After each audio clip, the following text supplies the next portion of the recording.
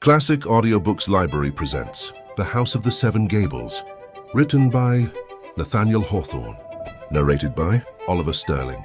Where in the world are you listening from? Please drop your city or country in the comments below. I love seeing how far these stories go. Let's begin. Preface.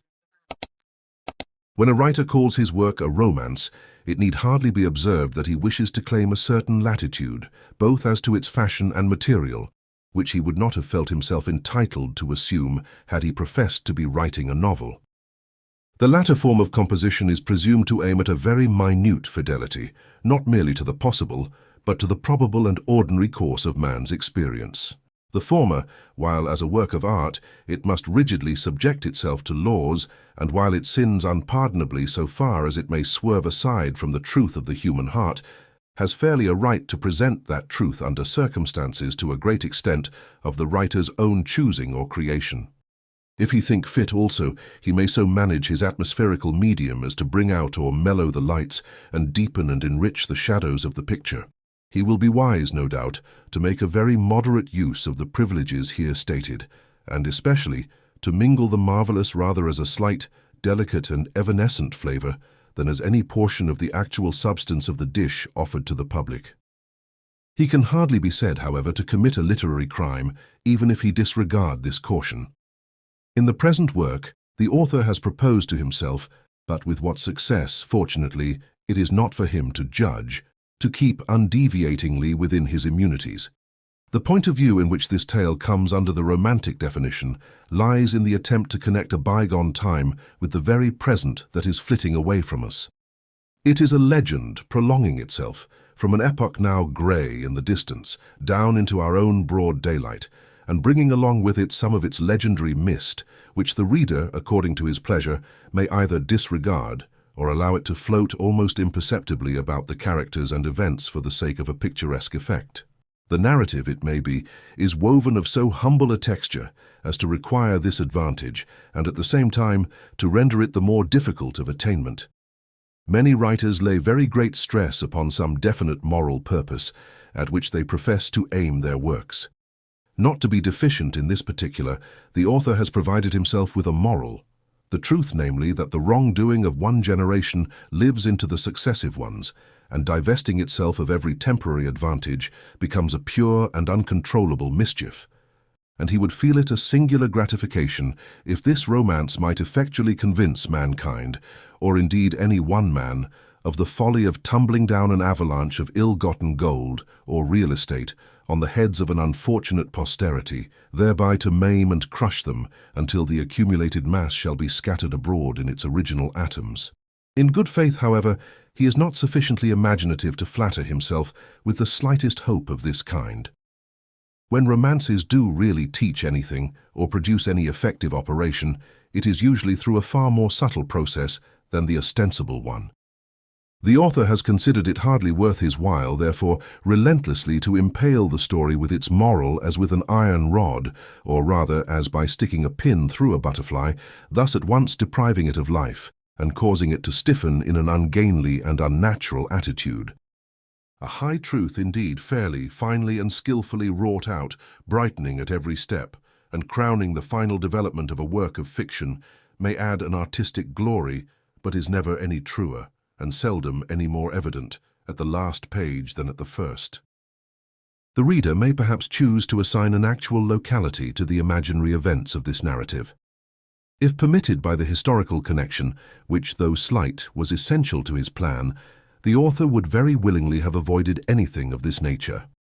Not to speak of other objections, it exposes the romance to an inflexible and exceedingly dangerous species of criticism by bringing his fancy pictures almost into positive contact with the realities of the moment. It has been no part of his object, however, to describe local manners, nor in any way to meddle with the characteristics of a community for whom he cherishes a proper respect and a natural regard.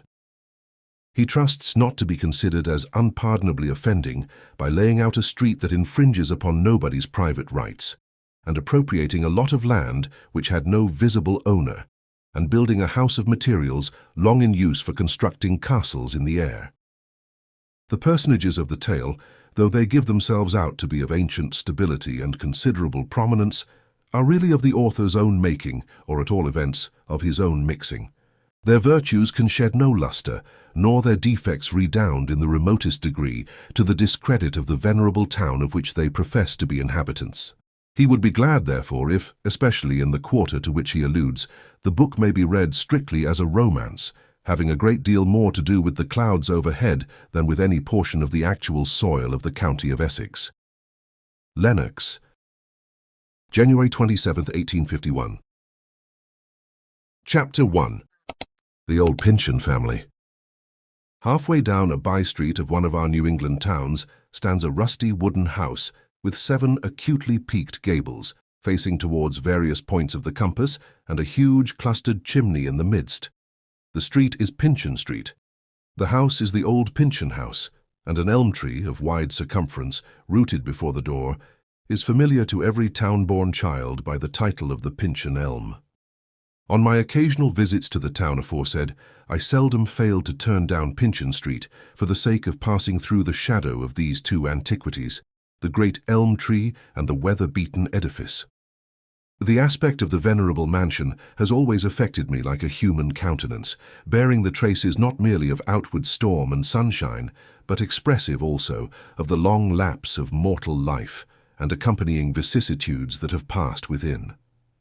Were these to be worthily recounted, they would form a narrative of no small interest and instruction, and possessing, moreover, a certain remarkable unity, which might almost seem the result of artistic arrangement.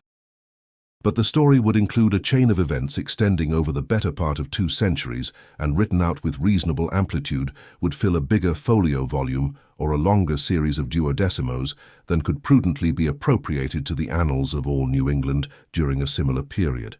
It consequently becomes imperative to make short work with most of the traditionary lore of which the old Pyncheon House, otherwise known as the House of the Seven Gables, has been the theme. With a brief sketch, therefore, of the circumstances amid which the foundation of the house was laid, and a rapid glimpse at its quaint exterior as it grew black in the prevalent east wind, pointing too, here and there, at some spot of more verdant mossiness on its roof and walls, we shall commence the real action of our tale, at an epoch not very remote from the present day. Still, there will be a connection with the long past, a reference to forgotten events and personages, and to manners, feelings, and opinions, almost or wholly obsolete, which, if adequately translated to the reader, would serve to illustrate how much of old material goes to make up the freshest novelty of human life. Hence, too, might be drawn a weighty lesson from the little-regarded truth that the act of the passing generation is the germ which may and must produce good or evil fruit in a far distant time. That, together with the seed of the merely temporary crop, which mortals term expediency, they inevitably sow the acorns of a more enduring growth, which may darkly overshadow their posterity. The House of the Seven Gables, antique as it now looks, was not the first habitation erected by civilized man on precisely the same spot of ground. Pyncheon Street formerly bore the humbler appellation of Maule's Lane, from the name of the original occupant of the soil, before whose cottage door it was a cowpath. A natural spring of soft and pleasant water, a rare treasure on the sea-girt peninsula where the Puritan settlement was made, had early induced Matthew Maule to build a hut, shaggy with thatch at this point, although somewhat too remote from what was then the centre of the village. In the growth of the town, however, after some 30 or 40 years, the site covered by this rude hovel had become exceedingly desirable in the eyes of a prominent and powerful personage who asserted plausible claims to the proprietorship of this and a large adjacent tract of land on the strength of a grant from the legislature. Colonel Pyncheon, the claimant, as we gather from whatever traits of him are preserved, was characterized by an iron energy of purpose. Matthew Maule, on the other hand, though an obscure man, was stubborn in the defense of what he considered his right. And for several years he succeeded in protecting the acre or 2 of earth, which, with his own toil, he had hewn out of the primeval forest to be his garden ground and homestead. No written record of this dispute is known to be in existence. Our acquaintance with the whole subject is derived chiefly from tradition. It would be bold, therefore, and possibly unjust, to venture a decisive opinion as to its merits. although it appears to have been at least a matter of doubt whether Colonel Pyncheon's claim were not unduly stretched in order to make it cover the small metes and bounds of Matthew Maule. What greatly strengthens such a suspicion is the fact that this controversy between two ill-matched antagonists, at a period, moreover, laud it as we may, when personal influence had far more weight than now, remained for years undecided, and came to a close only with the death of the party occupying the disputed soil. The mode of his death, too, affects the mind differently in our day from what it did a century and a half ago. It was a death that blasted with strange horror the humble name of the dweller in the cottage, and made it seem almost a religious act to drive the plough over the little area of his habitation and obliterate his place and memory from among men. Old Matthew Maule, in a word, was executed for the crime of witchcraft. He was one of the martyrs to that terrible delusion, which should teach us, among its other morals, that the influential classes and those who take upon themselves to be leaders of the people are fully liable to all the passionate error that has ever characterized the maddest mob.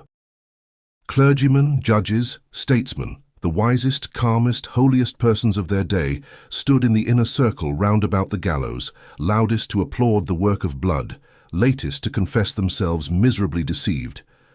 If any one part of their proceedings can be said to deserve less blame than another, it was the singular indiscrimination with which they persecuted, not merely the poor and aged, as in former judicial massacres, but people of all ranks, their own equals, brethren, and wives.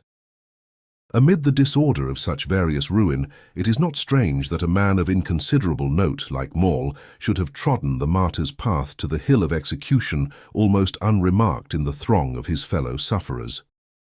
But, in after days, when the frenzy of that hideous epoch had subsided, it was remembered how loudly Colonel Pyncheon had joined in the general cry to purge the land from witchcraft. Nor did it fail to be whispered that there was an invidious acrimony in the zeal with which he had sought the condemnation of Matthew Maule. It was well known that the victim had recognized the bitterness of personal enmity in his persecutor's conduct towards him, and that he declared himself hunted to death for his spoil. At the moment of execution, with the halter about his neck, and while Colonel Pyncheon sat on horseback, grimly gazing at the scene, Maule had addressed him from the scaffold and uttered a prophecy of which history, as well as fireside tradition, has preserved the very words. "God," said the dying man, pointing his finger with a ghastly look at the undismayed countenance of his enemy, "God will give him blood to drink." After the reputed wizard's death, his humble homestead had fallen an easy spoil into Colonel Pyncheon's grasp. When it was understood, however, that the colonel intended to erect a family mansion, spacious, ponderously framed of oaken timber, and calculated to endure for many generations of his posterity, over the spot first covered by the log-built hut of Matthew Maule, there was much shaking of the head among the village gossips. Without absolutely expressing a doubt whether the stalwart Puritan had acted as a man of conscience and integrity throughout the proceedings which have been sketched, they, nevertheless, hinted that he was about to build his house over an unquiet grave. His home would include the home of the dead and buried wizard, and would thus afford the ghost of the latter a kind of privilege to haunt its new apartments, and the chambers into which future bridegrooms were to lead their brides, and where children of the Pyncheon blood were to be born. The terror and ugliness of Maule's crime and the wretchedness of his punishment would darken the freshly plastered walls and infect them early with the scent of an old and melancholy house. Why then, while so much of the soil around him was bestrewn with the virgin forest leaves, why should Colonel Pyncheon prefer a site that had already been accursed? But the Puritan soldier and magistrate was not a man to be turned aside from his well-considered scheme, either by dread of the wizard's ghost or by flimsy sentimentalities of any kind, however specious. Had he been told of a bad air, it might have moved him somewhat. But he was ready to encounter an evil spirit on his own ground. Endowed with common sense, as massive and hard as blocks of granite, fastened together by stern rigidity of purpose, as with iron clamps, he followed out his original design, probably without so much as imagining an objection to it. On the score of delicacy or any scrupulousness which a finer sensibility might have taught him, the colonel, like most of his breed and generation, was impenetrable. He therefore dug his cellar and laid the deep foundations of his mansion on the square of earth whence Matthew Maule, 40 years before, had first swept away the fallen leaves.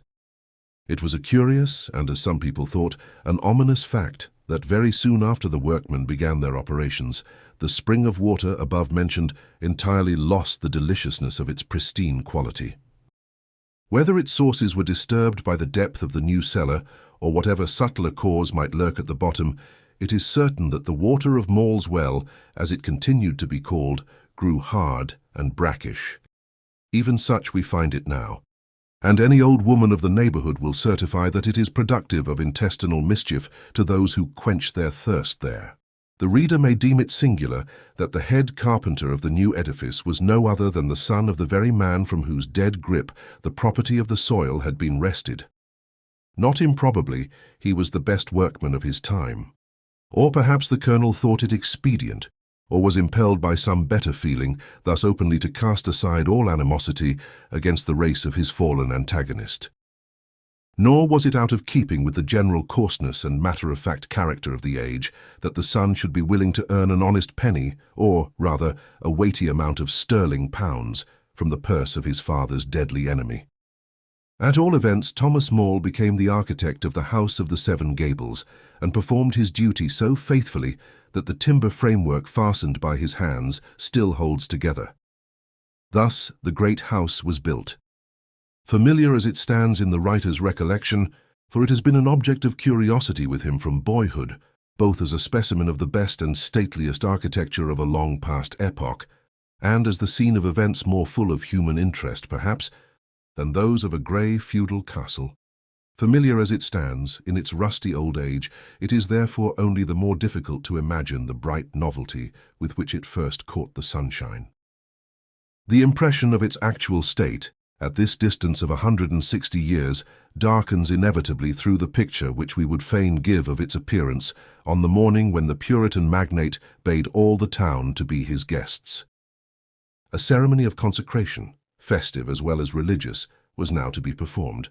A prayer and discourse from the Reverend Mr. Higginson, and the outpouring of a psalm from the general throat of the community was to be made acceptable to the grosser sense by ale, cider, wine, and brandy, in copious effusion, and, as some authorities aver, by an ox, roasted whole, or at least by the weight and substance of an ox in more manageable joints and sirloins. The carcass of a deer, shot within 20 miles, had supplied material for the vast circumference of a pasty. A codfish of 60 pounds caught in the bay had been dissolved into the rich liquid of a chowder. The chimney of the new house, in short, belching forth its kitchen smoke, impregnated the whole air with the scent of meats, fowls, and fishes, spicily concocted with odoriferous herbs and onions in abundance. The mere smell of such festivity, making its way to everybody's nostrils, was at once an invitation and an appetite. Maule's Lane, or Pyncheon Street, as it were now more decorous to call it, was thronged at the appointed hour, as with a congregation on its way to church. All, as they approached, looked upward at the imposing edifice, which was henceforth to assume its rank among the habitations of mankind. There it rose, a little withdrawn from the line of the street, but in pride, not modesty.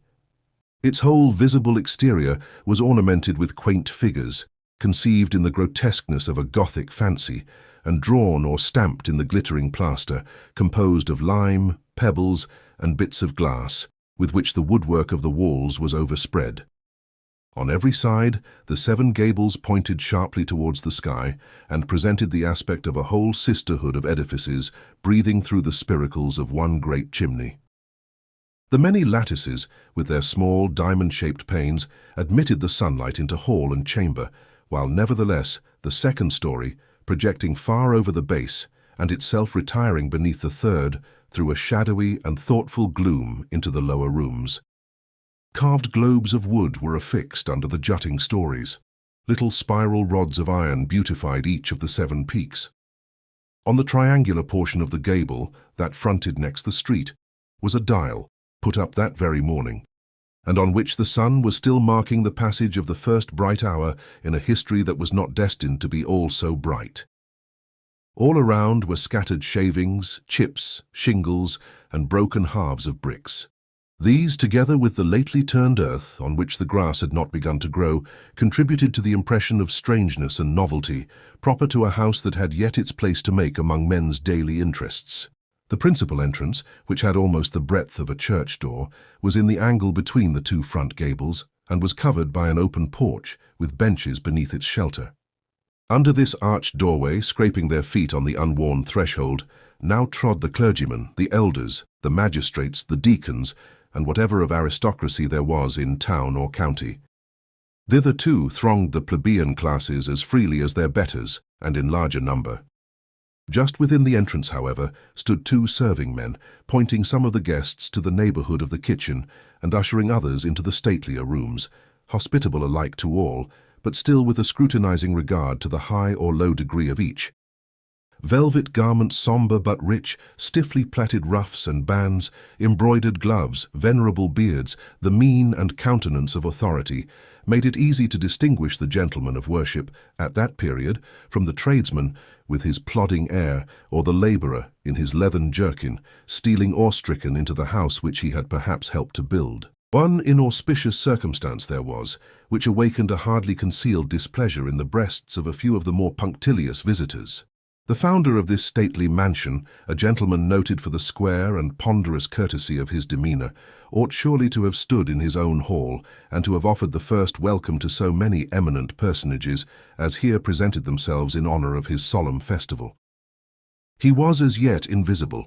The most favoured of the guests had not beheld him. This sluggishness on Colonel Pyncheon's part became still more unaccountable when the second dignitary of the province made his appearance, and found no more ceremonious a reception. The lieutenant governor, although his visit was one of the anticipated glories of the day, had alighted from his horse and assisted his lady from her side-saddle, and crossed the colonel's threshold without other greeting than that of the principal domestic. This person, a grey-headed man of quiet and most respectful deportment, found it necessary to explain that his master still remained in his study, or private apartment, on entering which, an hour before, he had expressed a wish on no account to be disturbed. "Do not you see, fellow," said the High Sheriff of the county, taking the servant aside, "that this is no less a man than the lieutenant governor? Summon Colonel Pyncheon at once." I know that he received letters from England this morning, and in the perusal and consideration of them, an hour may have passed away without his noticing it. But he will be ill-pleased, I judge, if you suffer him to neglect the courtesy due to one of our chief rulers, and who may be said to represent King William in the absence of the governor himself. Call your master instantly." "Nay, please your worship," answered the man in much perplexity, but with a backwardness that strikingly indicated the hard and severe character of Colonel Pyncheon's domestic rule. "My master's orders were exceeding strict. And, as your worship knows, he permits of no discretion in the obedience of those who owe him service. Let who list open yonder door. I dare not, though the governor's own voice should bid me do it." "Pooh-pooh, Master High Sheriff," cried the lieutenant governor, who had overheard the foregoing discussion and felt himself high enough in station to play a little with his dignity. "I will take the matter into my own hands. It is time that the good colonel came forth to greet his friends. Else we shall be apt to suspect that he has taken a sip too much of his canary wine in his extreme deliberation which casket were best to broach in honour of the day. But since he is so much behindhand, I will give him a remembrancer myself." Accordingly, with such a tramp of his ponderous riding boots as might of itself have been audible in the remotest of the Seven Gables, he advanced to the door, which the servant pointed out, and made its new panels re-echo with a loud, free knock. Then, looking round with a smile to the spectators, he awaited a response. As none came, however, he knocked again, but with the same unsatisfactory result as at first. And now, being a trifle choleric in his temperament, the lieutenant governor uplifted the heavy hilt of his sword, wherewith he so beat and banged upon the door, that, as some of the bystanders whispered, the racket might have disturbed the dead. Be that as it might, it seemed to produce no awakening effect on Colonel Pyncheon. When the sound subsided, the silence through the house was deep, dreary, and oppressive, notwithstanding that the tongues of many of the guests had already been loosened by a surreptitious cup or two of wine or spirits. Strange, forsooth, "Very strange," cried the lieutenant governor, whose smile was changed to a frown. "But seeing that our host sets us the good example of forgetting ceremony, I shall likewise throw it aside and make free to intrude on his privacy." He tried the door, which yielded to his hand, and was flung wide open by a sudden gust of wind that passed, as with a loud sigh, from the outermost portal through all the passages and apartments of the new house. It rustled the silken garments of the ladies, and waved the long curls of the gentlemen's wigs, and shook the window hangings and the curtains of the bedchambers, causing everywhere a singular stir, which yet was more like a hush. A shadow of awe and half-fearful anticipation, nobody knew wherefore, nor of what, had all at once fallen over the company. They thronged, however, to the now open door, pressing the lieutenant governor, in the eagerness of their curiosity, into the room in advance of them. At the first glimpse, they beheld nothing extraordinary, a handsomely furnished room, of moderate size, somewhat darkened by curtains, books arranged on shelves, a large map on the wall, and likewise a portrait of Colonel Pyncheon, beneath which sat the original colonel himself, in an oaken elbow chair, with a pen in his hand. Letters, parchments, and blank sheets of paper were on the table before him. He appeared to gaze at the curious crowd, in front of which stood the lieutenant governor, and there was a frown on his dark and massive countenance, as if sternly resentful of the boldness that had impelled them into his private retirement. A little boy, the colonel's grandchild, and the only human being that ever dared to be familiar with him, now made his way among the guests and ran towards the seated figure. Then, pausing halfway, he began to shriek with terror. The company, tremulous as the leaves of a tree when all are shaking together, drew nearer and perceived that there was an unnatural distortion in the fixedness of Colonel Pyncheon's stare, that there was blood on his ruff, and that his hoary beard was saturated with it. It was too late to give assistance. The iron-hearted Puritan, the relentless persecutor, the grasping and strong-willed man was dead, dead in his new house. There is a tradition, only worth alluding to as lending a tinge of superstitious awe to a scene perhaps gloomy enough without it, that a voice spoke loudly among the guests, the tones of which were like those of old Matthew Maule, the executed wizard. God hath given him blood to drink. Thus early had that one guest, the only guest who is certain, at one time or another, to find his way into every human dwelling, thus early had death stepped across the threshold of the house of the Seven Gables. Colonel Pyncheon's sudden and mysterious end made a vast deal of noise in its day. There were many rumours, some of which have vaguely drifted down to the present time, how that appearances indicated violence, that there were the marks of fingers on his throat and the print of a bloody hand on his plaited ruff, and that his peaked beard was dishevelled as if it had been fiercely clutched and pulled. It was averred, likewise, that the lattice window near the colonel's chair was open, and that, only a few minutes before the fatal occurrence, the figure of a man had been seen clambering over the garden fence in the rear of the house. But it were folly to lay any stress on stories of this kind, which are sure to spring up around such an event as that now related, and which, as in the present case, sometimes prolong themselves for ages afterwards, like the toadstools that indicate where the fallen and buried trunk of a tree has long since mouldered into the earth. For our own part, we allow them just as little credence as to that other fable of the skeleton hand, which the lieutenant governor was said to have seen at the colonel's throat, but which vanished away as he advanced farther into the room. Certain it is, however, that there was a great consultation and dispute of doctors over the dead body. One, John Swinnerton by name, who appears to have been a man of eminence, upheld it, if we have rightly understood his terms of art, to be a case of apoplexy. His professional brethren, each for himself, adopted various hypotheses, more or less plausible, but all dressed out in a perplexing mystery of phrase, which, if it do not show a bewilderment of mind in these erudite physicians, certainly causes it in the unlearned peruser of their opinions. The coroner's jury sat upon the corpse, and, like sensible men, returned an unassailable verdict of sudden death. It is indeed difficult to imagine that there could have been a serious suspicion of murder, or the slightest grounds for implicating any particular individual as the perpetrator. The rank, wealth, and eminent character of the deceased must have ensured the strictest scrutiny into every ambiguous circumstance. As none such is on record, it is safe to assume that none existed.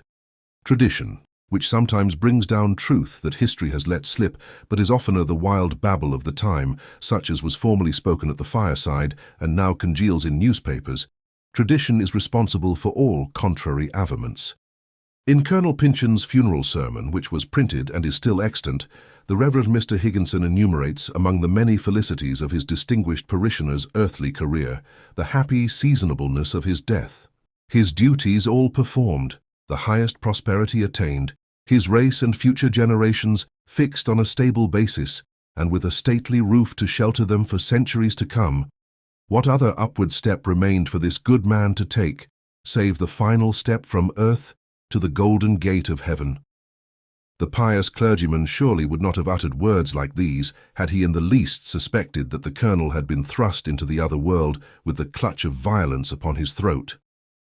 The family of Colonel Pyncheon, at the epoch of his death, seemed destined to as fortunate a permanence as can anywise consist with the inherent instability of human affairs. It might fairly be anticipated that the progress of time would rather increase and ripen their prosperity than wear away and destroy it. For not only had his son and heir come into immediate enjoyment of a rich estate, but there was a claim through an Indian deed, confirmed by a subsequent grant of the General Court, to a vast and as yet unexplored and unmeasured tract of eastern lands. These possessions, for as such they might almost certainly be reckoned, comprised the greater part of what is now known as Waldo County, in the state of Maine, and were more extensive than many a dukedom or even a reigning prince's territory on European soil. When the pathless forest that still covered this wild principality should give place, as it inevitably must, though perhaps not till ages hence, to the golden fertility of human culture, it would be the source of incalculable wealth to the Pyncheon blood. Had the colonel survived only a few weeks longer, it is probable that his great political influence and powerful connections at home and abroad would have consummated all that was necessary to render the claim available. But in spite of good Mr. Higginson's congratulatory eloquence, this appeared to be the one thing which Colonel Pyncheon, provident and sagacious as he was, had allowed to go at loose ends. So far as the prospective territory was concerned, he unquestionably died too soon. His son lacked not merely the father's eminent position, but the talent and force of character to achieve it. He could, therefore, effect nothing by dint of political interest, and the bare justice or legality of the claim was not so apparent after the colonel's decease as it had been pronounced in his lifetime. Some connecting link had slipped out of the evidence and could not anywhere be found. Efforts, it is true, were made by the Pyncheons, not only then, but at various periods for nearly 100 years afterwards, to obtain what they stubbornly persisted in deeming their right. But, in course of time, the territory was partly regranted to more favoured individuals and partly cleared and occupied by actual settlers. These last, if they ever heard of the Pyncheon title, would have laughed at the idea of any man's asserting a right, on the strength of mouldy parchments, signed with the faded autographs of governors and legislators, long dead and forgotten, to the lands which they or their fathers had wrested from the wild hand of nature by their own sturdy toil. This impalpable claim, therefore, resulted in nothing more solid than to cherish, from generation to generation, an absurd delusion of family importance which all along characterized the Pyncheons. It caused the poorest member of the race to feel as if he inherited a kind of nobility, and might yet come into the possession of princely wealth to support it. In the better specimens of the breed, this peculiarity threw an ideal grace over the hard material of human life, without stealing away any truly valuable quality. In the baser sort, its effect was to increase the liability to sluggishness and dependence, and induce the victim of a shadowy hope to remit all self-effort, while awaiting the realization of his dreams. Years and years after their claim had passed out of the public memory, the Pyncheons were accustomed to consult the colonel's ancient map, which had been projected while Waldo County was still an unbroken wilderness.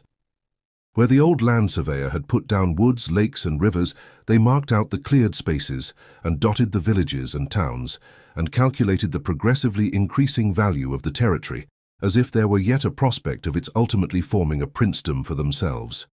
In almost every generation, nevertheless, there happened to be some one descendant of the family gifted with a portion of the hard, keen sense and practical energy that had so remarkably distinguished the original founder.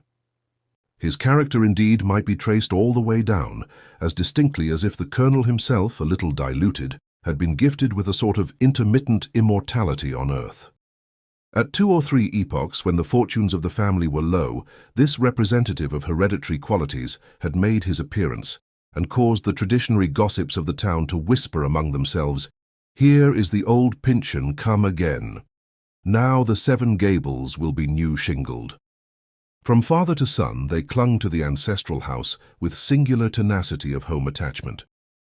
For various reasons, however, and from impressions often too vaguely founded to be put on paper, the writer cherishes the belief that many, if not most, of the successive proprietors of this estate were troubled with doubts as to their moral right to hold it. Of their legal tenure there could be no question, but old Matthew Maule, it is to be feared, trode downward from his own age to a far later one, planting a heavy footstep all the way on the conscience of a Pyncheon. If so, we are left to dispose of the awful query whether each inheritor of the property, conscious of wrong and failing to rectify it, did not commit anew the great guilt of his ancestor and incur all its original responsibilities. And supposing such to be the case, would it not be a far truer mode of expression to say of the Pyncheon family that they inherited a great misfortune than the reverse? We have already hinted that it is not our purpose to trace down the history of the Pyncheon family in its unbroken connection with the house of the Seven Gables, nor to show, as in a magic picture, how the rustiness and infirmity of age gathered over the venerable house itself. As regards its interior life, a large dim looking-glass used to hang in one of the rooms and was fabled to contain within its depths all the shapes that had ever been reflected there, the old colonel himself and his many descendants, some in the garb of antique babyhood, and others in the bloom of feminine beauty or manly prime, or saddened with the wrinkles of frosty age. Had we the secret of that mirror, we would gladly sit down before it and transfer its revelations to our page. But there was a story for which it is difficult to conceive any foundation, that the posterity of Matthew Maule had some connection with the mystery of the looking-glass, and that, by what appears to have been a sort of mesmeric process, they could make its inner region all alive with the departed Pyncheons. Not as they had shown themselves to the world, nor in their better and happier hours, but as doing over again some deed of sin, or in the crisis of life's bitterest sorrow. The popular imagination, indeed, long kept itself busy with the affair of the old Puritan Pyncheon and the wizard Maule. The curse which the latter flung from his scaffold was remembered, with the very important addition that it had become a part of the Pyncheon inheritance. If one of the family did but gurgle in his throat, a bystander would be likely enough to whisper, between jest and earnest, "He has Maule's blood to drink." The sudden death of a Pyncheon about 100 years ago, with circumstances very similar to what have been related of the colonel's exit, was held as giving additional probability to the received opinion on this topic. It was considered, moreover, an ugly and ominous circumstance that Colonel Pyncheon's picture, in obedience, it was said, to a provision of his will, remained affixed to the wall of the room in which he died. Those stern, immitigable features seemed to symbolize an evil influence, and so darkly to mingle the shadow of their presence with the sunshine of the passing hour, that no good thoughts or purposes could ever spring up and blossom there. To the thoughtful mind, there will be no tinge of superstition in what we figuratively express, by affirming that the ghost of a dead progenitor, perhaps as a portion of his own punishment, is often doomed to become the evil genius of his family. The Pyncheons, in brief, lived along for the better part of 2 centuries, with perhaps less of outward vicissitude than has attended most other New England families during the same period of time. Possessing very distinctive traits of their own, they nevertheless took the general characteristics of the little community in which they dwelt. A town noted for its frugal, discreet, well-ordered and home-loving inhabitants, as well as for the somewhat confined scope of its sympathies.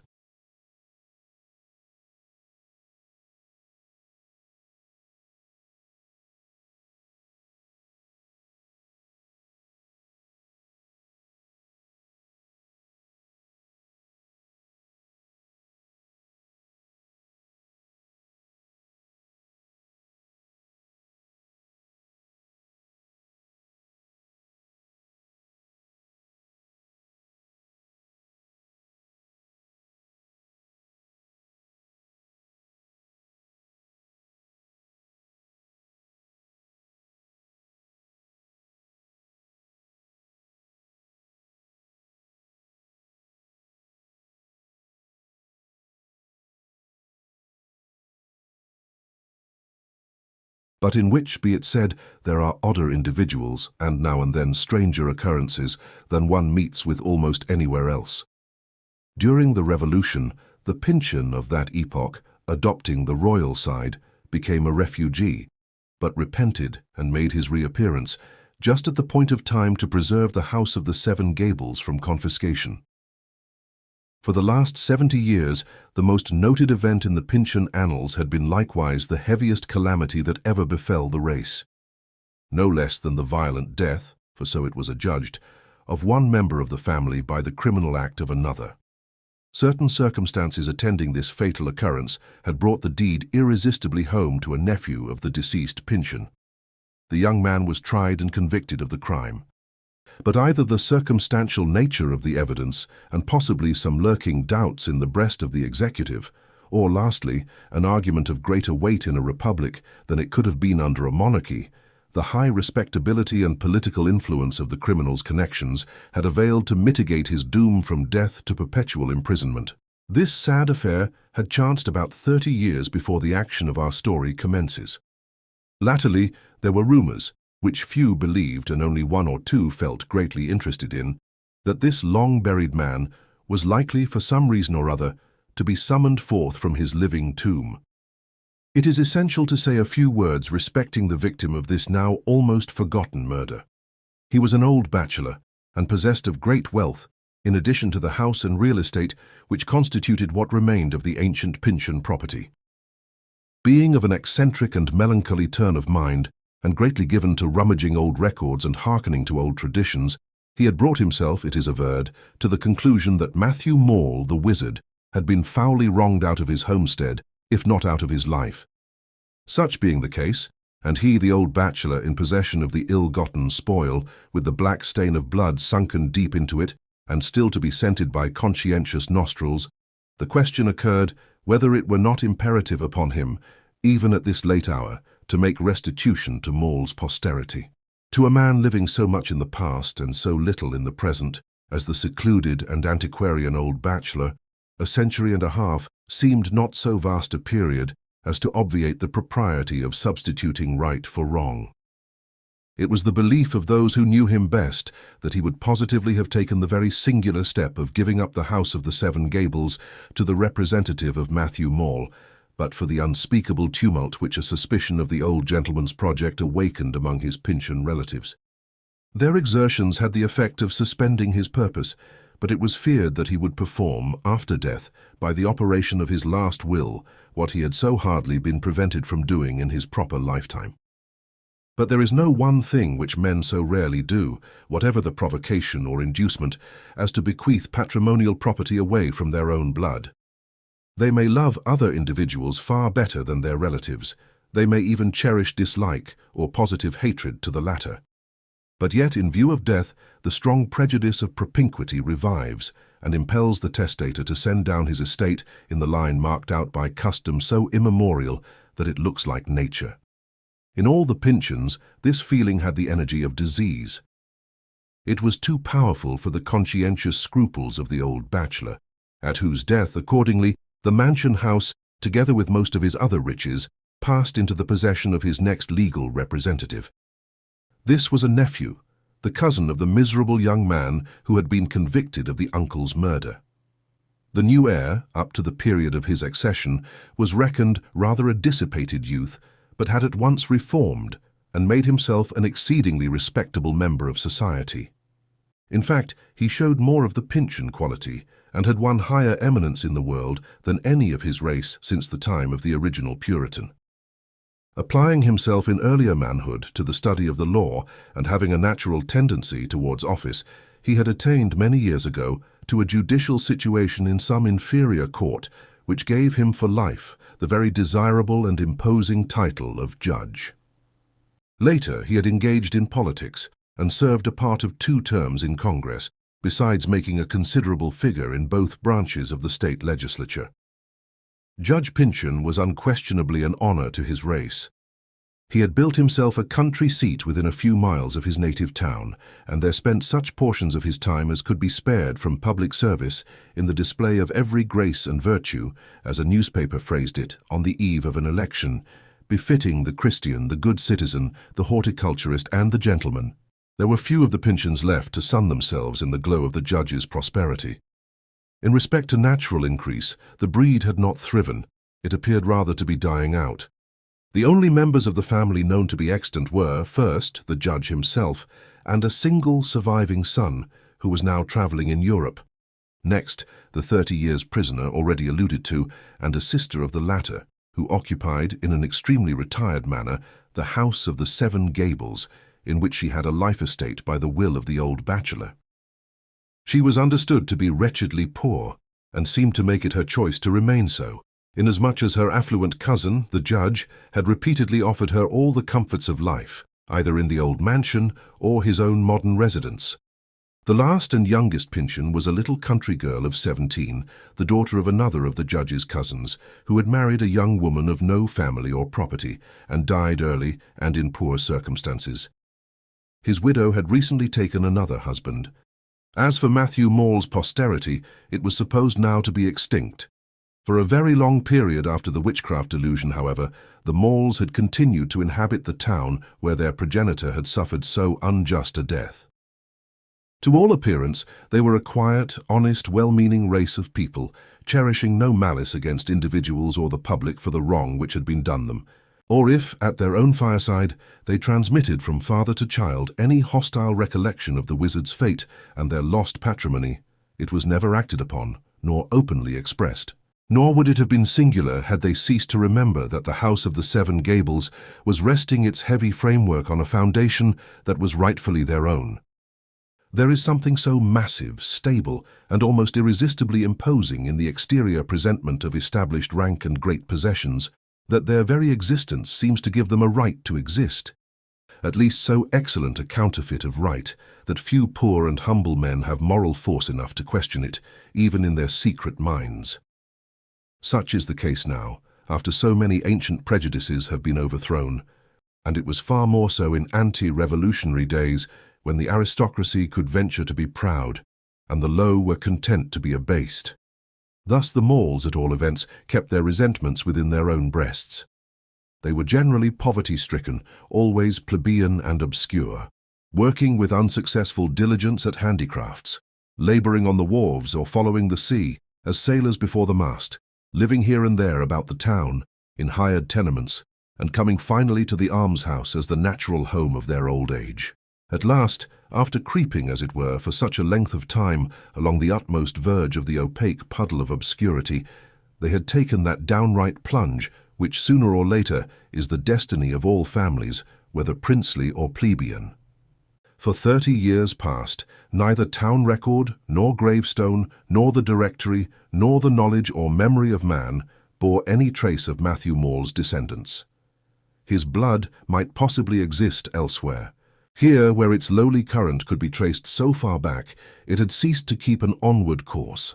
So long as any of the race were to be found, they had been marked out from other men, not strikingly, nor as with a sharp line, but with an effect that was felt rather than spoken of, by an hereditary character of reserve.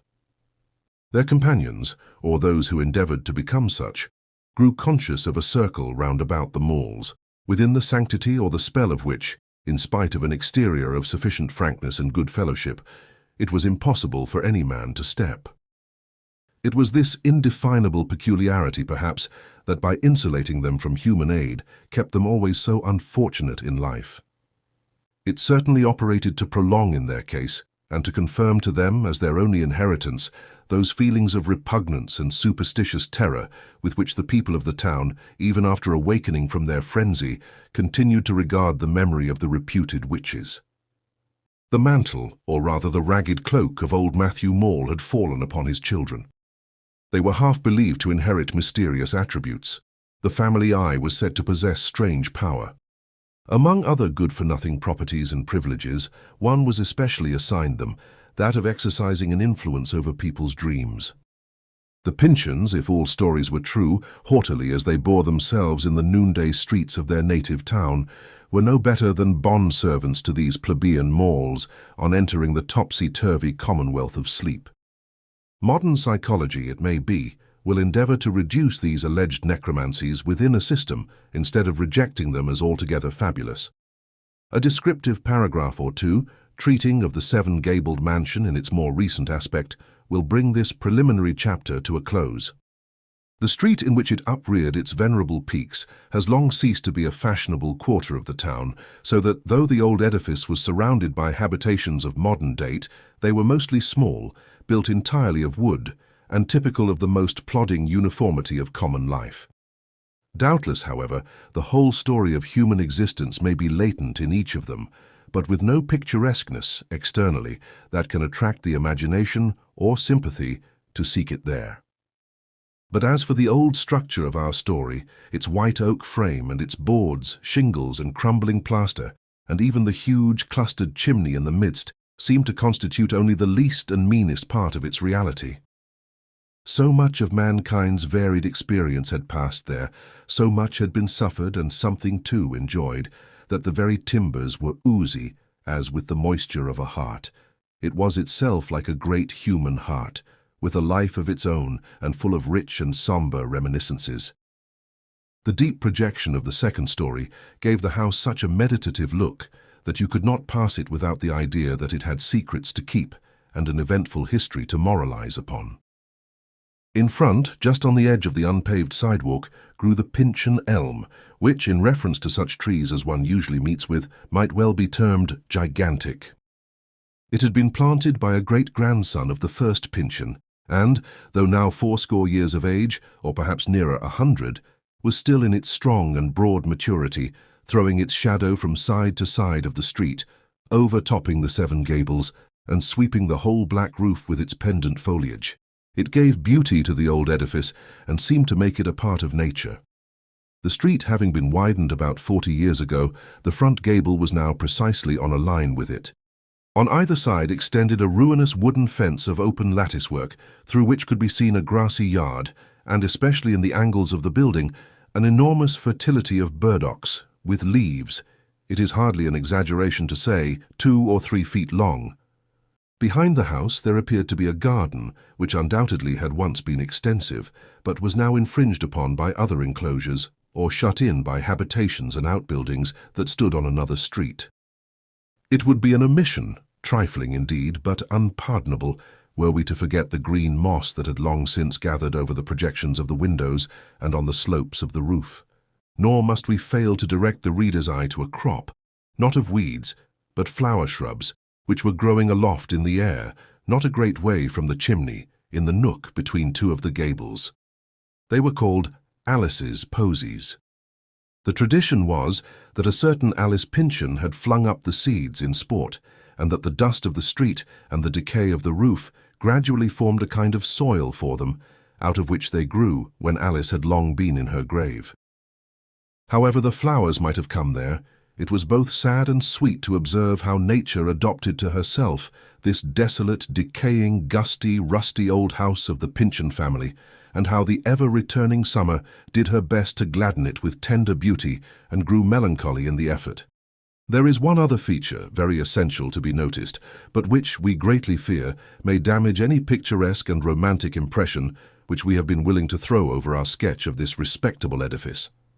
In the front gable, under the impending brow of the second story, and contiguous to the street, was a shop door, divided horizontally in the midst, and with a window for its upper segment, such as is often seen in dwellings of a somewhat ancient date. This same shop door had been a subject of no slight mortification to the present occupant of the august Pyncheon house, as well as to some of her predecessors. The matter is disagreeably delicate to handle, but, since the reader must needs be let into the secret, he will please to understand that, about a century ago, the head of the Pyncheons found himself involved in serious financial difficulties. The fellow, gentleman as he styled himself, can hardly have been other than a spurious interloper. For instead of seeking office from the king or the royal governor, or urging his hereditary claim to eastern lands, he bethought himself of no better avenue to wealth than by cutting a shop door through the side of his ancestral residence. It was the custom of the time indeed for merchants to store their goods and transact business in their own dwellings. But there was something pitifully small in this old Pyncheon's mode of setting about his commercial operations. It was whispered that with his own hands, all beruffled as they were, he used to give change for a shilling and would turn a halfpenny twice over to make sure that it was a good one. Beyond all question, he had the blood of a petty huckster in his veins, through whatever channel it may have found its way there. Immediately on his death, the shop door had been locked, bolted and barred, and down to the period of our story, had probably never once been opened. The old counter, shelves and other fixtures of the little shop remained just as he had left them. It used to be affirmed that the dead shopkeeper in a white wig, a faded velvet coat, an apron at his waist, and his ruffles carefully turned back from his wrists, might be seen through the chinks of the shutters any night of the year, ransacking his till or poring over the dingy pages of his daybook. From the look of unutterable woe upon his face, it appeared to be his doom to spend eternity in a vain effort to make his accounts balance. And now, in a very humble way, as will be seen, we proceed to open our narrative. Chapter 2. The Little Shop Window. It still lacked half an hour of sunrise when Miss Hepzibah Pyncheon, we will not say awoke, it being doubtful whether the poor lady had so much as closed her eyes during the brief night of midsummer, but at all events arose from her solitary pillow and began what it would be mockery to term the adornment of her person. Far from us be the indecorum of assisting even in imagination at a maiden lady's toilet. Our story must therefore await Miss Hepzibah at the threshold of her chamber, only presuming meanwhile to note some of the heavy sighs that laboured from her bosom, with little restraint as to their lugubrious depth and volume of sound, inasmuch as they could be audible to nobody save a disembodied listener like ourself. The old maid was alone in the old house. Alone, except for a certain respectable and orderly young man, an artist in the daguerreotype line, who for about 3 months back had been a lodger in a remote gable, quite a house by itself indeed, with locks, bolts and oaken bars on all the intervening doors. Inaudible, consequently, were poor Miss Hepzibah's gusty sighs, inaudible the creaking joints of her stiffened knees as she knelt down by the bedside, and inaudible, too, by mortal ear, but heard with all-comprehending love and pity in the farthest heaven, that almost agony of prayer, now whispered, now a groan, now a struggling silence, wherewith she besought the divine assistance through the day. Evidently, this is to be a day of more than ordinary trial to Miss Hepzibah, who for above a quarter of a century gone by has dwelt in strict seclusion, taking no part in the business of life, and just as little in its intercourse and pleasures. Not with such fervour prays the torpid recluse, looking forward to the cold, sunless, stagnant calm of a day that is to be like innumerable yesterdays. The maiden lady's devotions are concluded. Will she now issue forth over the threshold of our story? Not yet, by many moments. First, every drawer in the tall, old-fashioned bureau is to be opened, with difficulty, and with a succession of spasmodic jerks, then, all must close again with the same fidgety reluctance. There is a rustling of stiff silks, a tread of backward and forward footsteps to and fro across the chamber. We suspect Miss Hepzibah, moreover, of taking a step upward into a chair in order to give heedful regard to her appearance on all sides, and at full length in the oval, dingy-framed toilet glass that hangs above her table. Truly, well indeed, who would have thought it? Is all this precious time to be lavished on the matutinal repair and beautifying of an elderly person who never goes abroad, whom nobody ever visits, and from whom, when she shall have done her utmost, it were the best charity to turn one's eyes another way? Now she is almost ready.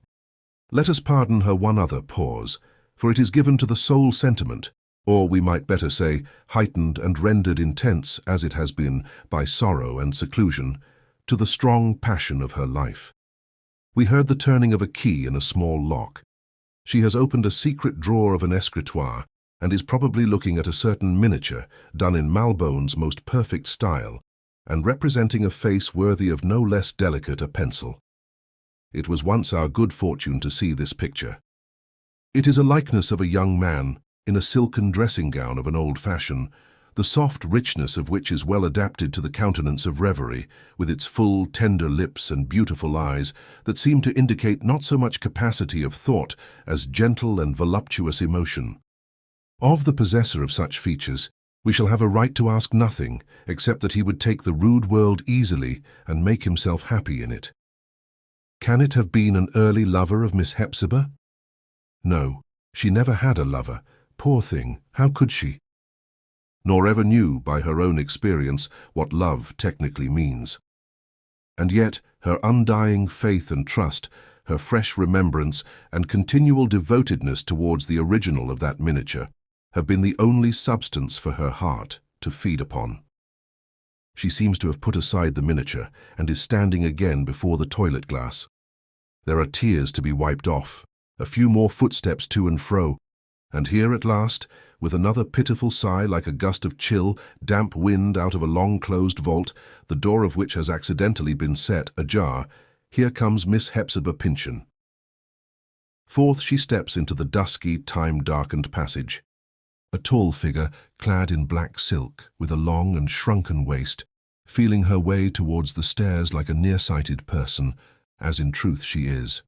The sun, meanwhile, if not already above the horizon, was ascending nearer and nearer to its verge. A few clouds, floating high upward, caught some of the earliest light and threw down its golden gleam on the windows of all the houses in the street, not forgetting the house of the Seven Gables, which, many such sunrises as it had witnessed, looked cheerfully at the present one. The reflected radiance served to show pretty distinctly the aspect and arrangement of the room which Hepzibah entered after descending the stairs.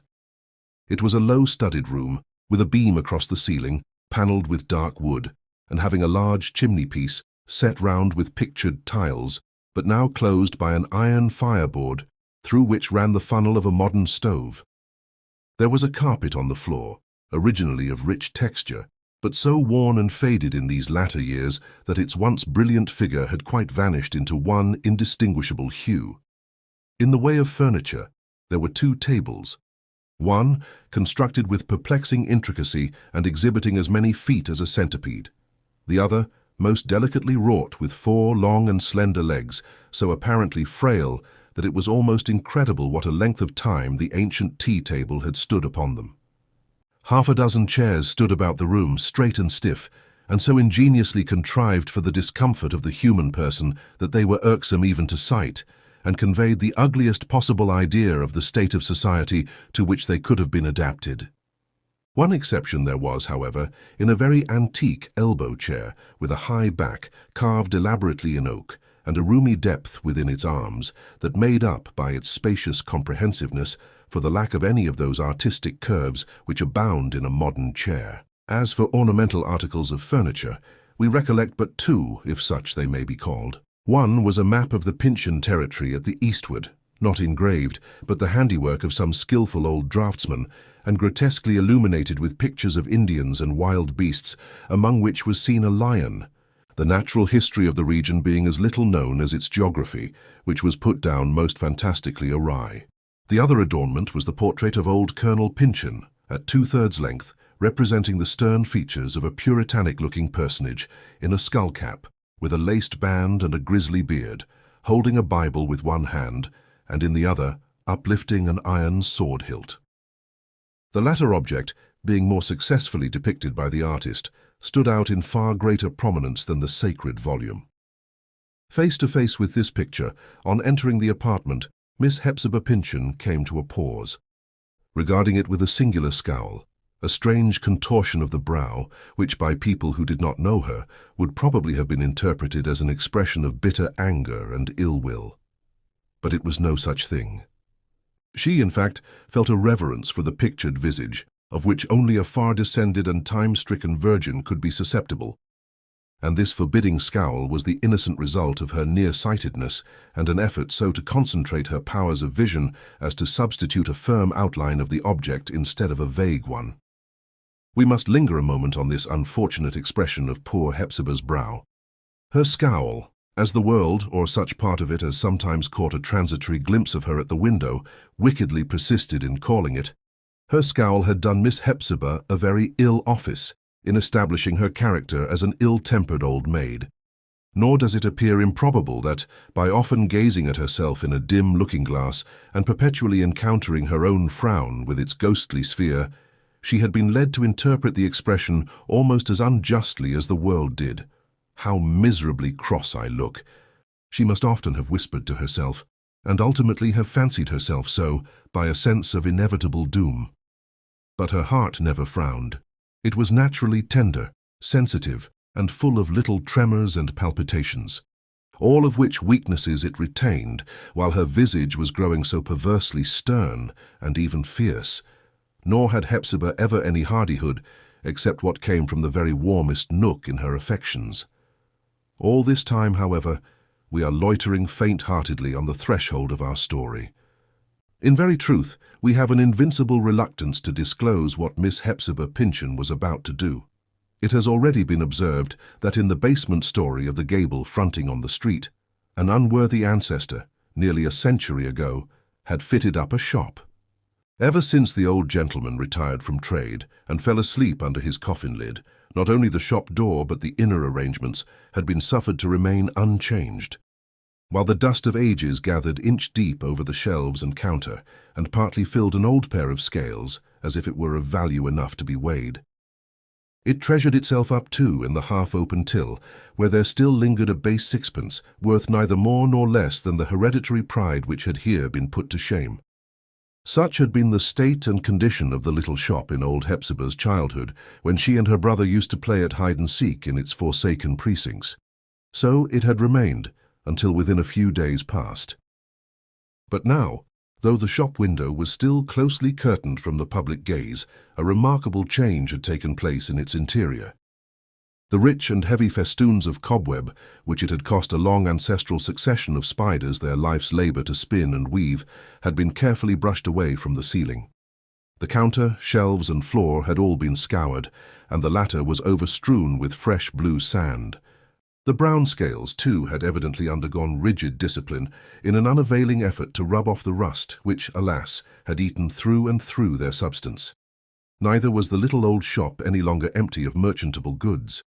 A curious eye, privileged to take an account of stock and investigate behind the counter, would have discovered a barrel, yea, 2 or 3 barrels and half ditto, one containing flour, another apples, and a third, perhaps, Indian meal. There was likewise a square box of pine wood full of soap in bars, also another of the same size, in which were tallow candles, 10 to the pound. A small stock of brown sugar, some white beans and split peas, and a few other commodities of low price and such as are constantly in demand, made up the bulkier portion of the merchandise. It might have been taken for a ghostly or phantasmagoric reflection of the old shopkeeper Pyncheon's shabbily provided shelves, save that some of the articles were of a description and outward form which could hardly have been known in his day. For instance, there was a glass pickle jar filled with fragments of Gibraltar rock, not indeed splinters of the veritable stone foundation of the famous fortress, but bits of delectable candy, neatly done up in white paper. Jim Crow, moreover, was seen executing his world-renowned dance in gingerbread. A party of leaden dragoons were galloping along one of the shelves, in equipments and uniform of modern cut. And there were some sugar figures, with no strong resemblance to the humanity of any epoch, but less unsatisfactorily representing our own fashions than those of 100 years ago. Another phenomenon, still more strikingly modern, was a package of lucifer matches, which, in old times, would have been thought actually to borrow their instantaneous flame from the nether fires of Tophet. In short, to bring the matter at once to a point, it was incontrovertibly evident that somebody had taken the shop and fixtures of the long-retired and forgotten Mr. Pyncheon, and was about to renew the enterprise of that departed worthy with a different set of customers. Who could this bold adventurer be? And of all places in the world, why had he chosen the house of the Seven Gables as the scene of his commercial speculations? We return to the elderly maiden. She at length withdrew her eyes from the dark countenance of the colonel's portrait, heaved a sigh, indeed her breast was a very cave of Aeolus that morning, and stepped across the room on tiptoe, as is the customary gait of elderly women. Passing through an intervening passage, she opened a door that communicated with the shop just now so elaborately described. Owing to the projection of the upper story, and still more to the thick shadow of the Pyncheon elm, which stood almost directly in front of the gable, the twilight here was still as much akin to night as morning. Another heavy sigh from Miss Hepzibah. After a moment's pause on the threshold, peering towards the window with her near-sighted scowl, as if frowning down some bitter enemy, she suddenly projected herself into the shop. The haste, and, as it were, the galvanic impulse of the movement, were really quite startling. Nervously, in a sort of frenzy we might almost say, she began to busy herself in arranging some children's playthings and other little wares on the shelves and at the shop window. In the aspect of this dark-arrayed, pale-faced, ladylike old figure, there was a deeply tragic character that contrasted irreconcilably with the ludicrous pettiness of her employment. It seemed a queer anomaly that so gaunt and dismal a personage should take a toy in hand. A miracle that the toy did not vanish in her grasp. A miserably absurd idea that she should go on perplexing her stiff and sombre intellect with the question how to tempt little boys into her premises. Yet such is undoubtedly her object. Now she places a gingerbread elephant against the window, but with so tremulous a touch that it tumbles upon the floor with the dismemberment of 3 legs and its trunk. It has ceased to be an elephant and has become a few bits of musty gingerbread. There again she has upset a tumbler of marbles, all of which roll different ways, and each individual marble, devil-directed, into the most difficult obscurity that it can find. Heaven help our poor old Hepzibah, and forgive us for taking a ludicrous view of her position. As her rigid and rusty frame goes down upon its hands and knees in quest of the absconding marbles, we positively feel so much the more inclined to shed tears of sympathy from the very fact that we must needs turn aside and laugh at her. For here, and if we fail to impress it suitably upon the reader, it is our own fault, not that of the theme. Here is one of the truest points of melancholy interest that occur in ordinary life. It was the final throe of what called itself old gentility. A lady, who had fed herself from childhood with the shadowy food of aristocratic reminiscences, and whose religion it was that a lady's hand soils itself irremediably by doing aught for bread, this born lady, after 60 years of narrowing means, is fain to step down from her pedestal of imaginary rank. Poverty, treading closely at her heels for a lifetime, has come up with her at last. She must earn her own food or starve. And we have stolen upon Miss Hepzibah Pyncheon, too irreverently, at the instant of time when the patrician lady is to be transformed into the plebeian woman. In this republican country, amid the fluctuating waves of our social life, somebody is always at the drowning point. The tragedy is enacted with as continual a repetition as that of a popular drama on a holiday, and nevertheless is felt as deeply, perhaps, as when an hereditary noble sinks below his order. More deeply, since, with us, rank is the grosser substance of wealth and a splendid establishment, and has no spiritual existence after the death of these, but dies hopelessly along with them. And, therefore, since we have been unfortunate enough to introduce our heroine at so inauspicious a juncture, we would entreat for a mood of due solemnity in the spectators of her fate.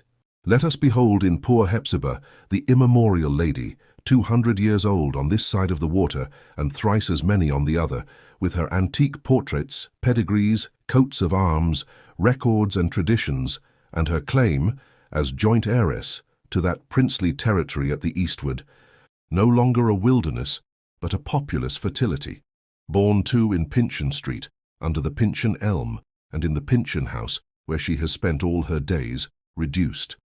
Now in that very house, to be the hucksteress of a cent shop.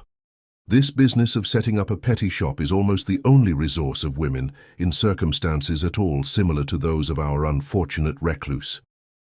With her nearsightedness and those tremulous fingers of hers, at once inflexible and delicate, she could not be a seamstress, although her sampler, of 50 years gone by, exhibited some of the most recondite specimens of ornamental needlework. A school for little children had been often in her thoughts, and at one time she had begun a review of her early studies in the New England Primer with a view to prepare herself for the office of instructress. But the love of children had never been quickened in Hepzibah's heart, and was now torpid, if not extinct. She watched the little people of the neighborhood from her chamber window, and doubted whether she could tolerate a more intimate acquaintance with them. Besides, In our day, the very ABC has become a science greatly too abstruse to be any longer taught by pointing a pin from letter to letter. A modern child could teach old Hepzibah more than old Hepzibah could teach the child. So, with many a cold, deep heartquake at the idea of at last coming into sordid contact with the world from which she had so long kept aloof, while every added day of seclusion had rolled another stone against the cavern door of her hermitage, the poor thing bethought herself of the ancient shop window, the rusty scales and dusty till. She might have held back a little longer, but another circumstance not yet hinted at had somewhat hastened her decision. Her humble preparations, therefore, were duly made, and the enterprise was now to be commenced. Nor was she entitled to complain of any remarkable singularity in her fate. For in the town of her nativity we might point to several little shops of a similar description, some of them in houses as ancient as that of the Seven Gables, and one or two, it may be, where a decayed gentlewoman stands behind the counter, as grim an image of family pride as Miss Hepzibah Pyncheon herself. It was overpoweringly ridiculous, we must honestly confess it, the deportment of the maiden lady while setting her shop in order for the public eye. She stole on tiptoe to the window, as cautiously as if she conceived some bloody-minded villain to be watching behind the elm tree, with intent to take her life. Stretching out her long, lank arm, she put a paper of pearl buttons, a Jew's harp, or whatever the small article might be, in its destined place, and straightway vanished back into the dusk, as if the world need never hope for another glimpse of her. It might have been fancied, indeed, that she expected to minister to the wants of the community unseen, like a disembodied divinity or enchantress, holding forth her bargains to the reverential and awe-stricken purchaser in an invisible hand. But Hepzibah had no such flattering dream. She was well aware that she must ultimately come forward and stand revealed in her proper individuality, but like other sensitive persons, she could not bear to be observed in the gradual process, and chose rather to flash forth on the world's astonished gaze at once. The inevitable moment was not much longer to be delayed. The sunshine might now be seen stealing down the front of the opposite house, from the windows of which came a reflected gleam, struggling through the boughs of the elm tree and enlightening the interior of the shop more distinctly than heretofore. The town appeared to be waking up. A baker's cart had already rattled through the street, chasing away the latest vestige of night's sanctity with the jingle-jangle of its dissonant bells. A milkman was distributing the contents of his cans from door to door, and the harsh peal of a fisherman's conch shell was heard far off, around the corner. None of these tokens escaped Hepzibah's notice. The moment had arrived. To delay longer would be only to lengthen out her misery. Nothing remained except to take down the bar from the shop door, leaving the entrance free, more than free, welcome, as if all were household friends, to every passer-by whose eyes might be attracted by the commodities at the window. This last act Hepzibah now performed, letting the bar fall with what smote upon her excited nerves as a most astounding clatter. Then, as if the only barrier betwixt herself and the world had been thrown down, and a flood of evil consequences would come tumbling through the gap, she fled into the inner parlour, threw herself into the ancestral elbow chair, and wept. Our miserable old Hepzibah. It is a heavy annoyance to a writer who endeavours to represent nature, its various attitudes and circumstances, in a reasonably correct outline and true colouring, that so much of the mean and ludicrous should be hopelessly mixed up with the purest pathos which life anywhere supplies to him. What tragic dignity, for example, can be wrought into a scene like this? How can we elevate our history of retribution for the sin of long ago, when, as one of our most prominent figures, we are compelled to introduce not a young and lovely woman, nor even the stately remains of beauty, storm-shattered by affliction, but a gaunt, sallow, rusty-jointed maiden, in a long-waisted silk gown, and with the strange horror of a turban on her head. Her visage is not even ugly. It is redeemed from insignificance only by the contraction of her eyebrows into a near-sighted scowl. And finally, her great life trial seems to be that after 60 years of idleness, she finds it convenient to earn comfortable bread by setting up a shop in a small way. Nevertheless, if we look through all the heroic fortunes of mankind, we shall find this same entanglement of something mean and trivial with whatever is noblest in joy or sorrow. Life is made up of marble and mud. And without all the deeper trust in a comprehensive sympathy above us, we might hence be led to suspect the insult of a sneer, as well as an immitigable frown on the iron countenance of fate. What is called poetic insight is the gift of discerning, in this sphere of strangely mingled elements, the beauty and the majesty which are compelled to assume a garb so sordid. Chapter 3. The First Customer. Miss Hepzibah Pyncheon sat in the oaken elbow chair, with her hands over her face, giving way to that heavy down-sinking of the heart which most persons have experienced, when the image of hope itself seems ponderously moulded of lead on the eve of an enterprise at once doubtful and momentous. She was suddenly startled by the tinkling alarm, high, sharp, and irregular, of a little bell. The maiden lady arose upon her feet, as pale as a ghost at cock-crow, for she was an enslaved spirit, and this the talisman to which she owed obedience.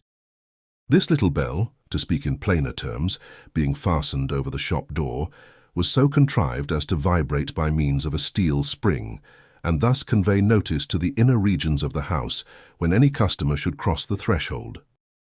Its ugly and spiteful little din, heard now for the first time perhaps since Hepzibah's periwigged predecessor had retired from trade, at once set every nerve of her body in responsive and tumultuous vibration. The crisis was upon her. Her first customer was at the door. Without giving herself time for a second thought, she rushed into the shop, pale, wild, desperate in gesture and expression, scowling portentously, and looking far better qualified to do fierce battle with a housebreaker than to stand smiling behind the counter, bartering small wares for a copper recompense. Any ordinary customer, indeed, would have turned his back and fled.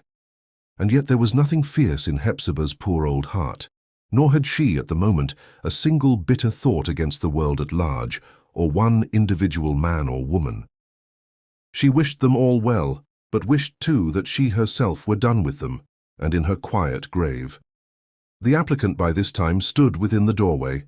Coming freshly, as he did, out of the morning light, he appeared to have brought some of its cheery influences into the shop along with him. It was a slender young man, not more than 21 years old, with rather a grave and thoughtful expression for his years, but likewise a springy alacrity and vigor.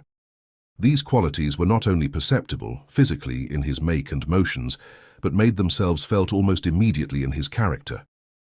A brown beard, not too silken in its texture, fringed his chin, but as yet without completely hiding it. He wore a short moustache, too, and his dark, high-featured countenance looked all the better for these natural ornaments. As for his dress, it was of the simplest kind, a summer sack of cheap and ordinary material, thin checkered pantaloons, and a straw hat, by no means of the finest braid. Oak Hall might have supplied his entire equipment.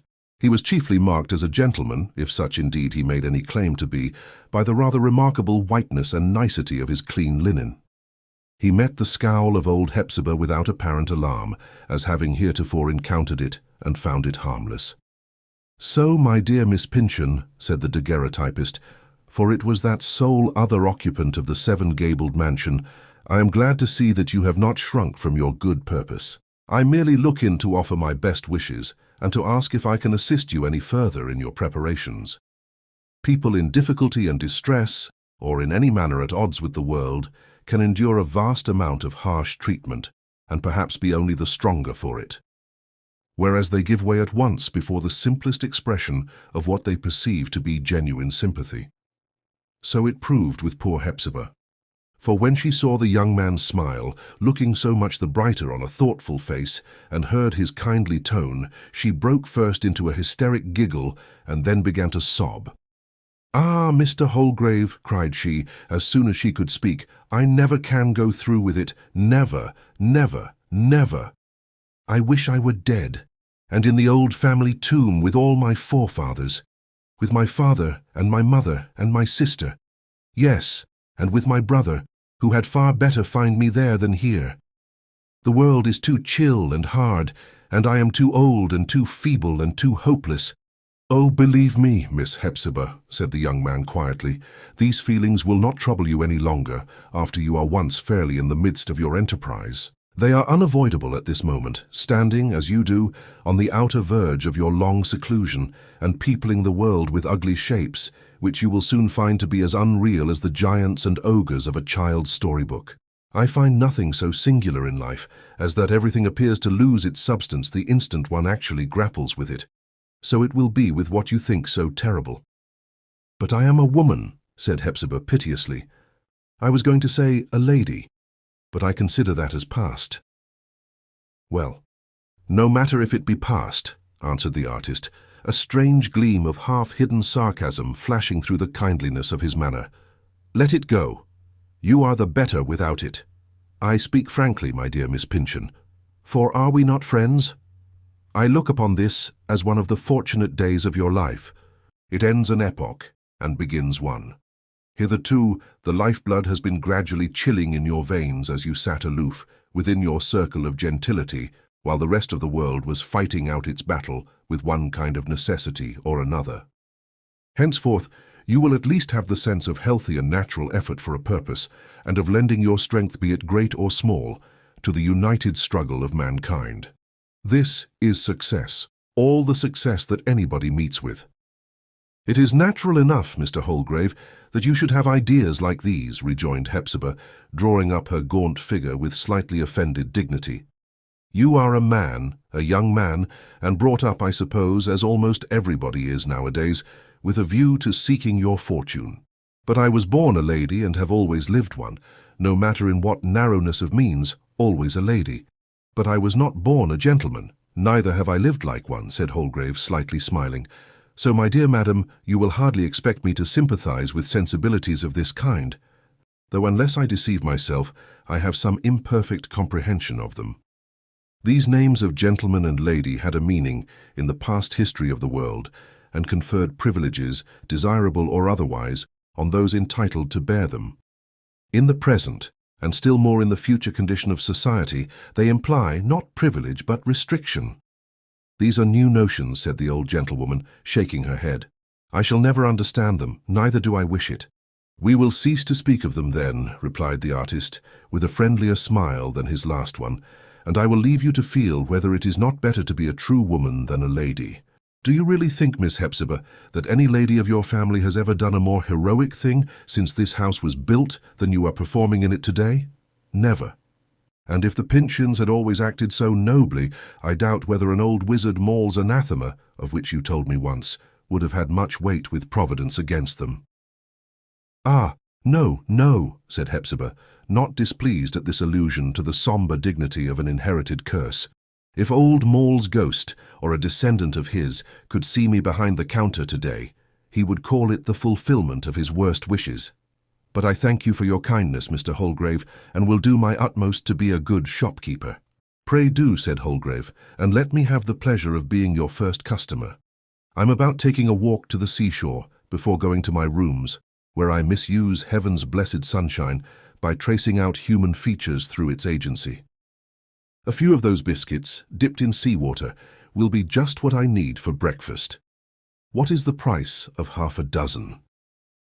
Let me be a lady a moment longer, replied Hepzibah, with a manner of antique stateliness to which a melancholy smile lent a kind of grace. She put the biscuits into his hand, but rejected the compensation. A Pyncheon must not, at all events under her forefather's roof, receive money for a morsel of bread from her only friend. Holgrave took his departure, leaving her for the moment with spirits not quite so much depressed. Soon, however, they had subsided nearly to their former dead level. With a beating heart, she listened to the footsteps of early passengers, which now began to be frequent along the street. Once or twice they seemed to linger. These strangers, or neighbours as the case might be, were looking at the display of toys and petty commodities in Hepzibah's shop window. She was doubly tortured, in part with a sense of overwhelming shame that strange and unloving eyes should have the privilege of gazing, and partly because the idea occurred to her, with ridiculous importunity, that the window was not arranged so skilfully, nor nearly to so much advantage, as it might have been. It seemed as if the whole fortune or failure of her shop might depend on the display of a different set of articles, or substituting a fairer apple for one which appeared to be specked.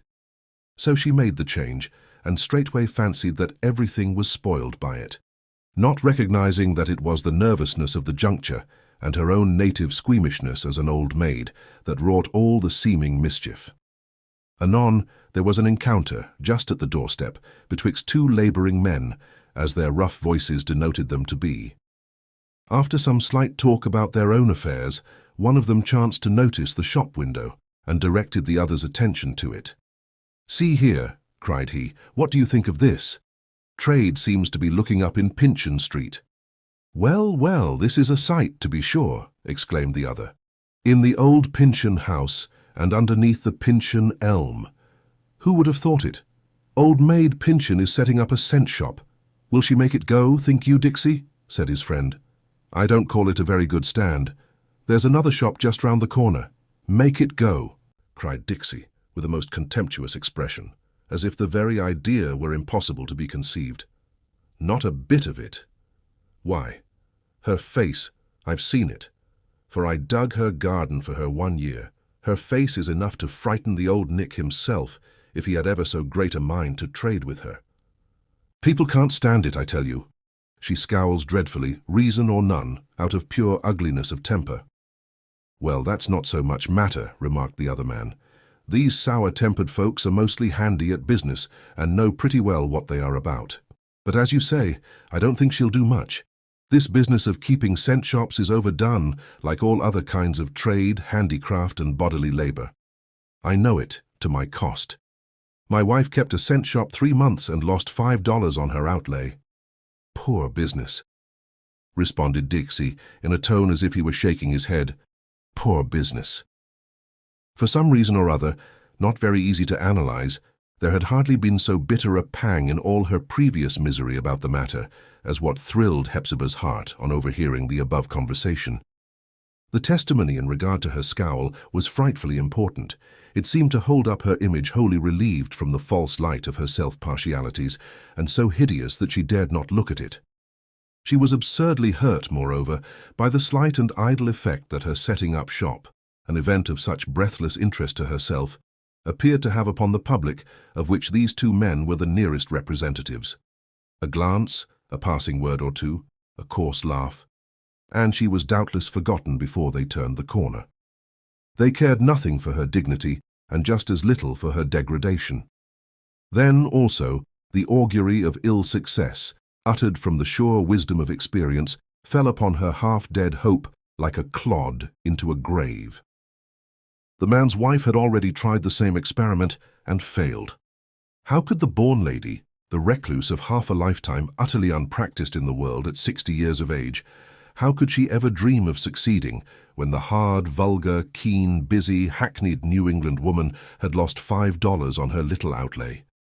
Success presented itself as an impossibility, and the hope of it as a wild hallucination. Some malevolent spirit, doing his utmost to drive Hepzibah mad, unrolled before her imagination a kind of panorama, representing the great thoroughfare of a city all astir with customers. So many and so magnificent shops as there were. Groceries, toy shops, dry goods stores, with their immense panes of plate glass, their gorgeous fixtures, their vast and complete assortments of merchandise, in which fortunes had been invested. And those noble mirrors at the farther end of each establishment, doubling all this wealth by a brightly burnished vista of unrealities. On one side of the street, this splendid bazaar, with a multitude of perfumed and glossy salesmen, smirking, smiling, bowing, and measuring out the goods. On the other, the dusky old house of the Seven Gables, with the antiquated shop window under its projecting story, and Hepzibah herself, in a gown of rusty black silk, behind the counter, scowling at the world as it went by. This mighty contrast thrust itself forward as a fair expression of the odds against which she was to begin her struggle for a subsistence. Success? Preposterous. She would never think of it again. The house might just as well be buried in an eternal fog while all other houses had the sunshine on them, for not a foot would ever cross the threshold, nor a hand so much as try the door. But at this instant, the shop bell, right over her head, tinkled as if it were bewitched. The old gentlewoman's heart seemed to be attached to the same steel spring, for it went through a series of sharp jerks, in unison with the sound. The door was thrust open, although no human form was perceptible on the other side of the half-window. Hepzibah, nevertheless, stood at a gaze, with her hands clasped, looking very much as if she had summoned up an evil spirit, and were afraid, yet resolved, to hazard the encounter. "Heaven help me," she groaned mentally. "Now is my hour of need." The door, which moved with difficulty on its creaking and rusty hinges, being forced quite open, a square and sturdy little urchin became apparent, with cheeks as red as an apple. He was clad rather shabbily, but as it seemed more owing to his mother's carelessness than his father's poverty, in a blue apron, very wide and short trousers, shoes somewhat out at the toes, and a chip hat, with the frizzles of his curly hair sticking through its crevices. A book and a small slate under his arm indicated that he was on his way to school. He stared at Hepzibah a moment, as an elder customer than himself would have been likely enough to do, not knowing what to make of the tragic attitude and queer scowl wherewith she regarded him. "Well, child," said she, taking heart at sight of a personage so little formidable, "well, my child, what did you wish for?" "That Jim Crow there in the window," answered the urchin, holding out a cent and pointing to the gingerbread figure that had attracted his notice as he loitered along to school, "the one that has not a broken foot." So Hepzibah put forth her lank arm, and taking the effigy from the shop window, delivered it to her first customer. "No matter for the money," said she, giving him a little push towards the door, for her old gentility was contumaciously squeamish at sight of the copper coin, and besides, it seemed such pitiful meanness to take the child's pocket-money in exchange for a bit of stale gingerbread. "No matter for the cent. You are welcome to Jim Crow." The child, staring with round eyes at this instance of liberality, wholly unprecedented in his large experience of cent shops, took the man of gingerbread and quitted the premises. No sooner had he reached the sidewalk, little cannibal that he was, than Jim Crow's head was in his mouth. As he had not been careful to shut the door, Hepzibah was at the pains of closing it after him, with a pettish ejaculation or two about the troublesomeness of young people, and particularly of small boys.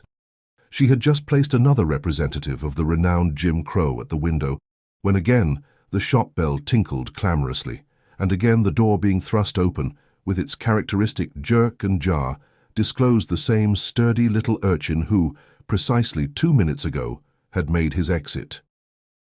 The crumbs and discoloration of the cannibal feast, as yet hardly consummated, were exceedingly visible about his mouth. "What is it now, child?" asked the maiden lady rather impatiently. "Did you come back to shut the door?" "No," answered the urchin, pointing to the figure that had just been put up. "I want that other Jim Crow." "Well, here it is for you," said Hepzibah, reaching it down, but recognizing that this pertinacious customer would not quit her on any other terms, so long as she had a gingerbread figure in her shop, she partly drew back her extended hand. "Where is the cent?" The little boy had the cent ready, but, like a true-born Yankee, would have preferred the better bargain to the worse. Looking somewhat chagrined, he put the coin into Hepzibah's hand and departed, sending the second Jim Crow in quest of the former one. The new shopkeeper dropped the first solid result of her commercial enterprise into the till. It was done. The sordid stain of that copper coin could never be washed away from her palm. The little schoolboy, aided by the impish figure of the Negro dancer, had wrought an irreparable ruin. The structure of ancient aristocracy had been demolished by him, even as if his childish grip had torn down the seven-gabled mansion.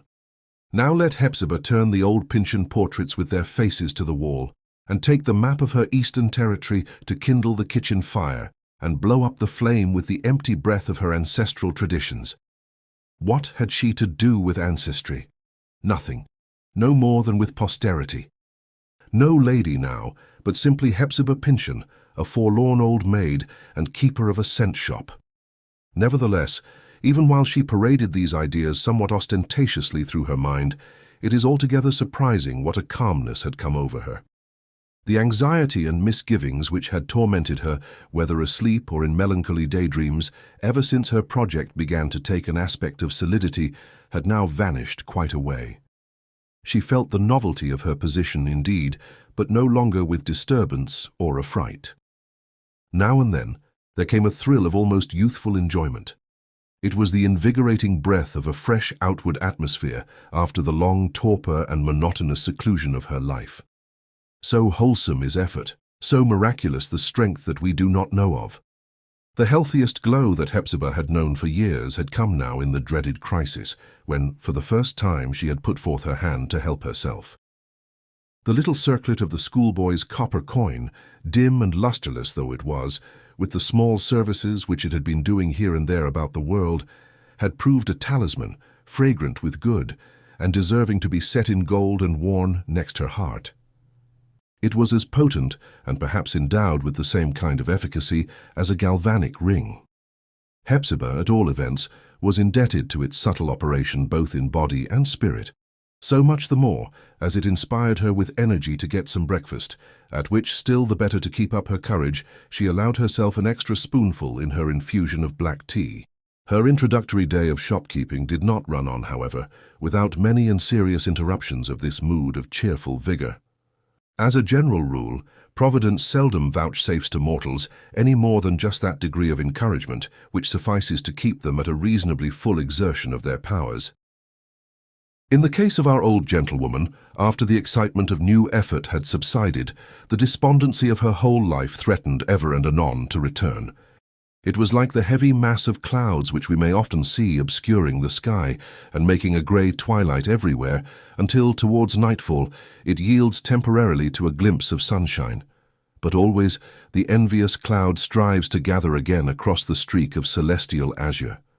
Customers came in as the forenoon advanced, but rather slowly. In some cases, too, it must be owned, with little satisfaction, either to themselves or Miss Hepzibah, nor, on the whole, with an aggregate of very rich emolument to the till. A little girl, sent by her mother to match a skein of cotton thread, of a peculiar hue, took one that the nearsighted old lady pronounced extremely like, but soon came running back with a blunt and cross message that it would not do, and besides, was very rotten. Then there was a pale, care-wrinkled woman, not old, but haggard, and already with streaks of grey among her hair, like silver ribbons. One of those women, naturally delicate, whom you at once recognize as worn to death by a brute, probably a drunken brute, of a husband and at least 9 children.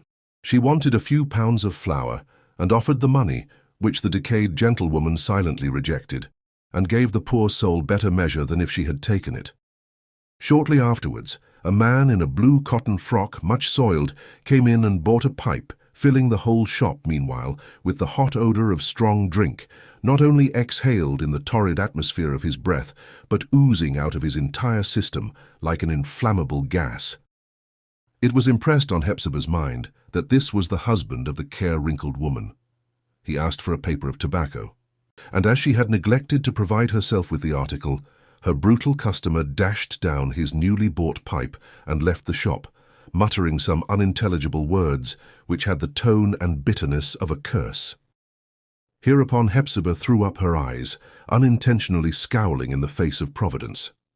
No less than 5 persons during the forenoon inquired for ginger beer or root beer or any drink of a similar brewage, and obtaining nothing of the kind, went off in an exceedingly bad humour. 3 of them left the door open, and the other 2 pulled it so spitefully in going out that the little bell played the very deuce with Hepzibah's nerves. A round, bustling, fire-ruddy housewife of the neighbourhood burst breathless into the shop, fiercely demanding yeast. And when the poor gentlewoman, with her cold shyness of manner, gave her hot customer to understand that she did not keep the article, this very capable housewife took upon herself to administer a regular rebuke. "A cent shop, and no yeast," quoth she. "That will never do." "Who ever heard of such a thing? Your loaf will never rise, no more than mine will today. You had better shut up shop at once." "Well," said Hepzibah, heaving a deep sigh, "perhaps I had." Several times, moreover, besides the above instance, her ladylike sensibilities were seriously infringed upon by the familiar, if not rude, tone with which people addressed her. They evidently considered themselves not merely her equals, but her patrons and superiors. Now, Hepzibah had unconsciously flattered herself with the idea that there would be a gleam or halo of some kind or other about her person which would ensure an obeisance to her sterling gentility, or at least a tacit recognition of it. On the other hand, nothing tortured her more intolerably than when this recognition was too prominently expressed.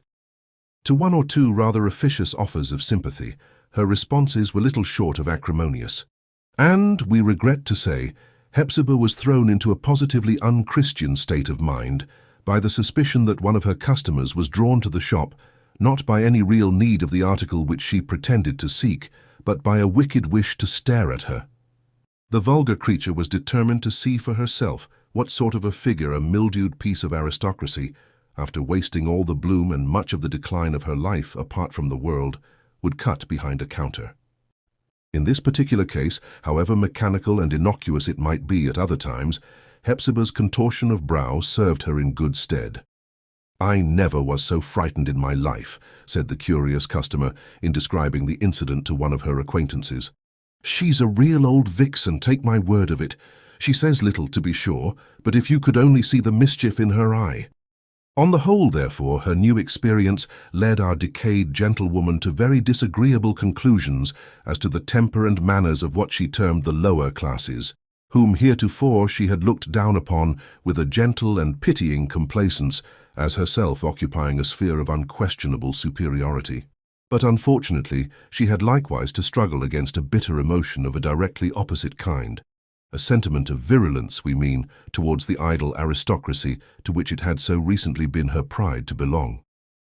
When a lady, in a delicate and costly summer garb, with a floating veil and gracefully swaying gown, and altogether an ethereal lightness that made you look at her beautifully slippered feet, to see whether she trod on the dust or floated in the air, when such a vision happened to pass through this retired street, leaving it tenderly and delusively fragrant with her passage, as if a bouquet of tea-roses had been borne along. Then again it is to be feared, old Hepzibah's scowl could no longer vindicate itself entirely on the plea of near-sightedness. For what end, thought she, giving vent to that feeling of hostility which is the only real abasement of the poor in presence of the rich? For what good end, in the wisdom of Providence, does that woman live? Must the whole world toil that the palms of her hands may be kept white and delicate? Then, ashamed and penitent, she hid her face. "May God forgive me," said she. Doubtless God did forgive her. But, taking the inward and outward history of the first half-day into consideration, Hepzibah began to fear that the shop would prove her ruin in a moral and religious point of view, without contributing very essentially towards even her temporal welfare. Chapter 4. A Day Behind the Counter.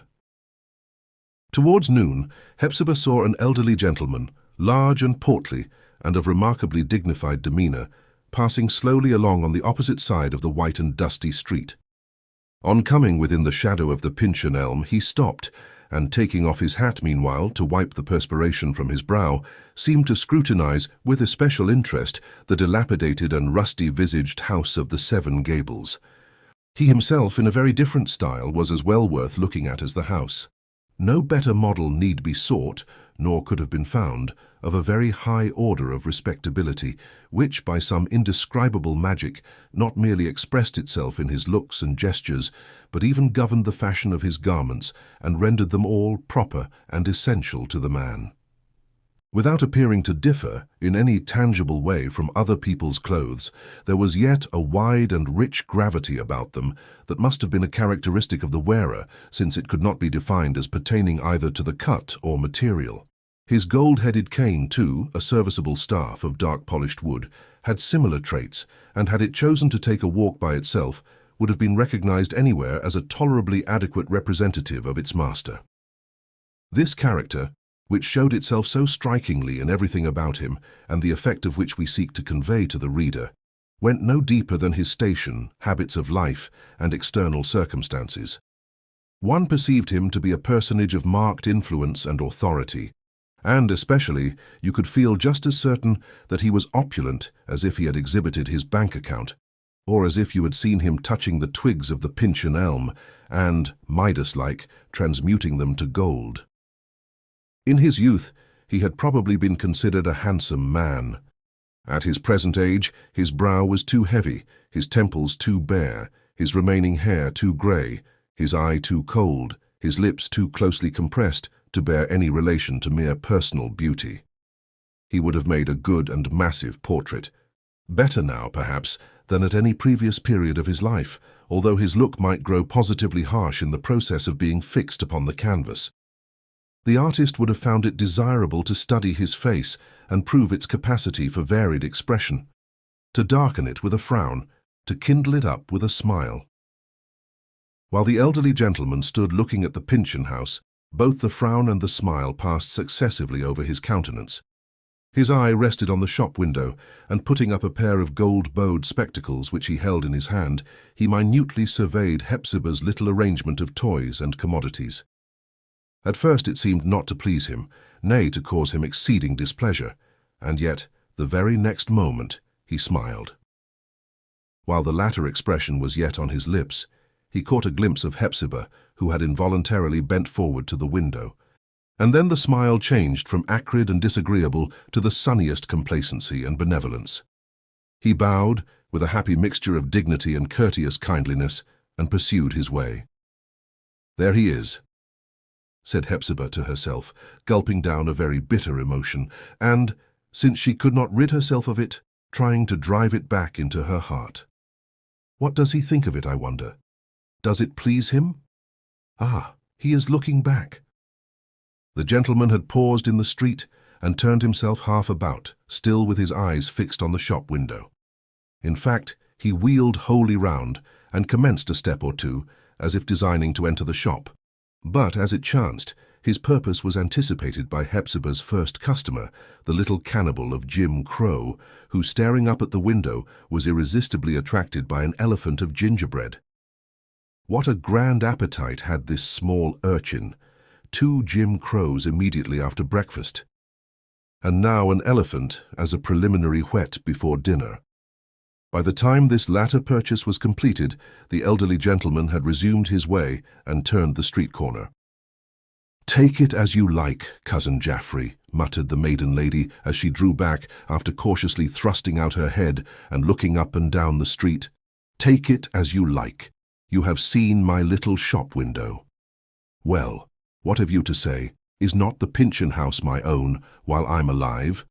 After this incident, Hepzibah retreated to the back parlour, where she at first caught up a half-finished stocking and began knitting at it with nervous and irregular jerks. But quickly finding herself at odds with the stitches, she threw it aside and walked hurriedly about the room. At length she paused before the portrait of the stern old Puritan, her ancestor and the founder of the house. In one sense, this picture had almost faded into the canvas and hidden itself behind the duskiness of age. In another, she could not but fancy that it had been growing more prominent and strikingly expressive, ever since her earliest familiarity with it as a child. For while the physical outline and substance were darkening away from the beholder's eye, the bold, hard, and at the same time indirect character of the man seemed to be brought out in a kind of spiritual relief. Such an effect may occasionally be observed in pictures of antique date. They acquire a look which an artist, if he have anything like the complacency of artists nowadays, would never dream of presenting to a patron as his own characteristic expression, but which, nevertheless, we at once recognize as reflecting the unlovely truth of a human soul. In such cases, the painter's deep conception of his subject's inward traits has wrought itself into the essence of the picture and is seen after the superficial coloring has been rubbed off by time. While gazing at the portrait, Hepzibah trembled under its eye. Her hereditary reverence made her afraid to judge the character of the original so harshly as a perception of the truth compelled her to do. But still she gazed, because the face of the picture enabled her, at least she fancied so, to read more accurately, and to a greater depth, the face which she had just seen in the street. "This is the very man," murmured she to herself. "Let Jaffrey Pyncheon smile as he will, there is that look beneath. Put on him a skull-cap and a band and a black cloak and a Bible in one hand and a sword in the other, then let Jaffrey smile as he might. Nobody would doubt that it was the old Pyncheon come again. He has proved himself the very man to build up a new house, perhaps too to draw down a new curse." Thus did Hepzibah bewilder herself with these fantasies of the old time. She had dwelt too much alone, too long in the Pyncheon house, until her very brain was impregnated with the dry rot of its timbers. She needed a walk along the noonday street to keep her sane. By the spell of contrast, another portrait rose up before her, painted with more daring flattery than any artist would have ventured upon, but yet so delicately touched that the likeness remained perfect. Malbone's miniature, though from the same original, was far inferior to Hepzibah's air-drawn picture, at which affection and sorrowful remembrance wrought together. Soft, mildly and cheerfully contemplative, with full red lips just on the verge of a smile, which the eyes seemed to herald by a gentle kindling up of their orbs. Feminine traits moulded inseparably with those of the other sex. The miniature likewise had this last peculiarity, so that you inevitably thought of the original as resembling his mother, and she a lovely and lovable woman, with perhaps some beautiful infirmity of character that made it all the pleasanter to know and easier to love her. Yes, thought Hepzibah, with grief of which it was only the more tolerable portion that welled up from her heart to her eyelids, they persecuted his mother in him. He never was a Pyncheon. But here the shop bell rang. It was like a sound from a remote distance. So far had Hepzibah descended into the sepulchral depths of her reminiscences. On entering the shop, she found an old man there, a humble resident of Pyncheon Street, and whom, for a great many years past, she had suffered to be a kind of familiar of the house. He was an immemorial personage, who seemed always to have had a white head and wrinkles, and never to have possessed but a single tooth, and that a half-decayed one, in the front of the upper jaw.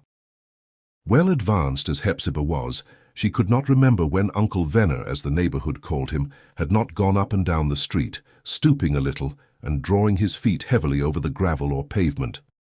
But still, there was something tough and vigorous about him that not only kept him in daily breath, but enabled him to fill a place which would else have been vacant in the apparently crowded world.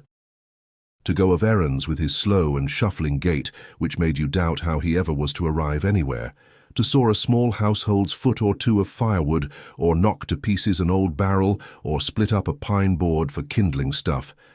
In summer, to dig the few yards of garden ground appertaining to a low-rented tenement, and share the produce of his labor at the halves. In winter, to shovel away the snow from the sidewalk, or open paths to the woodshed, or along the clothesline. Such were some of the essential offices which Uncle Venner performed among at least a score of families. Within that circle he claimed the same sort of privilege, and probably felt as much warmth of interest as a clergyman does in the range of his parishioners. Not that he laid claim to the tithe-pig, but as an analogous mode of reverence he went his rounds every morning to gather up the crumbs of the table and overflowings of the dinner-pot as food for a pig of his own. In his younger days, for after all there was a dim tradition that he had been, not young, but younger, Uncle Venner was commonly regarded as rather deficient than otherwise in his wits. In truth, he had virtually pleaded guilty to the charge by scarcely aiming at such success as other men seek, and by taking only that humble and modest part in the intercourse of life which belongs to the alleged deficiency. But now, in his extreme old age, whether it were that his long and hard experience had actually brightened him, or that his decaying judgment rendered him less capable of fairly measuring himself, the venerable man made pretensions to no little wisdom, and really enjoyed the credit of it. There was likewise at times a vein of something like poetry in him.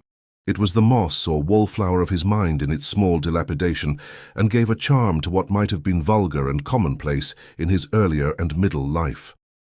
Hepzibah had a regard for him because his name was ancient in the town and had formerly been respectable.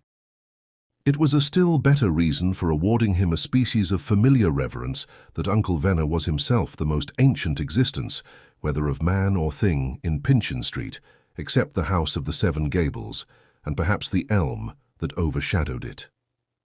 This patriarch now presented himself before Hepzibah, clad in an old blue coat, which had a fashionable air, and must have accrued to him from the cast-off wardrobe of some dashing clerk. As for his trousers, they were of tow-cloth, very short in the legs, and bagging down strangely in the rear, but yet having a suitableness to his figure, which his other garment entirely lacked. His hat had relation to no other part of his dress, and but very little to the head that wore it. Thus Uncle Venner was a miscellaneous old gentleman, partly himself, but in good measure somebody else, patched together too of different epochs, an epitome of times and fashions. "So, you have really begun trade," said he. "Really begun trade. Well, I'm glad to see it. Young people should never live idle in the world, nor old ones neither, unless when the rheumatize gets hold of them. It has given me warning already, and in 2 or 3 years longer I shall think of putting aside business and retiring to my farm. That's yonder, the great brick house, you know, the workhouse most folks call it, but I mean to do my work first, and go there to be idle and enjoy myself. And I'm glad to see you beginning to do your work, Miss Hepzibah." "Thank you, Uncle Venner," said Hepzibah, smiling, for she always felt kindly towards the simple and talkative old man.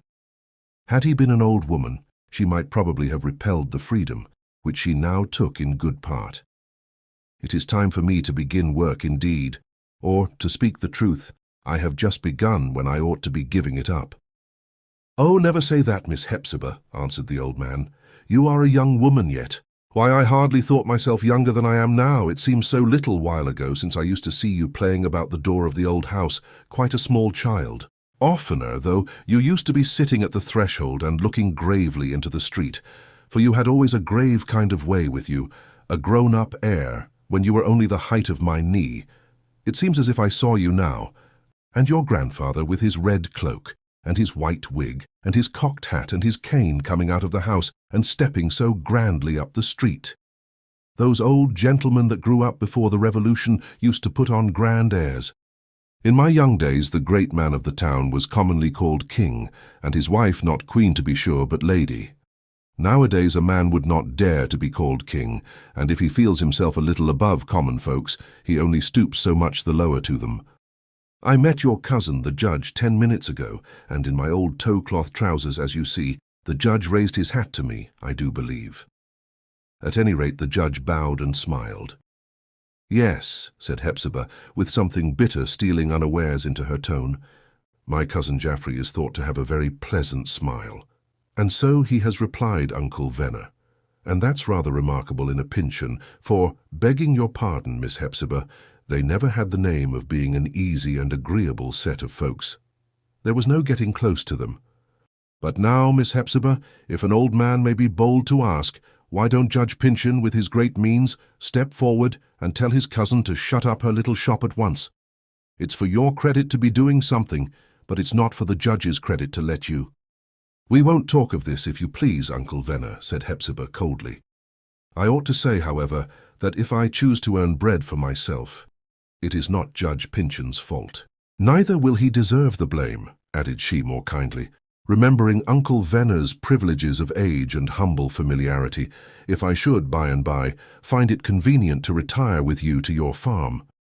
And it's no bad place either, that farm of mine," cried the old man cheerily, as if there were something positively delightful in the prospect. "No bad place is the great brick farmhouse, especially for them that will find a good many old cronies there, as will be my case. I quite long to be among them sometimes of the winter evenings, for it is but dull business for a lonesome elderly man like me to be nodding by the hour together, with no company but his airtight stove. Summer or winter, there's a great deal to be said in favour of my farm. And, take it in the autumn, what can be pleasanter than to spend a whole day on the sunny side of a barn or a woodpile, chatting with somebody as old as oneself, or perhaps idling away the time with a natural-born simpleton who knows how to be idle, because even our busy Yankees never have found out how to put him to any use. Upon my word, Miss Hepzibah, I doubt whether I've ever been so comfortable as I mean to be at my farm, which most folks call the workhouse. But you're a young woman yet. You never need go there. Something still better will turn up for you. I'm sure of it." Hepzibah fancied that there was something peculiar in her venerable friend's look and tone, insomuch that she gazed into his face with considerable earnestness, endeavouring to discover what secret meaning, if any, might be lurking there. Individuals whose affairs have reached an utterly desperate crisis almost invariably keep themselves alive with hopes, so much the more airily magnificent as they have the less of solid matter within their grasp, whereof to mould any judicious and moderate expectation of good. Thus, all the while Hepzibah was perfecting the scheme of her little shop, she had cherished an unacknowledged idea that some harlequin trick of fortune would intervene in her favor. For example, an uncle, who had sailed for India 50 years before and never been heard of since, might yet return and adopt her to be the comfort of his very extreme and decrepit age, and adorn her with pearls, diamonds, and oriental shawls and turbans, and make her the ultimate heiress of his unreckonable riches. Or the Member of Parliament, now at the head of the English branch of the family, with which the elder stock on this side of the Atlantic had held little or no intercourse for the last 2 centuries, this eminent gentleman might invite Hepzibah to quit the ruinous house of the Seven Gables and come over to dwell with her kindred at Pyncheon Hall. But for reasons the most imperative, she could not yield to his request. It was more probable, therefore, that the descendants of a Pyncheon who had emigrated to Virginia in some past generation and became a great planter there, hearing of Hepzibah's destitution, and impelled by the splendid generosity of character with which their Virginian mixture must have enriched the New England blood, would send her a remittance of $1,000 with a hint of repeating the favor annually. Or, and surely anything so undeniably just could not be beyond the limits of reasonable anticipation, the great claim to the heritage of Waldo County might finally be decided in favor of the Pyncheons. So that, instead of keeping a cent shop, Hepzibah would build a palace and look down from its highest tower on hill, dale, forest, field, and town as her own share of the ancestral territory. These were some of the fantasies which she had long dreamed about.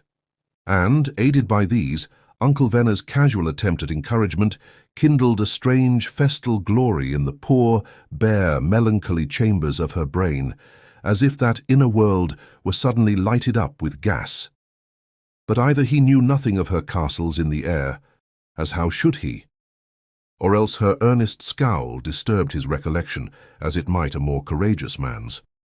Instead of pursuing any weightier topic, Uncle Venner was pleased to favor Hepzibah with some sage counsel in her shopkeeping capacity.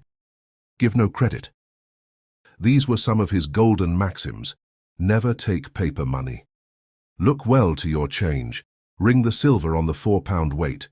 Shove back all English halfpence and base copper tokens, such as are very plenty about town. At your leisure hours, knit children's woolen socks and mittens. Brew your own yeast and make your own ginger beer.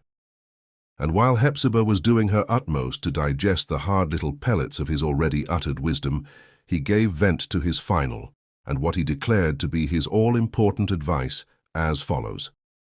Put on a bright face for your customers and smile pleasantly as you hand them what they ask for. A stale article, if you dip it in a good, warm, sunny smile, will go off better than a fresh one that you've scowled upon. To this last apothegm, poor Hepzibah responded with a sigh so deep and heavy that it almost rustled Uncle Venner quite away, like a withered leaf, as he was, before an autumnal gale. Recovering himself, however, he bent forward, and with a good deal of feeling in his ancient visage, beckoned her nearer to him. "When do you expect him home?" whispered he. "Whom do you mean?" asked Hepzibah, turning pale. "Ah, you don't love to talk about it," said Uncle Venner. "Well, well. We'll say no more, though there's word of it all over town. I remember him, Miss Hepzibah, before he could run alone." During the remainder of the day, poor Hepzibah acquitted herself even less creditably as a shopkeeper than in her earlier efforts. She appeared to be walking in a dream, or more truly, the vivid life and reality assumed by her emotions made all outward occurrences unsubstantial, like the teasing phantasms of a half-conscious slumber. She still responded, mechanically, to the frequent summons of the shop bell, and, at the demand of her customers, went prying with vague eyes about the shop, proffering them one article after another, and thrusting aside, perversely as most of them supposed, the identical thing they asked for. There is sad confusion indeed when the spirit thus flits away into the past, or into the more awful future, or in any manner steps across the spaceless boundary betwixt its own region and the actual world, where the body remains to guide itself as best it may, with little more than the mechanism of animal life. It is like death, without death's quiet privilege, its freedom from mortal care. Worst of all, when the actual duties are comprised in such petty details as now vexed the brooding soul of the old gentlewoman. As the animosity of fate would have it, there was a great influx of custom in the course of the afternoon. Hepzibah blundered to and fro about her small place of business, committing the most unheard-of errors, now stringing up 12 and now 7 tallow candles instead of 10 to the pound, selling ginger for Scotch snuff, pins for needles, and needles for pins, misreckoning her change, sometimes to the public detriment, and much oftener to her own.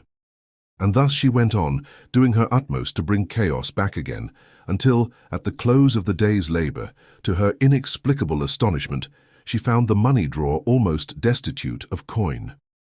After all her painful traffic, the whole proceeds were perhaps half a dozen coppers, and a questionable ninepence which ultimately proved to be copper likewise. At this price, or at whatever price, she rejoiced that the day had reached its end. Never before had she had such a sense of the intolerable length of time that creeps between dawn and sunset, and of the miserable irksomeness of having aught to do, and of the better wisdom that it would be to lie down at once in sullen resignation and let life and its toils and vexations trample over one's prostrate body as they may. Hepzibah's final operation was with the little devourer of Jim Crow and the elephant, who now proposed to eat a camel.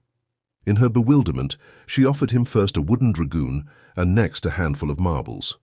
Neither of which being adapted to his else omnivorous appetite, she hastily held out her whole remaining stock of natural history in gingerbread and huddled the small customer out of the shop.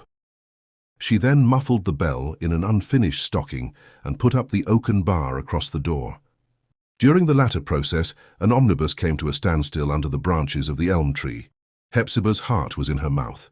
Remote and dusky, and with no sunshine on all the intervening space, was that region of the past whence her only guest might be expected to arrive. Was she to meet him now? Somebody, at all events, was passing from the farthest interior of the omnibus towards its entrance.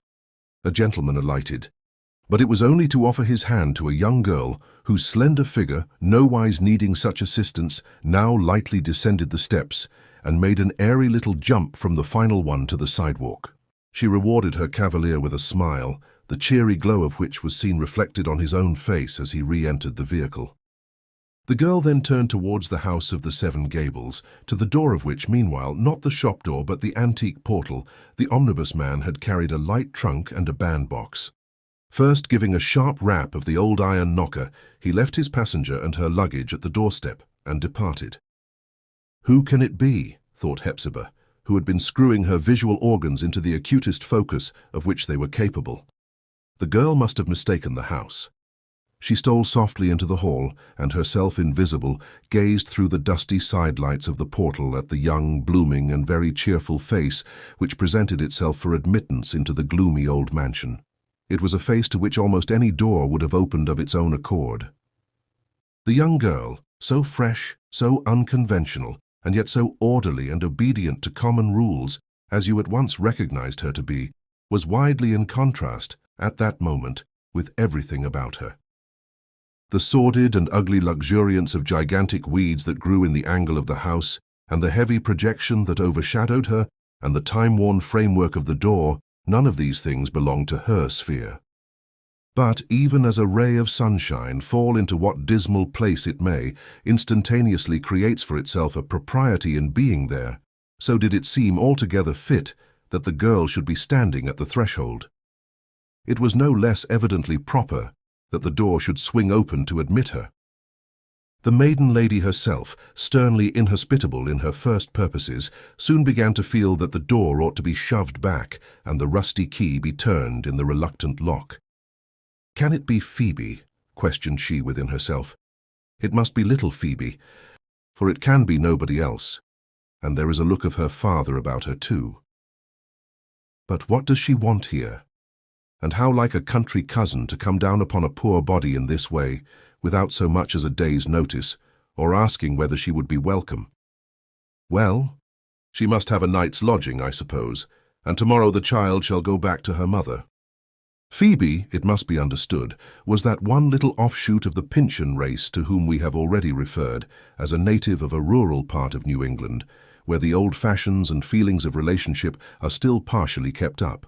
In her own circle, it was regarded as by no means improper for kinsfolk to visit one another without invitation or preliminary and ceremonious warning. Yet, in consideration of Miss Hepzibah's recluse way of life, a letter had actually been written and dispatched, conveying information of Phoebe's projected visit. This epistle, for 3 or 4 days past, had been in the pocket of the penny postman, who, happening to have no other business in Pyncheon Street, had not yet made it convenient to call at the house of the Seven Gables. "No, she can stay only 1 night," said Hepzibah, unbolting the door. "If Clifford were to find her here, it might disturb him." Chapter 5. May and November. Phoebe Pyncheon slept on the night of her arrival in a chamber that looked down on the garden of the old house. It fronted towards the east, so that at a very seasonable hour a glow of crimson light came flooding through the window and bathed the dingy ceiling and paper hangings in its own hue. There were curtains to Phoebe's bed, a dark antique canopy, and ponderous festoons of a stuff which had been rich and even magnificent in its time, but which now brooded over the girl like a cloud, making a night in that one corner, while elsewhere it was beginning to be day. The morning light, however, soon stole into the aperture at the foot of the bed, betwixt those faded curtains. Finding the new guest there, with a bloom on her cheeks like the morning's own, and a gentle stir of departing slumber in her limbs, as when an early breeze moves the foliage, the dawn kissed her brow. It was the caress which a dewy maiden, such as the dawn is immortally, gives to her sleeping sister, partly from the impulse of irresistible fondness, and partly as a pretty hint that it is time now to unclose her eyes. At the touch of those lips of light, Phoebe quietly awoke and for a moment did not recognize where she was, nor how those heavy curtains chanced to be festooned around her. Nothing indeed was absolutely plain to her, except that it was now early morning, and that whatever might happen next, it was proper, first of all, to get up and say her prayers. She was the more inclined to devotion from the grim aspect of the chamber and its furniture, especially the tall, stiff chairs, one of which stood close by her bedside, and looked as if some old-fashioned personage had been sitting there all night, and had vanished only just in season to escape discovery. When Phoebe was quite dressed, she peeped out of the window, and saw a rose-bush in the garden. Being a very tall one and of luxuriant growth, it had been propped up against the side of the house, and was literally covered with a rare and very beautiful species of white rose. A large portion of them, as the girl afterwards discovered, had blight or mildew at their hearts. But, viewed at a fair distance, the whole rosebush looked as if it had been brought from Eden that very summer, together with the mould in which it grew. The truth was, nevertheless, that it had been planted by Alice Pyncheon. She was Phoebe's great-great-grandaunt, in soil which, reckoning only its cultivation as a garden plat, was now unctuous with nearly 200 years of vegetable decay. Growing as they did, however, out of the old earth, the flowers still sent a fresh and sweet incense up to their creator, nor could it have been the less pure and acceptable because Phoebe's young breath mingled with it as the fragrance floated past the window. Hastening down the creaking and carpetless staircase, she found her way into the garden, gathered some of the most perfect of the roses, and brought them to her chamber. Little Phoebe was one of those persons who possess, as their exclusive patrimony, the gift of practical arrangement. It is a kind of natural magic that enables these favored ones to bring out the hidden capabilities of things around them, and particularly to give a look of comfort and habitableness to any place which, for however brief a period, may happen to be their home. A wild hut of underbrush, tossed together by wayfarers through the primitive forest, would acquire the home aspect by one night's lodging of such a woman, and would retain it long after her quiet figure had disappeared into the surrounding shade. No less a portion of such homely witchcraft was requisite to reclaim, as it were, Phoebe's waste, cheerless, and dusky chamber, which had been untenanted so long, except by spiders and mice and rats and ghosts, that it was all overgrown with the desolation which watches to obliterate every trace of man's happier hours. What was precisely Phoebe's process, we find it impossible to say. She appeared to have no preliminary design, but gave a touch here and another there, brought some articles of furniture to light and dragged others into the shadow, looped up or let down a window curtain. and, in the course of half an hour, had fully succeeded in throwing a kindly and hospitable smile over the apartment. No longer ago than the night before, it had resembled nothing so much as the old maid's heart, for there was neither sunshine nor household fire in one nor the other, and save for ghosts and ghostly reminiscences, not a guest, for many years gone by, had entered the heart or the chamber. There was still another peculiarity of this inscrutable charm. The bedchamber, no doubt, was a chamber of very great and varied experience, as a scene of human life. The joy of bridal nights had throbbed itself away here. New immortals had first drawn earthly breath here, and here old people had died. But, whether it were the white roses, or whatever the subtle influence might be, a person of delicate instinct would have known at once that it was now a maiden's bedchamber, and had been purified of all former evil and sorrow by her sweet breath and happy thoughts. Her dreams of the past night, being such cheerful ones, had exorcised the gloom, and now haunted the chamber in its stead. After arranging matters to her satisfaction, Phoebe emerged from her chamber, with a purpose to descend again into the garden. Besides the rose-bush, she had observed several other species of flowers growing there in a wilderness of neglect, and obstructing one another's development, as is often the parallel case in human society, by their uneducated entanglement and confusion. At the head of the stairs, however, she met Hepzibah, who, it being still early, invited her into a room which she would probably have called her boudoir, had her education embraced any such French phrase. It was strewn about with a few old books, and a work-basket, and a dusty writing-desk, and had on one side a large black article of furniture of very strange appearance, which the old gentlewoman told Phoebe was a harpsichord. It looked more like a coffin than anything else, and indeed, not having been played upon or opened for years, there must have been a vast deal of dead music in it, stifled for want of air. Human finger was hardly known to have touched its chords since the days of Alice Pyncheon, who had learned the sweet accomplishment of melody in Europe. Hepzibah bade her young guest sit down, and herself taking a chair nearby, looked as earnestly at Phoebe's trim little figure as if she expected to see right into its springs and motive secrets. "Cousin Phoebe," said she at last, "I really can't see my way clear to keep you with me." These words, however, had not the inhospitable bluntness with which they may strike the reader, for the two relatives, in a talk before bedtime, had arrived at a certain degree of mutual understanding. Hepzibah knew enough to enable her to appreciate the circumstances resulting from the second marriage of the girl's mother, which made it desirable for Phoebe to establish herself in another home.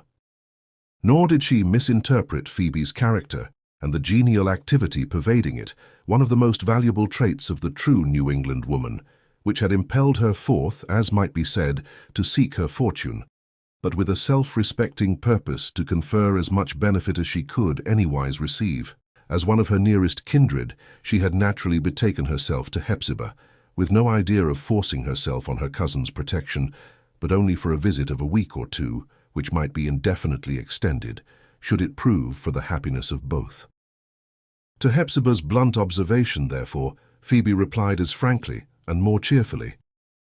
"Dear cousin, I cannot tell how it will be," said she, "but I really think we may suit one another much better than you suppose. You are a nice girl. I see it plainly," continued Hepzibah, "and it is not any question as to that point which makes me hesitate. But, Phoebe, this house of mine is but a melancholy place for a young person to be in. It lets in the wind and rain, and the snow, too, in the garret and upper chambers, in winter-time, but it never lets in the sunshine. And as for myself, you see what I am, a dismal and lonesome old woman, for I begin to call myself old, Phoebe, whose temper, I am afraid, is none of the best, and whose spirits are as bad as can be. I cannot make your life pleasant, cousin Phoebe, neither can I so much as give you bread to eat." "You will find me a cheerful little body," answered Phoebe, smiling, "and yet with a kind of gentle dignity, and I mean to earn my bread. You know I have not been brought up a Pyncheon. A girl learns many things in a New England village." "Ah, Phoebe," said Hepzibah, sighing, "your knowledge would do but little for you here, and then it is a wretched thought that you should fling away your young days in a place like this. Those cheeks would not be so rosy after a month or two." Look at my face. And indeed, the contrast was very striking. You see how pale I am. It is my idea that the dust and continual decay of these old houses are unwholesome for the lungs. There is the garden, the flowers to be taken care of, observed Phoebe. I should keep myself healthy with exercise in the open air. And, after all, child, exclaimed Hepzibah, suddenly rising, as if to dismiss the subject, it is not for me to say who shall be a guest or inhabitant of the old Pyncheon house. Its master is coming. Do you mean Judge Pyncheon? Asked Phoebe in surprise. Judge Pyncheon, answered her cousin angrily. He will hardly cross the threshold while I live. No, no. But Phoebe, you shall see the face of him I speak of. She went in quest of the miniature already described and returned with it in her hand. Giving it to Phoebe, she watched her features narrowly and with a certain jealousy as to the mode in which the girl would show herself affected by the picture. How do you like the face? Asked Hepzibah. It is handsome. It is very beautiful, said Phoebe admiringly. It is as sweet a face as a man's can be, or ought to be. It has something of a child's expression, and yet not childish. Only one feels so very kindly towards him. He ought never to suffer anything. One would bear much for the sake of sparing him toil or sorrow. Who is it, Cousin Hepzibah? Did you never hear, whispered her cousin, bending towards her, of Clifford Pyncheon? Never. I thought there were no Pyncheons left, except yourself and our cousin Jaffrey, answered Phoebe. And yet I seem to have heard the name of Clifford Pyncheon. Yes, from my father or my mother. But has he not been a long while dead? Well, well, child, perhaps he has, said Hepzibah with a sad, hollow laugh. But in old houses like this, you know, dead people are very apt to come back again. We shall see. And, Cousin Phoebe, since, after all that I have said, your courage does not fail you, we will not part so soon. You are welcome, my child, for the present, to such a home as your kinswoman can offer you. With this measured but not exactly cold assurance of a hospitable purpose, Hepzibah kissed her cheek. They now went below stairs, where Phoebe, not so much assuming the office as attracting it to herself by the magnetism of innate fitness, took the most active part in preparing breakfast. The mistress of the house, meanwhile, as is usual with persons of her stiff and unmalleable cast, stood mostly aside, willing to lend her aid, yet conscious that her natural inaptitude would be likely to impede the business in hand. Phoebe and the fire that boiled the tea-kettle were equally bright, cheerful, and efficient in their respective offices. Hepzibah gazed forth from her habitual sluggishness, the necessary result of long solitude, as from another sphere. She could not help being interested, however, and even amused at the readiness with which her new inmate adapted herself to the circumstances, and brought the house, moreover, and all its rusty old appliances, into a suitableness for her purposes. Whatever she did, too, was done without conscious effort, and with frequent outbreaks of song which were exceedingly pleasant to the ear. This natural tunefulness made Phoebe seem like a bird in a shadowy tree, or conveyed the idea that the stream of life warbled through her heart as a brook sometimes warbles through a pleasant little dell. It betokened the cheeriness of an active temperament, finding joy in its activity, and therefore rendering it beautiful. It was a New England trait, the stern old stuff of Puritanism with a gold thread in the web. Hepzibah brought out some old silver spoons with the family crest upon them, and a china tea set painted over with grotesque figures of man, bird, and beast in as grotesque a landscape. These pictured people were odd humorists, in a world of their own, a world of vivid brilliancy, so far as colour went, and still unfaded, although the teapot and small cups were as ancient as the custom itself of tea-drinking. Your great-great-great-great-grandmother had these cups when she was married, said Hepzibah to Phoebe. She was a Davenport, of a good family. They were almost the first teacups ever seen in the colony, and if one of them were to be broken, my heart would break with it. But it is nonsense to speak so about a brittle teacup when I remember what my heart has gone through without breaking. The cups, not having been used perhaps since Hepzibah's youth, had contracted no small burden of dust, which Phoebe washed away with so much care and delicacy as to satisfy even the proprietor of this invaluable china. "What a nice little housewife you are!" exclaimed the latter, smiling, and at the same time frowning so prodigiously that the smile was sunshine under a thundercloud. "Do you do other things as well? Are you as good at your book as you are at washing teacups?" "Not quite, I am afraid," said Phoebe, laughing at the form of Hepzibah's question. "But I was schoolmistress for the little children in our district last summer, and might have been so still." "Ah, 'tis all very well," observed the maiden lady, drawing herself up. "But these things must have come to you with your mother's blood. I never knew a Pyncheon that had any turn for them." It is very queer, but not the less true, that people are generally quite as vain, or even more so, of their deficiencies than of their available gifts. As was Hepzibah of this native inapplicability, so to speak, of the Pyncheons to any useful purpose. She regarded it as an hereditary trait. And so perhaps it was, but unfortunately a morbid one, such as is often generated in families that remain long above the surface of society. Before they left the breakfast table, the shop bell rang sharply, and Hepzibah set down the remnant of her final cup of tea with a look of sallow despair that was truly piteous to behold. In cases of distasteful occupation, the second day is generally worse than the first. We return to the rack with all the soreness of the preceding torture in our limbs.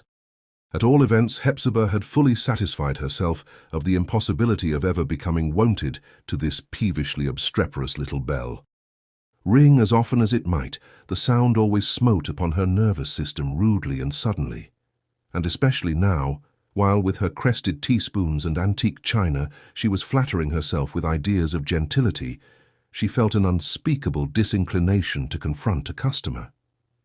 "Do not trouble yourself, dear cousin," cried Phoebe, starting lightly up. "I am shopkeeper today." "You, child," exclaimed Hepzibah. "What can a little country girl know of such matters?" "Oh, I have done all the shopping for the family at our village store," said Phoebe. "And I have had a table at a fancy fair and made better sales than anybody." "These things are not to be learnt, they depend upon a knack that comes, I suppose," added she, smiling with one's mother's blood. "You shall see that I am as nice a little saleswoman as I am a housewife." The old gentlewoman stole behind Phoebe and peeped from the passageway into the shop to note how she would manage her undertaking. It was a case of some intricacy. A very ancient woman, in a white short gown and a green petticoat, with a string of gold beads about her neck and what looked like a nightcap on her head, had brought a quantity of yarn to barter for the commodities of the shop. She was probably the very last person in town who still kept the time-honored spinning wheel in constant revolution.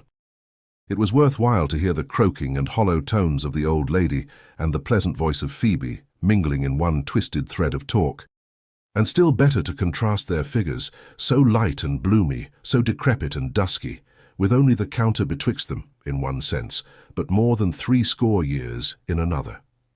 As for the bargain, it was wrinkled slyness and craft pitted against native truth and sagacity.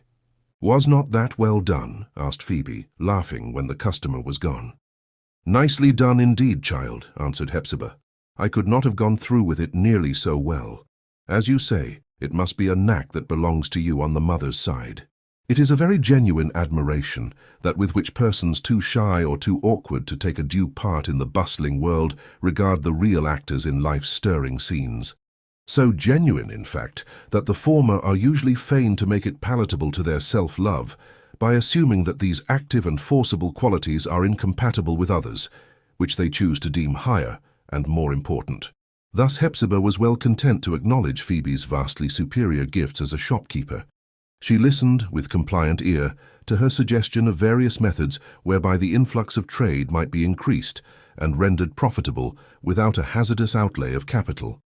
She consented that the village maiden should manufacture yeast, both liquid and in cakes, and should brew a certain kind of beer, nectareous to the palate, and of rare stomachic virtues, and moreover should bake and exhibit for sale some little spice cakes, which whosoever tasted would longingly desire to taste again. All such proofs of a ready mind and skilful handiwork were highly acceptable to the aristocratic hucksteress, so long as she could murmur to herself with a grim smile, and a half-natural sigh, and a sentiment of mixed wonder, pity, and growing affection. "What a nice little body she is! If she only could be a lady too, but that's impossible. Phoebe is no Pyncheon. She takes everything from her mother. As to Phoebe's not being a lady, or whether she were a lady or no, it was a point perhaps difficult to decide, but which could hardly have come up for judgment at all in any fair and healthy mind. Out of New England, it would be impossible to meet with a person combining so many ladylike attributes with so many others that form no necessary, if compatible, part of the character. She shocked no canon of taste. She was admirably in keeping with herself, and never jarred against surrounding circumstances. Her figure, to be sure, so small as to be almost childlike, and so elastic that motion seemed as easy or easier to it than rest, would hardly have suited one's idea of a countess. Neither did her face, with the brown ringlets on either side, and the slightly piquant nose, and the wholesome bloom, and the clear shade of tan, and the half-dozen freckles, friendly remembrances of the April sun and breeze, precisely give us a right to call her beautiful. But there was both lustre and depth in her eyes. She was very pretty, as graceful as a bird, and graceful much in the same way, as pleasant about the house as a gleam of sunshine falling on the floor through a shadow of twinkling leaves, or as a ray of firelight that dances on the wall while evening is drawing nigh. Instead of discussing her claim to rank among ladies, it would be preferable to regard Phoebe as the example of feminine grace and availability combined in a state of society, if there were any such, where ladies did not exist. There it should be woman's office to move in the midst of practical affairs, and to gild them all, the very homeliest, were it even the scouring of pots and kettles, with an atmosphere of loveliness and joy. Such was the sphere of Phoebe. To find the born and educated lady, on the other hand, we need look no farther than Hepzibah, our forlorn old maid, in her rustling and rusty silks, with her deeply cherished and ridiculous consciousness of long descent, her shadowy claims to princely territory, and, in the way of accomplishment, her recollections, it may be, of having formerly thrummed on a harpsichord and walked a minuet and worked an antique tapestry stitch on her sampler. It was a fair parallel between new plebeianism and old gentility. It really seemed as if the battered visage of the house of the Seven Gables, black and heavy-browed as it still certainly looked, must have shown a kind of cheerfulness glimmering through its dusky windows as Phoebe passed to and fro in the interior. Otherwise it is impossible to explain how the people of the neighborhood so soon became aware of the girl's presence. There was a great run of custom, setting steadily in from about 10 o'clock until towards noon, relaxing somewhat at dinner-time, but recommencing in the afternoon, and finally dying away a half an hour or so before the long day's sunset. One of the staunchest patrons was little Ned Higgins, the devourer of Jim Crow and the elephant, who today signalized his omnivorous prowess by swallowing 2 dromedaries and a locomotive. Phoebe laughed as she summed up her aggregate of sales upon the slate, while Hepzibah, first drawing on a pair of silk gloves, reckoned over the sordid accumulation of copper coin, not without silver intermixed, that had jingled into the till. "We must renew our stock, cousin Hepzibah," cried the little saleswoman. "The gingerbread figures are all gone, and so are those Dutch wooden milkmaids, and most of our other playthings. There has been constant inquiry for cheap raisins, and a great cry for whistles and trumpets and Jews' harps, and at least a dozen little boys have asked for molasses candy. And we must contrive to get a peck of russet apples late in the season as it is. But, dear cousin, what an enormous heap of copper! Positively a copper mountain.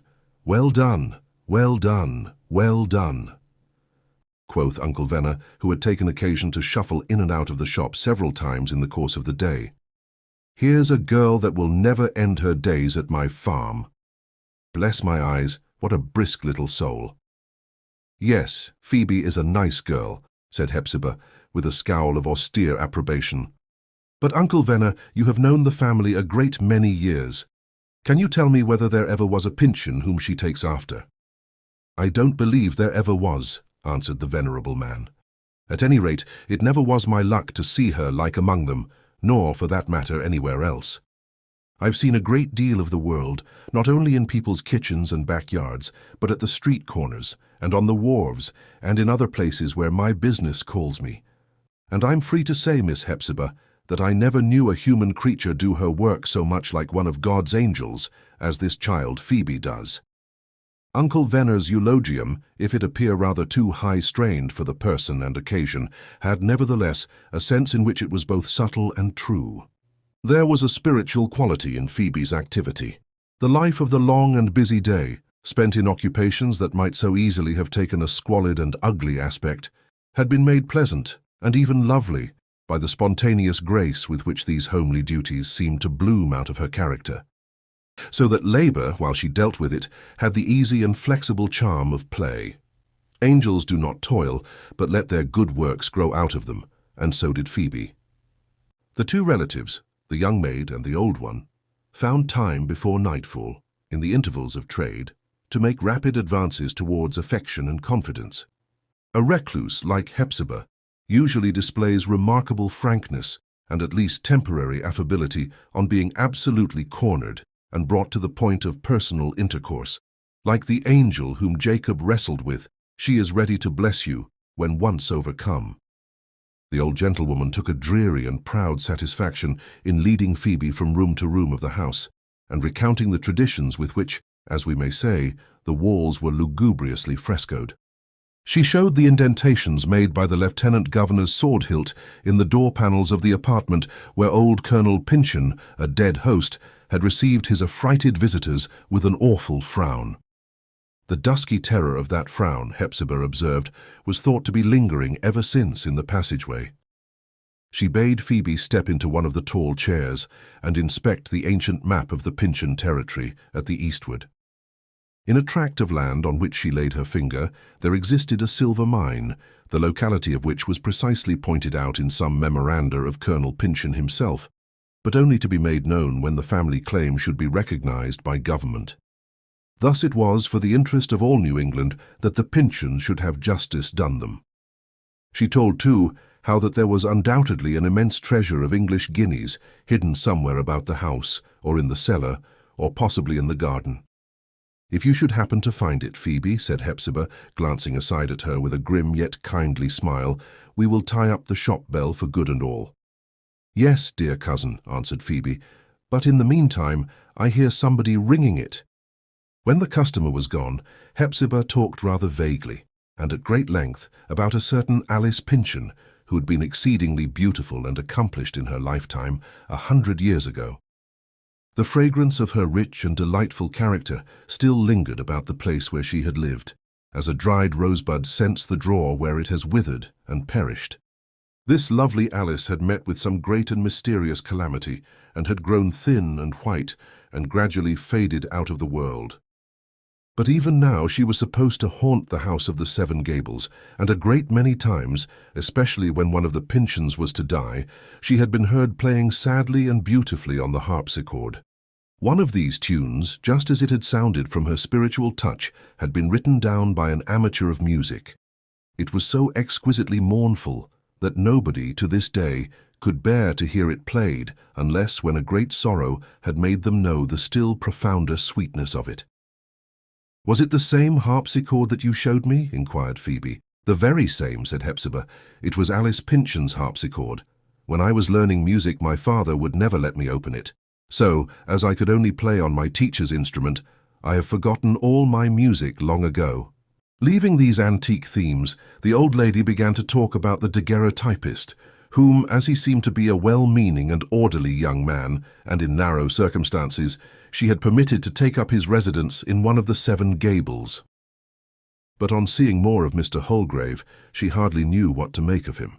He had the strangest companions imaginable, men with long beards, and dressed in linen blouses, and other such new-fangled and ill-fitting garments. Reformers, temperance lecturers, and all manner of cross-looking philanthropists. Community men and come-outers, as Hepzibah believed, who acknowledged no law and ate no solid food, but lived on the scent of other people's cookery, and turned up their noses at the fair. As for the Daguerreotypist, she had read a paragraph in a penny paper the other day, accusing him of making a speech full of wild and disorganizing matter at a meeting of his banditti-like associates.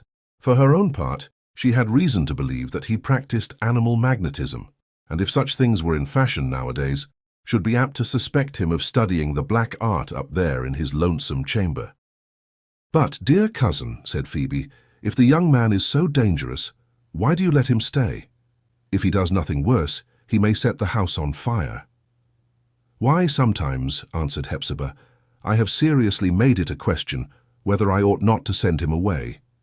But, with all his oddities, he is a quiet kind of a person, and has such a way of taking hold of one's mind that without exactly liking him, for I don't know enough of the young man, I should be sorry to lose sight of him entirely. A woman clings to slight acquaintances when she lives so much alone as I do. But if Mr. Holgrave is a lawless person," remonstrated Phoebe, a part of whose essence it was to keep within the limits of law. "Oh," said Hepzibah carelessly, for formal as she was, still in her life's experience she had gnashed her teeth against human law. "I suppose he has a law of his own." Chapter 6. Maule's Well.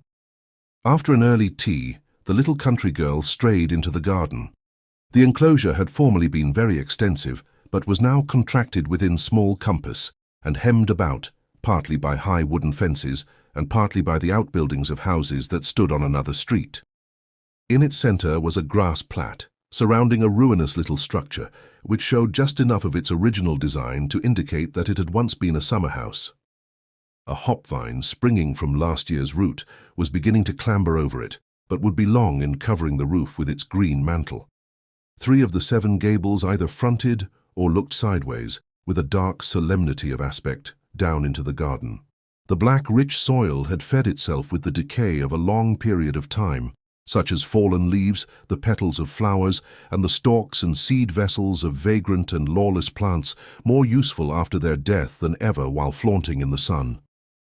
The evil of these departed years would naturally have sprung up again, in such rank weeds, symbolic of the transmitted vices of society, as are always prone to root themselves about human dwellings. Phoebe saw, however, that their growth must have been checked by a degree of careful labour, bestowed daily and systematically on the garden. The white double rosebush had evidently been propped up anew against the house since the commencement of the season, and a pear tree and 3 damson trees, which, except a row of currant bushes, constituted the only varieties of fruit, bore marks of the recent amputation of several superfluous or defective limbs. There were also a few species of antique and hereditary flowers, in no very flourishing condition, but scrupulously weeded, as if some person, either out of love or curiosity, had been anxious to bring them to such perfection as they were capable of attaining. The remainder of the garden presented a well-selected assortment of esculent vegetables in a praiseworthy state of advancement. Summer squashes almost in their golden blossom, cucumbers now evincing a tendency to spread away from the main stock and ramble far and wide, 2 or 3 rows of string beans, and as many more that were about to festoon themselves on poles. Tomatoes occupying a site so sheltered and sunny that the plants were already gigantic, and promised an early and abundant harvest. Phoebe wondered whose care and toil it could have been that had planted these vegetables and kept the soil so clean and orderly. Not surely her cousin Hepzibah's, who had no taste nor spirits for the ladylike employment of cultivating flowers, and, with her recluse habits and tendency to shelter herself within the dismal shadow of the house, would hardly have come forth under the speck of open sky to weed and hoe among the fraternity of beans and squashes. It being her first day of complete estrangement from rural objects, Phoebe found an unexpected charm in this little nook of grass and foliage and aristocratic flowers and plebeian vegetables. The eye of heaven seemed to look down into it pleasantly and with a peculiar smile, as if glad to perceive that nature, elsewhere overwhelmed and driven out of the dusty town, had here been able to retain a breathing place. The spot acquired a somewhat wilder grace, and yet a very gentle one, from the fact that a pair of robins had built their nest in the pear tree and were making themselves exceedingly busy and happy in the dark intricacy of its boughs. Bees, too, strange to say, had thought it worth their while to come hither, possibly from the range of hives beside some farmhouse miles away. How many aerial voyages might they have made in quest of honey, or honey-laden betwixt dawn and sunset? Yet, late as it now was, there still arose a pleasant hum out of 1 or 2 of the squash blossoms, in the depths of which these bees were plying their golden labour. There was one other object in the garden, which nature might fairly claim as her inalienable property, in spite of whatever man could do to render it his own. This was a fountain, set round with a rim of old mossy stones, and paved in its bed with what appeared to be a sort of mosaic work of variously coloured pebbles. The play and slight agitation of the water in its upward gush wrought magically with these variegated pebbles and made a continually shifting apparition of quaint figures, vanishing too suddenly to be definable. Thence, swelling over the rim of moss-grown stones, the water stole away under the fence through what we regret to call a gutter rather than a channel. Nor must we forget to mention a hen coop of very reverend antiquity that stood in the farther corner of the garden, not a great way from the fountain. It now contained only Chanticleer, his 2 wives, and a solitary chicken. All of them were pure specimens of a breed which had been transmitted down as an heirloom in the Pyncheon family, and were said, while in their prime, to have attained almost the size of turkeys, and, on the score of delicate flesh, to be fit for a prince's table. In proof of the authenticity of this legendary renown, Hepzibah could have exhibited the shell of a great egg, which an ostrich need hardly have been ashamed of. Be that as it might, the hens were now scarcely larger than pigeons, and had a queer, rusty, withered aspect, and a gouty kind of movement, and a sleepy and melancholy tone throughout all the variations of their clucking and cackling. It was evident that the race had degenerated, like many a noble race besides, in consequence of too strict a watchfulness to keep it pure. These feathered people had existed too long in their distinct variety, a fact of which the present representatives, judging by their lugubrious deportment, seemed to be aware. They kept themselves alive, unquestionably, and laid now and then an egg, and hatched a chicken, not for any pleasure of their own, but that the world might not absolutely lose what had once been so admirable a breed of fowls. The distinguishing mark of the hens was a crest of lamentably scanty growth in these latter days, but so oddly and wickedly analogous to Hepzibah's turban that Phoebe, to the poignant distress of her conscience, but inevitably, was led to fancy a general resemblance betwixt these forlorn bipeds and her respectable relative. The girl ran into the house to get some crumbs of bread, cold potatoes, and other such scraps as were suitable to the accommodating appetite of fowls. Returning, she gave a peculiar call, which they seemed to recognize. The chicken crept through the pales of the coop and ran, with some show of liveliness, to her feet, while Chanticleer and the ladies of his household regarded her with queer, sidelong glances, and then croaked one to another, as if communicating their sage opinions of her character. So wise, as well as antique, was their aspect as to give colour to the idea, not merely that they were the descendants of a time-honoured race, but that they had existed, in their individual capacity, ever since the house of the Seven Gables was founded, and were somehow mixed up with its destiny. They were a species of tutelary sprite, or banshee, although winged and feathered differently from most other guardian angels. "Here, you odd little chicken," said Phoebe. "Here are some nice crumbs for you."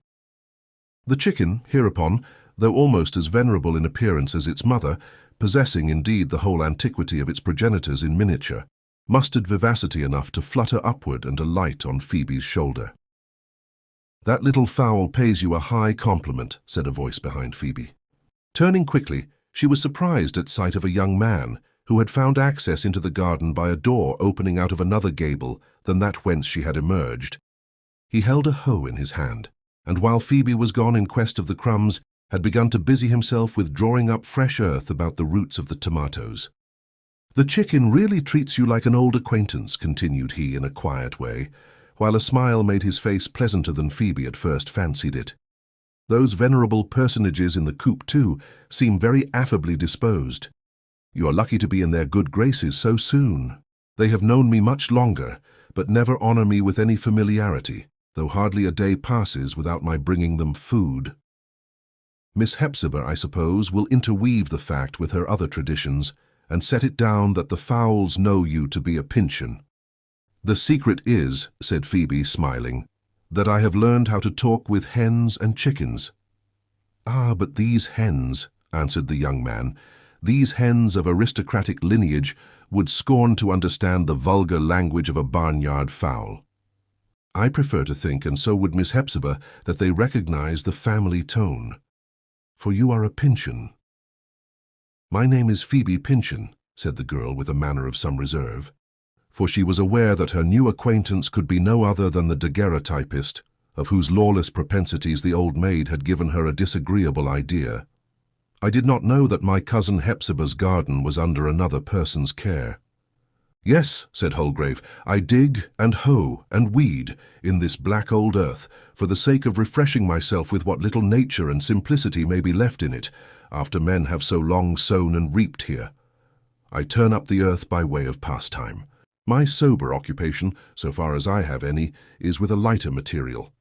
In short, I make pictures out of sunshine, and not to be too much dazzled with my own trade, I have prevailed with Miss Hepzibah to let me lodge in one of these dusky gables. It is like a bandage over one's eyes to come into it. But would you like to see a specimen of my productions?" "A daguerreotype likeness, do you mean?" asked Phoebe, with less reserve, for in spite of prejudice, her own youthfulness sprang forward to meet his. "I don't much like pictures of that sort. They are so hard and stern, besides dodging away from the eye and trying to escape altogether. They are conscious of looking very unamiable, I suppose, and therefore hate to be seen." "If you would permit me," said the artist, looking at Phoebe, "I should like to try whether the daguerreotype can bring out disagreeable traits on a perfectly amiable face. But there certainly is truth in what you have said. Most of my likenesses do look unamiable, but the very sufficient reason, I fancy, is because the originals are so. There is a wonderful insight in heaven's broad and simple sunshine. While we give it credit only for depicting the merest surface, it actually brings out the secret character with a truth that no painter would ever venture upon, even could he detect it. There is at least no flattery in my humble line of art. Now here is a likeness which I have taken over and over again, and still with no better result. Yet the original wears, to common eyes, a very different expression. It would gratify me to have your judgment on this character." He exhibited a daguerreotype miniature in a morocco case. Phoebe merely glanced at it and gave it back. "I know the face," she replied, "for its stern eye has been following me about all day. It is my Puritan ancestor who hangs yonder in the parlour. To be sure, you have found some way of copying the portrait without its black velvet cap and grey beard, and have given him a modern coat and satin cravat instead of his cloak and band. I don't think him improved by your alterations. You would have seen other differences had you looked a little longer," said Holgrave, laughing, yet apparently much struck. "I can assure you that this is a modern face, and one which you will very probably meet. Now the remarkable point is that the original wears to the world's eye, and for aught I know to his most intimate friends, an exceedingly pleasant countenance, indicative of benevolence, openness of heart, sunny good humour, and other praiseworthy qualities of that cast. The sun, as you see, tells quite another story, and will not be coaxed out of it after half a dozen patient attempts on my part. Here we have the man, sly, subtle, hard, imperious, and withal cold as ice. Look at that eye. Would you like to be at its mercy? At that mouth, could it ever smile? And yet, if you could only see the benign smile of the original, it is so much the more unfortunate, as he is a public character of some eminence, and the likeness was intended to be engraved." "Well, I don't wish to see it any more," observed Phoebe, turning away her eyes. "It is certainly very like the old portrait, but my cousin Hepzibah has another picture, a miniature. If the original is still in the world, I think he might defy the sun to make him look stern and hard." "You have seen that picture, then?" exclaimed the artist, with an expression of much interest. "I never did, but have a great curiosity to do so, and you judge favourably of the face." "There never was a sweeter one," said Phoebe. "It is almost too soft and gentle for a man's. Is there nothing wild in the eye?" continued Holgrave, so earnestly that it embarrassed Phoebe, as did also the quiet freedom with which he presumed on their so recent acquaintance. "Is there nothing dark or sinister anywhere? Could you not conceive the original to have been guilty of a great crime?" "It is nonsense," said Phoebe a little impatiently, "for us to talk about a picture which you have never seen. You mistake it for some other. A crime indeed. Since you are a friend of my cousin Hepzibah's, you should ask her to show you the picture. It will suit my purpose still better to see the original. replied the daguerreotypist coolly. "As to his character, we need not discuss its points. They have already been settled by a competent tribunal, or one which called itself competent. But stay, do not go yet, if you please. I have a proposition to make you." Phoebe was on the point of retreating, but turned back with some hesitation, for she did not exactly comprehend his manner, although, on better observation, its feature seemed rather to be lack of ceremony than any approach to offensive rudeness. There was an odd kind of authority, too, in what he now proceeded to say, rather as if the garden were his own than a place to which he was admitted merely by Hepzibah's courtesy. "If agreeable to you," he observed, "it would give me pleasure to turn over these flowers and those ancient and respectable fowls to your care. Coming fresh from country air and occupations, you will soon feel the need of some such out-of-door employment. My own sphere does not so much lie among flowers. You can trim and tend them, therefore, as you please, and I will ask only the least trifle of a blossom now and then, in exchange for all the good, honest kitchen vegetables with which I propose to enrich Miss Hepzibah's table. So we will be fellow labourers, somewhat on the community system." Silently, and rather surprised at her own compliance, Phoebe accordingly betook herself to weeding a flower-bed, but busied herself still more with cogitations respecting this young man, with whom she so unexpectedly found herself on terms approaching to familiarity. She did not altogether like him. His character perplexed the little country girl, as it might a more practised observer, for while the tone of his conversation had generally been playful, the impression left on her mind was that of gravity, and, except as his youth modified it, almost sternness. She rebelled, as it were, against a certain magnetic element in the artist's nature, which he exercised towards her, possibly without being conscious of it. After a little while, the twilight, deepened by the shadows of the fruit trees and the surrounding buildings, threw an obscurity over the garden. "There," said Holgrave, "it is time to give over work. That last stroke of the hoe has cut off a beanstalk. Good night, Miss Phoebe Pyncheon. Any bright day, if you will put one of those rosebuds in your hair and come to my rooms in Central Street, I will seize the purest ray of sunshine and make a picture of the flower and its wearer." He retired towards his own solitary gable, but turned his head on reaching the door and called to Phoebe, with a tone which certainly had laughter in it, yet which seemed to be more than half in earnest. "Be careful not to drink at Maule's well," said he. "Neither drink nor bathe your face in it." "Maule's well," answered Phoebe. "Is that it with the rim of mossy stones?" "I have no thought of drinking there, but why not?" "Oh," rejoined the daguerreotypist, "because like an old lady's cup of tea, it is water bewitched." He vanished, and Phoebe, lingering a moment, saw a glimmering light, and then the steady beam of a lamp in a chamber of the gable. On returning into Hepzibah's apartment of the house, she found the low-studded parlour so dim and dusky that her eyes could not penetrate the interior.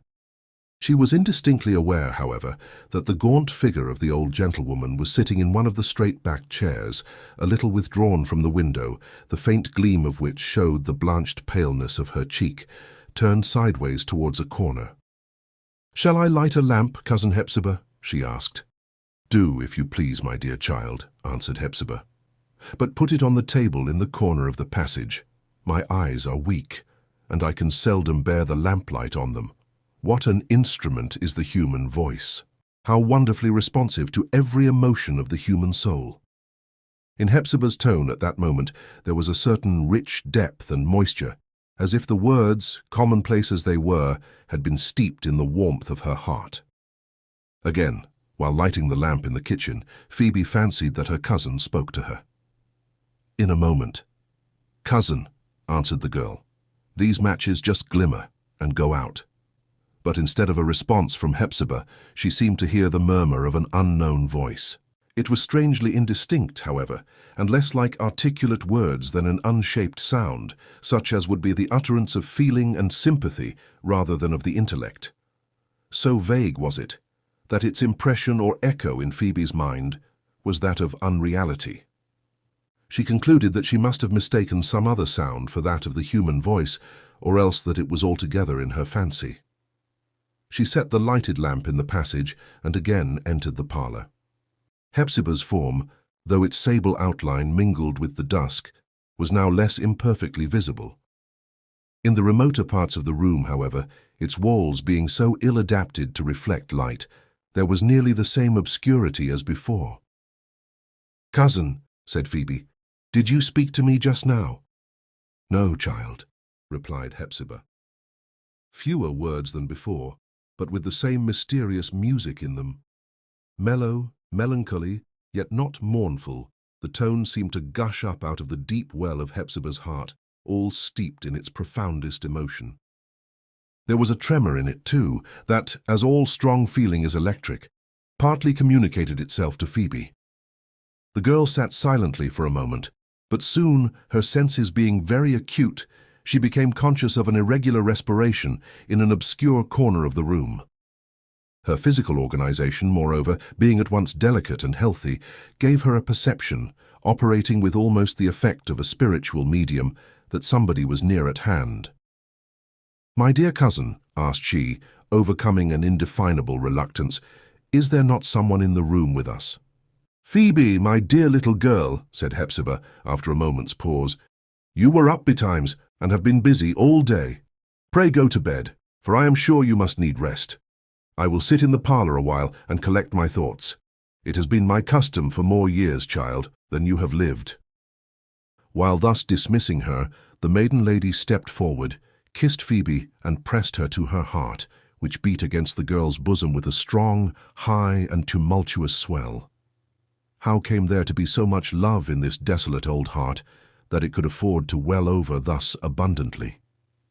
"Good night, cousin," said Phoebe, strangely affected by Hepzibah's manner. "If you begin to love me, I am glad."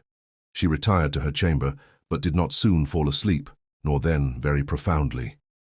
At some uncertain period in the depths of night, and as it were through the thin veil of a dream, she was conscious of a footstep mounting the stairs heavily, but not with force and decision. The voice of Hepzibah, with a hush through it, was going up along with the footsteps, and again, responsive to her cousin's voice, Phoebe heard that strange, vague murmur, which might be likened to an indistinct shadow of human utterance. Chapter 7. The Guest. When Phoebe awoke, which she did with the early twittering of the conjugal couple of robins in the pear tree, she heard movements below stairs, and, hastening down, found Hepzibah already in the kitchen. She stood by a window, holding a book in close contiguity to her nose, as if with the hope of gaining an olfactory acquaintance with its contents, since her imperfect vision made it not very easy to read them. If any volume could have manifested its essential wisdom in the mode suggested, it would certainly have been the one now in Hepzibah's hand. And the kitchen, in such an event, would forthwith have streamed with the fragrance of venison, turkeys, capons, larded partridges, puddings, cakes, and Christmas pies, in all manner of elaborate mixture and concoction. It was a cookery book, full of innumerable old fashions of English dishes, and illustrated with engravings, which represented the arrangements of the table at such banquets as it might have befitted a nobleman to give in the great hall of his castle. And amid these rich and potent devices of the culinary art, not one of which probably had been tested within the memory of any man's grandfather, poor Hepzibah was seeking for some nimble little titbit, which, with what skill she had, and such materials as were at hand, she might toss up for breakfast. Soon, with a deep sigh, she put aside the savoury volume, and inquired of Phoebe whether Old Speckle, as she called one of the hens, had laid an egg the preceding day. Phoebe ran to see, but returned without the expected treasure in her hand. At that instant, however, the blast of a fish dealer's conch was heard, announcing his approach along the street. With energetic raps at the shop window, Hepzibah summoned the man in, and made purchase of what he warranted as the finest mackerel in his cart, and as fat a one as ever he felt with his finger so early in the season. Requesting Phoebe to roast some coffee, which she casually observed was the real mocha, and so long kept that each of the small berries ought to be worth its weight in gold, the maiden lady heaped fuel into the vast receptacle of the ancient fireplace in such quantity as soon to drive the lingering dusk out of the kitchen. The country girl, willing to give her utmost assistance, proposed to make an Indian cake after her mother's peculiar method of easy manufacture, and which she could vouch for as possessing a richness and, if rightly prepared, a delicacy unequalled by any other mode of breakfast cake. Hepzibah gladly assenting, the kitchen was soon the scene of savoury preparation. Perchance, amid their proper element of smoke, which eddied forth from the ill-constructed chimney, the ghosts of departed cookmaids looked wonderingly on, or peeped down the great breadth of the flue, despising the simplicity of the projected meal, yet ineffectually pining to thrust their shadowy hands into each inchoate dish. The half-starved rats, at any rate, stole visibly out of their hiding places and sat on their hind legs, snuffing the fumy atmosphere and wistfully awaiting an opportunity to nibble. Hepzibah had no natural turn for cookery, and to say the truth, had fairly incurred her present meagreness by often choosing to go without her dinner rather than be attendant on the rotation of the spit or ebullition of the pot. Her zeal over the fire, therefore, was quite an heroic test of sentiment. It was touching, and positively worthy of tears, if Phoebe, the only spectator except the rats and ghosts aforesaid, had not been better employed than in shedding them, to see her rake out a bed of fresh and glowing coals and proceed to broil the mackerel. Her usually pale cheeks were all ablaze with heat and hurry. She watched the fish with as much tender care and minuteness of attention as if, we know not how to express it otherwise, as if her own heart were on the gridiron and her immortal happiness were involved in its being done precisely to a turn. Life, within doors, has few pleasanter prospects than a neatly arranged and well-provisioned breakfast table. We come to it freshly, in the dewy youth of the day, and when our spiritual and sensual elements are in better accord than at a later period, so that the material delights of the morning meal are capable of being fully enjoyed without any very grievous reproaches, whether gastric or conscientious, for yielding even a trifle overmuch to the animal department of our nature. The thoughts, too, that run around the ring of familiar guests have a piquancy and mirthfulness, and oftentimes a vivid truth, which more rarely find their way into the elaborate intercourse of dinner. Hepzibah's small and ancient table, supported on its slender and graceful legs and covered with a cloth of the richest damask, looked worthy to be the scene and centre of one of the cheerfulest of parties. The vapour of the broiled fish arose like incense from the shrine of a barbarian idol, while the fragrance of the mocha might have gratified the nostrils of a tutelary lar, or whatever power has scope over a modern breakfast table. Phoebe's Indian cakes were the sweetest offering of all, in their hue befitting the rustic altars of the innocent and golden age, or so brightly yellow were they, resembling some of the bread which was changed to glistening gold when Midas tried to eat it. The butter must not be forgotten, butter which Phoebe herself had churned in her own rural home and brought it to her cousin as a propitiatory gift, smelling of clover blossoms and diffusing the charm of pastoral scenery through the dark panelled parlour.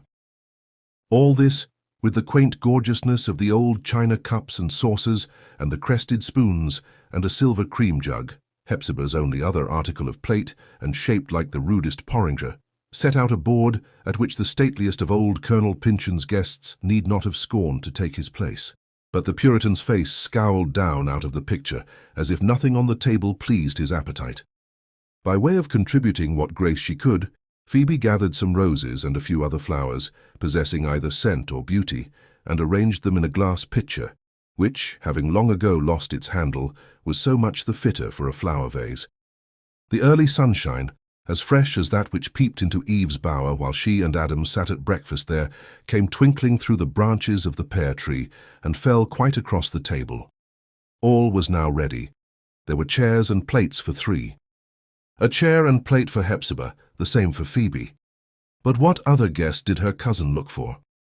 Throughout this preparation there had been a constant tremor in Hepzibah's frame, an agitation so powerful that Phoebe could see the quivering of her gaunt shadow as thrown by the firelight on the kitchen wall or by the sunshine on the parlour floor. Its manifestations were so various and agreed so little with one another that the girl knew not what to make of it. Sometimes it seemed an ecstasy of delight and happiness.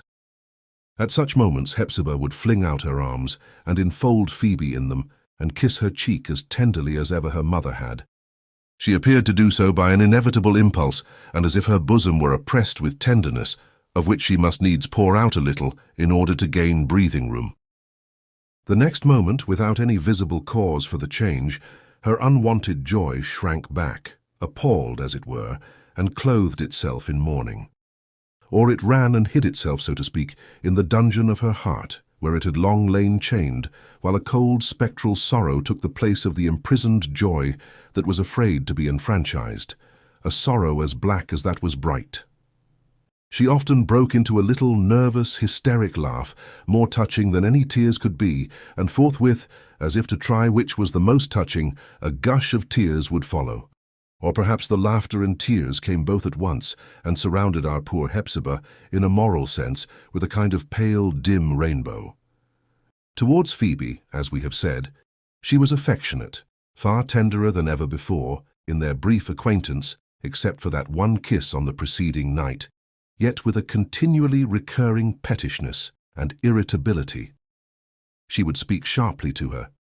Then, throwing aside all the starched reserve of her ordinary manner, ask pardon, and the next instant renew the just forgiven injury.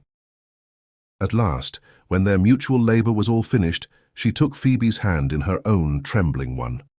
"Bear with me, my dear child," she cried, "for truly my heart is full to the brim. Bear with me, for I love you, Phoebe, though I speak so roughly. Think nothing of it, dearest child. By and by I shall be kind, and only kind." "My dearest cousin, cannot you tell me what has happened?" asked Phoebe, with a sunny and tearful sympathy. "What is it that moves you so?" "Hush, hush! He is coming," whispered Hepzibah, hastily wiping her eyes. "Let him see you first, Phoebe, for you are young and rosy, and cannot help letting a smile break out whether or no. He always liked bright faces, and mine is old now, and the tears are hardly dry on it. He never could abide tears. There, draw the curtain a little, so that the shadow may fall across his side of the table. But let there be a good deal of sunshine too, for he never was fond of gloom, as some people are. He has had but little sunshine in his life, poor Clifford, and oh, what a black shadow! Poor, poor Clifford." Thus murmuring in an undertone, as if speaking rather to her own heart than to Phoebe, the old gentlewoman stepped on tiptoe about the room, making such arrangements as suggested themselves at the crisis. Meanwhile there was a step in the passageway, above stairs. Phoebe recognized it as the same which had passed upward, as through her dream, in the night-time. The approaching guest, whoever it might be, appeared to pause at the head of the staircase. He paused twice or thrice in the descent. He paused again at the foot.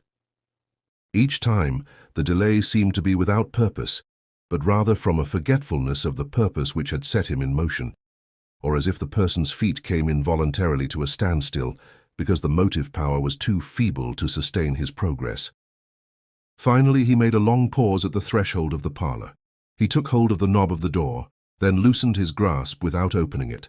Hepzibah, her hands convulsively clasped, stood gazing at the entrance. "Dear cousin Hepzibah, pray don't look so," said Phoebe, trembling, for her cousin's emotion, and this mysteriously reluctant step made her feel as if a ghost were coming into the room. "You really frighten me. Is something awful going to happen?" "Hush," whispered Hepzibah. "Be cheerful. Whatever may happen, be nothing but cheerful."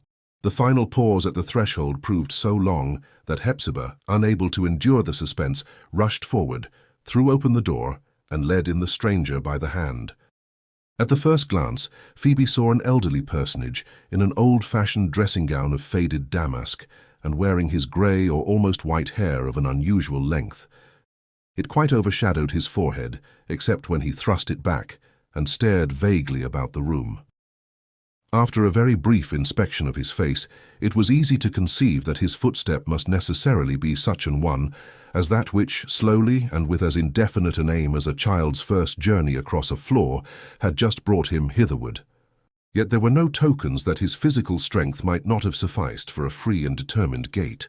It was the spirit of the man that could not walk.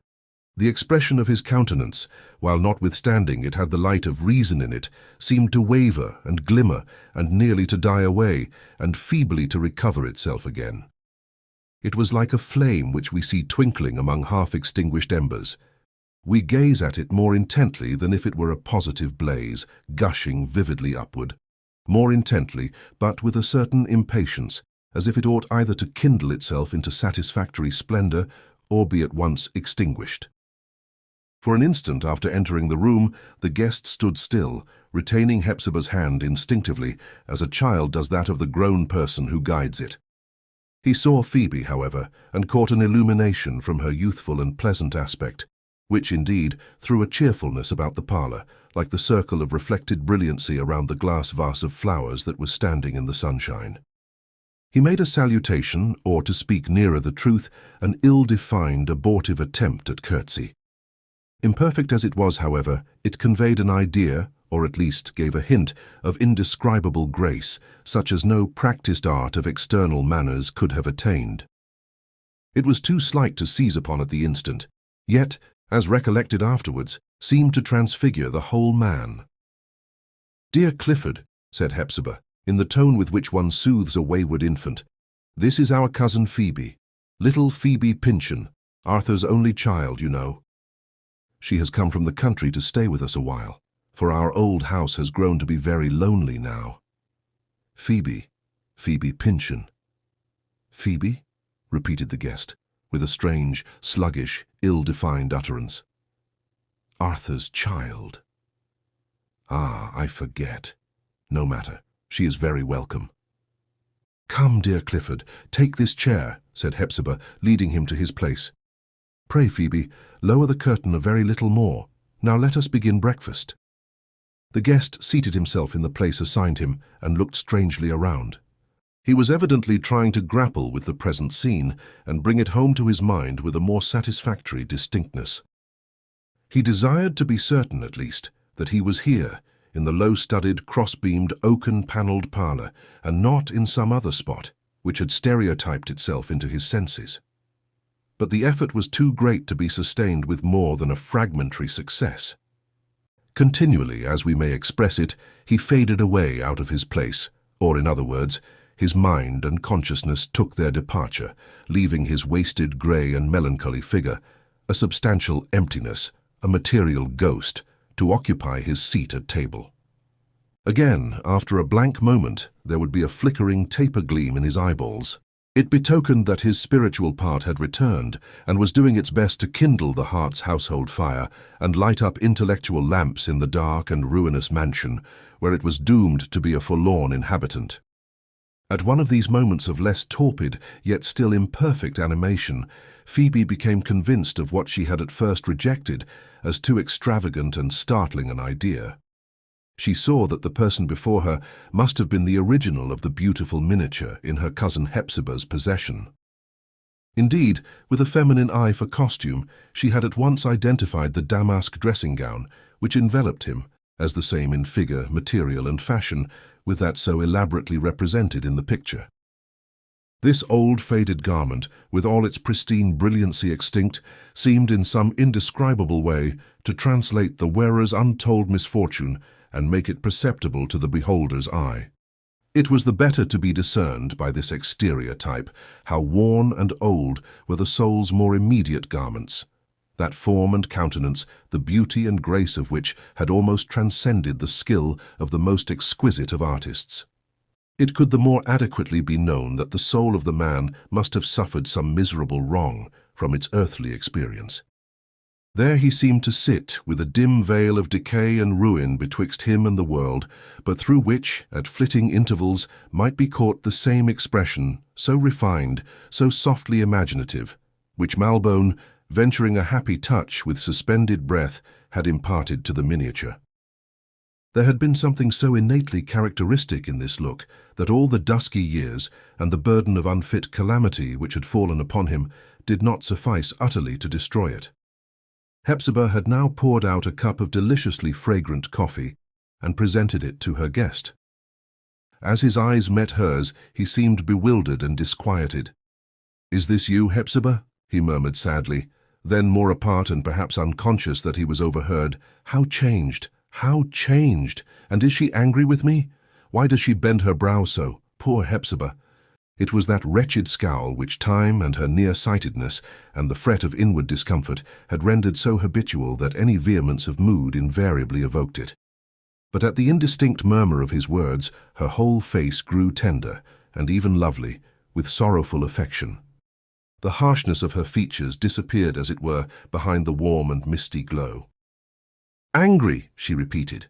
"Angry with you, Clifford." Her tone, as she uttered the exclamation, had a plaintive and really exquisite melody thrilling through it, yet without subduing a certain something which an obtuse auditor might still have mistaken for asperity. It was as if some transcendent musician should draw a soul-thrilling sweetness out of a cracked instrument, which makes its physical imperfection heard in the midst of ethereal harmony. So deep was the sensibility that found an organ in Hepzibah's voice. "There is nothing but love here, Clifford," she added, "nothing but love. You are at home." The guest responded to her tone by a smile which did not half light up his face. Feeble as it was, however, and gone in a moment, it had a charm of wonderful beauty. It was followed by a coarser expression, or one that had the effect of coarseness on the fine mould and outline of his countenance, because there was nothing intellectual to temper it. It was a look of appetite. He ate food with what might almost be termed voracity, and seemed to forget himself, Hepzibah, the young girl, and everything else around him, in the sensual enjoyment which the bountifully spread table afforded. In his natural system, though high-wrought and delicately refined, a sensibility to the delights of the palate was probably inherent. It would have been kept in check, however, and even converted into an accomplishment, and one of the 1,000 modes of intellectual culture, had his more ethereal characteristics retained their vigor. But as it existed now, the effect was painful and made Phoebe droop her eyes. In a little while the guest became sensible of the fragrance of the yet untasted coffee. He quaffed it eagerly. The subtle essence acted on him like a charmed draught, and caused the opaque substance of his animal being to grow transparent, or at least translucent, so that a spiritual gleam was transmitted through it with a clearer luster than hitherto. "More, more," he cried, with nervous haste in his utterance, as if anxious to retain his grasp of what sought to escape him. "This is what I need. Give me more." Under this delicate and powerful influence, he sat more erect, and looked out from his eyes with a glance that took note of what it rested on. It was not so much that his expression grew more intellectual. This, though it had its share, was not the most peculiar effect. Neither was what we call the moral nature so forcibly awakened as to present itself in remarkable prominence.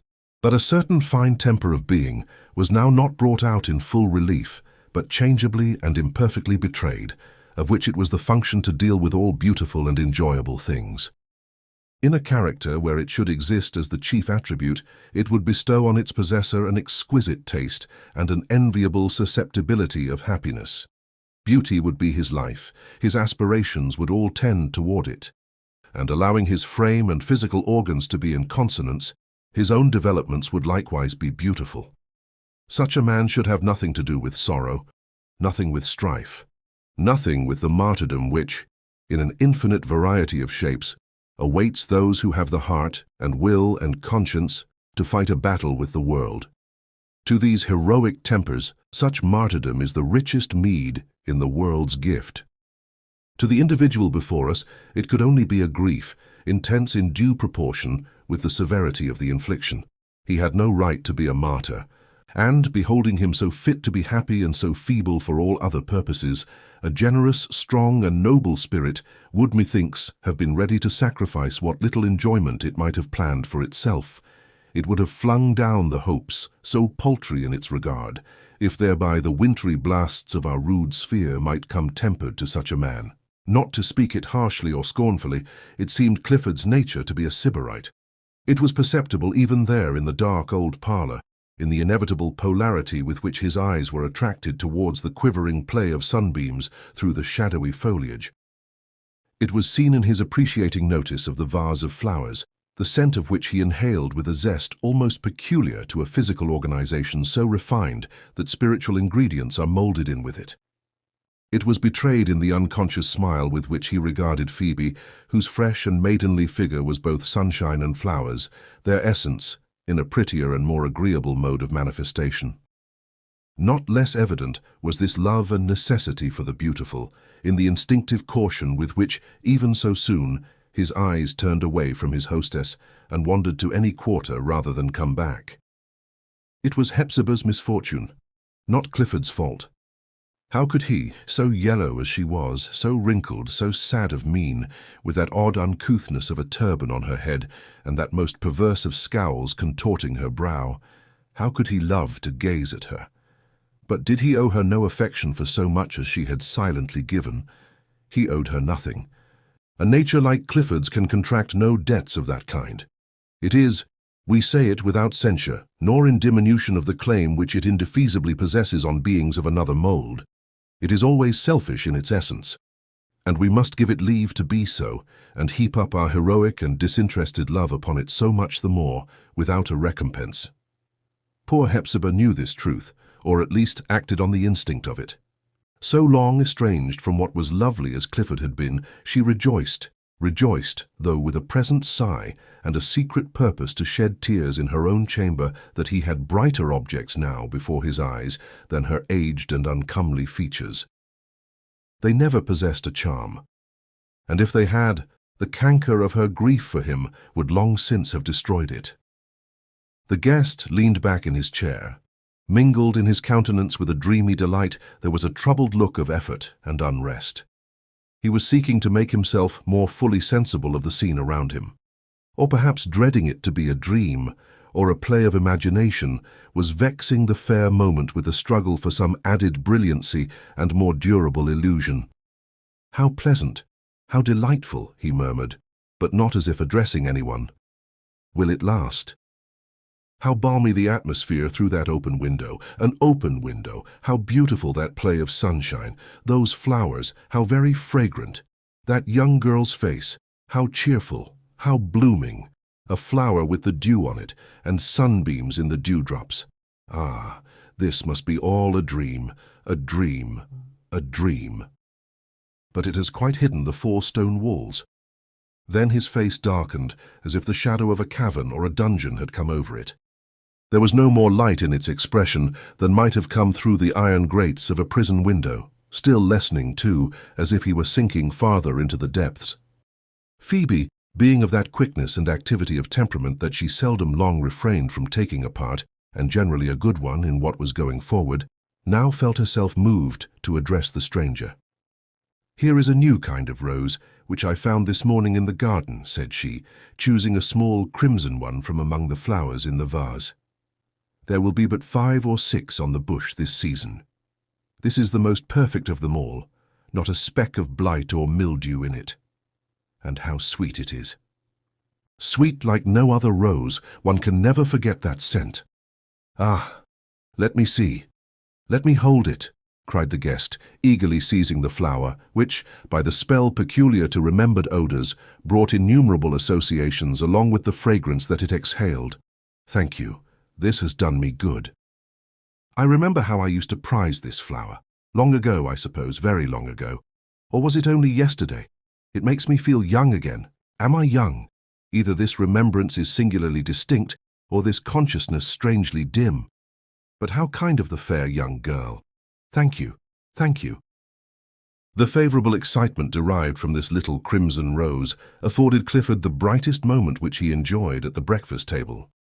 It might have lasted longer, but that his eyes happened, soon afterwards, to rest on the face of the old Puritan, who, out of his dingy frame and lustreless canvas, was looking down on the scene like a ghost, and a most ill-tempered and ungenial one. The guest made an impatient gesture of the hand, and addressed Hepzibah with what might easily be recognized as the licensed irritability of a petted member of the family. "Hepzibah!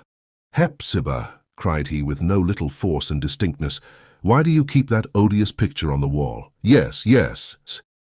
"That is precisely your taste. I have told you 1,000 times that it was the evil genius of the house. My evil genius particularly. Take it down at once." "Dear Clifford," said Hepzibah sadly, "you know it cannot be."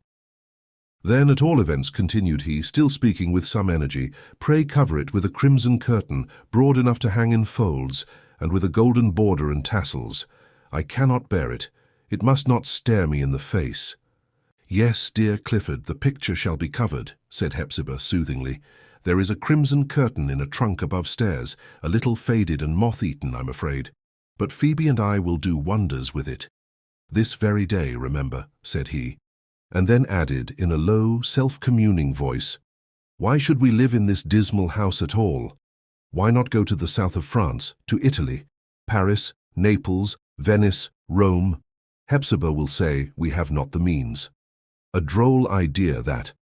He smiled to himself and threw a glance of fine, sarcastic meaning towards Hepzibah. But the several moods of feeling, faintly as they were marked, through which he had passed, occurring in so brief an interval of time, had evidently wearied the stranger. He was probably accustomed to a sad monotony of life, not so much flowing in a stream, however sluggish, as stagnating in a pool around his feet. A slumberous veil diffused itself over his countenance, and had an effect, morally speaking, on its naturally delicate and elegant outline, like that which a brooding mist with no sunshine in it throws over the features of a landscape. He appeared to become grosser, almost cloddish. If aught of interest or beauty, even ruined beauty, had heretofore been visible in this man, the beholder might now begin to doubt it, and to accuse his own imagination of deluding him with whatever grace had flickered over that visage, and whatever exquisite lustre had gleamed in those filmy eyes. Before he had quite sunken away, however, the sharp and peevish tinkle of the shop bell made itself audible. Striking most disagreeably on Clifford's auditory organs and the characteristic sensibility of his nerves, it caused him to start upright out of his chair. "Good heavens, Hepzibah! What horrible disturbance have we now in the house?" cried he, wreaking his resentful impatience, as a matter of course and a custom of old, on the one person in the world that loved him. "I have never heard such a hateful clamour. Why do you permit it? In the name of all dissonance, what can it be?" It was very remarkable into what prominent relief, even as if a dim picture should leap suddenly from its canvas, Clifford's character was thrown by this apparently trifling annoyance. The secret was that an individual of his temper can always be pricked more acutely through his sense of the beautiful and harmonious than through his heart. It is even possible, for similar cases have often happened, that if Clifford in his foregoing life had enjoyed the means of cultivating his taste to its utmost perfectibility, that subtle attribute might, before this period, have completely eaten out or filed away his affections. Shall we venture to pronounce, therefore, that his long and black calamity may not have had a redeeming drop of mercy at the bottom? "Dear Clifford, I wish I could keep the sound from your ears," said Hepzibah, patiently, but reddening with a painful suffusion of shame. "It is very disagreeable even to me. But do you know, Clifford, I have something to tell you? This ugly noise. Pray run, Phoebe, and see who is there. This naughty little tinkle is nothing but our shop bell." "Shop bell," repeated Clifford, with a bewildered stare. "Yes, our shop bell," said Hepzibah, a certain natural dignity, mingled with deep emotion, now asserting itself in her manner. "For you must know, dearest Clifford, that we are very poor, and there was no other resource, but either to accept assistance from a hand that I would push aside, and so would you, were it to offer bread when we were dying for it, no help save from him, or else to earn our subsistence with my own hands. Alone, I might have been content to starve. But you were to be given back to me. Do you think then, dear Clifford," added she with a wretched smile, "that I have brought an irretrievable disgrace on the old house, by opening a little shop in the front gable? Our great-great-grandfather did the same when there was far less need. Are you ashamed of me? Shame, disgrace." "Do you speak these words to me, Hepzibah?" said Clifford, not angrily, however. For when a man's spirit has been thoroughly crushed, he may be peevish at small offences, but never resentful of great ones. So he spoke with only a grieved emotion. "It was not kind to say so, Hepzibah. What shame can befall me now?" And then the unnerved man, he that had been born for enjoyment, but had met a doom so very wretched, burst into a woman's passion of tears. It was but of brief continuance, however, soon leaving him in a quiescent, and to judge by his countenance, not an uncomfortable state. From this mood, too, he partially rallied for an instant, and looked at Hepzibah with a smile, the keen, half-derisory purport of which was a puzzle to her. "Are we so very poor, Hepzibah?" said he. Finally, his chair being deep and softly cushioned, Clifford fell asleep. hearing the more regular rise and fall of his breath, which, however, even then, instead of being strong and full, had a feeble kind of tremor, corresponding with the lack of vigor in his character. Hearing these tokens of settled slumber, Hepzibah seized the opportunity to peruse his face more attentively than she had yet dared to do. Her heart melted away in tears. Her profoundest spirit sent forth a moaning voice, low, gentle, but inexpressibly sad. In this depth of grief and pity, she felt that there was no irreverence in gazing at his altered, aged, faded, ruined face.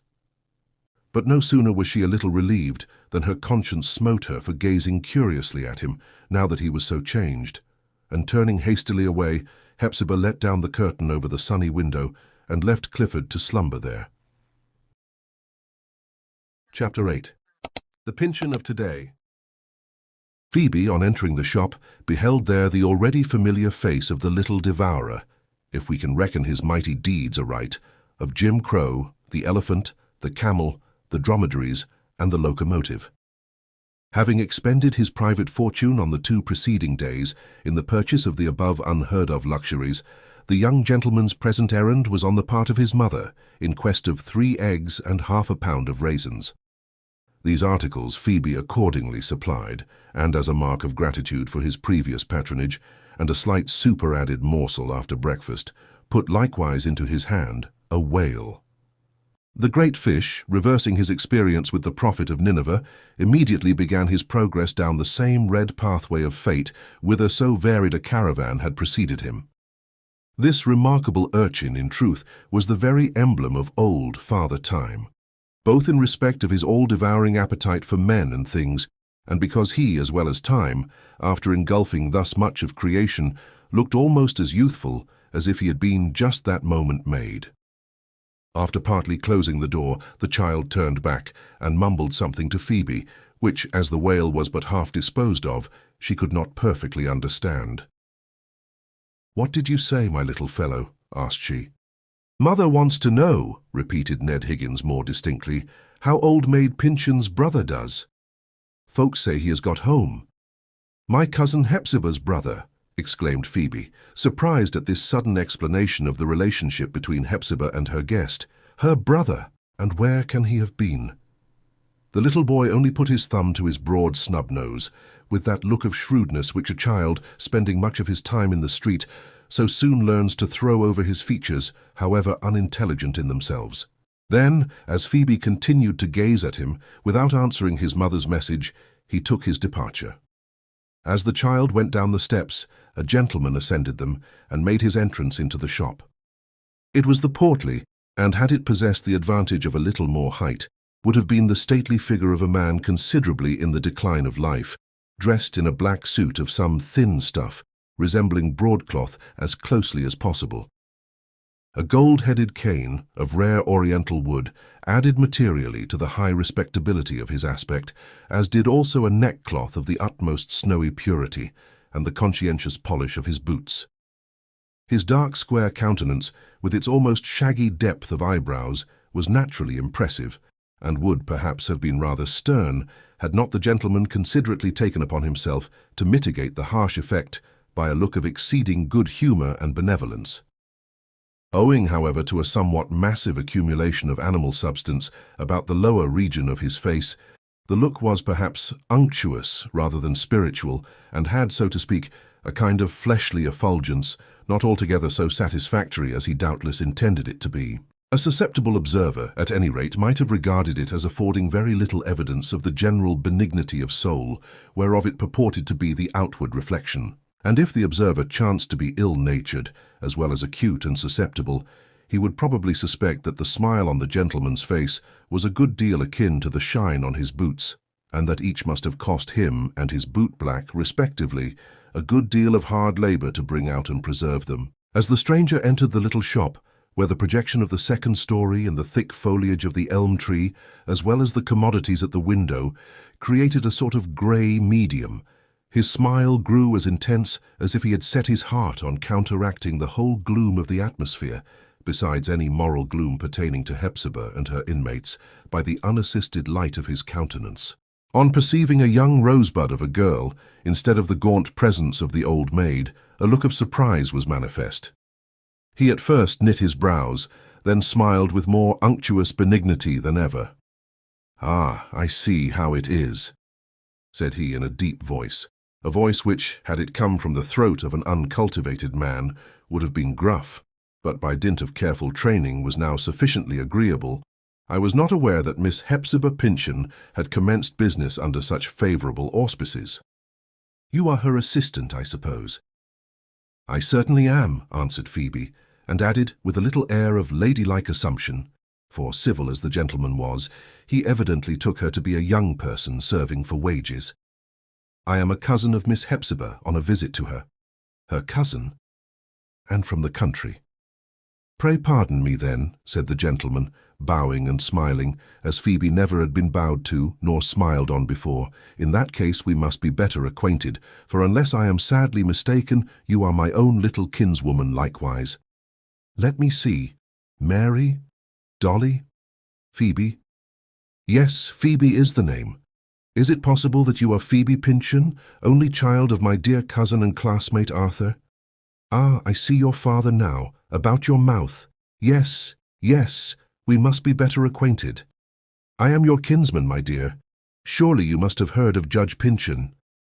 As Phoebe curtsied in reply, the judge bent forward, with the pardonable and even praiseworthy purpose, considering the nearness of blood and the difference of age, of bestowing on his young relative a kiss of acknowledged kindred and natural affection.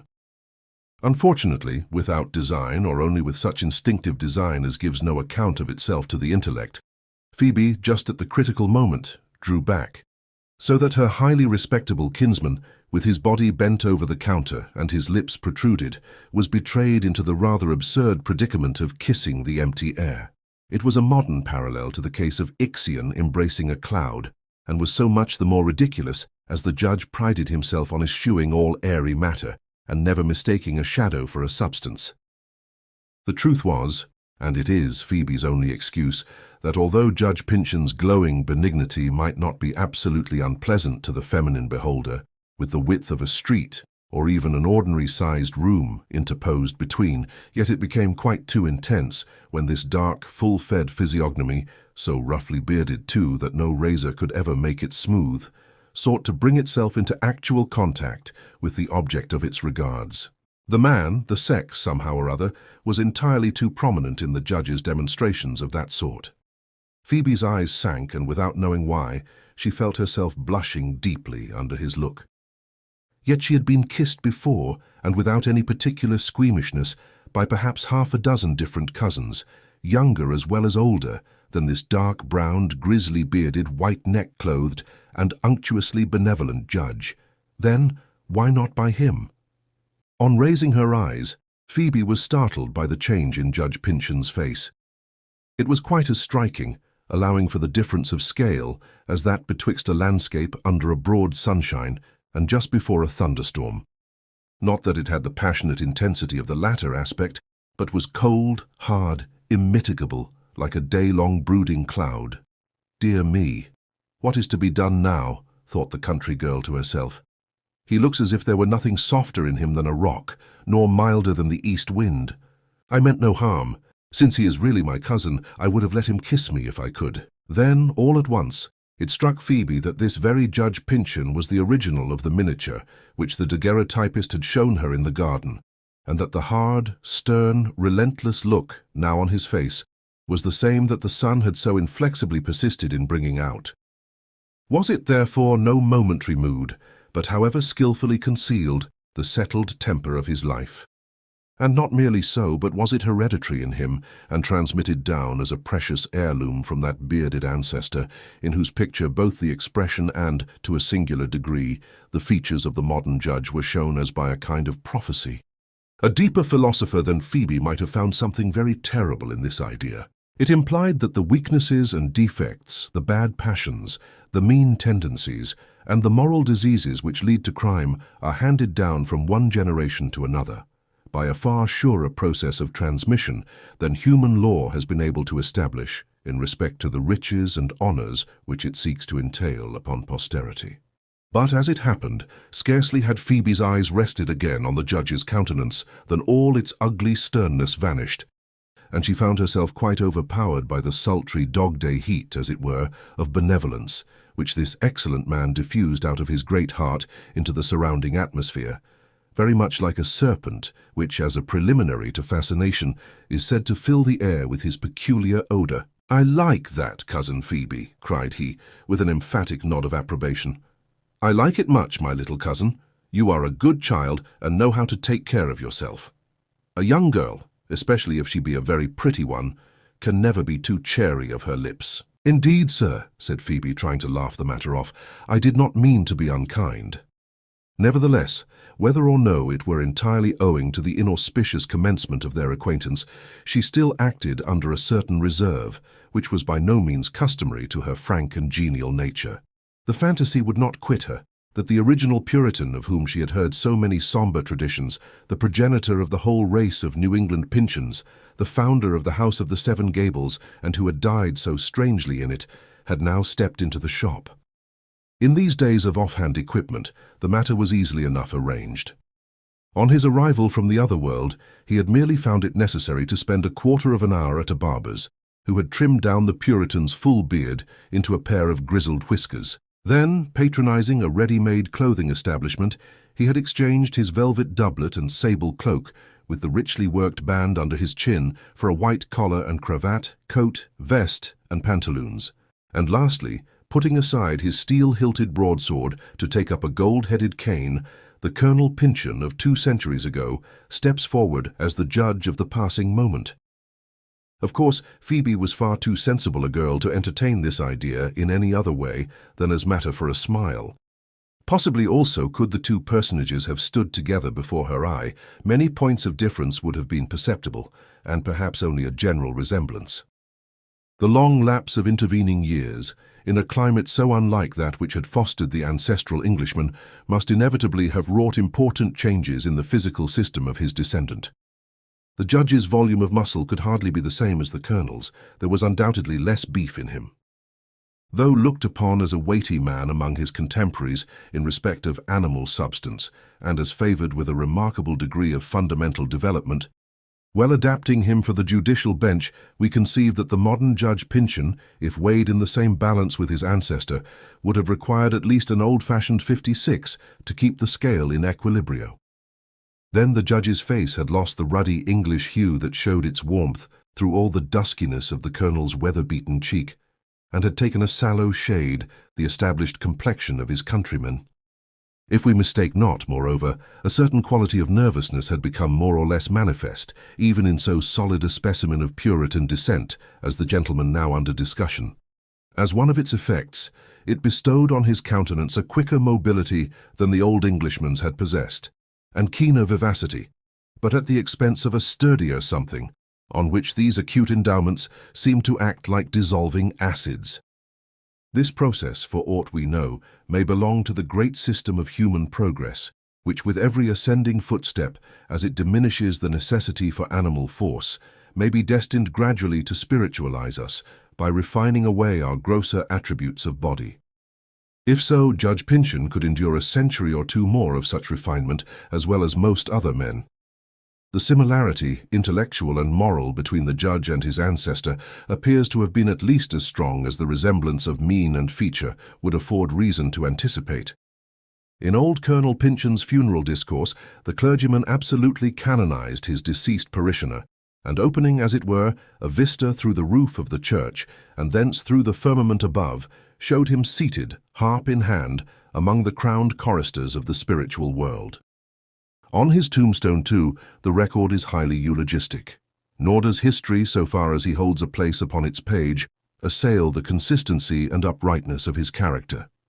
So also as regards the Judge Pyncheon of today. Neither clergyman, nor legal critic, nor inscriber of tombstones, nor historian of general or local politics would venture a word against this eminent person's sincerity as a Christian, or respectability as a man, or integrity as a judge, or courage and faithfulness as the often tried representative of his political party. But besides these cold, formal, and empty words of the chisel that inscribes, the voice that speaks, and the pen that writes.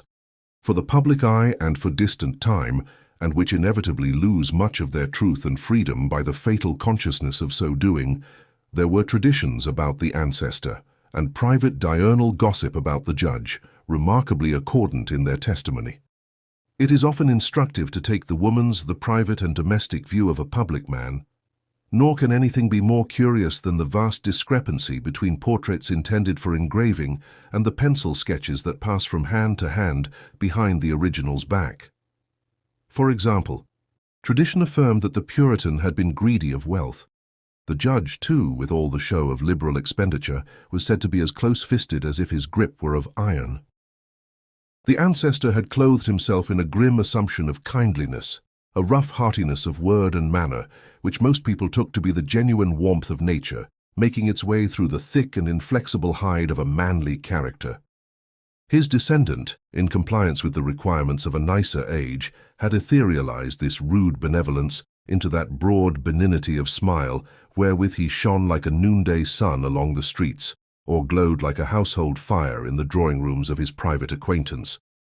The Puritan, if not belied by some singular stories, murmured even at this day under the narrator's breath, had fallen into certain transgressions to which men of his great animal development, whatever their faith or principles, must continue liable until they put off impurity, along with the gross earthly substance that involves it.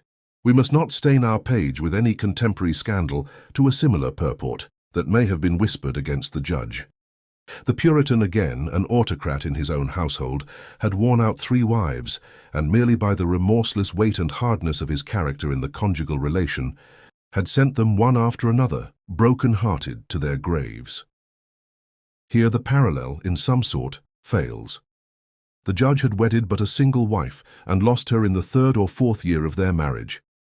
There was a fable, however, for such we choose to consider it, though not impossibly typical of Judge Pyncheon's marital deportment, that the lady got her death-blow in the honeymoon, and never smiled again because her husband compelled her to serve him with coffee every morning at his bedside in token of fealty to her liege lord and master. But it is too fruitful a subject, this of hereditary resemblances, the frequent recurrence of which in a direct line is truly unaccountable when we consider how large an accumulation of ancestry lies behind every man at the distance of 1 or 2 centuries. We shall only add, therefore, that the Puritan, so at least says chimney-corner tradition, which often preserves traits of character with marvelous fidelity, was bold, imperious, relentless, crafty, laying his purposes deep and following them out with an inveteracy of pursuit that knew neither rest nor conscience, trampling on the weak, and, when essential to his ends, doing his utmost to beat down the strong. Whether the judge in any degree resembled him, the further progress of our narrative may show. Scarcely any of the items in the above-drawn parallel occurred to Phoebe, whose country birth and residence, in truth, had left her pitifully ignorant of most of the family traditions, which lingered, like cobwebs and incrustations of smoke, about the rooms and chimney corners of the house of the Seven Gables. Yet there was a circumstance, very trifling in itself, which impressed her with an odd degree of horror. She had heard of the anathema flung by Maule, the executed wizard, against Colonel Pyncheon and his posterity, that God would give them blood to drink, and likewise of the popular notion that this miraculous blood might now and then be heard gurgling in their throats. The latter scandal, as became a person of sense, and more especially a member of the Pyncheon family, Phoebe had set down for the absurdity which it unquestionably was. But ancient superstitions, after being steeped in human hearts and embodied in human breath, and passing from lip to ear in manifold repetition through a series of generations, become imbued with an effect of homely truth. The smoke of the domestic hearth has scented them through and through. By long transmission among household facts, they grow to look like them, and have such a familiar way of making themselves at home that their influence is usually greater than we suspect. Thus it happened that when Phoebe heard a certain noise in Judge Pyncheon's throat, rather habitual with him, not altogether voluntary, yet indicative of nothing unless it were a slight bronchial complaint, or, as some people hinted, an apoplectic symptom, when the girl heard this queer and awkward ingurgitation, which the writer never did hear and therefore cannot describe, she very foolishly started and clasped her hands. Of course, it was exceedingly ridiculous in Phoebe to be discomposed by such a trifle, and still more unpardonable to show her discomposure to the individual most concerned in it. But the incident chimed in so oddly with her previous fancies about the colonel and the judge that for the moment it seemed quite to mingle their identity. "What is the matter with you, young woman?" said Judge Pyncheon, giving her one of his harsh looks. "Are you afraid of anything?" "Oh, nothing, sir, nothing in the world," answered Phoebe, with a little laugh of vexation at herself. "But perhaps you wish to speak with my cousin Hepzibah. Shall I call her?" "Stay a moment, if you please," said the judge, again beaming sunshine out of his face. "You seem to be a little nervous this morning.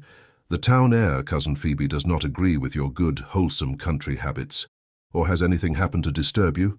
Anything remarkable in Cousin Hepzibah's family? An arrival, eh? I thought so. No wonder you are out of sorts, my little cousin. To be an inmate with such a guest may well startle an innocent young girl."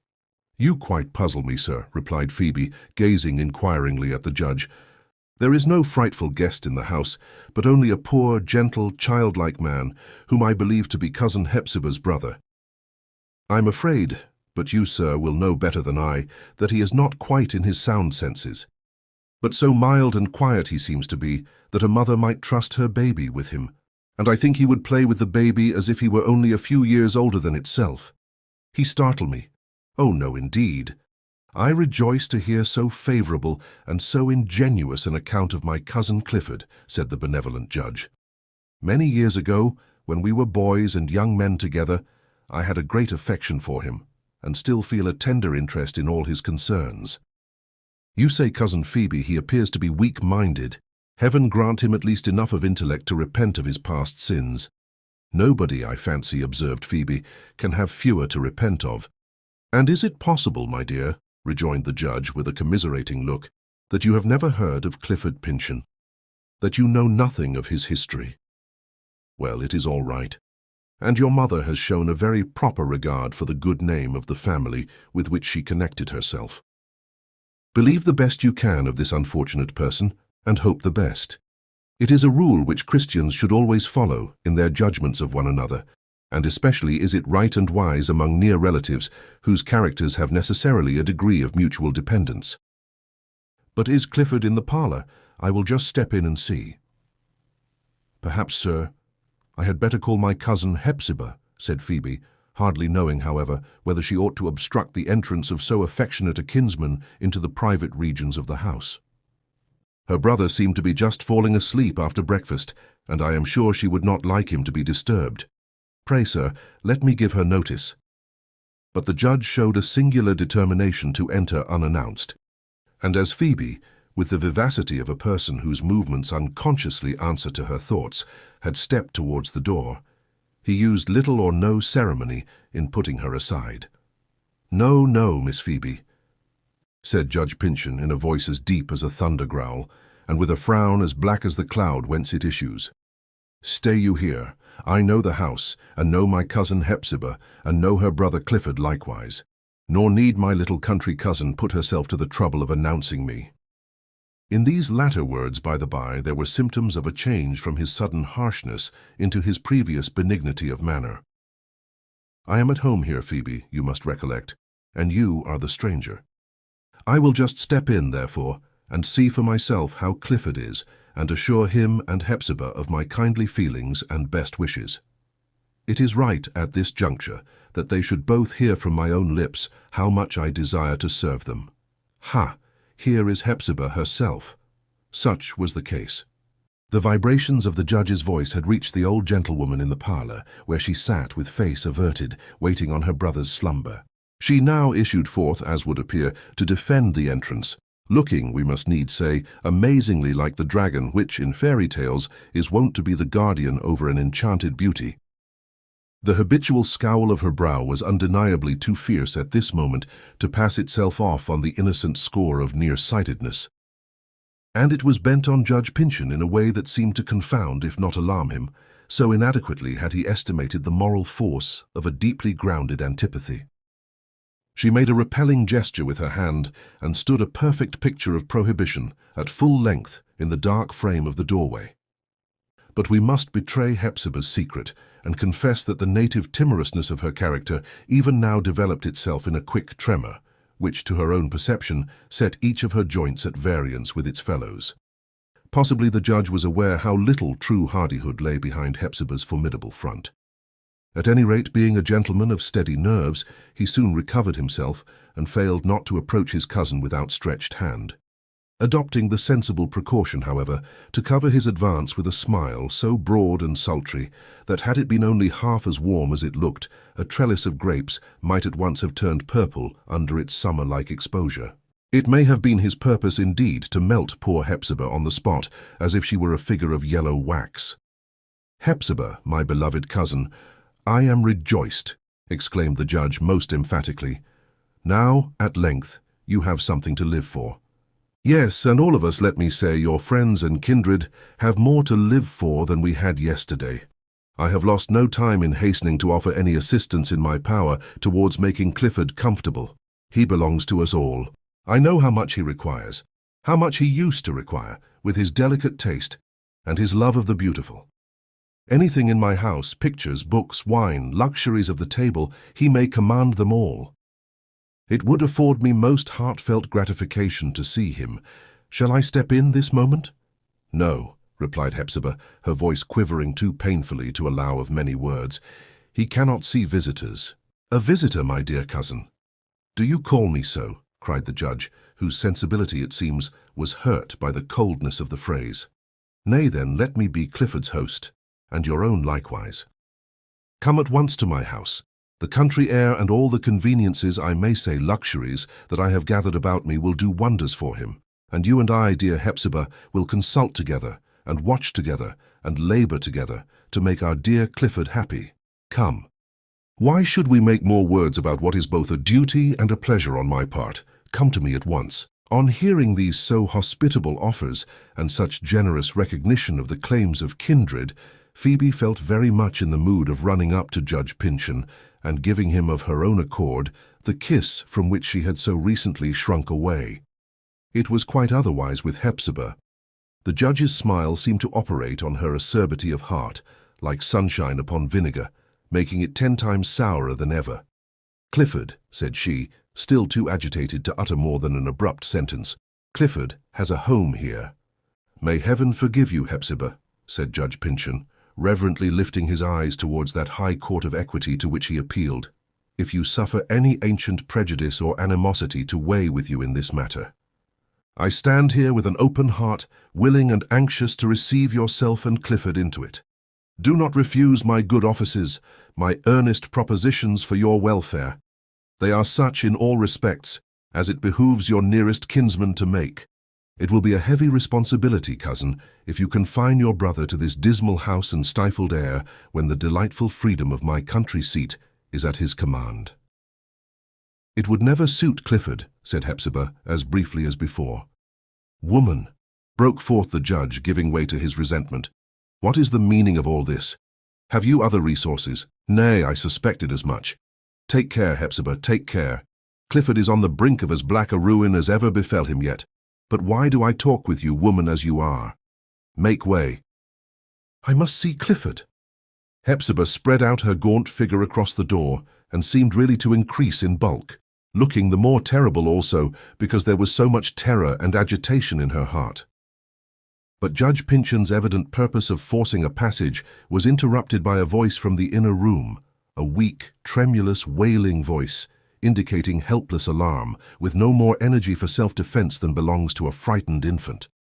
"Hepzibah, Hepzibah," cried the voice, "go down on your knees to him, kiss his feet, entreat him not to come in. Oh, let him have mercy on me, mercy, mercy." For the instant, it appeared doubtful whether it were not the judge's resolute purpose to set Hepzibah aside and step across the threshold into the parlour, whence issued that broken and miserable murmur of entreaty.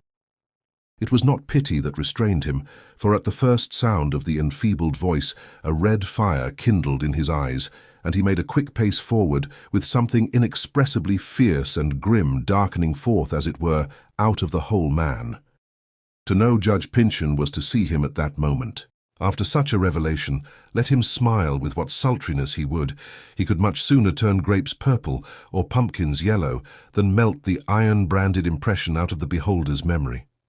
And it rendered his aspect not the less but more frightful that it seemed not to express wrath or hatred, but a certain hot fellness of purpose which annihilated everything but itself.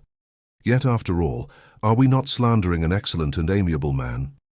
Look at the judge now. He is apparently conscious of having erred in too energetically pressing his deeds of loving kindness on persons unable to appreciate them. He will await their better mood and hold himself as ready to assist them then as at this moment.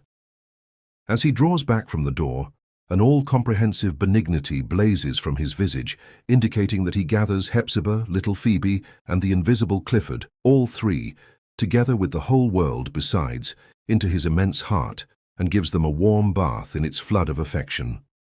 "You do me great wrong, dear cousin Hepzibah," said he, first kindly offering her his hand, and then drawing on his glove preparatory to departure.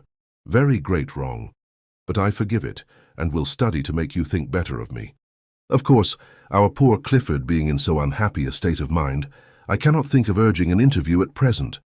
But I shall watch over his welfare as if he were my own beloved brother, nor do I at all despair, my dear cousin, of constraining both him and you to acknowledge your injustice. When that shall happen, I desire no other revenge than your acceptance of the best offices in my power to do you."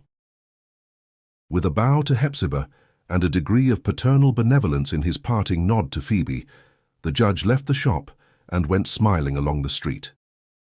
As is customary with the rich, when they aim at the honors of a republic, he apologized, as it were, to the people for his wealth, prosperity, and elevated station by a free and hearty manner towards those who knew him, putting off the more of his dignity in due proportion with the humbleness of the man whom he saluted, and thereby proving a haughty consciousness of his advantages as irrefragably as if he had marched forth preceded by a troop of lackeys to clear the way. On this particular forenoon, so excessive was the warmth of Judge Pyncheon's kindly aspect that, such at least was the rumor about town, an extra passage of the water carts was found essential in order to lay the dust occasioned by so much extra sunshine.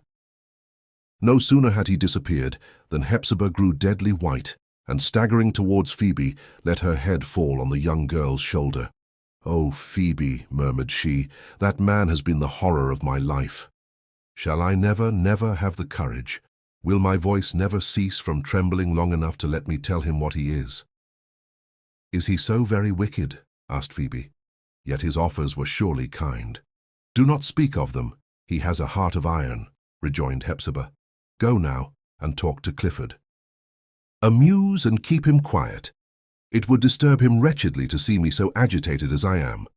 There, go, dear child, and I will try to look after the shop." Phoebe went accordingly, but perplexed herself meanwhile with queries as to the purport of the scene which she had just witnessed, and also whether judges, clergymen, and other characters of that eminent stamp and respectability could really in any single instance be otherwise than just and upright men. A doubt of this nature has a most disturbing influence, and if shown to be a fact, comes with fearful and startling effect on minds of the trim, orderly, and limit-loving class, in which we find our little country girl. Dispositions more boldly speculative may derive a stern enjoyment from the discovery, since there must be evil in the world, that a high man is as likely to grasp his share of it as a low one. A wider scope of view and a deeper insight may see rank, dignity, and station all proved illusory, so far as regards their claim to human reverence, and yet not feel as if the universe were thereby tumbled headlong into chaos. But Phoebe, in order to keep the universe in its old place, was fain to smother in some degree her own intuitions as to Judge Pyncheon's character. And as for her cousin's testimony in disparagement of it, she concluded that Hepzibah's judgment was embittered by one of those family feuds which render hatred the more deadly by the dead and corrupted love that they intermingle with its native poison. Chapter 9. Clifford and Phoebe. Truly was there something high, generous, and noble in the native composition of our poor old Hepzibah. Or else, and it was quite as probably the case, she had been enriched by poverty, developed by sorrow, elevated by the strong and solitary affection of her life, and thus endowed with heroism, which never could have characterized her in what are called happier circumstances. Through dreary years Hepzibah had looked forward, for the most part despairingly, never with any confidence of hope, but always with the feeling that it was her brightest possibility, to the very position in which she now found herself. In her own behalf she had asked nothing of Providence but the opportunity of devoting herself to this brother, whom she had so loved, so admired for what he was, or might have been, and to whom she had kept her faith, alone of all the world, wholly, unfalteringly, at every instant, and throughout life.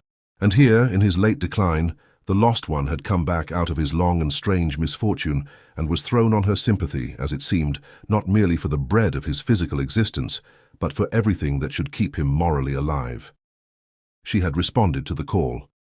She had come forward, our poor gaunt Hepzibah in her rusty silks, with her rigid joints and the sad perversity of her scowl, ready to do her utmost, and with affection enough, if that were all, to do 100 times as much.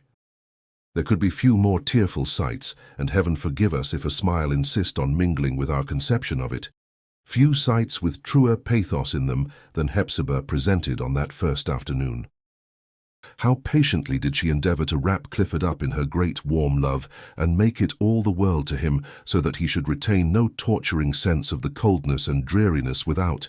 Her little efforts to amuse him, how pitiful yet magnanimous they were. Remembering his early love of poetry and fiction, she unlocked a bookcase and took down several books that had been excellent reading in their day. There was a volume of Pope, with The Rape of the Lock in it, and another of the Tatler, and an odd one of Dryden's Miscellanies, all with tarnished gilding on their covers and thoughts of tarnished brilliancy inside. They had no success with Clifford. These, and all such writers of society, whose new works glow like the rich texture of a just-woven carpet, must be content to relinquish their charm for every reader after an age or two, and could hardly be supposed to retain any portion of it for a mind that had utterly lost its estimate of modes and manners. Hepzibah then took up Rasselas and began to read of the Happy Valley, with a vague idea that some secret of a contented life had there been elaborated, which might at least serve Clifford and herself for this one day. But the Happy Valley had a cloud over it. Hepzibah troubled her auditor, moreover, by innumerable sins of emphasis, which he seemed to detect without any reference to the meaning. Nor, in fact, did he appear to take much note of the sense of what she read, but evidently felt the tedium of the lecture without harvesting its profit. His sister's voice, too, naturally harsh, had, in the course of her sorrowful lifetime, contracted a kind of croak, which, when it once gets into the human throat, is as ineradicable as sin. In both sexes occasionally, this lifelong croak, accompanying each word of joy or sorrow, is one of the symptoms of a settled melancholy, and wherever it occurs, the whole history of misfortune is conveyed in its slightest accent. The effect is as if the voice had been dyed black, or, if we must use a more moderate simile, this miserable croak running through all the variations of the voice is like a black silken thread on which the crystal beads of speech are strung, and whence they take their hue. Such voices have put on mourning for dead hopes, and they ought to die and be buried along with them. Discerning that Clifford was not gladdened by her efforts, Hepzibah searched about the house for the means of more exhilarating pastime. At one time, her eyes chanced to rest on Alice Pyncheon's harpsichord. It was a moment of great peril, for despite the traditionary awe that had gathered over this instrument of music, and the dirges which spiritual fingers were said to play on it, the devoted sister had solemn thoughts of thrumming on its chords for Clifford's benefit and accompanying the performance with her voice. Poor Clifford. Poor Hepzibah. Poor harpsichord. All three would have been miserable together. By some good agency, possibly by the unrecognized interposition of the long-buried Alice herself, the threatening calamity was averted. But the worst of all, the hardest stroke of fate for Hepzibah to endure, and perhaps for Clifford too, was his invincible distaste for her appearance. Her features, never the most agreeable, and now harsh with age and grief, and resentment against the world for his sake. Her dress, and especially her turban. The queer and quaint manners which had unconsciously grown upon her in solitude, such being the poor gentlewoman's outward characteristics. It is no great marvel, although the mournfulest of pities, that the instinctive lover of the beautiful was fain to turn away his eyes. There was no help for it. It would be the latest impulse to die within him. In his last extremity, the expiring breath stealing faintly through Clifford's lips, he would doubtless press Hepzibah's hand in fervent recognition of all her lavished love, and close his eyes, but not so much to die as to be constrained to look no longer on her face. Poor Hepzibah! She took counsel with herself what might be done, and thought of putting ribbons on her turban, but by the instant rush of several guardian angels was withheld from an experiment that could hardly have proved less than fatal to the beloved object of her anxiety. To be brief, besides Hepzibah's disadvantages of person, there was an uncouthness pervading all her deeds, a clumsy something that could but ill adapt itself for use, and not at all for ornament. She was a grief to Clifford, and she knew it. In this extremity, the antiquated virgin turned to Phoebe. No grovelling jealousy was in her heart. Had it pleased heaven to crown the heroic fidelity of her life by making her personally the medium of Clifford's happiness, it would have rewarded her for all the past, by a joy with no bright tints indeed, but deep and true, and worth 1,000 gayer ecstasies. This could not be. She therefore turned to Phoebe and resigned the task into the young girl's hands. The latter took it up cheerfully, as she did everything, but with no sense of a mission to perform, and succeeding all the better for that same simplicity. By the involuntary effect of a genial temperament, Phoebe soon grew to be absolutely essential to the daily comfort, if not the daily life, of her two forlorn companions. The grime and sordidness of the house of the Seven Gables seemed to have vanished since her appearance there. The gnawing tooth of the dry rot was stayed among the old timbers of its skeleton frame. The dust had ceased to settle down so densely from the antique ceilings upon the floors and furniture of the rooms below, or at any rate there was a little housewife, as light-footed as the breeze that sweeps a garden walk, gliding hither and thither to brush it all away. The shadows of gloomy events that haunted the else lonely and desolate apartments, the heavy, breathless scent which death had left in more than one of the bedchambers, ever since his visits of long ago, these were less powerful than the purifying influence scattered throughout the atmosphere of the household by the presence of one youthful, fresh, and thoroughly wholesome heart. There was no morbidness in Phoebe. If there had been, the old Pyncheon house was the very locality to ripen it into incurable disease. But now her spirit resembled, in its potency, a minute quantity of ottar of rose in one of Hepzibah's huge iron-bound trunks, diffusing its fragrance through the various articles of linen and wrought lace, kerchiefs, caps, stockings, folded dresses, gloves, and whatever else was treasured there. As every article in the great trunk was the sweeter for the rose scent, so did all the thoughts and emotions of Hepzibah and Clifford, sombre as they might seem, acquire a subtle attribute of happiness from Phoebe's intermixture with them. Her activity of body, intellect, and heart impelled her continually to perform the ordinary little toils that offered themselves around her, and to think the thought proper for the moment, and to sympathize, now with the twittering gaiety of the robins in the pear-tree, and now to such a depth as she could with Hepzibah's dark anxiety, or the vague moan of her brother. This facile adaptation was at once the symptom of perfect health and its best preservative. A nature like Phoebe's has invariably its due influence, but is seldom regarded with due honor.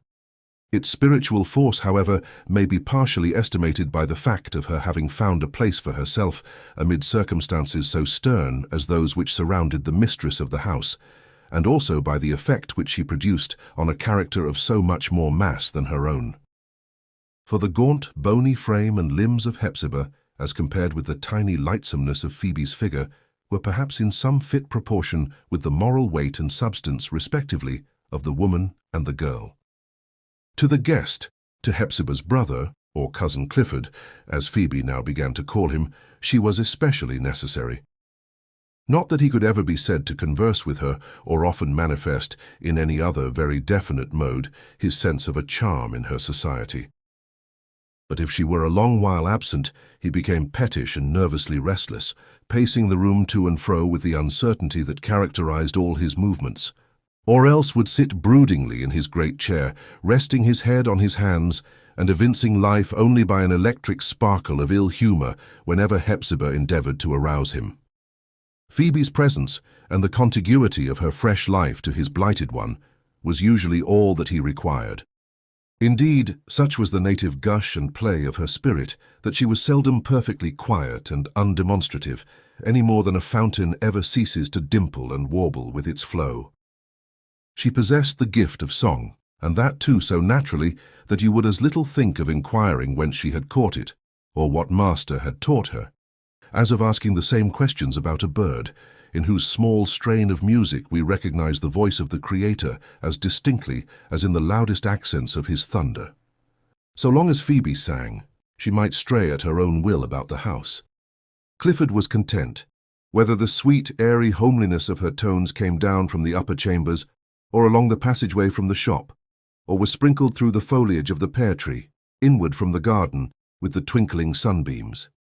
He would sit quietly, with a gentle pleasure gleaming over his face, brighter now, and now a little dimmer as the song happened to float near him, or was more remotely heard. It pleased him best, however, when she sat on a low footstool at his knee. It is perhaps remarkable, considering her temperament, that Phoebe oftener chose a strain of pathos than of gaiety. But the young and happy are not ill-pleased to temper their life with a transparent shadow. The deepest pathos of Phoebe's voice and song, moreover, came sifted through the golden texture of a cheery spirit, and was somehow so interfused with the quality thence acquired that one's heart felt all the lighter for having wept at it. Broad mirth, in the sacred presence of dark misfortune, would have jarred harshly and irreverently with the solemn symphony that rolled its undertone through Hepzibah's and her brother's life. Therefore, it was well that Phoebe so often chose sad themes, and not amiss that they ceased to be so sad while she was singing them. Becoming habituated to her companionship, Clifford readily showed how capable of imbibing pleasant tints and gleams of cheerful light from all quarters his nature must originally have been. He grew youthful while she sat by him. A beauty, not precisely real, even in its utmost manifestation, and which a painter would have watched long to seize and fix upon his canvas, and after all in vain, beauty. Nevertheless, that was not a mere dream, would sometimes play upon and illuminate his face. It did more than to illuminate. It transfigured him with an expression that could only be interpreted as the glow of an exquisite and happy spirit.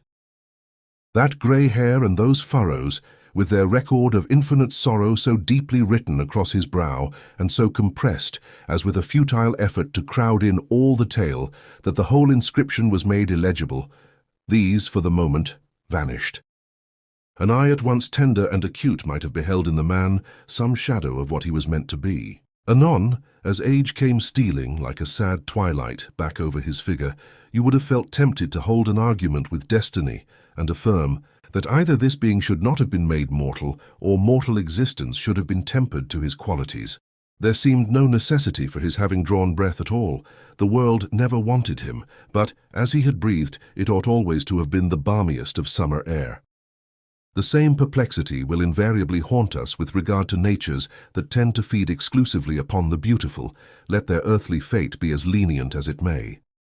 Phoebe, it is probable, had but a very imperfect comprehension of the character over which she had thrown so beneficent a spell. Nor was it necessary. The fire upon the hearth can gladden a whole semicircle of faces round about it, but need not know the individuality of one among them all. Indeed, there was something too fine and delicate in Clifford's traits to be perfectly appreciated by one whose sphere lay so much in the actual as Phoebe's did. For Clifford, however, the reality and simplicity and thorough homeliness of the girl's nature were as powerful a charm as any that she possessed. Beauty, it is true, and beauty almost perfect in its own style, was indispensable. Had Phoebe been coarse in feature, shaped clumsily, of a harsh voice, and uncouthly mannered, she might have been rich with all good gifts beneath this unfortunate exterior. And still, so long as she wore the guise of woman, she would have shocked Clifford and depressed him by her lack of beauty. But nothing more beautiful, nothing prettier at least, was ever made than Phoebe. And therefore to this man, whose whole poor and impalpable enjoyment of existence heretofore, and until both his heart and fancy died within him, had been a dream, whose images of women had more and more lost their warmth and substance, and been frozen, like the pictures of secluded artists, into the chillest ideality. To him, this little figure of the cheeriest household life was just what he required to bring him back into the breathing world. Persons who have wandered or been expelled out of the common track of things, even were it for a better system, desire nothing so much as to be led back. They shiver in their loneliness, be it on a mountain-top or in a dungeon. Now Phoebe's presence made a home about her, that very sphere which the outcast, the prisoner, the potentate, the wretch beneath mankind, the wretch aside from it, or the wretch above it, instinctively pines after: a home. She was real. Holding her hand, you felt something, a tender something, a substance, and a warm one. And so long as you should feel its grasp, soft as it was, you might be certain that your place was good in the whole sympathetic chain of human nature. The world was no longer a delusion. By looking a little further in this direction, we might suggest an explanation of an often suggested mystery. Why are poets so apt to choose their mates, not for any similarity of poetic endowment, but for qualities which might make the happiness of the rudest handicraftsman as well as that of the ideal craftsman of the spirit? Because probably, at his highest elevation, the poet needs no human intercourse, but he finds it dreary to descend and be a stranger. There was something very beautiful in the relation that grew up between this pair, so closely and constantly linked together, yet with such a waste of gloomy and mysterious years from his birthday to hers.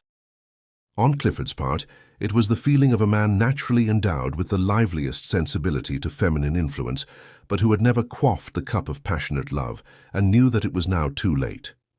He knew it, with the instinctive delicacy that had survived his intellectual decay. Thus his sentiment for Phoebe, without being paternal, was not less chaste than if she had been his daughter. He was a man, it is true, and recognized her as a woman. She was his only representative of womankind.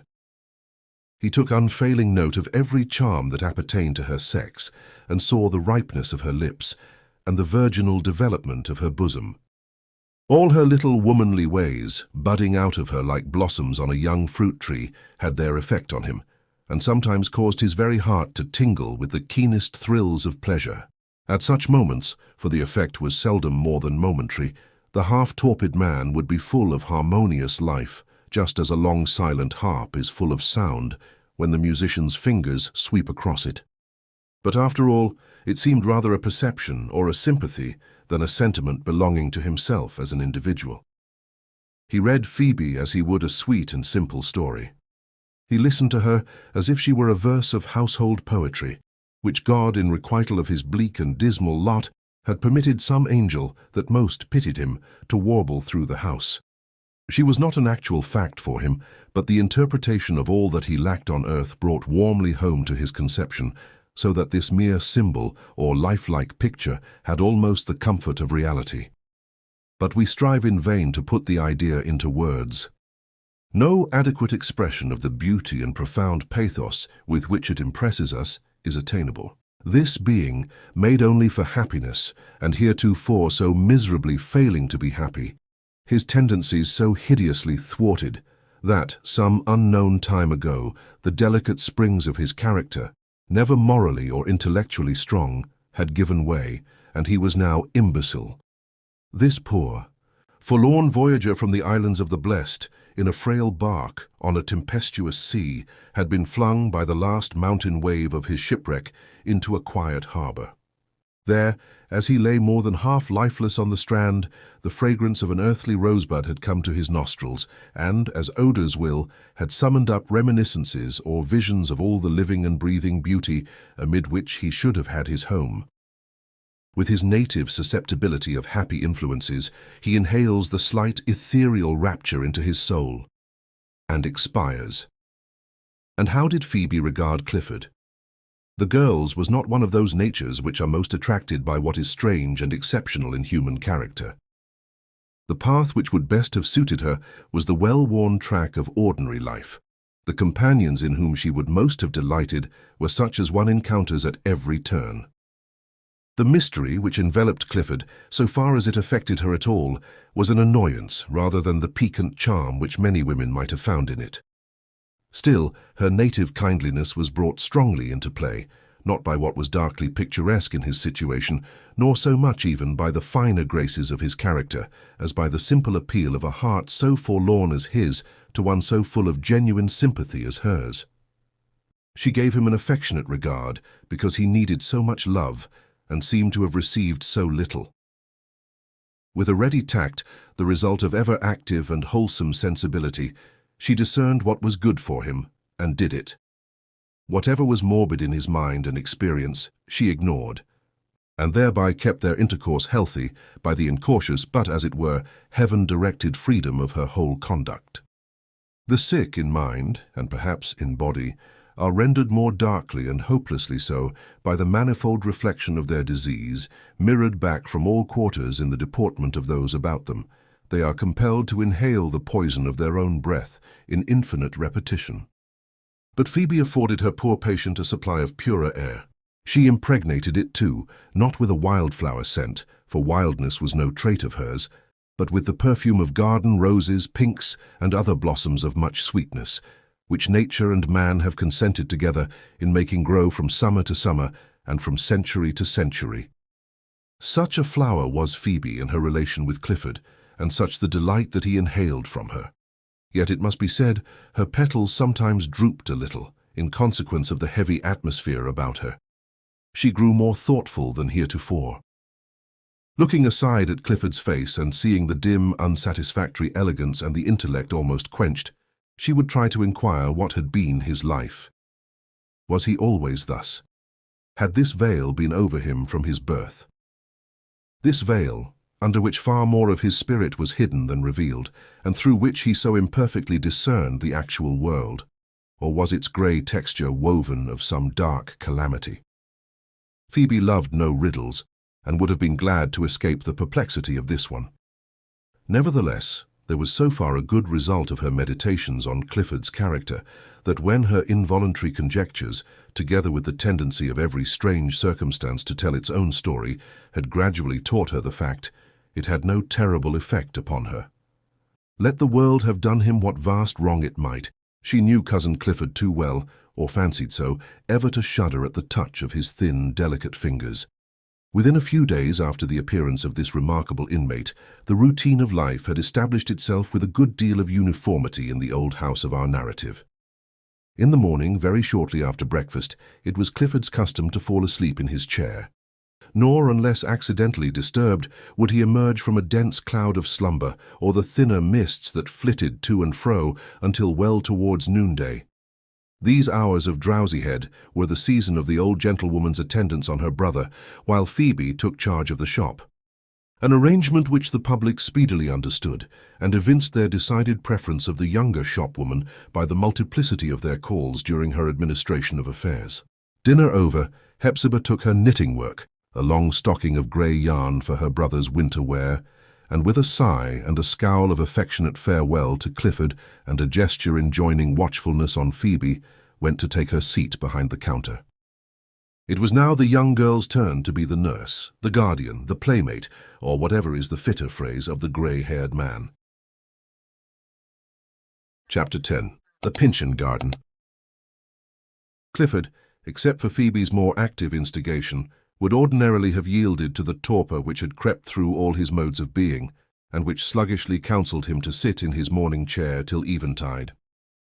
But the girl seldom failed to propose a removal to the garden, where Uncle Venner and the Daguerreotypist had made such repairs on the roof of the ruinous arbour or summer-house that it was now a sufficient shelter from sunshine and casual showers. The hop-vine, too, had begun to grow luxuriantly over the sides of the little edifice, and made an interior of verdant seclusion, with innumerable peeps and glimpses into the wider solitude of the garden. Here, sometimes, in this green play-place of flickering light, Phoebe read to Clifford. Her acquaintance, the artist, who appeared to have a literary turn, had supplied her with works of fiction in pamphlet form, and a few volumes of poetry, in altogether a different style and taste from those which Hepzibah selected for his amusement. Small thanks were due to the books, however, if the girl's readings were in any degree more successful than her elderly cousin's. Phoebe's voice had always a pretty music in it, and could either enliven Clifford by its sparkle and gaiety of tone, or soothe him by a continued flow of pebbly and brook-like cadences. But the fictions, in which the country girl, unused to works of that nature, often became deeply absorbed, interested her strange auditor very little, or not at all. Pictures of life, scenes of passion or sentiment, wit, humour and pathos were all thrown away, or worse than thrown away, on Clifford, either because he lacked an experience by which to test their truth, or because his own griefs were a touchstone of reality that few feigned emotions could withstand. When Phoebe broke into a peal of merry laughter at what she read, he would now and then laugh for sympathy, but oftener respond with a troubled, questioning look. If a tear, a maiden's sunshiny tear over imaginary woe, dropped upon some melancholy page, Clifford either took it as a token of actual calamity, or else grew peevish and angrily motioned her to close the volume. And wisely, too. Is not the world sad enough, in genuine earnest, without making a pastime of mock sorrows? With poetry it was rather better. He delighted in the swell and subsidence of the rhythm and the happily recurring rhyme. Nor was Clifford incapable of feeling the sentiment of poetry, not perhaps where it was highest or deepest, but where it was most flitting and ethereal. It was impossible to foretell in what exquisite verse the awakening spell might lurk. But on raising her eyes from the page to Clifford's face, Phoebe would be made aware, by the light breaking through it, that a more delicate intelligence than her own had caught a lambent flame from what she read. One glow of this kind, however, was often the precursor of gloom for many hours afterward, because when the glow left him, he seemed conscious of a missing sense and power, and groped about for them, as if a blind man should go seeking his lost eyesight. It pleased him more, and was better for his inward welfare, that Phoebe should talk and make passing occurrences vivid to his mind by her accompanying description and remarks. The life of the garden offered topics enough for such discourse as suited Clifford best. He never failed to inquire what flowers had bloomed since yesterday. His feeling for flowers was very exquisite, and seemed not so much a taste as an emotion. He was fond of sitting with one in his hand, intently observing it and looking from its petals into Phoebe's face, as if the garden flower were the sister of the household maiden. Not merely was there a delight in the flower's perfume, or pleasure in its beautiful form, and the delicacy or brightness of its hue, but Clifford's enjoyment was accompanied with a perception of life, character, and individuality that made him love these blossoms of the garden, as if they were endowed with sentiment and intelligence. This affection and sympathy for flowers is almost exclusively a woman's trait. Men, if endowed with it by nature, soon lose, forget, and learn to despise it in their contact with coarser things than flowers. Clifford, too, had long forgotten it, but found it again now, as he slowly revived from the chill torpor of his life. It is wonderful how many pleasant incidents continually came to pass in that secluded garden spot, when once Phoebe had set herself to look for them. She had seen or heard a bee there on the first day of her acquaintance with the place. And often, almost continually indeed, since then, the bees kept coming thither, heaven knows why, or by what pertinacious desire, for far-fetched sweets, when no doubt there were broad clover fields and all kinds of garden growth much nearer home than this. Thither the bees came, however, and plunged into the squash blossoms as if there were no other squash vines within a long day's flight, or as if the soil of Hepzibah's garden gave its productions just the very quality which these laborious little wizards wanted in order to impart the hymettus odour to their whole hive of New England honey. When Clifford heard their sunny, buzzing murmur in the heart of the great yellow blossoms, he looked about him with a joyful sense of warmth and blue sky and green grass, and of God's free air in the whole height, from earth to heaven. After all, there need be no question why the bees came to that one green nook in the dusty town. God sent them thither to gladden our poor Clifford. They brought the rich summer with them, in requital of a little honey. When the bean vines began to flower on the poles, there was one particular variety which bore a vivid scarlet blossom. The Daguerreotypist had found these beans in a garret over one of the Seven Gables, treasured up in an old chest of drawers by some horticultural Pyncheon of days gone by, who doubtless meant to sow them the next summer, but was himself first sown in Death's garden ground. By way of testing whether there were still a living germ in such ancient seeds, Holgrave had planted some of them, and the result of his experiment was a splendid row of bean vines clambering early to the full height of the poles and arraying them from top to bottom in a spiral profusion of red blossoms. And, ever since the unfolding of the first bud, a multitude of hummingbirds had been attracted thither. At times it seemed as if for every one of the 100 blossoms there was one of these tiniest fowls of the air, a thumb's bigness of burnished plumage hovering and vibrating about the bean-poles. It was with indescribable interest, and even more than childish delight, that Clifford watched the hummingbirds. He used to thrust his head softly out of the arbour to see them the better, all the while too motioning Phoebe to be quiet and snatching glimpses of the smile upon her face so as to heap his enjoyment up the higher with her sympathy. He had not merely grown young, he was a child again. Hepzibah, whenever she happened to witness one of these fits of miniature enthusiasm, would shake her head, with a strange mingling of the mother and sister, and of pleasure and sadness in her aspect. She said that it had always been thus with Clifford when the hummingbirds came, always from his babyhood, and that his delight in them had been one of the earliest tokens by which he showed his love for beautiful things. And it was a wonderful coincidence, the good lady thought, that the artist should have planted these scarlet flowering beans, which the hummingbirds sought far and wide, and which had not grown in the Pyncheon garden before for 40 years, on the very summer of Clifford's return.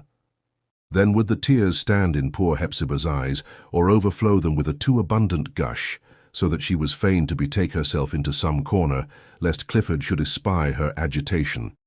Indeed, all the enjoyments of this period were provocative of tears. Coming so late as it did, it was a kind of Indian summer, with a mist in its balmiest sunshine, and decay and death in its gaudiest delight. The more Clifford seemed to taste the happiness of a child, the sadder was the difference to be recognized.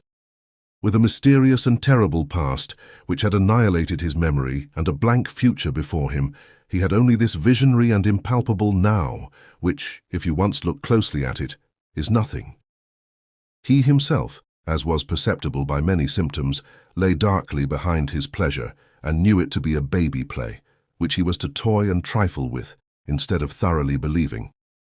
Clifford saw, it may be, in the mirror of his deeper consciousness, that he was an example and representative of that great class of people whom an inexplicable providence is continually putting at cross purposes with the world, breaking what seems its own promise in their nature, withholding their proper food, and setting poison before them for a banquet, and thus, when it might so easily, as one would think, have been adjusted otherwise, making their existence a strangeness, a solitude, and torment.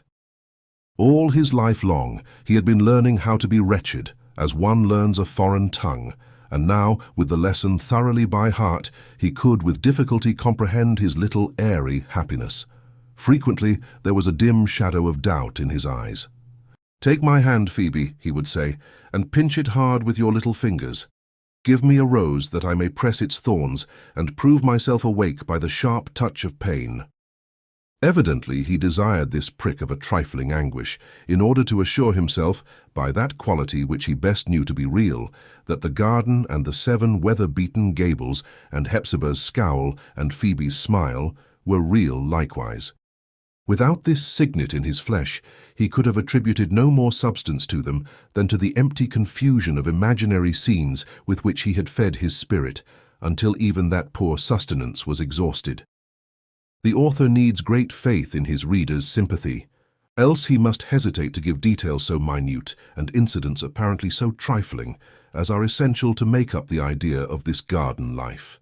It was the Eden of a thunder-smitten Adam, who had fled for refuge thither out of the same dreary and perilous wilderness into which the original Adam was expelled. One of the available means of amusement, of which Phoebe made the most in Clifford's behalf, was that feathered society, the hens, a breed of whom, as we have already said, was an immemorial heirloom in the Pyncheon family. In compliance with a whim of Clifford, as it troubled him to see them in confinement, they had been set at liberty, and now roamed at will about the garden, doing some little mischief, but hindered from escape by buildings on 3 sides and the difficult peaks of a wooden fence on the other.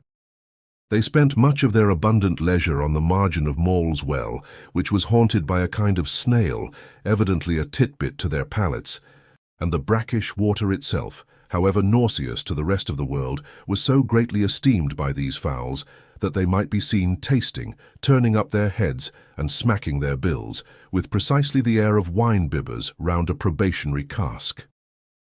Their generally quiet, yet often brisk and constantly diversified talk, one to another, or sometimes in soliloquy, as they scratched worms out of the rich black soil, or pecked at such plants as suited their taste, had such a domestic tone that it was almost a wonder why you could not establish a regular interchange of ideas about household matters, human and gallinaceous. All hens are well worth studying for the piquancy and rich variety of their manners, but by no possibility can there have been other fowls of such odd appearance and deportment as these ancestral ones. They probably embodied the traditionary peculiarities of their whole line of progenitors, derived through an unbroken succession of eggs.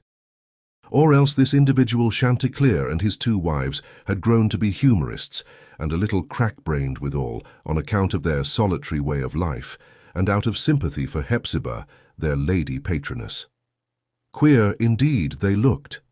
Chanticleer himself, though stalking on 2 stilt-like legs, with the dignity of interminable descent in all his gestures, was hardly bigger than an ordinary partridge.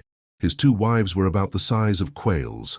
And as for the one chicken, it looked small enough to be still in the egg, and at the same time sufficiently old, withered, wizened, and experienced to have been founder of the antiquated race.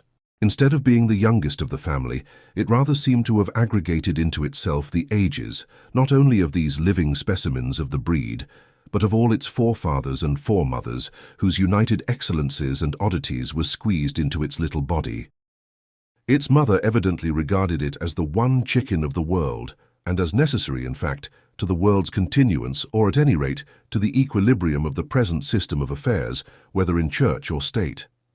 No lesser sense of the infant fowl's importance could have justified, even in a mother's eyes, the perseverance with which she watched over its safety, ruffling her small person to twice its proper size, and flying in everybody's face that so much as looked towards her hopeful progeny. No lower estimate could have vindicated the indefatigable zeal with which she scratched, and her unscrupulousness in digging up the choicest flower or vegetable for the sake of the fat earthworm at its root. Her nervous cluck when the chicken happened to be hidden in the long grass or under the squash leaves, her gentle croak of satisfaction while sure of it beneath her wing, her note of ill-concealed fear and obstreperous defiance when she saw her arch-enemy, a neighbour's cat, on the top of the high fence. One or other of these sounds was to be heard at almost every moment of the day. By degrees, the observer came to feel nearly as much interest in this chicken of illustrious race as the mother hen did. Phoebe, after getting well acquainted with the old hen, was sometimes permitted to take the chicken in her hand, which was quite capable of grasping its cubic inch or 2 of body. While she curiously examined its hereditary marks, the peculiar speckle of its plumage, the funny tuft on its head, and a knob on each of its legs, the little biped, as she insisted, kept giving her a sagacious wink. The Daguerreotypist once whispered her that these marks betokened the oddities of the Pyncheon family, and that the chicken itself was a symbol of the life of the old house, embodying its interpretation likewise, although an unintelligible one, as such clues generally are. It was a feathered riddle, a mystery hatched out of an egg, and just as mysterious as if the egg had been addle. The second of Chanticleer's 2 wives, ever since Phoebe's arrival, had been in a state of heavy despondency, caused, as it afterwards appeared, by her inability to lay an egg. One day, however, by her self-important gait, the sideways turn of her head, and the cock of her eye, as she pried into one and another nook of the garden, croaking to herself all the while with inexpressible complacency, it was made evident that this identical hen, much as mankind undervalued her, carried something about her person the worth of which was not to be estimated either in gold or precious stones. Shortly after, there was a prodigious cackling and gratulation of Chanticleer and all his family, including the wizened chicken, who appeared to understand the matter quite as well as did his sire, his mother, or his aunt. That afternoon, Phoebe found a diminutive egg, not in the regular nest, it was far too precious to be trusted there, but cunningly hidden under the currant bushes on some dry stalks of last year's grass. Hepzibah, on learning the fact, took possession of the egg and appropriated it to Clifford's breakfast on account of a certain delicacy of flavor, for which, as she affirmed, these eggs had always been famous. Thus unscrupulously did the old gentlewoman sacrifice the continuance, perhaps, of an ancient feathered race, with no better end than to supply her brother with a dainty that hardly filled the bowl of a teaspoon. It must have been in reference to this outrage that Chanticleer, the next day, accompanied by the bereaved mother of the egg, took his post in front of Phoebe and Clifford, and delivered himself of a harangue that might have proved as long as his own pedigree, but for a fit of merriment on Phoebe's part. Hereupon, the offended fowl stalked away on his long stilts, and utterly withdrew his notice from Phoebe and the rest of human nature, until she made her peace with an offering of spice cake, which, next to snails, was the delicacy most in favor with his aristocratic taste. We linger too long, no doubt, beside this paltry rivulet of life that flowed through the garden of the Pyncheon house. But we deem it pardonable to record these mean incidents and poor delights, because they proved so greatly to Clifford's benefit. They had the earth smell in them, and contributed to give him health and substance. Some of his occupations wrought less desirably upon him. He had a singular propensity, for example, to hang over Maule's well and look at the constantly shifting phantasmagoria of figures produced by the agitation of the water over the mosaic work of colored pebbles at the bottom. He said that faces looked upward to him there, beautiful faces, arrayed in bewitching smiles, each momentary face so fair and rosy, and every smile so sunny that he felt wronged at its departure, until the same flitting witchcraft made a new one. But sometimes he would suddenly cry out, "The dark face gazes at me," and be miserable the whole day afterwards. Phoebe, when she hung over the fountain by Clifford's side, could see nothing of all this, neither the beauty nor the ugliness, but only the colored pebbles, looking as if the gush of the waters shook and disarranged them. And the dark face that so troubled Clifford was no more than the shadow thrown from a branch of one of the damson trees and breaking the inner light of Maule's well. The truth was, however, that his fancy, reviving faster than his will and judgment, and always stronger than they, created shapes of loveliness that were symbolic of his native character, and now and then a stern and dreadful shape that typified his fate. On Sundays, after Phoebe had been at church, for the girl had a church-going conscience and would hardly have been at ease had she missed either prayer, singing, sermon, or benediction, after church time, therefore, there was, ordinarily, a sober little festival in the garden. In addition to Clifford, Hepzibah, and Phoebe, 2 guests made up the company. One was the artist Holgrave, who, in spite of his consociation with reformers and his other queer and questionable traits, continued to hold an elevated place in Hepzibah's regard. The other, we are almost ashamed to say, was the venerable Uncle Venner in a clean shirt and a broadcloth coat, more respectable than his ordinary wear, inasmuch as it was neatly patched on each elbow, and might be called an entire garment, except for a slight inequality in the length of its skirts. Clifford, on several occasions, had seemed to enjoy the old man's intercourse, for the sake of his mellow, cheerful vein, which was like the sweet flavor of a frost-bitten apple, such as one picks up under the tree in December. A man at the very lowest point of the social scale was easier and more agreeable for the fallen gentleman to encounter than a person at any of the intermediate degrees. And moreover, as Clifford's young manhood had been lost, he was fond of feeling himself comparatively youthful now, in apposition with the patriarchal age of Uncle Venner.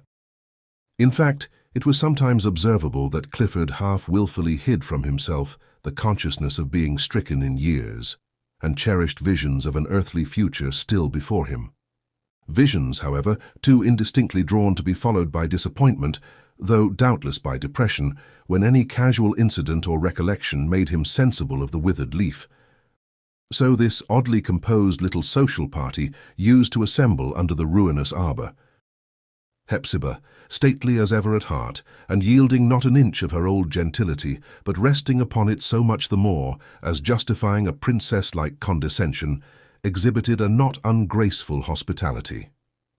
She talked kindly to the vagrant artist, and took sage counsel, lady as she was, with the wood-sawyer, the messenger of everybody's petty errands, the patched philosopher. And Uncle Venner, who had studied the world at street corners, and other posts equally well adapted for just observation, was as ready to give out his wisdom as a town pump to give water. "Miss Hepzibah, ma'am," said he once, after they had all been cheerful together, "I really enjoy these quiet little meetings of a Sabbath afternoon. They are very much like what I expect to have after I retire to my farm." "Uncle Venner," observed Clifford in a drowsy inward tone, "is always talking about his farm. But I have a better scheme for him by and by. We shall see." "Ah, Mr. Clifford Pyncheon," said the man of patches, "you may scheme for me as much as you please, but I'm not going to give up this one scheme of my own, even if I never bring it really to pass. It does seem to me that men make a wonderful mistake in trying to heap up property upon property. If I had done so, I should feel as if Providence was not bound to take care of me. And, at all events, the city wouldn't be. I'm one of those people who think that infinity is big enough for us all, and eternity long enough." "Why, so they are, Uncle Venner," remarked Phoebe after a pause, for she had been trying to fathom the profundity and appositeness of this concluding apothegm. "But for this short life of ours, one would like a house and a moderate garden spot of one's own." "It appears to me," said the Daguerreotypist, smiling, "that Uncle Venner has the principles of Fourier at the bottom of his wisdom. Only they have not quite so much distinctness in his mind as in that of the systematizing Frenchman." "Come, Phoebe," said Hepzibah, "it is time to bring the currants." And then, while the yellow richness of the declining sunshine still fell into the open space of the garden, Phoebe brought out a loaf of bread and a china bowl of currants, freshly gathered from the bushes and crushed with sugar. These with water, but not from the fountain of ill omen close at hand, constituted all the entertainment. Meanwhile, Holgrave took some pains to establish an intercourse with Clifford, actuated, it might seem, entirely by an impulse of kindliness, in order that the present hour might be cheerfuller than most which the poor recluse had spent or was destined yet to spend. Nevertheless, in the artist's deep, thoughtful, all-observant eyes, there was, now and then, an expression not sinister but questionable, as if he had some other interest in the scene than a stranger, a youthful and unconnected adventurer, might be supposed to have. With great mobility of outward mood, however, he applied himself to the task of enlivening the party, and with so much success that even dark-hued Hepzibah threw off one tint of melancholy and made what shift she could with the remaining portion. Phoebe said to herself, "How pleasant he can be." As for Uncle Venner, as a mark of friendship and approbation, he readily consented to afford the young man his countenance in the way of his profession, not metaphorically, be it understood, but literally by allowing a daguerreotype of his face, so familiar to the town, to be exhibited at the entrance of Holgrave's studio. Clifford, as the company partook of their little banquet, grew to be the gayest of them all. Either it was one of those up-quivering flashes of the spirit, to which minds in an abnormal state are liable, or else the artist had subtly touched some chord that made musical vibration. Indeed, what with the pleasant summer evening, and the sympathy of this little circle of not unkindly souls, it was perhaps natural that a character so susceptible as Clifford's should become animated and show itself readily responsive to what was said around him. But he gave out his own thoughts, likewise, with an airy and fanciful glow, so that they glistened, as it were, through the arbour, and made their escape among the interstices of the foliage. He had been as cheerful, no doubt, while alone with Phoebe, but never with such tokens of acute, although partial, intelligence. But as the sunlight left the peaks of the Seven Gables, so did the excitement fade out of Clifford's eyes. He gazed vaguely and mournfully about him, as if he missed something precious, and missed it the more drearily for not knowing precisely what it was. "I want my happiness," at last he murmured hoarsely and indistinctly, hardly shaping out the words. "Many, many years have I waited for it. It is late. It is late. I want my happiness. Alas, poor Clifford, you are old and worn with troubles that ought never to have befallen you. You are partly crazy and partly imbecile, A ruin, a failure, as almost everybody is, though some in less degree or less perceptibly than their fellows. Fate has no happiness in store for you, unless your quiet home in the old family residence with the faithful Hepzibah, and your long summer afternoons with Phoebe, and these Sabbath festivals with Uncle Venner and the Daguerreotypist deserve to be called happiness. Why not? If not the thing itself, it is marvelously like it, and the more so for that ethereal and intangible quality which causes it all to vanish at too close an introspection. Take it, therefore, while you may. Murmur not, question not, but make the most of it.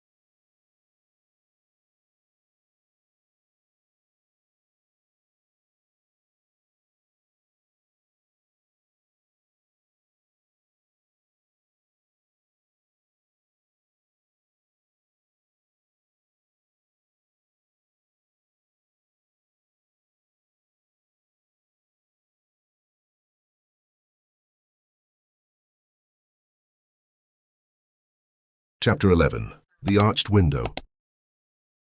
From the inertness, or what we may term the vegetative character, of his ordinary mood, Clifford would perhaps have been content to spend one day after another, interminably, or at least throughout the summertime, in just the kind of life described in the preceding pages.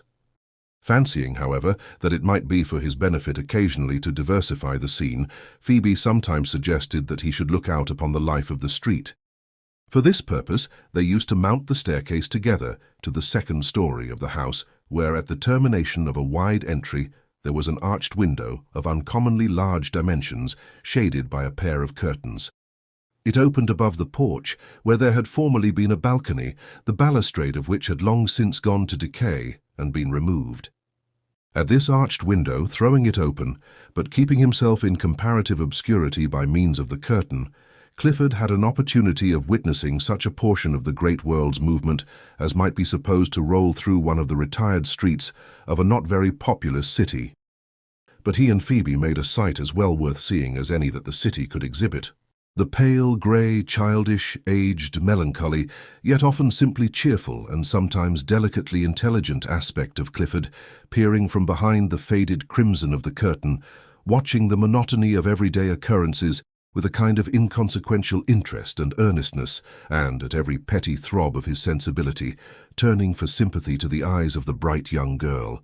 If once he were fairly seated at the window, even Pyncheon Street would hardly be so dull and lonely, but that somewhere or other along its extent Clifford might discover matter to occupy his eye and titillate, if not engross, his observation.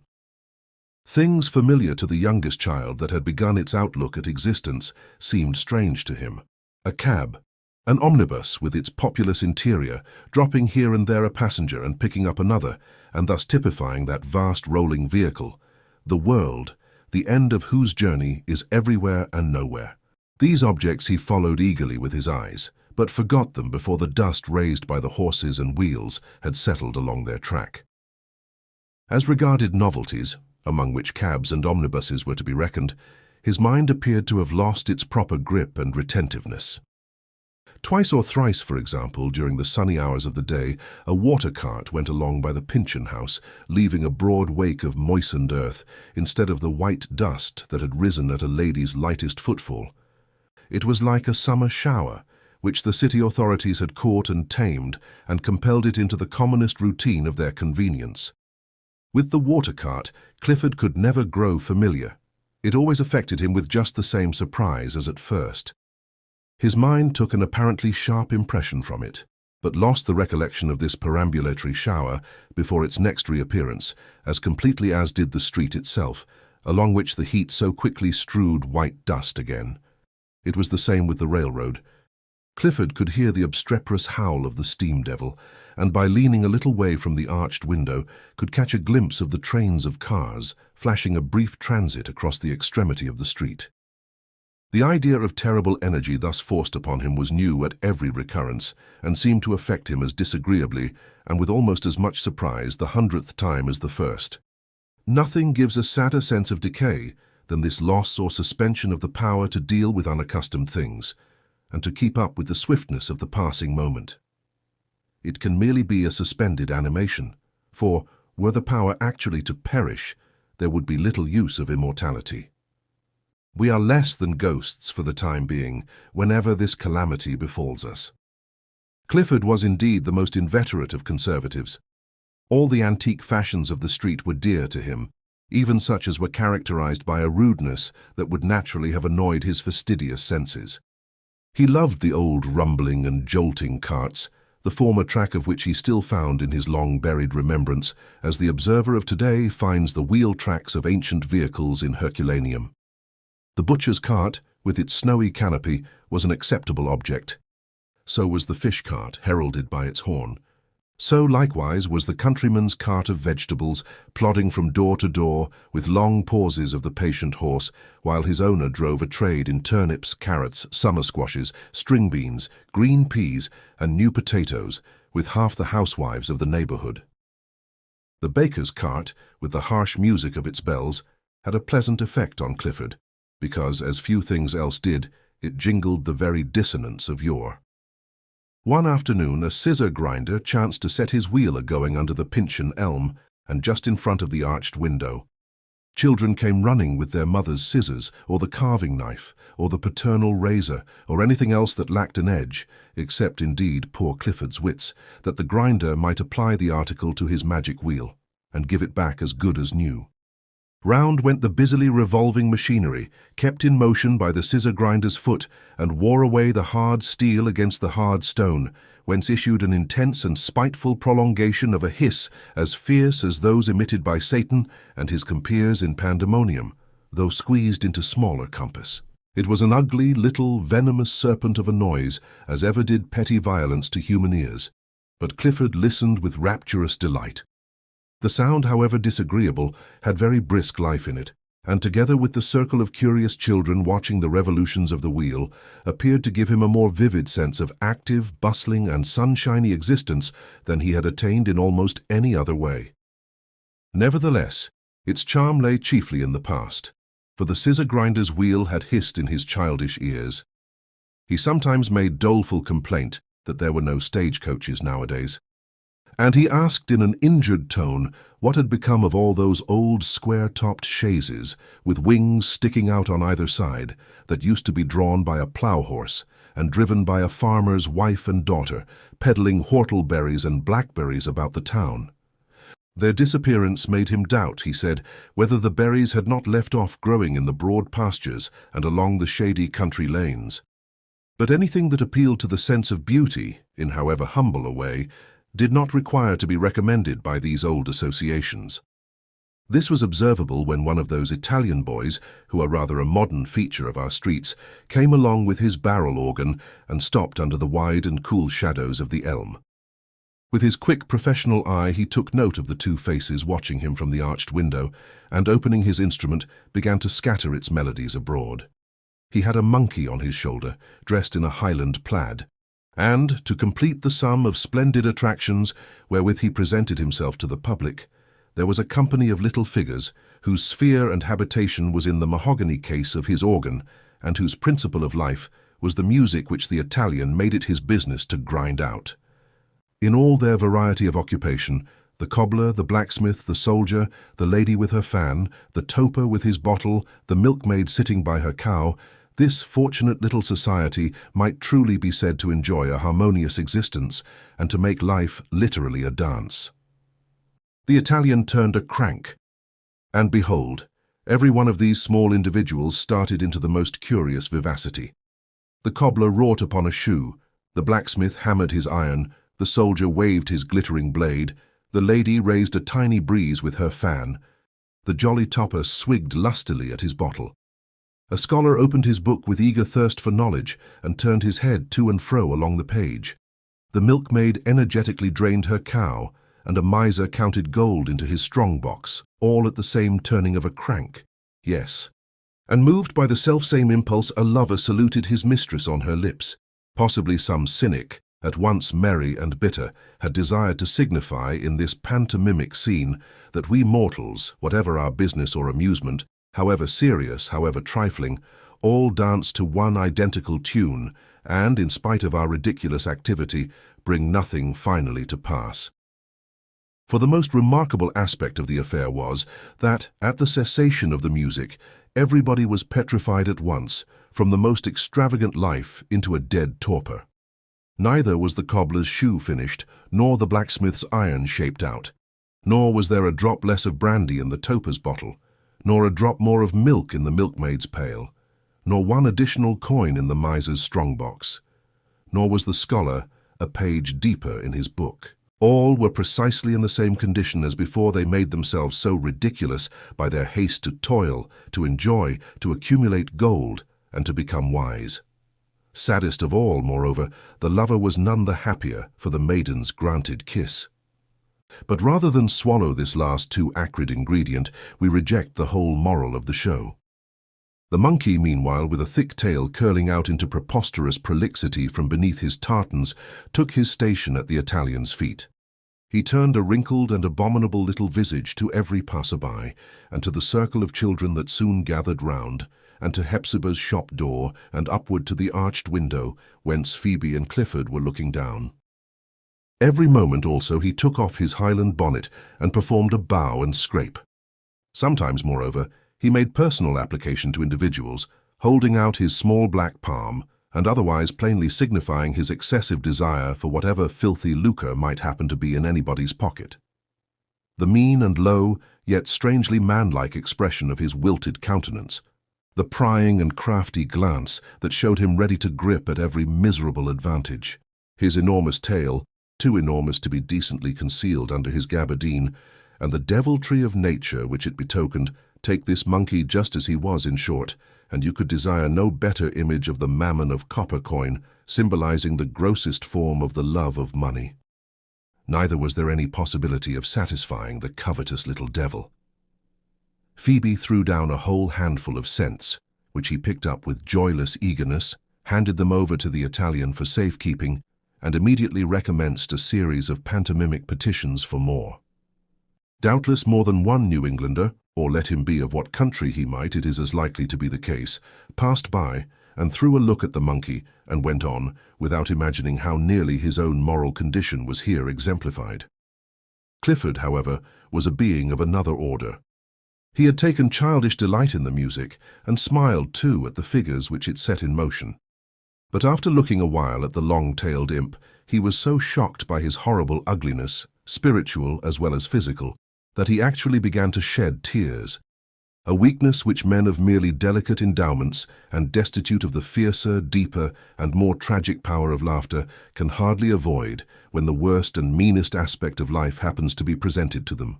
Pyncheon Street was sometimes enlivened by spectacles of more imposing pretensions than the above, and which brought the multitude along with them. With a shivering repugnance at the idea of personal contact with the world, a powerful impulse still seized on Clifford, whenever the rush and roar of the human tide grew strongly audible to him. This was made evident one day, when a political procession, with hundreds of flaunting banners and drums, fifes, clarions, and cymbals reverberating between the rows of buildings, marched all through town and trailed its length of trampling footsteps and most infrequent uproar past the ordinarily quiet house of the Seven Gables. As a mere object of sight, nothing is more deficient in picturesque features than a procession seen in its passage through narrow streets. The spectator feels it to be fool's play when he can distinguish the tedious commonplace of each man's visage, with the perspiration and weary self-importance on it, and the very cut of his pantaloons, and the stiffness or laxity of his shirt collar, and the dust on the back of his black coat. In order to become majestic, it should be viewed from some vantage point as it rolls its slow and long array through the center of a wide plain or the stateliest public square of a city. For then, by its remoteness, it melts all the petty personalities of which it is made up into one broad mass of existence, one great life, one collected body of mankind with a vast, homogeneous spirit animating it.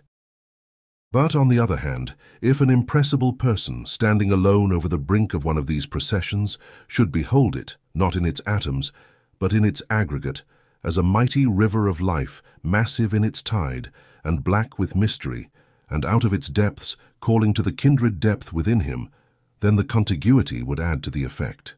It might so fascinate him that he would hardly be restrained from plunging into the surging stream of human sympathies. So it proved with Clifford. He shuddered. He grew pale. He threw an appealing look at Hepzibah and Phoebe, who were with him at the window. They comprehended nothing of his emotions and supposed him merely disturbed by the unaccustomed tumult. At last, with tremulous limbs, he started up, set his foot on the windowsill, and in an instant more would have been in the unguarded balcony. As it was, the whole procession might have seen him, a wild, haggard figure, his grey locks floating in the wind that waved their banners, a lonely being, estranged from his race, but now feeling himself man again by virtue of the irrepressible instinct that possessed him. Had Clifford attained the balcony, he would probably have leaped into the street. But whether impelled by the species of terror that sometimes urges its victim over the very precipice which he shrinks from, or by a natural magnetism tending towards the great center of humanity, it were not easy to decide. Both impulses might have wrought on him at once. But his companions, affrighted by his gesture, which was that of a man hurried away in spite of himself, seized Clifford's garment and held him back. Hepzibah shrieked. Phoebe, to whom all extravagance was a horror, burst into sobs and tears. "Clifford, Clifford, are you crazy?" cried his sister. "I hardly know, Hepzibah," said Clifford, drawing a long breath. "Fear nothing, it is over now, but had I taken that plunge and survived it, methinks it would have made me another man." Possibly in some sense Clifford may have been right. He needed a shock. Or perhaps he required to take a deep, deep plunge into the ocean of human life and to sink down and be covered by its profoundness, and then to emerge, sobered, invigorated, restored to the world and to himself. Perhaps again, he required nothing less than the great final remedy, death. A similar yearning to renew the broken links of brotherhood with his kind sometimes showed itself in a milder form, and once it was made beautiful by the religion that lay even deeper than itself. In the incident now to be sketched, there was a touching recognition on Clifford's part of God's care and love towards him, towards this poor, forsaken man who, if any mortal could, might have been pardoned for regarding himself as thrown aside, forgotten, and left to be the sport of some fiend whose playfulness was an ecstasy of mischief. It was the Sabbath morning, one of those bright, calm Sabbaths with its own hallowed atmosphere, when heaven seems to diffuse itself over the earth's face in a solemn smile, no less sweet than solemn. On such a Sabbath morn, were we pure enough to be its medium, we should be conscious of the earth's natural worship ascending through our frames on whatever spot of ground we stood. The church bells, with various tones but all in harmony, were calling out and responding to one another, "It is the Sabbath, the Sabbath! Yea, the Sabbath!" And over the whole city the bells scattered the blessed sounds, now slowly, now with livelier joy, now one bell alone, now all the bells together, crying earnestly, "It is the Sabbath," and flinging their accents afar off to melt into the air and pervade it with the holy word. The air with God's sweetest and tenderest sunshine in it was meet for mankind to breathe into their hearts and send it forth again as the utterance of prayer. Clifford sat at the window with Hepzibah, watching the neighbors as they stepped into the street. All of them, however unspiritual on other days, were transfigured by the Sabbath influence, so that their very garments, whether it were an old man's decent coat well brushed for the 1000th time, or a little boy's first sack and trousers finished yesterday by his mother's needle, had somewhat of the quality of ascension robes. Forth likewise from the portal of the old house stepped Phoebe, putting up her small green sunshade and throwing upward a glance and smile of parting kindness to the faces at the arched window.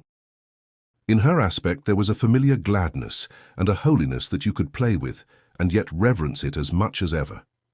She was like a prayer, offered up in the homeliest beauty of one's mother tongue. Fresh was Phoebe, moreover, and airy and sweet in her apparel, as if nothing that she wore, neither her gown nor her small straw bonnet nor her little kerchief, any more than her snowy stockings, had ever been put on before, or if worn, were all the fresher for it, and with a fragrance as if they had lain among the rosebuds. The girl waved her hand to Hepzibah and Clifford and went up the street, a religion in herself, warm, simple, true, with a substance that could walk on earth, and a spirit that was capable of heaven. "Hepzibah," asked Clifford, after watching Phoebe to the corner, "do you never go to church?" "No, Clifford," she replied, "not these many, many years." "Were I to be there," he rejoined, "it seems to me that I could pray once more when so many human souls were praying all around me." She looked into Clifford's face and beheld there a soft, natural effusion, for his heart gushed out, as it were, and ran over at his eyes, in delightful reverence for God and kindly affection for his human brethren. The emotion communicated itself to Hepzibah. She yearned to take him by the hand and go and kneel down, they two together, both so long separate from the world and, as she now recognized, scarcely friends with him above, to kneel down among the people and be reconciled to God and man at once. "Dear brother," said she earnestly, "let us go. We belong nowhere. We have not a foot of space in any church to kneel upon, but let us go to some place of worship, even if we stand in the broad aisle. Poor and forsaken as we are, some pew door will be opened to us." So Hepzibah and her brother made themselves ready as they could in the best of their old-fashioned garments, which had hung on pegs or been laid away in trunks, so long that the dampness and mouldy smell of the past was on them, made themselves ready in their faded bettermost to go to church. They descended the staircase together, gaunt, sallow Hepzibah and pale, emaciated, age-stricken Clifford. They pulled open the front door and stepped across the threshold, and felt, both of them, as if they were standing in the presence of the whole world, and with mankind's great and terrible eye on them alone. The eye of their father seemed to be withdrawn, and gave them no encouragement. The warm, sunny air of the street made them shiver. Their hearts quaked within them at the idea of taking one step farther. "It cannot be, Hepzibah." "It is too late," said Clifford with deep sadness. "We are ghosts. We have no right among human beings, no right anywhere but in this old house which has a curse on it, and which therefore we are doomed to haunt. And besides," he continued, with a fastidious sensibility inalienably characteristic of the man, "it would not be fit nor beautiful to go. It is an ugly thought that I should be frightful to my fellow beings, and that children would cling to their mothers' gowns at sight of me." They shrank back into the dusky passageway and closed the door.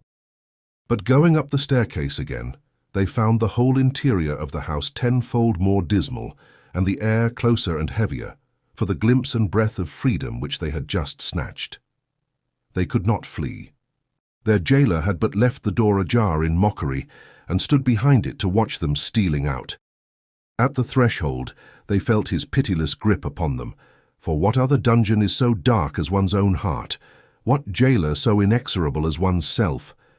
But it would be no fair picture of Clifford's state of mind were we to represent him as continually or prevailingly wretched. On the contrary, there was no other man in the city, we are bold to affirm, of so much as half his years, who enjoyed so many lightsome and griefless moments as himself. He had no burden of care upon him. There were none of those questions and contingencies with the future to be settled which wear away all other lives and render them not worth having by the very process of providing for their support. In this respect, he was a child for the whole term of his existence, be it long or short. Indeed, his life seemed to be standing still at a period little in advance of childhood, and to cluster all his reminiscences about that epoch, just as, after the torpor of a heavy blow, the sufferer's reviving consciousness goes back to a moment considerably behind the accident that stupefied him. He sometimes told Phoebe and Hepzibah his dreams, in which he invariably played the part of a child, or a very young man. So vivid were they in his relation of them, that he once held a dispute with his sister as to the particular figure or print of a chintz morning dress which he had seen their mother wear in the dream of the preceding night. Hepzibah, piquing herself on a woman's accuracy in such matters, held it to be slightly different from what Clifford described, but producing the very gown from an old trunk, it proved to be identical with his remembrance of it. Had Clifford, every time that he emerged out of dreams so lifelike, undergone the torture of transformation from a boy into an old and broken man, the daily recurrence of the shock would have been too much to bear. It would have caused an acute agony to thrill from the morning twilight all the day through until bedtime, and even then would have mingled a dull, inscrutable pain and pallid hue of misfortune with the visionary bloom and adolescence of his slumber. But the nightly moonshine interwove itself with the morning mist and enveloped him as in a robe, which he hugged about his person and seldom let realities pierce through. He was not often quite awake, but slept open-eyed and perhaps fancied himself most dreaming then. Thus, lingering always so near his childhood, he had sympathies with children and kept his heart the fresher thereby, like a reservoir into which rivulets were pouring not far from the fountainhead. Though prevented by a subtle sense of propriety from desiring to associate with them, he loved few things better than to look out of the arched window and see a little girl driving her hoop along the sidewalk, or schoolboys at a game of ball. Their voices also were very pleasant to him, heard at a distance, all swarming and intermingling together as flies do in a sunny room. Clifford would, doubtless, have been glad to share their sports. One afternoon he was seized with an irresistible desire to blow soap bubbles, an amusement, as Hepzibah told Phoebe apart, that had been a favorite one with her brother when they were both children. Behold him, therefore, at the arched window with an earthen pipe in his mouth. Behold him with his grey hair and a wan, unreal smile over his countenance, where still hovered a beautiful grace, which his worst enemy must have acknowledged to be spiritual and immortal, since it had survived so long. Behold him, scattering airy spheres abroad from the window into the street. Little impalpable worlds were those soap bubbles, with the big world depicted, in hues bright as imagination, on the nothing of their surface. It was curious to see how the passers-by regarded these brilliant fantasies as they came floating down and made the dull atmosphere imaginative about them. Some stopped to gaze, and perhaps carried a pleasant recollection of the bubbles onward as far as the street corner. Some looked angrily upward, as if poor Clifford wronged them by setting an image of beauty afloat so near their dusty pathway. A great many put out their fingers or their walking sticks to touch withal, and were perversely gratified, no doubt, when the bubble, with all its pictured earth and sky scene, vanished as if it had never been. At length, just as an elderly gentleman of very dignified presence happened to be passing, a large bubble sailed majestically down and burst right against his nose. He looked up, at first with a stern, keen glance, which penetrated at once into the obscurity behind the arched window, then with a smile which might be conceived as diffusing a dog-day sultriness for the space of several yards about him. "Aha, cousin Clifford!" cried Judge Pyncheon. "What?" Still blowing soap bubbles. The tone seemed as if meant to be kind and soothing, but yet had a bitterness of sarcasm in it. As for Clifford, an absolute palsy of fear came over him. Apart from any definite cause of dread which his past experience might have given him, he felt that native and original horror of the excellent judge which is proper to a weak, delicate, and apprehensive character in the presence of massive strength. Strength is incomprehensible by weakness, and therefore the more terrible. There is no greater bugbear than a strong-willed relative in the circle of his own connections. Chapter 12. The Daguerreotypist. It must not be supposed that the life of a personage naturally so active as Phoebe could be wholly confined within the precincts of the old Pyncheon house. Clifford's demands upon her time were usually satisfied, in those long days, considerably earlier than sunset. Quiet as his daily existence seemed, it nevertheless drained all the resources by which he lived. It was not physical exercise that overwearied him, for except that he sometimes wrought a little with a hoe, or paced the garden walk, or in rainy weather traversed a large unoccupied room, it was his tendency to remain only too quiescent as regarded any toil of the limbs and muscles. But either there was a smouldering fire within him that consumed his vital energy, or the monotony that would have dragged itself with benumbing effect over a mind differently situated was no monotony to Clifford. Possibly he was in a state of second growth and recovery, and was constantly assimilating nutriment for his spirit and intellect from sights, sounds, and events which passed as a perfect void to persons more practiced with the world.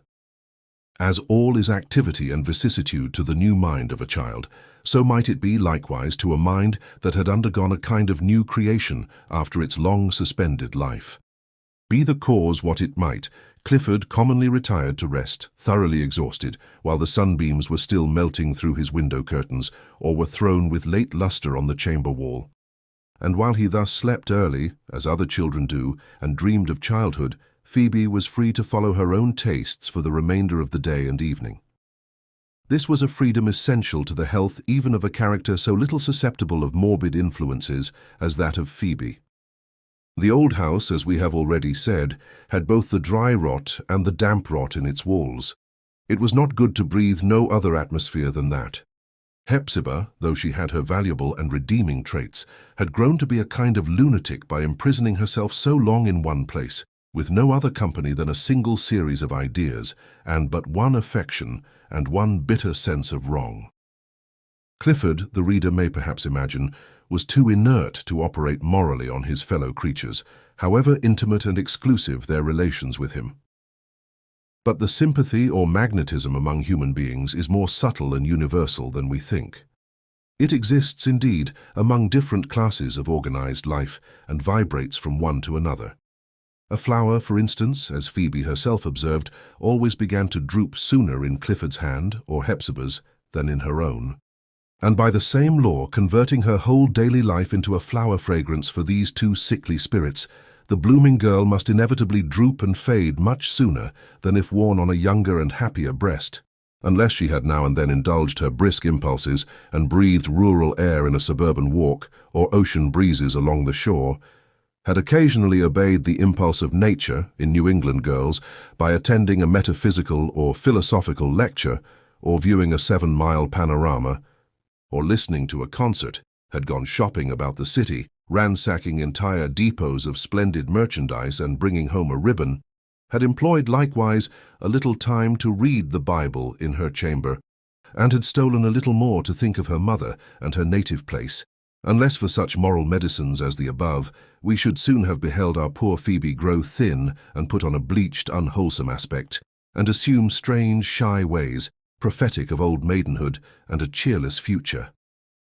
Even as it was, a change grew visible, a change partly to be regretted, although whatever charm it infringed upon was repaired by another, perhaps more precious.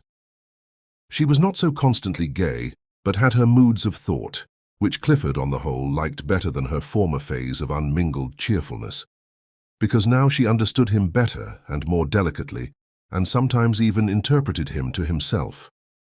Her eyes looked larger and darker and deeper, so deep, at some silent moments, that they seemed like artesian wells, down, down, into the infinite. She was less girlish than when we first beheld her alighting from the omnibus, less girlish, but more a woman. The only youthful mind with which Phoebe had an opportunity of frequent intercourse was that of the Daguerreotypist.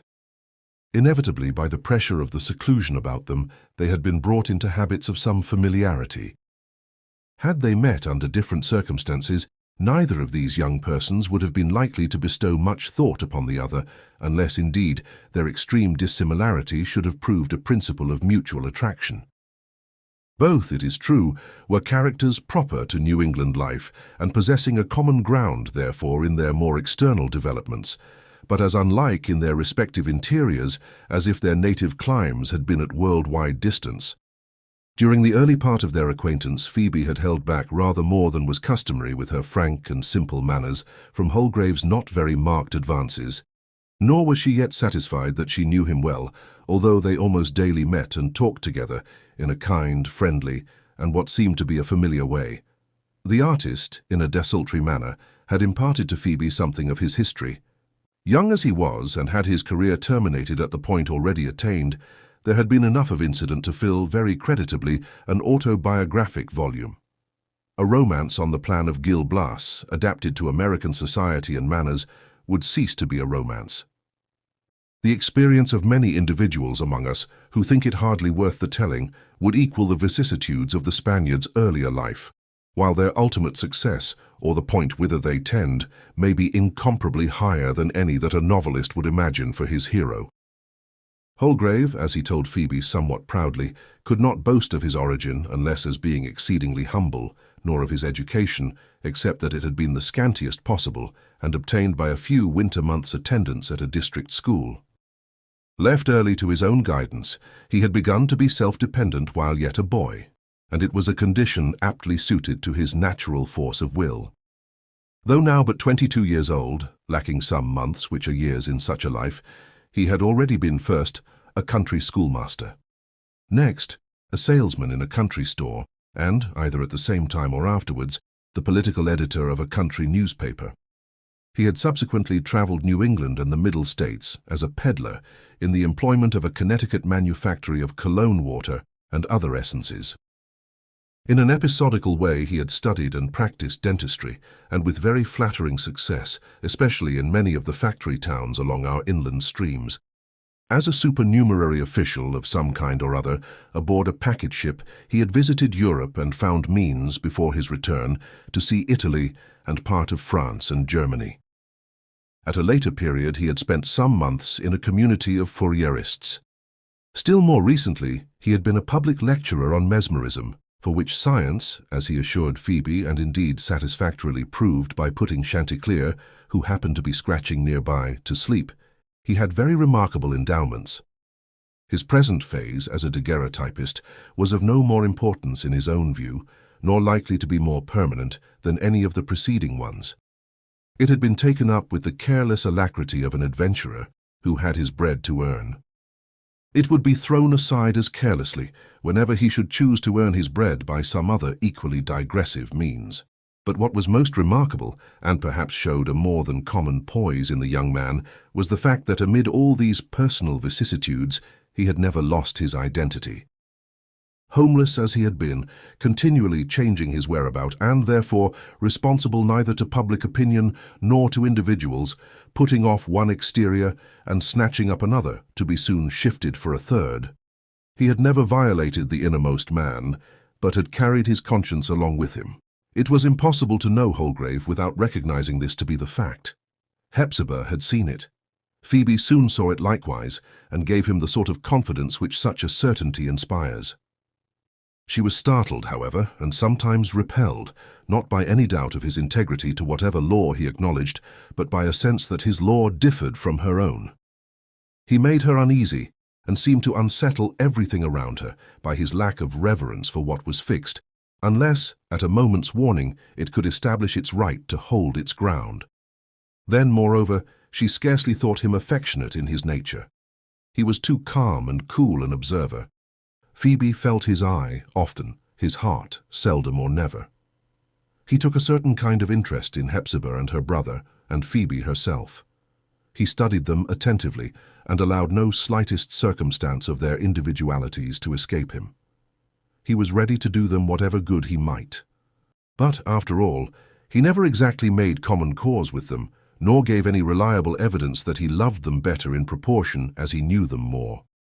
In his relations with them, he seemed to be in quest of mental food, not heart sustenance. Phoebe could not conceive what interested him so much in her friends and herself, intellectually, since he cared nothing for them, or comparatively so little as objects of human affection. Always in his interviews with Phoebe, the artist made a special inquiry as to the welfare of Clifford, whom, except at the Sunday festival, he seldom saw. "Does he still seem happy?" he asked one day. "As happy as a child," answered Phoebe, "but, like a child too, very easily disturbed." "How disturbed?" inquired Holgrave. "By things without, or by thoughts within?" "I cannot see his thoughts." "How should I?" replied Phoebe with simple piquancy. "Very often his humor changes without any reason that can be guessed at, just as a cloud comes over the sun. Latterly, since I have begun to know him better, I feel it to be not quite right to look closely into his moods. He has had such a great sorrow that his heart is made all solemn and sacred by it. When he is cheerful, when the sun shines into his mind, then I venture to peep in, just as far as the light reaches, but no further. It is holy ground where the shadow falls." "How prettily you express this sentiment," said the artist. "I can understand the feeling, without possessing it. Had I your opportunities, no scruples would prevent me from fathoming Clifford to the full depth of my plummet line." "How strange that you should wish it," remarked Phoebe involuntarily. "What is Cousin Clifford to you?" "Oh, nothing. Of course, nothing," answered Holgrave with a smile. "Only this is such an odd and incomprehensible world. The more I look at it, the more it puzzles me, and I begin to suspect that a man's bewilderment is the measure of his wisdom. Men and women, and children too, are such strange creatures, that one never can be certain that he really knows them, nor ever guess what they have been from what he sees them to be now. Judge Pyncheon Clifford, what a complex riddle, a complexity of complexities do they present. It requires intuitive sympathy, like a young girl's, to solve it. A mere observer like myself, who never have any intuitions, and am at best only subtle and acute, is pretty certain to go astray." The artist now turned the conversation to themes less dark than that which they had touched upon. Phoebe and he were young together, nor had Holgrave, in his premature experience of life, wasted entirely that beautiful spirit of youth, which, gushing forth from one small heart and fancy, may diffuse itself over the universe, making it all as bright as on the first day of creation. Man's own youth is the world's youth. At least he feels as if it were, and imagines that the earth's granite substance is something not yet hardened, and which he can mould into whatever shape he likes. So it was with Holgrave. He could talk sagely about the world's old age, but never actually believed what he said. He was a young man still, and therefore looked upon the world, that grey-bearded and wrinkled profligate, decrepit without being venerable, as a tender stripling, capable of being improved into all that it ought to be, but scarcely yet had shown the remotest promise of becoming. He had that sense, or inward prophecy, which a young man had better never have been born than not to have, and a mature man had better die at once than utterly to relinquish, that we are not doomed to creep on forever in the old bad way, but that this very now there are the harbingers abroad of a golden era, to be accomplished in his own lifetime. It seemed to Holgrave, as doubtless it has seemed to the hopeful of every century since the epoch of Adam's grandchildren, that in this age, more than ever before, the moss-grown and rotten past is to be torn down, and lifeless institutions to be thrust out of the way, and their dead corpses buried, and everything to begin anew. As to the main point, may we never live to doubt it, as to the better centuries that are coming, the artist was surely right. His error lay in supposing that this age, more than any past or future one, is destined to see the tattered garments of antiquity exchanged for a new suit, instead of gradually renewing themselves by patchwork. In applying his own little lifespan as the measure of an interminable achievement.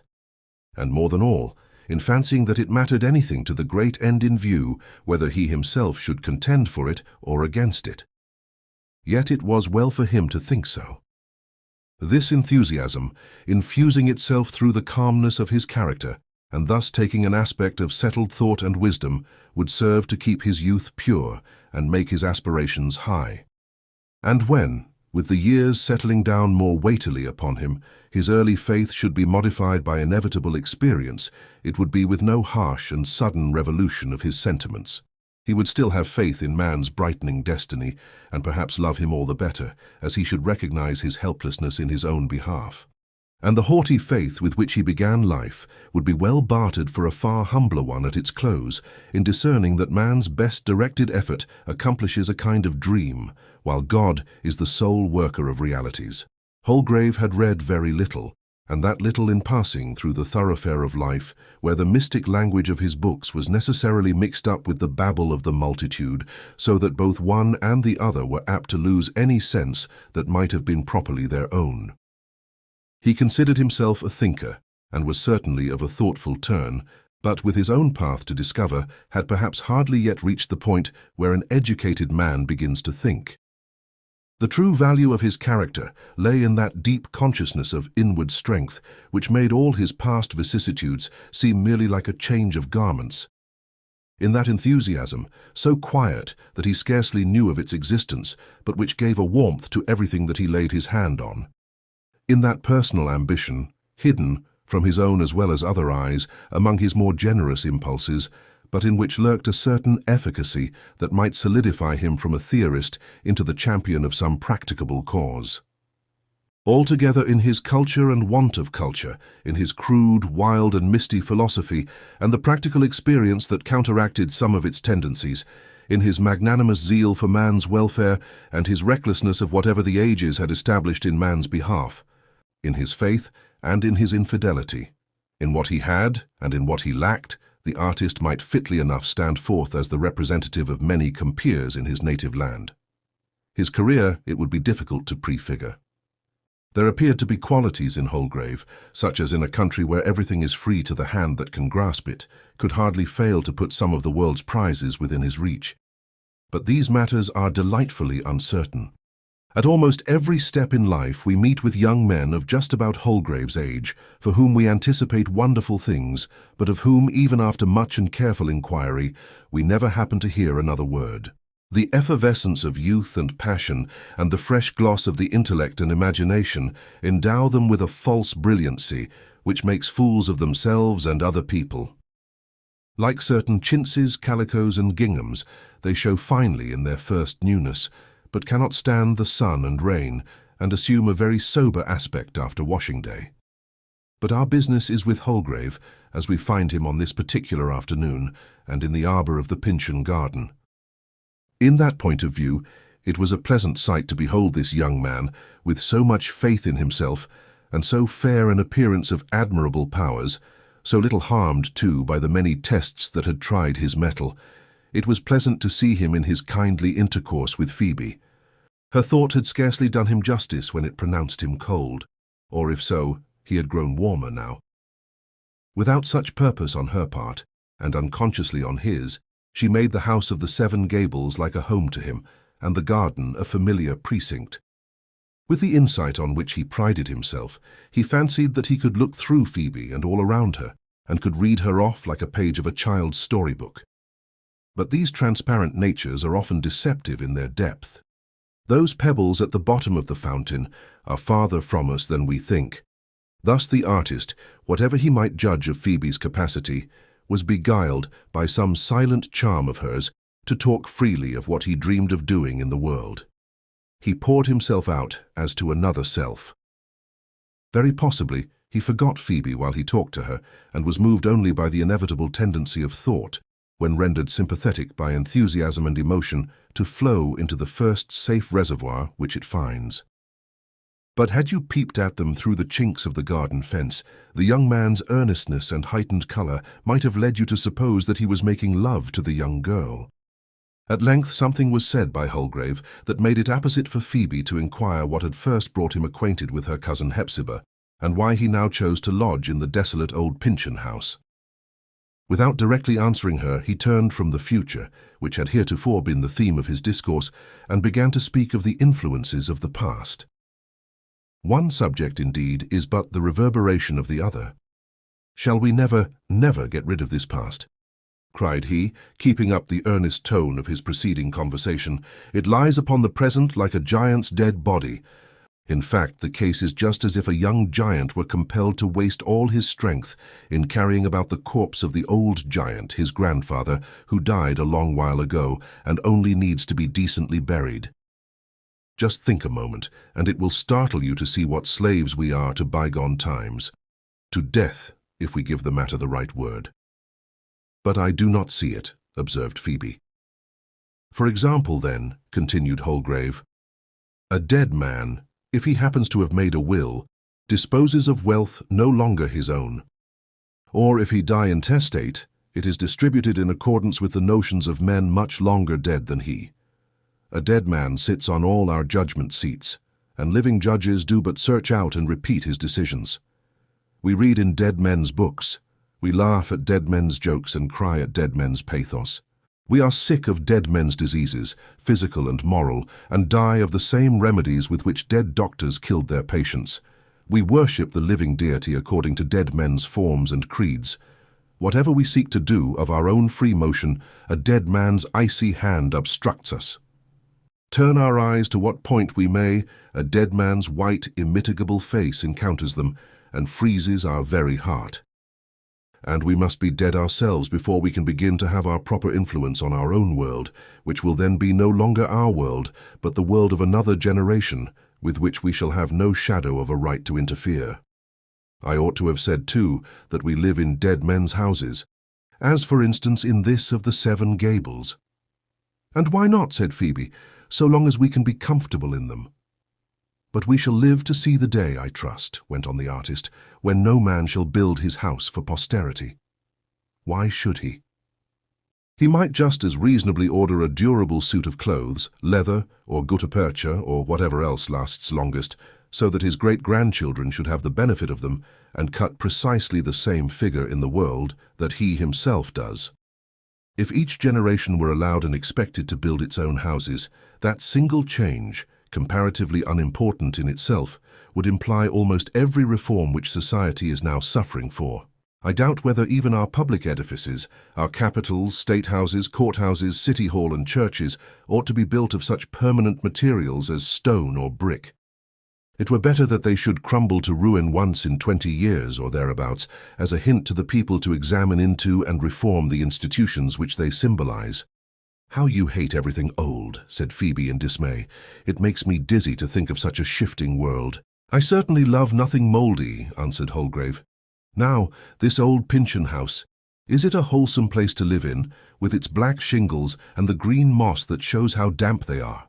Its dark, low-studded rooms, its grime and sordidness, which are the crystallization on its walls of the human breath that has been drawn and exhaled here in discontent and anguish?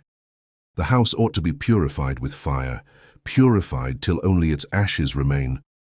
"Then why do you live in it?" asked Phoebe, a little piqued. "Oh, I am pursuing my studies here. Not in books, however," replied Holgrave. "The house, in my view, is expressive of that odious and abominable past, with all its bad influences, against which I have just been declaiming. I dwell in it for a while, that I may know the better how to hate it.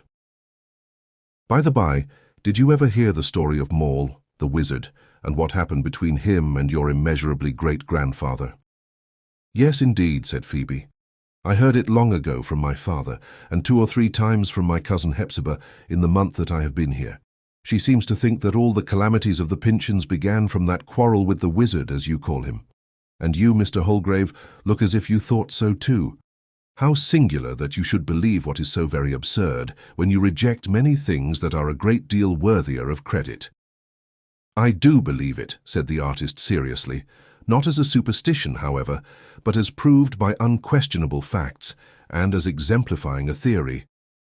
Now, see, under those 7 Gables, at which we now look up, and which old Colonel Pyncheon meant to be the house of his descendants in prosperity and happiness, down to an epoch far beyond the present, under that roof, through a portion of 3 centuries, there has been perpetual remorse of conscience, a constantly defeated hope, strife amongst kindred, various misery, a strange form of death, dark suspicion, unspeakable disgrace, all, or most of which calamity, I have the means of tracing to the old Puritans' inordinate desire to plant and endow a family. To plant a family. This idea is at the bottom of most of the wrong and mischief which men do. The truth is that once in every half-century, at longest, a family should be merged into the great obscure mass of humanity and forget all about its ancestors. Human blood, in order to keep its freshness, should run in hidden streams, as the water of an aqueduct is conveyed in subterranean pipes. In the family existence of these Pyncheons, for instance, forgive me, Phoebe, but I cannot think of you as one of them, in their brief New England pedigree, there has been time enough to infect them all with one kind of lunacy or another." "You speak very unceremoniously of my kindred," said Phoebe, debating with herself whether she ought to take offence. "I speak true thoughts to a true mind," answered Holgrave, with a vehemence which Phoebe had not before witnessed in him. "The truth is as I say. Furthermore, the original perpetrator and father of this mischief appears to have perpetuated himself, and still walks the street, at least his very image in mind and body, with the fairest prospect of transmitting to posterity as rich and as wretched an inheritance as he has received. Do you remember the daguerreotype and its resemblance to the old portrait?" "How strangely in earnest you are," exclaimed Phoebe, looking at him with surprise and perplexity, half alarmed and partly inclined to laugh. "You talk of the lunacy of the Pyncheons. Is it contagious?" "I understand you," said the artist, colouring and laughing. "I believe I'm a little mad. This subject has taken hold of my mind with the strangest tenacity of clutch since I have lodged in yonder old gable. As one method of throwing it off, I have put an incident of the Pyncheon family history, with which I happen to be acquainted, into the form of a legend, and mean to publish it in a magazine." "Do you write for the magazines?" inquired Phoebe. "Is it possible you did not know it?" cried Holgrave. "Well, such is literary fame. Yes, Miss Phoebe Pyncheon, among the multitude of my marvellous gifts I have that of writing stories. And my name has figured, I can assure you, on the covers of Graham and Godey, making as respectable an appearance, for aught I could see, as any of the canonized bead roll with which it was associated. In the humorous line, I am thought to have a very pretty way with me, and as for pathos, I am as provocative of tears as an onion. But shall I read you my story?" "Yes, if it is not very long," said Phoebe, and added laughingly, "nor very dull." As this latter point was one which the daguerreotypist could not decide for himself, he forthwith produced his roll of manuscript, and, while the late sunbeams gilded the 7 Gables, began to read. Chapter 13. Alice Pyncheon. There was a message brought one day from the worshipful Gervase Pyncheon to young Matthew Maule, the carpenter, desiring his immediate presence at the house of the 7 Gables. "And what does your master want with me?" said the carpenter to Mr. Pyncheon's black servant. Does the house need any repair? Well, it may, by this time, and no blame to my father who built it neither. I was reading the old colonel's tombstone, no longer ago than last Sabbath, and reckoning from that date, the house has stood 37 years. No wonder if there should be a job to do on the roof. Don't know what Massa wants, answered Scipio. The house is a very good house, and old Colonel Pyncheon thinks so too, I reckon. Else why the old man haunt it so, and frighten a poor nigger as he does? Well, well, friend Scipio, let your master know that I'm coming, said the carpenter with a laugh. For a fair, workmanlike job, he'll find me his man. And so the house is haunted, is it? It will take a tighter workman than I am to keep the spirits out of the Seven Gables. Even if the colonel would be quiet, he added, muttering to himself. My old grandfather, the wizard, will be pretty sure to stick to the Pyncheons as long as their walls hold together. What's that you mutter to yourself, Matthew Maule? Asked Scipio. And what for do you look so black at me? No matter, darky, said the carpenter. Do you think nobody is to look black but yourself? Go tell your master I'm coming. And if you happen to see Mistress Alice, his daughter, give Matthew Maule's humble respects to her. She has brought a fair face from Italy, fair and gentle and proud, has that same Alice Pyncheon. He talk of Mistress Alice, cried Scipio, as he returned from his errand. The low carpenter man. He no business so much as to look at her a great way off.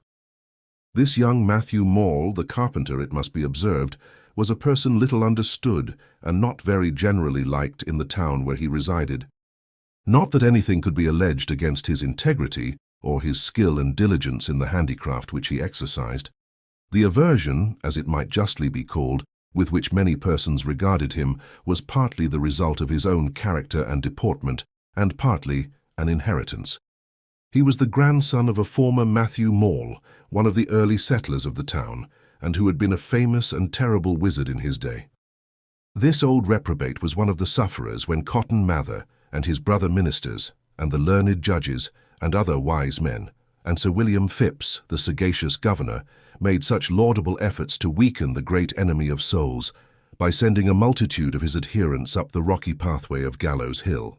Since those days, no doubt, it had grown to be suspected that, in consequence of an unfortunate overdoing of a work praiseworthy in itself, the proceedings against the witches had proved far less acceptable to the beneficent father than to that very arch-enemy whom they were intended to distress and utterly overwhelm. It is not the less certain, however, that awe and terror brooded over the memories of those who died for this horrible crime of witchcraft. Their graves, in the crevices of the rocks, were supposed to be incapable of retaining the occupants who had been so hastily thrust into them. Old Matthew Maule, especially, was known to have as little hesitation or difficulty in rising out of his grave as an ordinary man in getting out of bed, and was as often seen at midnight as living people at noonday. This pestilent wizard, in whom his just punishment seemed to have wrought no manner of amendment, had an inveterate habit of haunting a certain mansion, styled the House of the Seven Gables, against the owner of which he pretended to hold an unsettled claim for ground rent. The ghost, it appears, with the pertinacity which was one of his distinguishing characteristics while alive, insisted that he was the rightful proprietor of the site upon which the house stood. His terms were that either the aforesaid ground rent, from the day when the cellar began to be dug, should be paid down, or the mansion itself given up. Else he, the ghostly creditor, would have his finger in all the affairs of the Pyncheons, and make everything go wrong with them, though it should be 1,000 years after his death.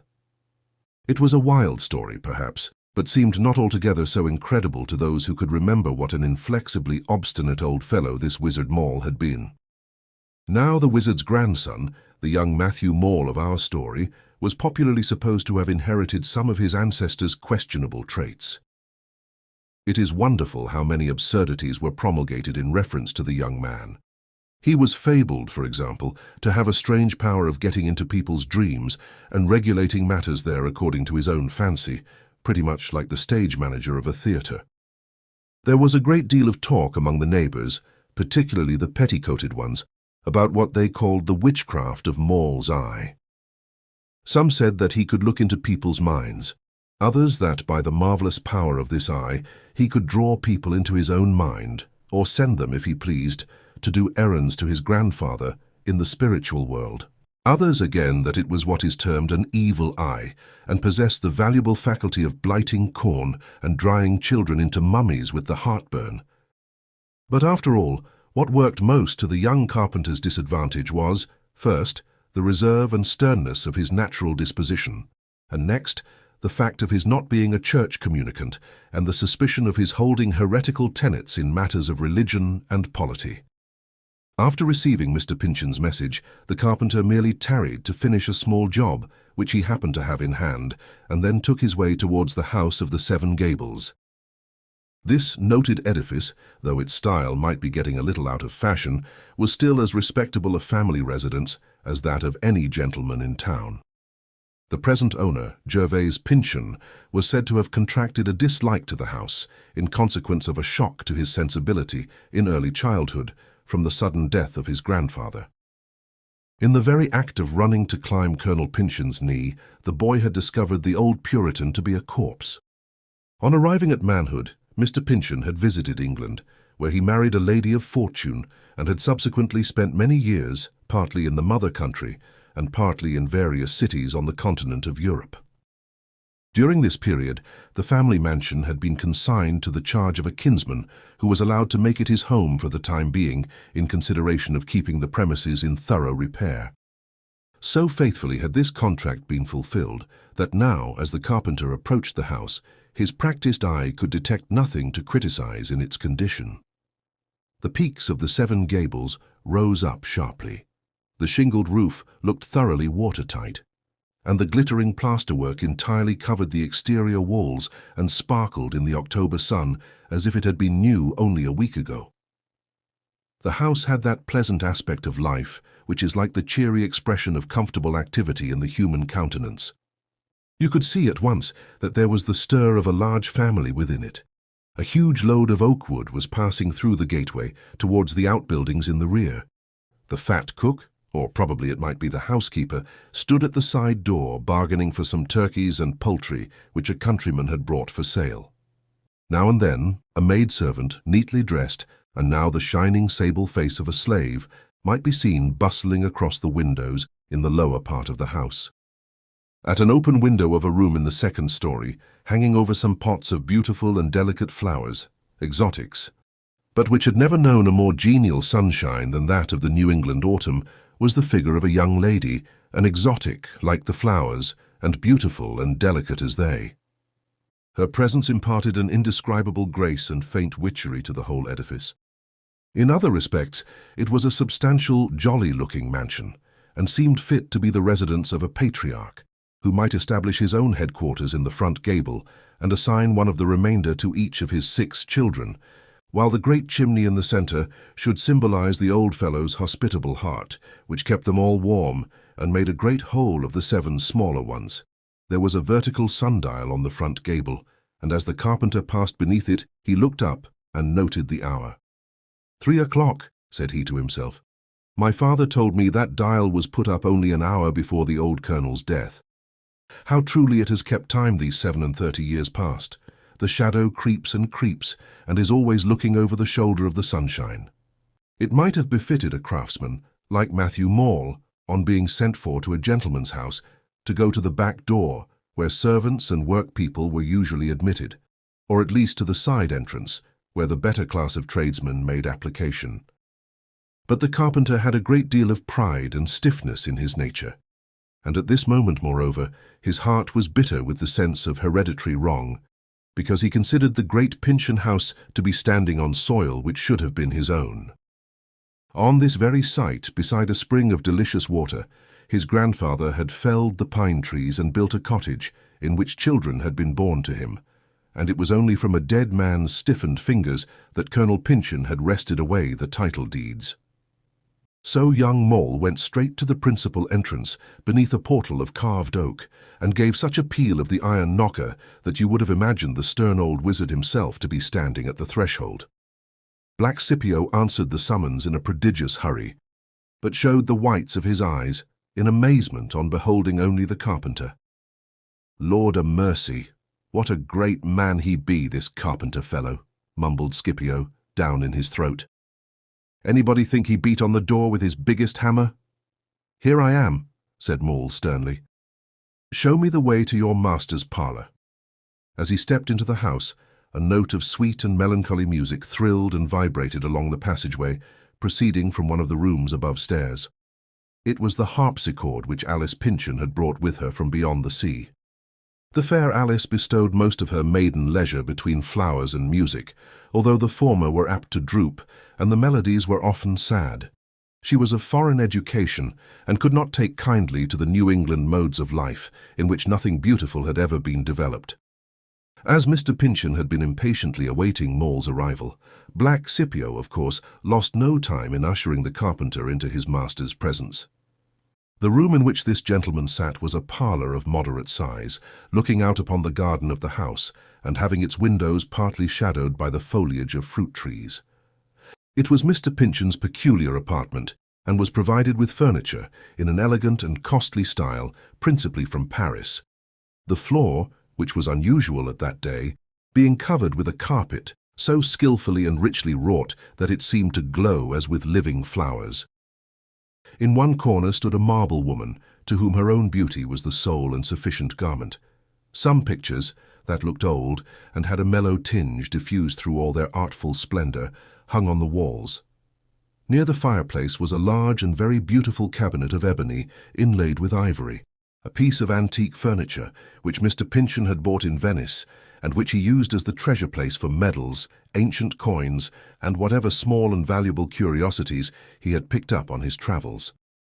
Through all this variety of decoration, however, the room showed its original characteristics, its low stud, its crossbeam, its chimney-piece, with the old-fashioned Dutch tiles, so that it was the emblem of a mind industriously stored with foreign ideas and elaborated into artificial refinement, but neither larger nor in its proper self more elegant than before. There were two objects that appeared rather out of place in this very handsomely furnished room. One was a large map, or surveyor's plan, of a tract of land, which looked as if it had been drawn a good many years ago, and was now dingy with smoke, and soiled here and there with the touch of fingers. The other was a portrait of a stern old man, in a Puritan garb, painted roughly but with a bold effect, and a remarkably strong expression of character. At a small table before a fire of English sea-coal sat Mr. Pyncheon, sipping coffee, which had grown to be a very favourite beverage with him in France. He was a middle-aged and really handsome man, with a wig flowing down upon his shoulders. His coat was of blue velvet, with lace on the borders and at the buttonholes, and the firelight glistened on the spacious breadth of his waistcoat, which was flowered all over with gold. On the entrance of Scipio, ushering in the carpenter, Mr. Pyncheon turned partly round, but resumed his former position, and proceeded deliberately to finish his cup of coffee, without immediate notice of the guest whom he had summoned to his presence. It was not that he intended any rudeness or improper neglect, which indeed he would have blushed to be guilty of, but it never occurred to him that a person in Maule's station had a claim on his courtesy, or would trouble himself about it one way or the other. The carpenter, however, stepped at once to the hearth and turned himself about, so as to look Mr. Pyncheon in the face. "You sent for me," said he. "Be pleased to explain your business, that I may go back to my own affairs." "Ah, excuse me," said Mr. Pyncheon quietly. "I did not mean to tax your time without a recompense. Your name, I think, is Maule, Thomas or Matthew Maule, a son or grandson of the builder of this house?" "Matthew Maule," replied the carpenter, "son of him who built the house, grandson of the rightful proprietor of the soil." "I know the dispute to which you allude," observed Mr. Pyncheon with undisturbed equanimity. "I am well aware that my grandfather was compelled to resort to a suit at law in order to establish his claim to the foundation site of this edifice. We will not, if you please, renew the discussion. The matter was settled at the time and by the competent authorities, equitably, it is to be presumed, and at all events irrevocably. Yet, singularly enough, there is an incidental reference to this very subject in what I am now about to say to you. And this same inveterate grudge, excuse me, I mean no offence, this irritability which you have just shown is not entirely aside from the matter. If you can find anything for your purpose, Mr. Pyncheon, said the carpenter, in a man's natural resentment for the wrongs done to his blood, you are welcome to it. "I take you at your word, Goodman Maule," said the owner of the Seven Gables, with a smile, "and will proceed to suggest a mode in which your hereditary resentments, justifiable or otherwise, may have had a bearing on my affairs. You have heard, I suppose, that the Pyncheon family, ever since my grandfather's days, have been prosecuting a still unsettled claim to a very large extent of territory at the eastward." "Often," replied Maule, and it is said that a smile came over his face, "very often, from my father." "This claim," continued Mr. Pyncheon, after pausing a moment, as if to consider what the carpenter's smile might mean, "appeared to be on the very verge of a settlement and full allowance at the period of my grandfather's decease. It was well known to those in his confidence that he anticipated neither difficulty nor delay. Now, Colonel Pyncheon, I need hardly say, was a practical man, well acquainted with public and private business, and not at all the person to cherish ill-founded hopes or to attempt the following out of an impracticable scheme. It is obvious to conclude, therefore, that he had grounds, not apparent to his heirs, for his confident anticipation of success in the matter of this Eastern claim. In a word, I believe, and my legal advisers coincide in the belief, which moreover is authorized to a certain extent by the family traditions, that my grandfather was in possession of some deed or other document essential to this claim, but which has since disappeared." "Very likely," said Matthew Maule, and again it is said there was a dark smile on his face. "But what can a poor carpenter have to do with the grand affairs of the Pyncheon family?" "Perhaps nothing," returned Mr. Pyncheon, "possibly much." Here ensued a great many words between Matthew Maule and the proprietor of the Seven Gables on the subject which the latter had thus broached. It seems, although Mr. Pyncheon had some hesitation in referring to stories so exceedingly absurd in their aspect, that the popular belief pointed to some mysterious connection and dependence existing between the family of the Maules and these vast unrealized possessions of the Pyncheons. It was an ordinary saying that the old wizard, hanged though he was, had obtained the best end of the bargain in his contest with Colonel Pyncheon, inasmuch as he had got possession of the Great Eastern claim in exchange for an acre or two of garden ground.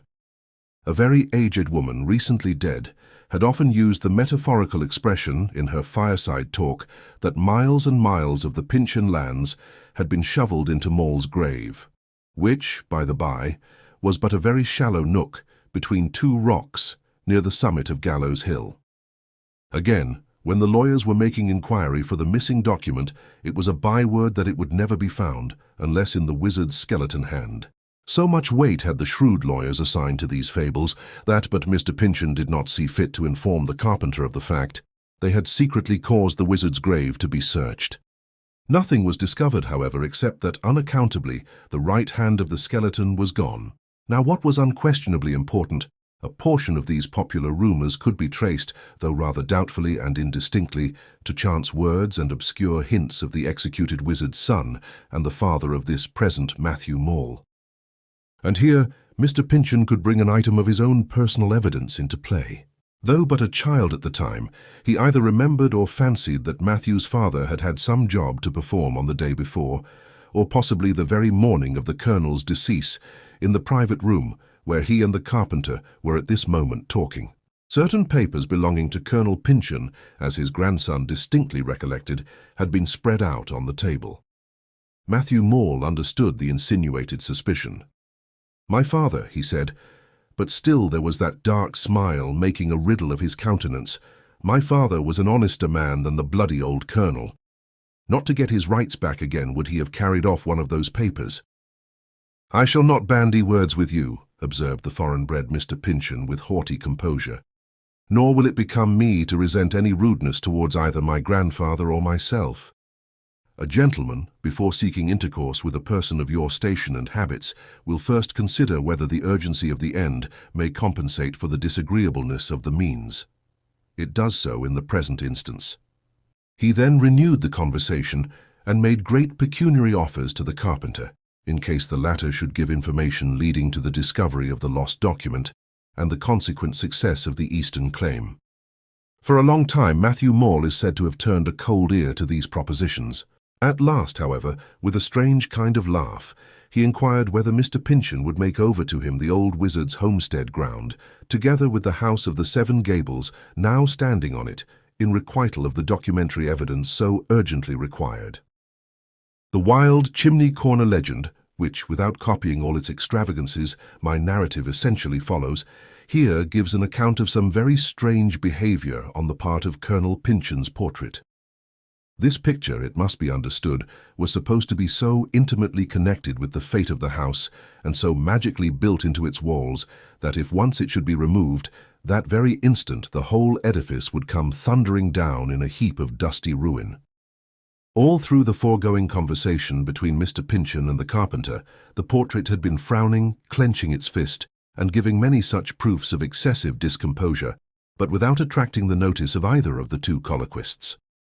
And finally, at Matthew Maule's audacious suggestion of a transfer of the seven-gabled structure, the ghostly portrait is averred to have lost all patience and to have shown itself on the point of descending bodily from its frame.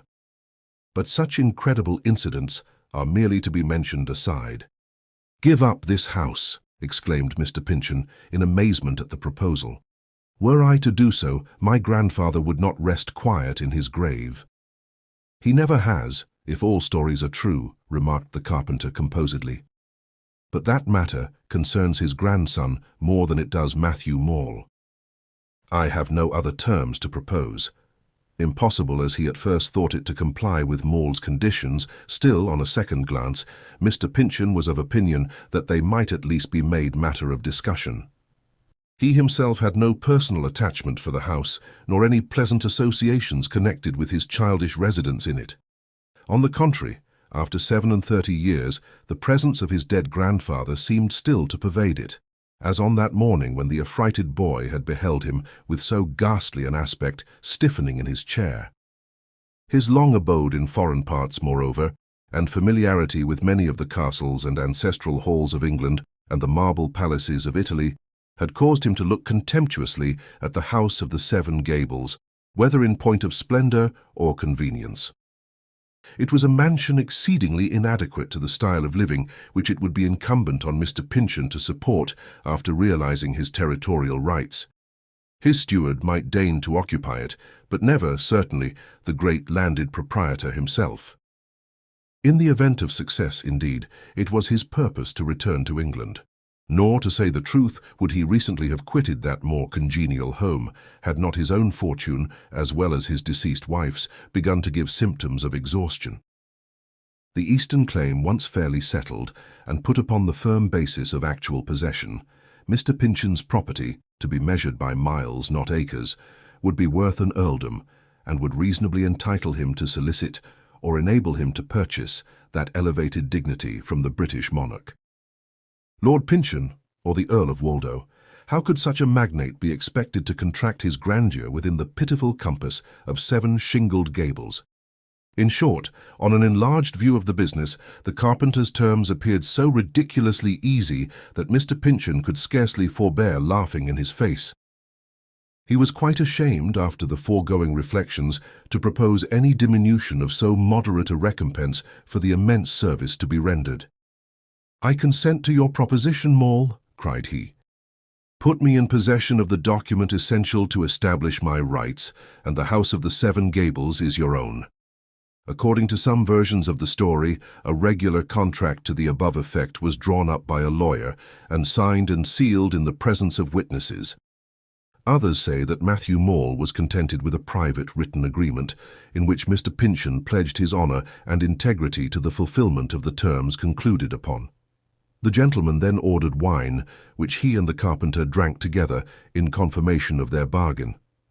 During the whole preceding discussion and subsequent formalities, the old Puritan's portrait seems to have persisted in its shadowy gestures of disapproval, but without effect, except that, as Mr. Pyncheon set down the emptied glass, he thought he beheld his grandfather frown. "This sherry is too potent a wine for me. It has affected my brain already," he observed, after a somewhat startled look at the picture. "On returning to Europe, I shall confine myself to the more delicate vintages of Italy and France, the best of which will not bear transportation." "My Lord Pyncheon may drink what wine he will, and wherever he pleases," replied the carpenter, as if he had been privy to Mr. Pyncheon's ambitious projects. "But first, sir, if you desire tidings of this lost document, I must crave the favour of a little talk with your fair daughter Alice." "You are mad, Maule!" exclaimed Mr. Pyncheon haughtily, and now at last there was anger mixed up with his pride. "What can my daughter have to do with a business like this?" Indeed, at this new demand on the carpenter's part, the proprietor of the Seven Gables was even more thunderstruck than at the cool proposition to surrender his house. There was, at least, an assignable motive for the first stipulation. There appeared to be none whatever for the last. Nevertheless, Matthew Maule sturdily insisted on the young lady being summoned, and even gave her father to understand, in a mysterious kind of explanation, which made the matter considerably darker than it looked before, that the only chance of acquiring the requisite knowledge was through the clear crystal medium of a pure and virgin intelligence, like that of the fair Alice. Not to encumber our story with Mr. Pyncheon's scruples, whether of conscience, pride, or fatherly affection, he at length ordered his daughter to be called. He well knew that she was in her chamber, and engaged in no occupation that could not readily be laid aside. For as it happened, ever since Alice's name had been spoken, both her father and the carpenter had heard the sad and sweet music of her harpsichord, and the airier melancholy of her accompanying voice. So Alice Pyncheon was summoned, and appeared. A portrait of this young lady, painted by a Venetian artist, and left by her father in England, is said to have fallen into the hands of the present Duke of Devonshire, and to be now preserved at Chatsworth. Not on account of any associations with the original, but for its value as a picture, and the high character of beauty in the countenance.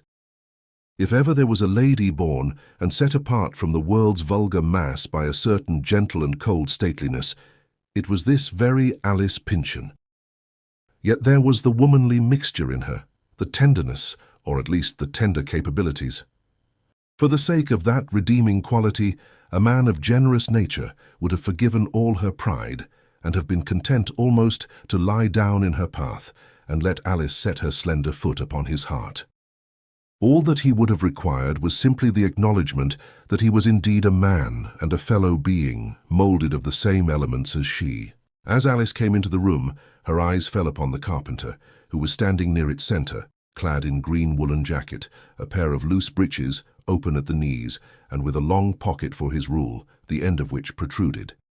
It was as proper a mark of the artisan's calling as Mr. Pyncheon's full-dress sword of that gentleman's aristocratic pretensions. A glow of artistic approval brightened over Alice Pyncheon's face. She was struck with admiration, which she made no attempt to conceal, of the remarkable comeliness, strength, and energy of Maule's figure. But that admiring glance, which most other men perhaps would have cherished as a sweet recollection all through life, the carpenter never forgave. It must have been the devil himself that made Maule so subtle in his perception. "Does the girl look at me as if I were a brute beast?" thought he, setting his teeth. "She shall know whether I have a human spirit, and the worse for her if it proves stronger than her own." "My father, you sent for me," said Alice in her sweet and harp-like voice. "But if you have business with this young man, pray let me go again. You know I do not love this room in spite of that Claude with which you try to bring back sunny recollections." "Stay a moment, young lady, if you please," said Matthew Maule. "My business with your father is over. With yourself it is now to begin." Alice looked towards her father in surprise and inquiry. "Yes, Alice," said Mr. Pyncheon with some disturbance and confusion. "This young man, his name is Matthew Maule, professes, so far as I can understand him, to be able to discover, through your means, a certain paper or parchment which was missing long before your birth. The importance of the document in question renders it advisable to neglect no possible, even if improbable, method of regaining it. You will therefore oblige me, my dear Alice, by answering this person's inquiries and complying with his lawful and reasonable requests, so far as they may appear to have the aforesaid object in view.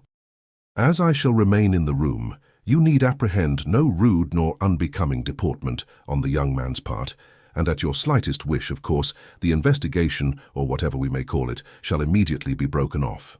"Mistress Alice Pyncheon," remarked Matthew Maule, with the utmost deference but yet a half-hidden sarcasm in his look and tone, "will no doubt feel herself quite safe in her father's presence and under his all-sufficient protection."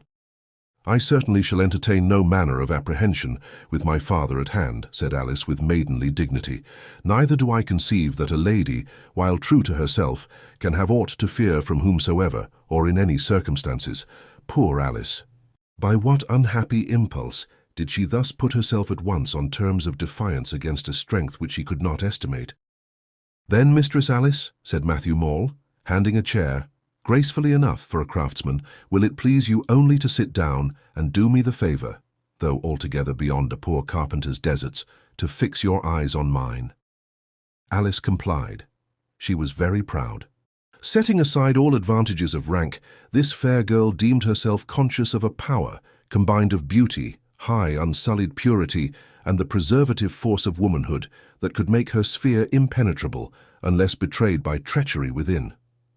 She instinctively knew, it may be, that some sinister or evil potency was now striving to pass her barriers, nor would she decline the contest. So Alice put woman's might against man's might, a match not often equal on the part of woman. Her father, meanwhile, had turned away, and seemed absorbed in the contemplation of a landscape by Claude, where a shadowy and sun-streaked vista penetrated so remotely into an ancient wood that it would have been no wonder if his fancy had lost itself in the picture's bewildering depths. But, in truth, the picture was no more to him at that moment than the blank wall against which it hung. His mind was haunted with the many and strange tales which he had heard, attributing mysterious if not supernatural endowments to these Maules, as well the grandson here present as his two immediate ancestors. Mr. Pyncheon's long residence abroad, and intercourse with men of wit and fashion, courtiers, worldlings, and freethinkers, had done much towards obliterating the grim Puritan superstitions which no man of New England birth at that early period could entirely escape. But on the other hand, had not a whole community believed Maule's grandfather to be a wizard? Had not the crime been proved? Had not the wizard died for it? Had he not bequeathed a legacy of hatred against the Pyncheons to this only grandson, who, as it appeared, was now about to exercise a subtle influence over the daughter of his enemy's house? Might not this influence be the same that was called witchcraft? Turning half around, he caught a glimpse of Maule's figure in the looking-glass. At some paces from Alice, with his arms uplifted in the air, the carpenter made a gesture as if directing downward a slow, ponderous, and invisible weight upon the maiden. "Stay, Maule," exclaimed Mr. Pyncheon, stepping forward. "I forbid your proceeding further." "Pray, my dear father, do not interrupt the young man," said Alice, without changing her position. "His efforts, I assure you, will prove very harmless." Again Mr. Pyncheon turned his eyes towards the Claude. It was then his daughter's will, in opposition to his own, that the experiment should be fully tried. Henceforth, therefore, he did but consent, not urge it. And was it not for her sake far more than for his own that he desired its success? That lost parchment once restored, the beautiful Alice Pyncheon, with the rich dowry which he could then bestow, might wed an English duke or a German reigning prince, instead of some New England clergyman or lawyer. At the thought, the ambitious father almost consented in his heart that if the devil's power were needed to the accomplishment of this great object, Maule might evoke him. Alice's own purity would be her safeguard. With his mind full of imaginary magnificence, Mr. Pyncheon heard a half-uttered exclamation from his daughter. It was very faint and low, so indistinct that there seemed but half a will to shape out the words, and too undefined a purport to be intelligible. Yet it was a call for help.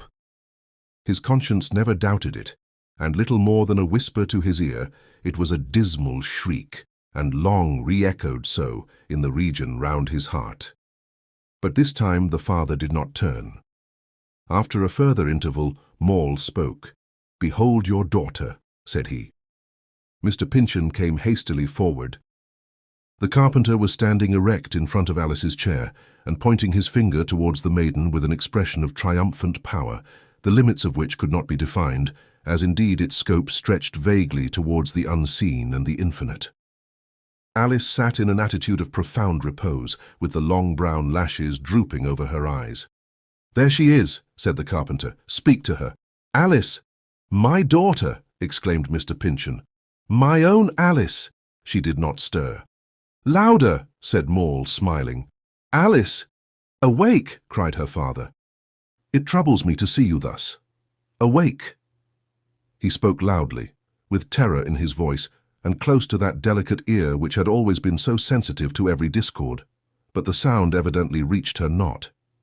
It is indescribable what a sense of remote, dim, unattainable distance betwixt himself and Alice was impressed on the father by this impossibility of reaching her with his voice. "Best touch her," said Matthew Maule. "Shake the girl, and roughly too. My hands are hardened with too much use of axe, saw, and plane, else I might help you." Mr. Pyncheon took her hand and pressed it with the earnestness of startled emotion. He kissed her, with so great a heart-throb in the kiss that he thought she must needs feel it. Then, in a gust of anger at her insensibility, he shook her maiden form with a violence which, the next moment, it affrighted him to remember. He withdrew his encircling arms, and Alice, whose figure, though flexible, had been wholly impassive, relapsed into the same attitude as before these attempts to arouse her. Maule having shifted his position, her face was turned towards him slightly, but with what seemed to be a reference of her very slumber to his guidance. Then it was a strange sight to behold how the man of conventionalities shook the powder out of his periwig, how the reserved and stately gentleman forgot his dignity, how the gold-embroidered waistcoat flickered and glistened in the firelight with the convulsion of rage, terror, and sorrow in the human heart that was beating under it. "Villain!" cried Mr. Pyncheon, shaking his clenched fist at Maule. "You and the fiend together have robbed me of my daughter. Give her back, spawn of the old wizard, or you shall climb Gallows Hill in your grandfather's footsteps." "Softly, Mr. Pyncheon," said the carpenter with scornful composure. "Softly, and it please your worship, else you will spoil those rich lace ruffles at your wrists. Is it my crime if you have sold your daughter for the mere hope of getting a sheet of yellow parchment into your clutch? There sits Mistress Alice quietly asleep. Now let Matthew Maule try whether she be as proud as the carpenter found her a while since." He spoke, and Alice responded, with a soft, subdued, inward acquiescence, and a bending of her form towards him, like the flame of a torch when it indicates a gentle draught of air. He beckoned with his hand, and rising from her chair, blindly but undoubtingly, as tending to her sure and inevitable centre, the proud Alice approached him. He waved her back, and, retreating, Alice sank again into her seat. "She is mine," said Matthew Maule. "Mine by the right of the strongest spirit." In the further progress of the legend, there is a long, grotesque, and occasionally awe-striking account of the carpenter's incantations, if so they are to be called, with a view of discovering the lost document. It appears to have been his object to convert the mind of Alice into a kind of telescopic medium, through which Mr. Pyncheon and himself might obtain a glimpse into the spiritual world. He succeeded accordingly in holding an imperfect sort of intercourse at one remove with the departed personages in whose custody the so much valued secret had been carried beyond the precincts of earth. During her trance, Alice described 3 figures as being present to her spiritualized perception. One was an aged, dignified, stern-looking gentleman, clad as for a solemn festival in grave and costly attire, but with a great bloodstain on his richly wrought band. The second, an aged man meanly dressed, with a dark and malign countenance and a broken halter about his neck. The third, a person not so advanced in life as the former 2, but beyond the middle age, wearing a coarse woolen tunic and leather breeches, and with a carpenter's rule sticking out of his side pocket. These 3 visionary characters possessed a mutual knowledge of the missing document. One of them, in truth, it was he with the bloodstain on his band, seemed, unless his gestures were misunderstood, to hold the parchment in his immediate keeping, but was prevented by his 2 partners in the mystery from disburdening himself of the trust. Finally, when he showed a purpose of shouting forth the secret loudly enough to be heard from his own sphere into that of mortals, his companions struggled with him and pressed their hands over his mouth. And forthwith, whether that he were choked by it, or that the secret itself was of a crimson hue, there was a fresh flow of blood upon his band. Upon this, the 2 meanly dressed figures mocked and jeered at the much abashed old dignitary, and pointed their fingers at the stain. At this juncture, Maule turned to Mr. Pyncheon. "It will never be allowed," said he.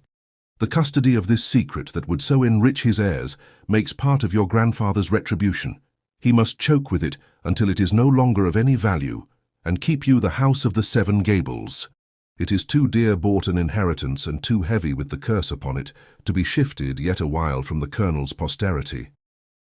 Mr. Pyncheon tried to speak, but, what with fear and passion, could make only a gurgling murmur in his throat. The carpenter smiled. "Aha, worshipful sir. So you have old Maule's blood to drink," said he jeeringly, "fiend in man's shape." "Why dost thou keep dominion over my child?" cried Mr. Pyncheon, when his choked utterance could make way. "Give me back my daughter, then go thy ways, and may we never meet again." "Your daughter," said Matthew Maule. "Why, she is fairly mine. Nevertheless, not to be too hard with fair Mistress Alice, I will leave her in your keeping, but I do not warrant you that she shall never have occasion to remember Maule the carpenter." He waved his hands with an upward motion, and, after a few repetitions of similar gestures, the beautiful Alice Pyncheon awoke from her strange trance. She awoke without the slightest recollection of her visionary experience, but as one losing herself in a momentary reverie and returning to the consciousness of actual life, in almost as brief an interval as the down-sinking flame of the hearth should quiver again up the chimney. On recognizing Matthew Maule, she assumed an air of somewhat cold but gentle dignity, the rather as there was a certain peculiar smile on the carpenter's visage that stirred the native pride of the fair Alice. So ended for that time the quest for the lost title deed of the Pyncheon territory at the eastward, nor, though often subsequently renewed, has it ever yet befallen a Pyncheon to set his eye upon that parchment. But, alas for the beautiful, the gentle, yet too haughty Alice! A power that she little dreamed of had laid its grasp upon her maiden soul. A will, most unlike her own, constrained her to do its grotesque and fantastic bidding. Her father, as it proved, had martyred his poor child to an inordinate desire for measuring his land by miles instead of acres. And therefore, while Alice Pyncheon lived, she was Maule's slave, in a bondage more humiliating 1,000-fold than that which binds its chain around the body. Seated by his humble fireside, Maule had but to wave his hand, and wherever the proud lady chanced to be, whether in her chamber or entertaining her father's stately guests or worshipping at church, whatever her place or occupation, her spirit passed from beneath her own control and bowed itself to Maule. Alice, laugh. The carpenter beside his hearth would say, or perhaps intensely will it without a spoken word. And even were it prayer time or at a funeral, Alice must break into wild laughter. Alice, be sad. And at the instant down would come her tears, quenching all the mirth of those around her like sudden rain upon a bonfire. Alice, dance. And dance she would, not in such court-like measures as she had learned abroad, but some high-paced jig or hop-skip rigadoon, befitting the brisk lasses at a rustic merrymaking. It seemed to be Maule's impulse not to ruin Alice, nor to visit her with any black or gigantic mischief, which would have crowned her sorrows with the grace of tragedy, but to wreak a low, ungenerous scorn upon her. Thus, all the dignity of life was lost. She felt herself too much abased, and longed to change natures with some worm. One evening at a bridal party, but not her own, for so lost from self-control she would have deemed it sin to marry, poor Alice was beckoned forth by her unseen despot and constrained, in her gossamer white dress and satin slippers, to hasten along the street to the mean dwelling of a labouring man. There was laughter and good cheer within, for Matthew Maule that night was to wed the labourer's daughter, and had summoned proud Alice Pyncheon to wait upon his bride. And so she did, and when the twain were one, Alice awoke out of her enchanted sleep. Yet, no longer proud, humbly, and with a smile all steeped in sadness, she kissed Maule's wife, and went her way. It was an inclement night. The southeast wind drove the mingled snow and rain into her thinly sheltered bosom. Her satin slippers were wet through and through as she trod the muddy sidewalks. The next day a cold, soon a settled cough, anon a hectic cheek, a wasted form that sat beside the harpsichord and filled the house with music. music in which a strain of the heavenly choristers was echoed. Oh, joy! For Alice had borne her last humiliation. Oh, greater joy! For Alice was penitent of her one earthly sin and proud no more. The Pyncheons made a great funeral for Alice. The kith and kin were there, and the whole respectability of the town besides. But last in the procession came Matthew Maule, gnashing his teeth as if he would have bitten his own heart in twain, the darkest and woefulest man that ever walked behind a corpse. He meant to humble Alice, not to kill her, but he had taken a woman's delicate soul into his rude grip to play with, and she was dead. Chapter 14. Phoebe's Goodbye. Holgrave, plunging into his tale with the energy and absorption natural to a young author, had given a good deal of action to the parts capable of being developed and exemplified in that manner. He now observed that a certain remarkable drowsiness, wholly unlike that with which the reader possibly feels himself affected, had been flung over the senses of his auditress. It was the effect, unquestionably, of the mystic gesticulations by which he had sought to bring bodily before Phoebe's perception the figure of the mesmerizing carpenter. With the lids drooping over her eyes, now lifted for an instant, and drawn down again as with leaden weights, she leaned slightly towards him, and seemed almost to regulate her breath by his. Holgrave gazed at her as he rolled up his manuscript and recognized an incipient stage of that curious psychological condition which, as he had himself told Phoebe, he possessed more than an ordinary faculty of producing. A veil was beginning to be muffled about her, in which she could behold only him and live only in his thoughts and emotions. His glance, as he fastened it on the young girl, grew involuntarily more concentrated. In his attitude, there was the consciousness of power, investing his hardly mature figure with a dignity that did not belong to its physical manifestation. It was evident that with but one wave of his hand and a corresponding effort of his will, he could complete his mastery over Phoebe's yet free and virgin spirit. He could establish an influence over this good, pure, and simple child, as dangerous and perhaps as disastrous as that which the carpenter of his legend had acquired and exercised over the ill-fated Alice. To a disposition like Holgrave's, at once speculative and active, there is no temptation so great as the opportunity of acquiring empire over the human spirit, nor any idea more seductive to a young man than to become the arbiter of a young girl's destiny. Let us, therefore, whatever his defects of nature and education, and in spite of his scorn for creeds and institutions, concede to the daguerreotypist the rare and high quality of reverence for another's individuality. Let us allow him integrity also forever after to be confided in, since he forbade himself to twine that one link more which might have rendered his spell over Phoebe indissoluble. He made a slight gesture upward with his hand. "You really mortify me, my dear Miss Phoebe," he exclaimed, smiling half sarcastically at her. "My poor story, it is but too evident, will never do for Godey or Graham. Only think of your falling asleep at what I hoped the newspaper critics would pronounce a most brilliant, powerful, imaginative, pathetic, and original winding up. Well, the manuscript must serve to light lamps with, if indeed, being so imbued with my gentle dullness, it is any longer capable of flame.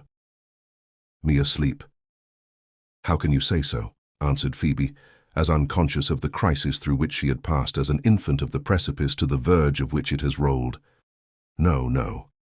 I consider myself as having been very attentive, and though I don't remember the incidents quite distinctly, yet I have an impression of a vast deal of trouble and calamity, so no doubt the story will prove exceedingly attractive." By this time the sun had gone down and was tinting the clouds towards the zenith with those bright hues which are not seen there until some time after sunset, and when the horizon has quite lost its richer brilliancy. The moon, too, which had long been climbing overhead and unobtrusively melting its disk into the azure, like an ambitious demagogue who hides his aspiring purpose by assuming the prevalent hue of popular sentiment, now began to shine out, broad and oval, in its middle pathway. These silvery beams were already powerful enough to change the character of the lingering daylight. They softened and embellished the aspect of the old house, although the shadows fell deeper into the angles of its many gables and lay brooding under the projecting story and within the half-open door. With the lapse of every moment, the garden grew more picturesque. The fruit trees, shrubbery, and flower bushes had a dark obscurity among them. The commonplace characteristics, which, at noontide, it seemed to have taken a century of sordid life to accumulate, were now transfigured by a charm of romance. 100 mysterious years were whispering among the leaves, whenever the slight sea breeze found its way thither and stirred them. Through the foliage that roofed the little summer house, the moonlight flickered to and fro, and fell silvery white on the dark floor, the table, and the circular bench, with a continual shift and play, according as the chinks and wayward crevices among the twigs admitted or shut out the glimmer. So sweetly cool was the atmosphere, after all the feverish day, that the summer eve might be fancied as sprinkling dews and liquid moonlight, with a dash of icy temper in them, out of a silver vase. Here and there a few drops of this freshness were scattered on a human heart and gave it youth again, and sympathy with the eternal youth of nature. The artist chanced to be one on whom the reviving influence fell. It made him feel what he sometimes almost forgot, thrust so early as he had been into the rude struggle of man with man, how youthful he still was. It seems to me, he observed, that I never watched the coming of so beautiful an eve, and never felt anything so very much like happiness as at this moment. After all, what a good world we live in. How good and beautiful. How young it is, too, with nothing really rotten or age-worn in it. This old house, for example, which sometimes has positively oppressed my breath with its smell of decaying timber, and this garden where the black mold always clings to my spade as if I were a sexton delving in a graveyard. Could I keep the feeling that now possesses me, the garden would every day be virgin soil, with the earth's first freshness in the flavor of its beans and squashes, and the house, it would be like a bower in Eden, blossoming with the earliest roses that God ever made. Moonlight and the sentiment in man's heart responsive to it are the greatest of renovators and reformers, and all other reform and renovation, I suppose, will prove to be no better than moonshine. I have been happier than I am now, at least much gayer, said Phoebe thoughtfully. Yet I am sensible of a great charm in this brightening moonlight, and I love to watch how the day, tired as it is, lags away reluctantly, and hates to be called yesterday so soon. I never cared much about moonlight before. What is there, I wonder, so beautiful in it tonight? And you have never felt it before? Inquired the artist, looking earnestly at the girl through the twilight. Never, answered Phoebe, and life does not look the same, now that I have felt it so. It seems as if I had looked at everything hitherto in broad daylight, or else in the ruddy light of a cheerful fire glimmering and dancing through a room. Ah, poor me, she added, with a half-melancholy laugh. I shall never be so merry as before I knew Cousin Hepzibah and poor Cousin Clifford. I have grown a great deal older in this little time. Older, and I hope wiser, and not exactly sadder, but certainly with not half so much lightness in my spirits. I have given them my sunshine, and have been glad to give it. But of course, I cannot both give and keep it. They are welcome, notwithstanding. You have lost nothing, Phoebe, worth keeping, nor which it was possible to keep, said Holgrave after a pause. Our first youth is of no value, for we are never conscious of it until after it is gone. But sometimes, always I suspect, unless one is exceedingly unfortunate, there comes a sense of second youth gushing out of the heart's joy at being in love. Or possibly it may come to crown some other grand festival in life, if any other such there be. This bemoaning of oneself, as you do now, over the first careless, shallow gaiety of youth departed, and this profound happiness at youth regained, so much deeper and richer than that we lost, are essential to the soul's development. In some cases the two states come almost simultaneously, and mingle the sadness and the rapture in one mysterious emotion. I hardly think I understand you, said Phoebe. No wonder, replied Holgrave, smiling, for I have told you a secret which I hardly began to know before I found myself giving it utterance. Remember it, however, and when the truth becomes clear to you, then think of this moonlight scene. It is entirely moonlight now, except only a little flush of faint crimson upward from the west between those buildings, remarked Phoebe. I must go in. Cousin Hepzibah is not quick at figures and will give herself a headache over the day's accounts unless I help her. But Holgrave detained her a little longer. Miss Hepzibah tells me, observed he, that you return to the country in a few days. Yes, but only for a little while, answered Phoebe, for I look upon this as my present home. I go to make a few arrangements and to take a more deliberate leave of my mother and friends. It is pleasant to live where one is much desired and very useful, and I think I may have the satisfaction of feeling myself so here. You surely may, and more than you imagine, said the artist. Whatever health, comfort, and natural life exists in the house is embodied in your person. These blessings came along with you and will vanish when you leave the threshold. Miss Hepzibah, by secluding herself from society, has lost all true relation with it, and is, in fact, dead. Although she galvanizes herself into a semblance of life and stands behind her counter, afflicting the world with a greatly to be deprecated scowl. Your poor cousin Clifford is another dead and long-buried person, on whom the governor and council have wrought a necromantic miracle. I should not wonder if he were to crumble away some morning after you are gone, and nothing be seen of him more except a heap of dust. Miss Hepzibah, at any rate, will lose what little flexibility she has. They both exist by you. I should be very sorry to think so, answered Phoebe gravely. But it is true that my small abilities were precisely what they needed, and I have a real interest in their welfare, an odd kind of motherly sentiment, which I wish you would not laugh at. And let me tell you frankly, Mr. Holgrave, I am sometimes puzzled to know whether you wish them well or ill. Undoubtedly, said the Daguerreotypist, I do feel an interest in this antiquated, poverty-stricken old maiden lady, and this degraded and shattered gentleman, this abortive lover of the beautiful. A kindly interest, too, helpless old children that they are.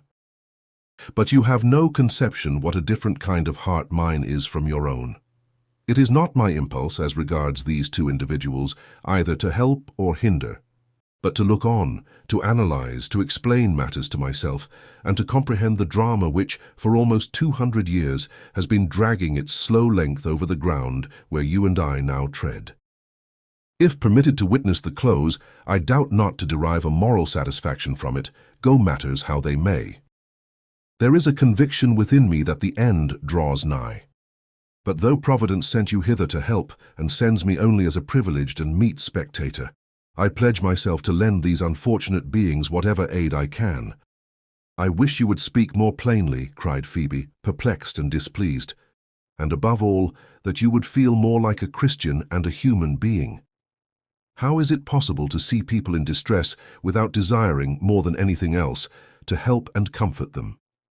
You talk as if this old house were a theatre, and you seem to look at Hepzibah's and Clifford's misfortunes and those of generations before them as a tragedy, such as I have seen acted in the hall of a country hotel, only the present one appears to be played exclusively for your amusement. I do not like this. The play costs the performers too much, and the audience is too cold-hearted.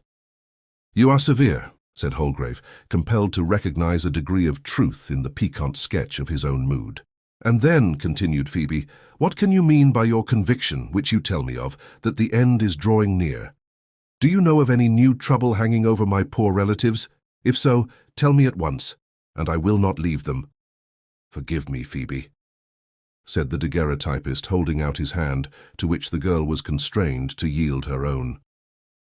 I am somewhat of a mystic, it must be confessed. The tendency is in my blood, together with the faculty of mesmerism, which might have brought me to Gallows Hill in the good old times of witchcraft.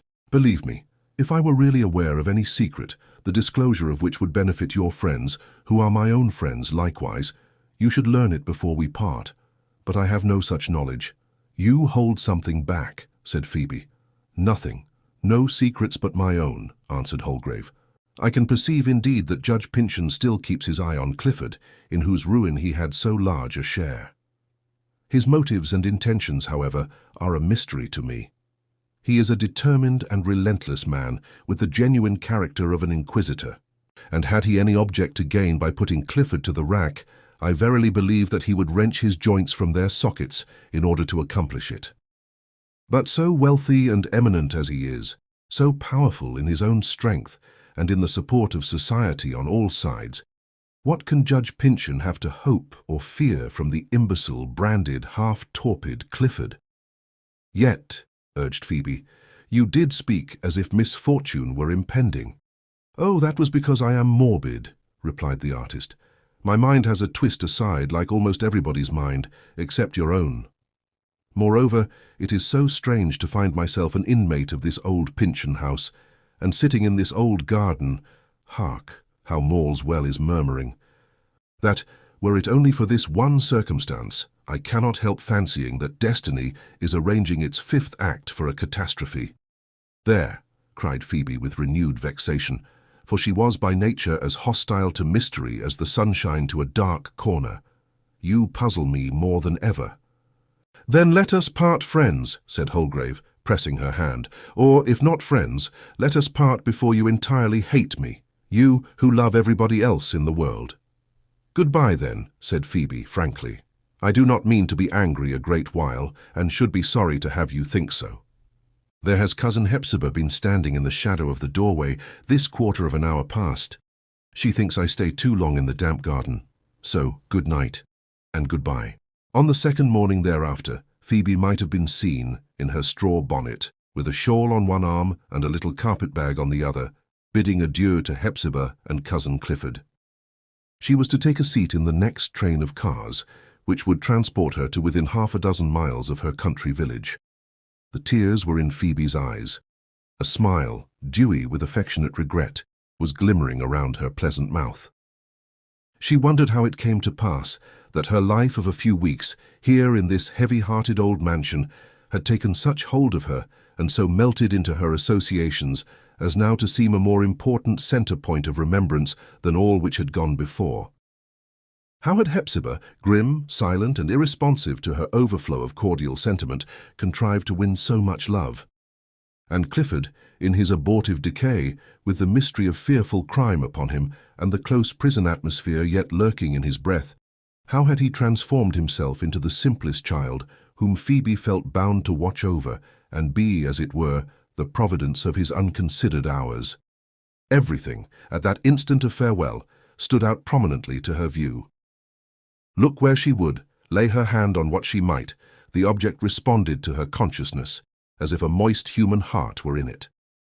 She peeped from the window into the garden, and felt herself more regretful at leaving this spot of black earth, vitiated with such an age-long growth of weeds, than joyful at the idea of again scenting her pine forests and fresh clover fields.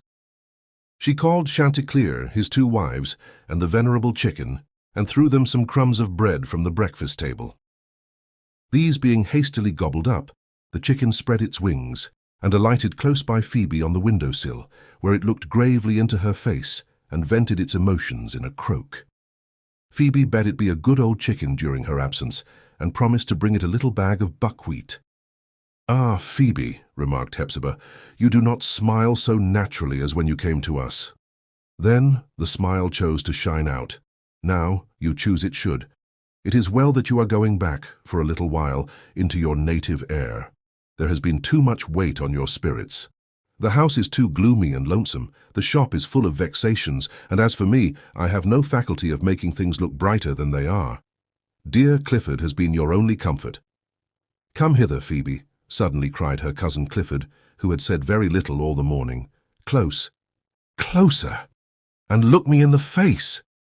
Phoebe put one of her small hands on each elbow of his chair and leaned her face towards him, so that he might peruse it as carefully as he would. It is probable that the latent emotions of this parting hour had revived in some degree his bedimmed and enfeebled faculties.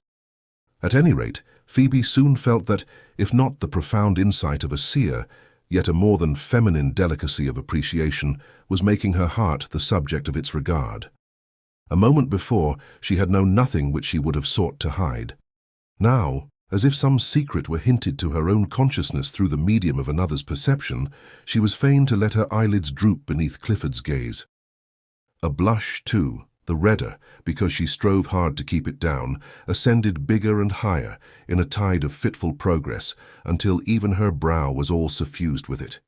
"It is enough, Phoebe," said Clifford, with a melancholy smile. "When I first saw you, You were the prettiest little maiden in the world, and now you have deepened into beauty. Girlhood has passed into womanhood. The bud is abloom. Go now. I feel lonelier than I did." Phoebe took leave of the desolate couple and passed through the shop, twinkling her eyelids to shake off a dewdrop. For, considering how brief her absence was to be, and therefore the folly of being cast down about it, she would not so far acknowledge her tears as to dry them with her handkerchief. On the doorstep, she met the little urchin whose marvelous feats of gastronomy have been recorded in the earlier pages of our narrative.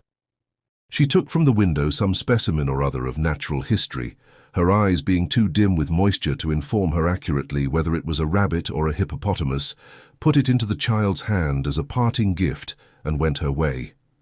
Old Uncle Venner was just coming out of his door, with a wood horse and saw on his shoulder, and trudging along the street, he scrupled not to keep company with Phoebe, so far as their paths lay together. Nor, in spite of his patched coat and rusty beaver, and the curious fashion of his tow-cloth trousers, could she find it in her heart to outwalk him. "We shall miss you next Sabbath afternoon," observed the street philosopher. It is unaccountable how little while it takes some folks to grow just as natural to a man as his own breath, and begging your pardon, Miss Phoebe, though there can be no offence in an old man saying it, that's just what you've grown to me. My years have been a great many, and your life is but just beginning, and yet you are somehow as familiar to me as if I had found you at my mother's door, and you had blossomed like a running vine all along my pathway since. Come back soon, or I shall be gone to my farm, for I begin to find these wood-sawing jobs a little too tough for my backache." "Very soon, Uncle Venner," replied Phoebe. "And let it be all the sooner, Phoebe, for the sake of those poor souls yonder," continued her companion. "They can never do without you now. Never, Phoebe. Never, no more than if one of God's angels had been living with them and making their dismal house pleasant and comfortable. Don't it seem to you they'd be in a sad case if, some pleasant summer morning like this, the angel should spread his wings and fly to the place he came from?" "Well, just so they feel, now that you're going home by the railroad. They can't bear it, Miss Phoebe, so be sure to come back." "I am no angel, Uncle Venner," said Phoebe, smiling as she offered him her hand at the street corner. "But I suppose people never feel so much like angels as when they are doing what little good they may. So I shall certainly come back." Thus parted the old man and the rosy girl, and Phoebe took the wings of the morning and was soon flitting almost as rapidly away as if endowed with the aerial locomotion of the angels to whom Uncle Venner had so graciously compared her. Chapter 15. The Scowl and Smile. Several days passed over the Seven Gables, heavily and drearily enough. In fact, not to attribute the whole gloom of sky and earth to the one inauspicious circumstance of Phoebe's departure, an easterly storm had set in, and indefatigably applied itself to the task of making the black roof and walls of the old house look more cheerless than ever before. Yet was the outside not half so cheerless as the interior. Poor Clifford was cut off, at once, from all his scanty resources of enjoyment. Phoebe was not there, nor did the sunshine fall upon the floor. The garden, with its muddy walks and the chill, dripping foliage of its summer house, was an image to be shuddered at.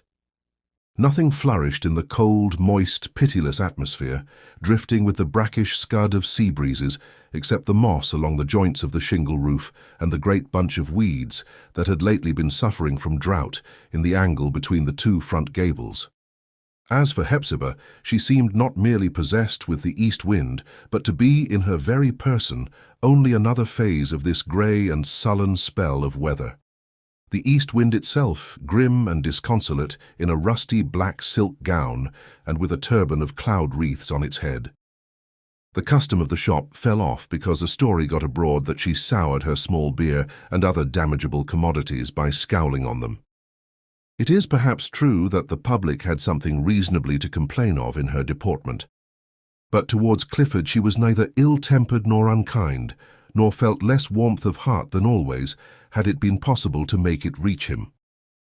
The inutility of her best efforts, however, palsied the poor old gentlewoman.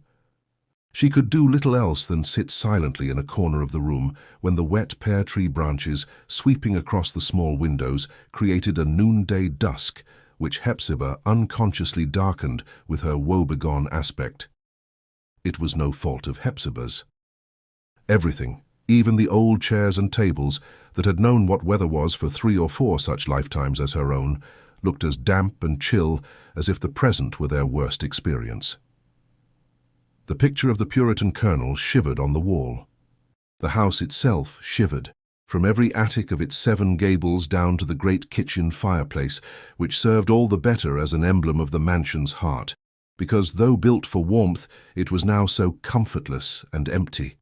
Hepzibah attempted to enliven matters by a fire in the parlour, but the storm demon kept watch above, and whenever a flame was kindled, drove the smoke back again, choking the chimney's sooty throat with its own breath. Nevertheless, during 4 days of this miserable storm, Clifford wrapped himself in an old cloak and occupied his customary chair. On the morning of the 5th, when summoned to breakfast, he responded only by a broken-hearted murmur, expressive of a determination not to leave his bed. His sister made no attempt to change his purpose. In fact, entirely as she loved him, Hepzibah could hardly have borne any longer the wretched duty, so impracticable by her few and rigid faculties, of seeking pastime for a still sensitive but ruined mind, critical and fastidious, without force or volition. It was at least something short of positive despair, that today she might sit shivering alone and not suffer continually a new grief and unreasonable pang of remorse at every fitful sigh of her fellow-sufferer. But Clifford, it seemed, though he did not make his appearance below stairs, had after all bestirred himself in quest of amusement. In the course of the forenoon, Hepzibah heard a note of music, which, there being no other tuneful contrivance in the house of the 7 Gables, she knew must proceed from Alice Pyncheon's harpsichord. She was aware that Clifford, in his youth, had possessed a cultivated taste for music and a considerable degree of skill in its practice. It was difficult, however, to conceive of his retaining an accomplishment to which daily exercise is so essential in the measure indicated by the sweet, airy, and delicate, though most melancholy strain that now stole upon her ear. Nor was it less marvellous that the long silent instrument should be capable of so much melody. Hepzibah involuntarily thought of the ghostly harmonies, prelusive of death in the family, which were attributed to the legendary Alice. But it was perhaps proof of the agency of other than spiritual fingers that after a few touches the chords seemed to snap asunder with their own vibrations, and the music ceased. But a harsher sound succeeded to the mysterious notes. Nor was the easterly day fated to pass without an event sufficient in itself to poison, for Hepzibah and Clifford, the balmiest air that ever brought the hummingbirds along with it. The final echoes of Alice Pyncheon's performance, or Clifford's if his, we must consider it, were driven away by no less vulgar a dissonance than the ringing of the shop bell. A foot was heard scraping itself on the threshold, and thence somewhat ponderously stepping on the floor. Hepzibah delayed a moment, while muffling herself in a faded shawl, which had been her defensive armour in a 40 years' warfare against the east wind. A characteristic sound, however, neither a cough nor a hem, but a kind of rumbling and reverberating spasm in somebody's capacious depth of chest, impelled her to hurry forward with that aspect of fierce faint-heartedness so common to women in cases of perilous emergency. Few of her sex on such occasions have ever looked so terrible as our poor scowling Hepzibah. But the visitor quietly closed the shop door behind him, stood up his umbrella against the counter, and turned a visage of composed benignity to meet the alarm and anger which his appearance had excited. Hepzibah's presentiment had not deceived her. It was no other than Judge Pyncheon, who, after in vain trying the front door, had now effected his entrance into the shop. "How do you do, Cousin Hepzibah? And how does this most inclement weather affect our poor Clifford?" began the judge. And wonderful it seemed indeed that the easterly storm was not put to shame, or at any rate a little mollified, by the genial benevolence of his smile. "I could not rest without calling to ask once more whether I can in any manner promote his comfort or your own." "You can do nothing," said Hepzibah, controlling her agitation as well as she could. "I devote myself to Clifford. He has every comfort which his situation admits of." "But allow me to suggest, dear cousin," rejoined the judge, "you err in all affection and kindness, no doubt, and with the very best intentions. But you do err, nevertheless, in keeping your brother so secluded. Why insulate him thus from all sympathy and kindness? Clifford, alas, has had too much of solitude. Now let him try society, the society, that is to say, of kindred and old friends. Let me, for instance, but see Clifford, and I will answer for the good effect of the interview." "You cannot see him," answered Hepzibah. "Clifford has kept his bed since yesterday." "What? How?" "Is he ill?" exclaimed Judge Pyncheon, starting with what seemed to be angry alarm, for the very frown of the old Puritan darkened through the room as he spoke. "Nay, then, I must and will see him. What if he should die?" "He is in no danger of death," said Hepzibah, and added with bitterness that she could repress no longer, "none, unless he shall be persecuted to death now by the same man who long ago attempted it." "Cousin Hepzibah," said the judge, with an impressive earnestness of manner, which grew even to tearful pathos as he proceeded, "is it possible that you do not perceive how unjust, how unkind, how unchristian is this constant, this long-continued bitterness against me for a part which I was constrained by duty and conscience, by the force of law, and at my own peril, to act? What did I do, in detriment to Clifford, which it was possible to leave undone? How could you, his sister, if for your never-ending sorrow, as it has been for mine, you had known what I did, have shown greater tenderness? And do you think, cousin, that it has cost me no pang? That it has left no anguish in my bosom, from that day to this, amidst all the prosperity with which heaven has blessed me? Or that I do not now rejoice, when it is deemed consistent with the dues of public justice and the welfare of society, that this dear kinsman, this early friend, this nature so delicately and beautifully constituted, so unfortunate, let us pronounce him, and forbear to say so guilty, that our own Clifford, in fine, should be given back to life and its possibilities of enjoyment? Ah, you little know me, cousin Hepzibah, you little know this heart. It now throbs at the thought of meeting him. There lives not the human being, except yourself, and you not more than I, who has shed so many tears for Clifford's calamity. You behold some of them now. There is none who would so delight to promote his happiness. Try me, Hepzibah. Try me, cousin. Try the man whom you have treated as your enemy and Clifford's. Try Geoffrey Pyncheon, and you shall find him true to the heart's core." "In the name of heaven," cried Hepzibah, provoked only to intenser indignation by this outgush of the inestimable tenderness of a stern nature, "in God's name, whom you insult, and whose power I could almost question, since he hears you utter so many false words without palsying your tongue, give over, I beseech you, this loathsome pretense of affection for your victim. You hate him, say so like a man. You cherish at this moment some black purpose against him in your heart. Speak it out at once, or if you hope so to promote it better, hide it till you can triumph in its success. But never speak again of your love for my poor brother. I cannot bear it. It will drive me beyond a woman's decency. It will drive me mad. Forbear, not another word. It will make me spurn you." For once, Hepzibah's wrath had given her courage. She had spoken. But after all, was this unconquerable distrust of Judge Pyncheon's integrity, and this utter denial, apparently, of his claim to stand in the ring of human sympathies, were they founded in any just perception of his character, or merely the offspring of a woman's unreasonable prejudice deduced from nothing? The judge, beyond all question, was a man of eminent respectability. The church acknowledged it, the state acknowledged it. It was denied by nobody. In all the very extensive sphere of those who knew him, whether in his public or private capacities, there was not an individual, except Hepzibah and some lawless mystic like the Daguerreotypist, and possibly a few political opponents, who would have dreamed of seriously disputing his claim to a high and honorable place in the world's regard. Nor, we must do him the further justice to say, did Judge Pyncheon himself probably entertain many or very frequent doubts that his enviable reputation accorded with his deserts.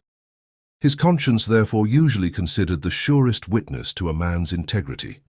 His conscience, unless it might be for the little space of 5 minutes in the 24 hours, or, now and then, some black day in the whole year's circle, his conscience bore an accordant testimony with the world's laudatory voice. And yet, strong as this evidence may seem to be, we should hesitate to peril our own conscience on the assertion that the judge and the consenting world were right, and that poor Hepzibah with her solitary prejudice was wrong. Hidden from mankind, forgotten by himself, or buried so deeply under a sculptured and ornamented pile of ostentatious deeds that his daily life could take no note of it, there may have lurked some evil and unsightly thing. Nay, we could almost venture to say, further, that a daily guilt might have been acted by him, continually renewed and reddening forth afresh, like the miraculous bloodstain of a murder, without his necessarily and at every moment being aware of it. Men of strong minds, great force of character, and a hard texture of the sensibilities, are very capable of falling into mistakes of this kind. They are ordinarily men to whom forms are of paramount importance. Their field of action lies among the external phenomena of life. They possess vast ability in grasping and arranging and appropriating to themselves the big, heavy, solid unrealities such as gold, landed estate, offices of trust and emolument, and public honors. With these materials, and with deeds of goodly aspect done in the public eye, an individual of this class builds up, as it were, a tall and stately edifice, which in the view of other people, and ultimately in his own view, is no other than the man's character or the man himself. Behold, therefore, a palace. Its splendid halls and suites of spacious apartments are floored with a mosaic work of costly marbles. Its windows, the whole height of each room, admit the sunshine through the most transparent of plate glass. Its high cornices are gilded and its ceilings gorgeously painted, and a lofty dome, through which, from the central pavement, you may gaze up to the sky, as with no obstructing medium between, surmounts the whole. With what fairer and nobler emblem could any man desire to shadow forth his character? Ah, but in some low and obscure nook, some narrow closet on the ground floor shut, locked and bolted, and the key flung away, or beneath the marble pavement in a stagnant water puddle, with the richest pattern of mosaic work above, may lie a corpse, half decayed and still decaying, and diffusing its death scent all through the palace. The inhabitant will not be conscious of it, for it has long been his daily breath. Neither will the visitors, for they smell only the rich odors which the master sedulously scatters through the palace, and the incense which they bring and delight to burn before him. Now and then, perchance, comes in a seer, before whose sadly gifted eye the whole structure melts into thin air, leaving only the hidden nook, the bolted closet with the cobwebs festooned over its forgotten door, or the deadly hole under the pavement and the decaying corpse within. Here, then, we are to seek the true emblem of the man's character and of the deed that gives whatever reality it possesses to his life. And beneath the show of a marble palace, that pool of stagnant water, foul with many impurities and perhaps tinged with blood, that secret abomination above which possibly he may say his prayers without remembering it, is this man's miserable soul. To apply this train of remark somewhat more closely to Judge Pyncheon, we might say, without in the least imputing crime to a personage of his eminent respectability, that there was enough of splendid rubbish in his life to cover up and paralyze a more active and subtle conscience than the judge was ever troubled with. The purity of his judicial character while on the bench, the faithfulness of his public service in subsequent capacities, his devotedness to his party, and the rigid consistency with which he had adhered to its principles, or at all events kept pace with its organized movements, his remarkable zeal as president of a Bible society, his unimpeachable integrity as treasurer of a widows' and orphans' fund, his benefits to horticulture by producing two much-esteemed varieties of the pear into agriculture through the agency of the famous Pyncheon bull, the cleanliness of his moral deportment for a great many years past, the severity with which he had frowned upon and finally cast off an expensive and dissipated son, delaying forgiveness until within the final quarter of an hour of the young man's life. His prayers at morning and eventide, and graces at mealtime, his efforts in furtherance of the temperance cause, his confining himself, since the last attack of the gout, to 5 diurnal glasses of old sherry wine, the snowy whiteness of his linen, the polish of his boots, the handsomeness of his gold-headed cane, the square and roomy fashion of his coat, and the fineness of its material, and, in general, the studied propriety of his dress and equipment. The scrupulousness with which he paid public notice in the street by a bow, a lifting of the hat, a nod or a motion of the hand to all and sundry of his acquaintances, rich or poor. The smile of broad benevolence wherewith he made it a point to gladden the whole world. What room could possibly be found for darker traits in a portrait made up of lineaments like these? This proper face was what he beheld in the looking-glass. This admirably arranged life was what he was conscious of in the progress of every day. Then might not he claim to be its result and sum, and say to himself and the community, "Behold Judge Pyncheon there"? And allowing that many, many years ago in his early and reckless youth he had committed some one wrong act, or that even now the inevitable force of circumstances should occasionally make him do one questionable deed among 1,000 praiseworthy, or at least blameless ones, would you characterize the judge by that one necessary deed and that half-forgotten act, and let it overshadow the fair aspect of a lifetime? What is there so ponderous in evil that a thumb's bigness of it should outweigh the mass of things not evil which were heaped into the other scale? This scale and balance system is a favorite one with people of Judge Pyncheon's brotherhood. A hard, cold man, thus unfortunately situated, seldom or never looking inward, and resolutely taking his idea of himself from what purports to be his image as reflected in the mirror of public opinion, can scarcely arrive at true self-knowledge, except through loss of property and reputation. Sickness will not always help him do it, not always the death hour. But our affair now is with Judge Pyncheon as he stood confronting the fierce outbreak of Hepzibah's wrath. Without premeditation, to her own surprise and indeed terror, she had given vent for once to the inveteracy of her resentment cherished against this kinsman for 30 years. Thus far the judge's countenance had expressed mild forbearance, grave and almost gentle deprecation of his cousin's unbecoming violence, free and Christian-like forgiveness of the wrong inflicted by her words. But when those words were irrevocably spoken, his look assumed sternness, the sense of power and immitigable resolve, and this with so natural and imperceptible a change that it seemed as if the Iron Man had stood there from the first, and the meek man not at all. The effect was as when the light, vapory clouds, with their soft colouring, suddenly vanish from the stony brow of a precipitous mountain, and leave there the frown which you at once feel to be eternal. Hepzibah almost adopted the insane belief that it was her old Puritan ancestor, and not the modern judge, on whom she had just been wreaking the bitterness of her heart. Never did a man show stronger proof of the lineage attributed to him than Judge Pyncheon at this crisis, by his unmistakable resemblance to the picture in the inner room. "Cousin Hepzibah," said he very calmly, "it is time to have done with this." "With all my heart," answered she. "Then, why do you persecute us any longer? Leave poor Clifford and me in peace.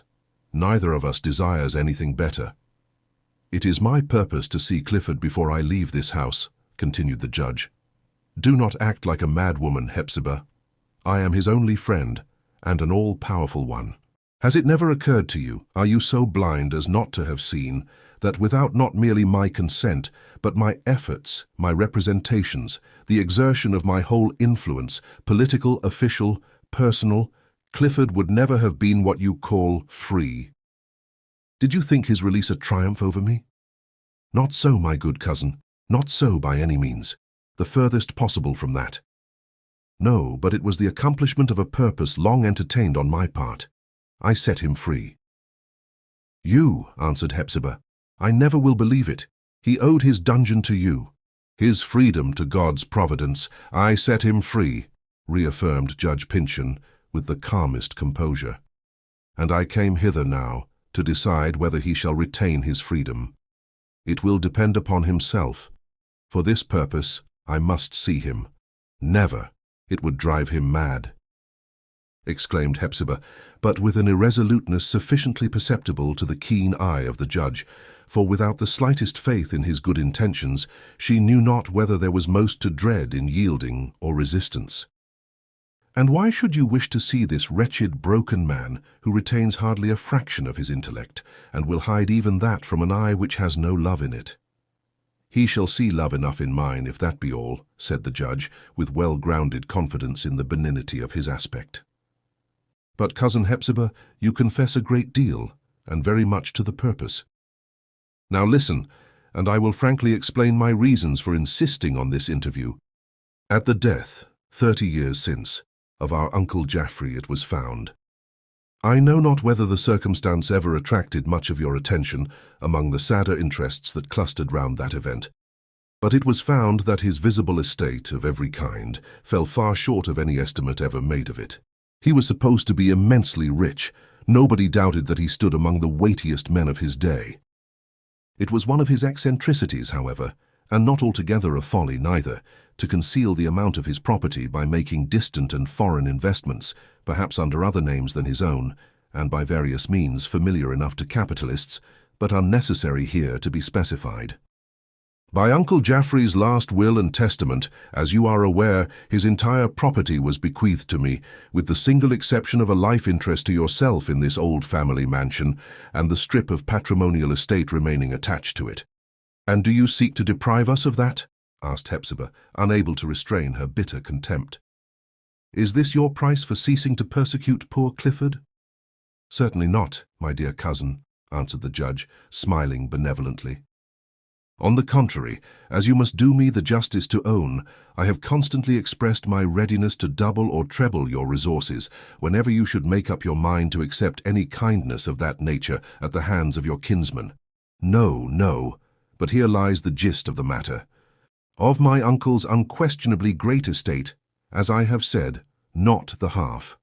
No, not 1/3, as I am fully convinced, was apparent after his death. Now, I have the best possible reasons for believing that your brother Clifford can give me a clue to the recovery of the remainder. Clifford know of any hidden wealth? Clifford have it in his power to make you rich, cried the old gentlewoman, affected with a sense of something like ridicule at the idea. Impossible. You deceive yourself. It is really a thing to laugh at. It is as certain as that I stand here, said Judge Pyncheon, striking his gold-headed cane on the floor, and at the same time stamping his foot as if to express his conviction the more forcibly by the whole emphasis of his substantial person. Clifford told me so himself. No, exclaimed Hepzibah incredulously. You are dreaming, Cousin Geoffrey. I do not belong to the dreaming class of men, said the judge quietly. Some months before my uncle's death, Clifford boasted to me of the possession of the secret of incalculable wealth. His purpose was to taunt me and excite my curiosity. I know it well. But from a pretty distinct recollection of the particulars of our conversation, I am thoroughly convinced that there was truth in what he said. Clifford, at this moment, if he chooses, and choose he must, can inform me where to find the schedule, the documents, the evidences, in whatever shape they exist, of the vast amount of Uncle Geoffrey's missing property. He has the secret. His boast was no idle word. It had a directness, an emphasis, a particularity that showed a backbone of solid meaning within the mystery of his expression. But what could have been Clifford's object, asked Hepzibah, in concealing it so long? It was one of the bad impulses of our fallen nature, replied the judge, turning up his eyes. He looked upon me as his enemy. He considered me as the cause of his overwhelming disgrace, his imminent peril of death, his irretrievable ruin. There was no great probability, therefore, of his volunteering information out of his dungeon that should elevate me still higher on the ladder of prosperity. But the moment has now come when he must give up his secret. And what if he should refuse? Inquired Hepzibah. Or, as I steadfastly believe, what if he has no knowledge of this wealth? My dear cousin, said Judge Pyncheon, with a quietude which he had the power of making more formidable than any violence, since your brother's return, I have taken the precaution, a highly proper one in the near kinsman and natural guardian of an individual so situated, to have his deportment and habits constantly and carefully overlooked. Your neighbours have been eyewitnesses to whatever has passed in the garden. The butcher, the baker, the fishmonger, some of the customers of your shop, and many a prying old woman have told me several of the secrets of your interior. A still larger circle, I myself among the rest, can testify to his extravagances at the arched window. Thousands beheld him, a week or two ago, on the point of flinging himself thence into the street. From all this testimony I am led to apprehend, reluctantly and with deep grief, that Clifford's misfortunes have so affected his intellect, never very strong, that he cannot safely remain at large. The alternative, you must be aware, and its adoption will depend entirely on the decision which I am now about to make. The alternative is his confinement, probably for the remainder of his life, in a public asylum for persons in his unfortunate state of mind. "You cannot mean it!" shrieked Hepzibah. "Should my cousin Clifford," continued Judge Pyncheon, wholly undisturbed from mere malice and hatred of one whose interests ought naturally to be dear to him, a mode of passion that, as often as any other, indicates mental disease, should he refuse me the information so important to myself, and which he assuredly possesses, I shall consider it the one needed jot of evidence to satisfy my mind of his insanity. And once sure of the course pointed out by conscience, you know me too well, cousin Hepzibah, to entertain a doubt that I shall pursue it." "Oh, Jaffrey, cousin Jaffrey," cried Hepzibah mournfully, not passionately, "it is you that are diseased in mind, not Clifford. You have forgotten that a woman was your mother, that you have had sisters, brothers, children of your own, or that there ever was affection between man and man, or pity from one man to another in this miserable world. Else, how could you have dreamed of this? You are not young, cousin Jaffrey. No, nor middle-aged, but already an old man. The hair is white upon your head. How many years have you to live? Are you not rich enough for that little time? Shall you be hungry? Shall you lack clothes or a roof to shelter you between this point and the grave? No. But with the half of what you now possess, you could revel in costly food and wines, and build a house twice as splendid as you now inhabit, and make a far greater show to the world, and yet leave riches to your only son, to make him bless the hour of your death.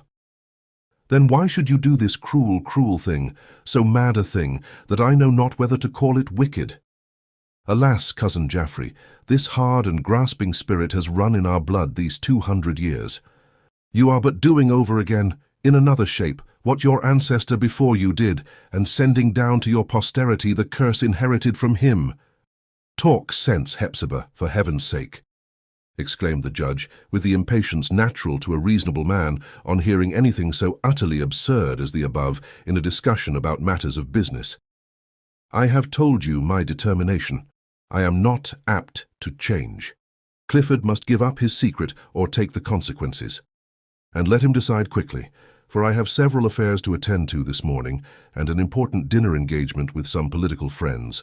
"Clifford has no secret," answered Hepzibah, "and God will not let you do the thing you meditate." "We shall see," said the unmoved judge. "Meanwhile, choose whether you will summon Clifford and allow this business to be amicably settled by an interview between two kinsmen, or drive me to harsher measures, which I should be most happy to feel myself justified in avoiding.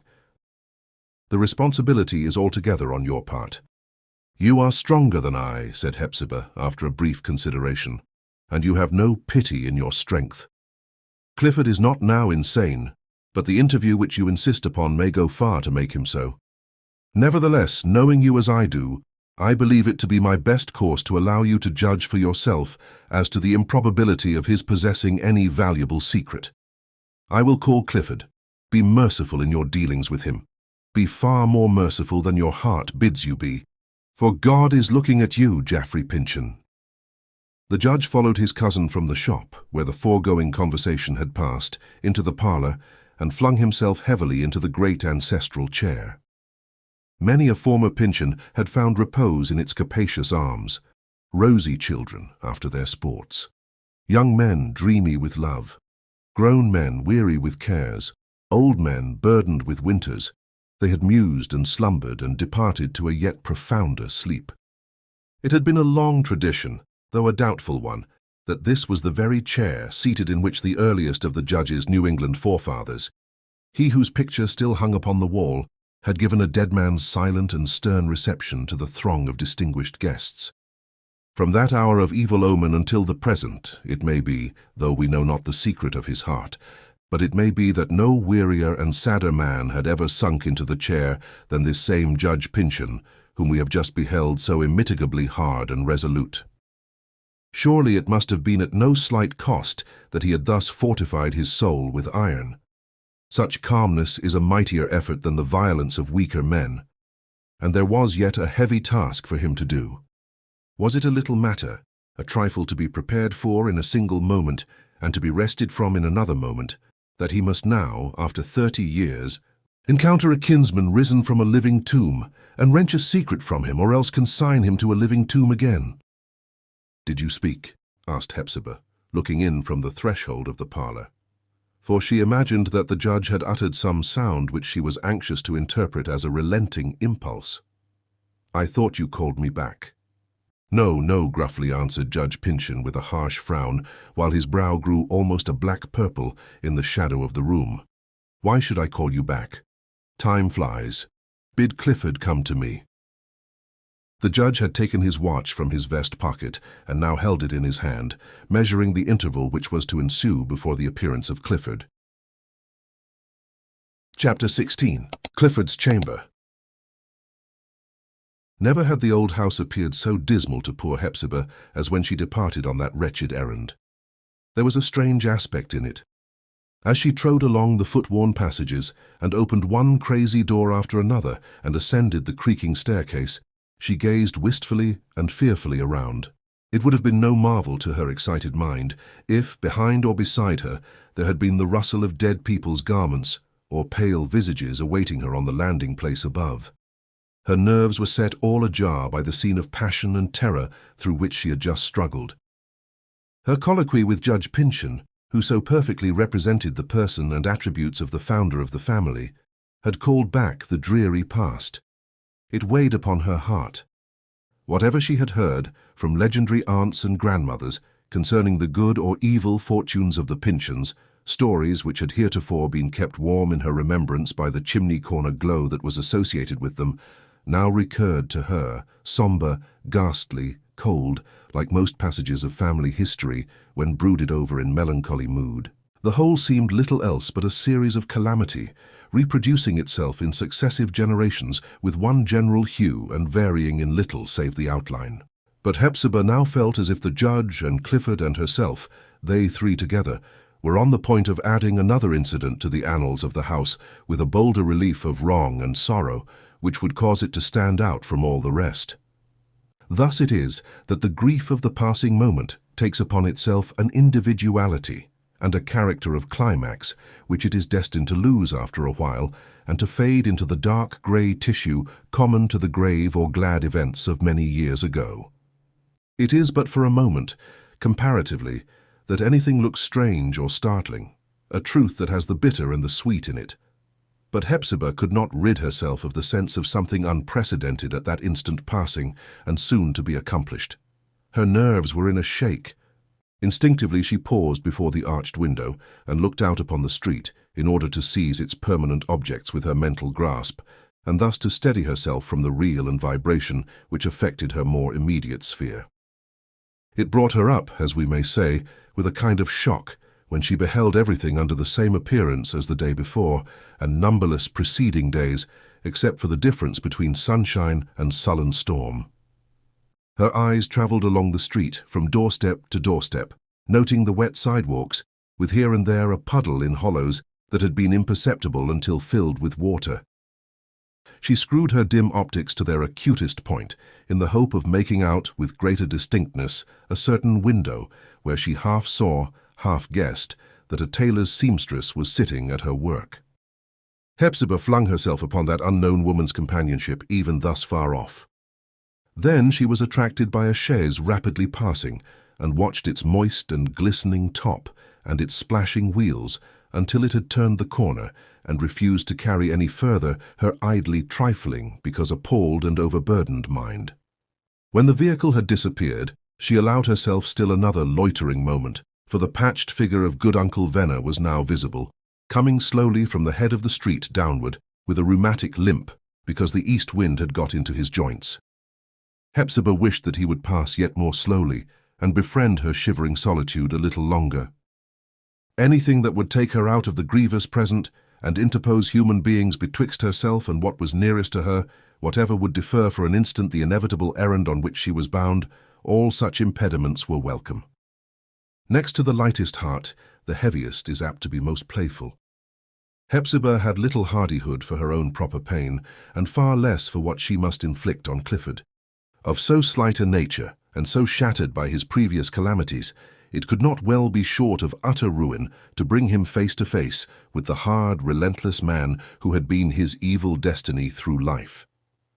Even had there been no bitter recollections, nor any hostile interest now at stake between them, the mere natural repugnance of the more sensitive system to the massive, weighty, and unimpressible one must in itself have been disastrous to the former. It would be like flinging a porcelain vase with already a crack in it against a granite column. Never before had Hepzibah so adequately estimated the powerful character of her cousin Jaffrey, powerful by intellect, energy of will, the long habit of acting among men, and, as she believed, by his unscrupulous pursuit of selfish ends through evil means. It did but increase the difficulty that Judge Pyncheon was under a delusion as to the secret which he supposed Clifford to possess. Men of his strength of purpose and customary sagacity, if they chance to adopt a mistaken opinion in practical matters, so wedge it and fasten it among things known to be true, that to wrench it out of their minds is hardly less difficult than pulling up an oak. Thus, as the judge required an impossibility of Clifford, the latter, as he could not perform it, must needs perish. For what in the grasp of a man like this was to become of Clifford's soft, poetic nature, that never should have had a task more stubborn than to set a life of beautiful enjoyment to the flow and rhythm of musical cadences? Indeed, what had become of it already? Broken, blighted, all but annihilated, soon to be wholly so. For a moment the thought crossed Hepzibah's mind whether Clifford might not really have such knowledge of their deceased uncle's vanished estate as the judge imputed to him. She remembered some vague intimations on her brother's part which, if the supposition were not essentially preposterous, might have been so interpreted.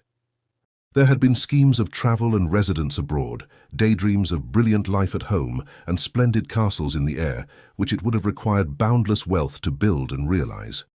Had this wealth been in her power, how gladly would Hepzibah have bestowed it all upon her iron-hearted kinsman, to buy for Clifford the freedom and seclusion of the desolate old house.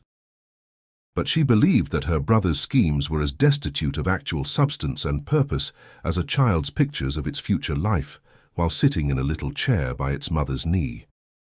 Clifford had none but shadowy gold at his command, and it was not the stuff to satisfy Judge Pyncheon. Was there no help in their extremity? It seemed strange that there should be none, with a city round about her.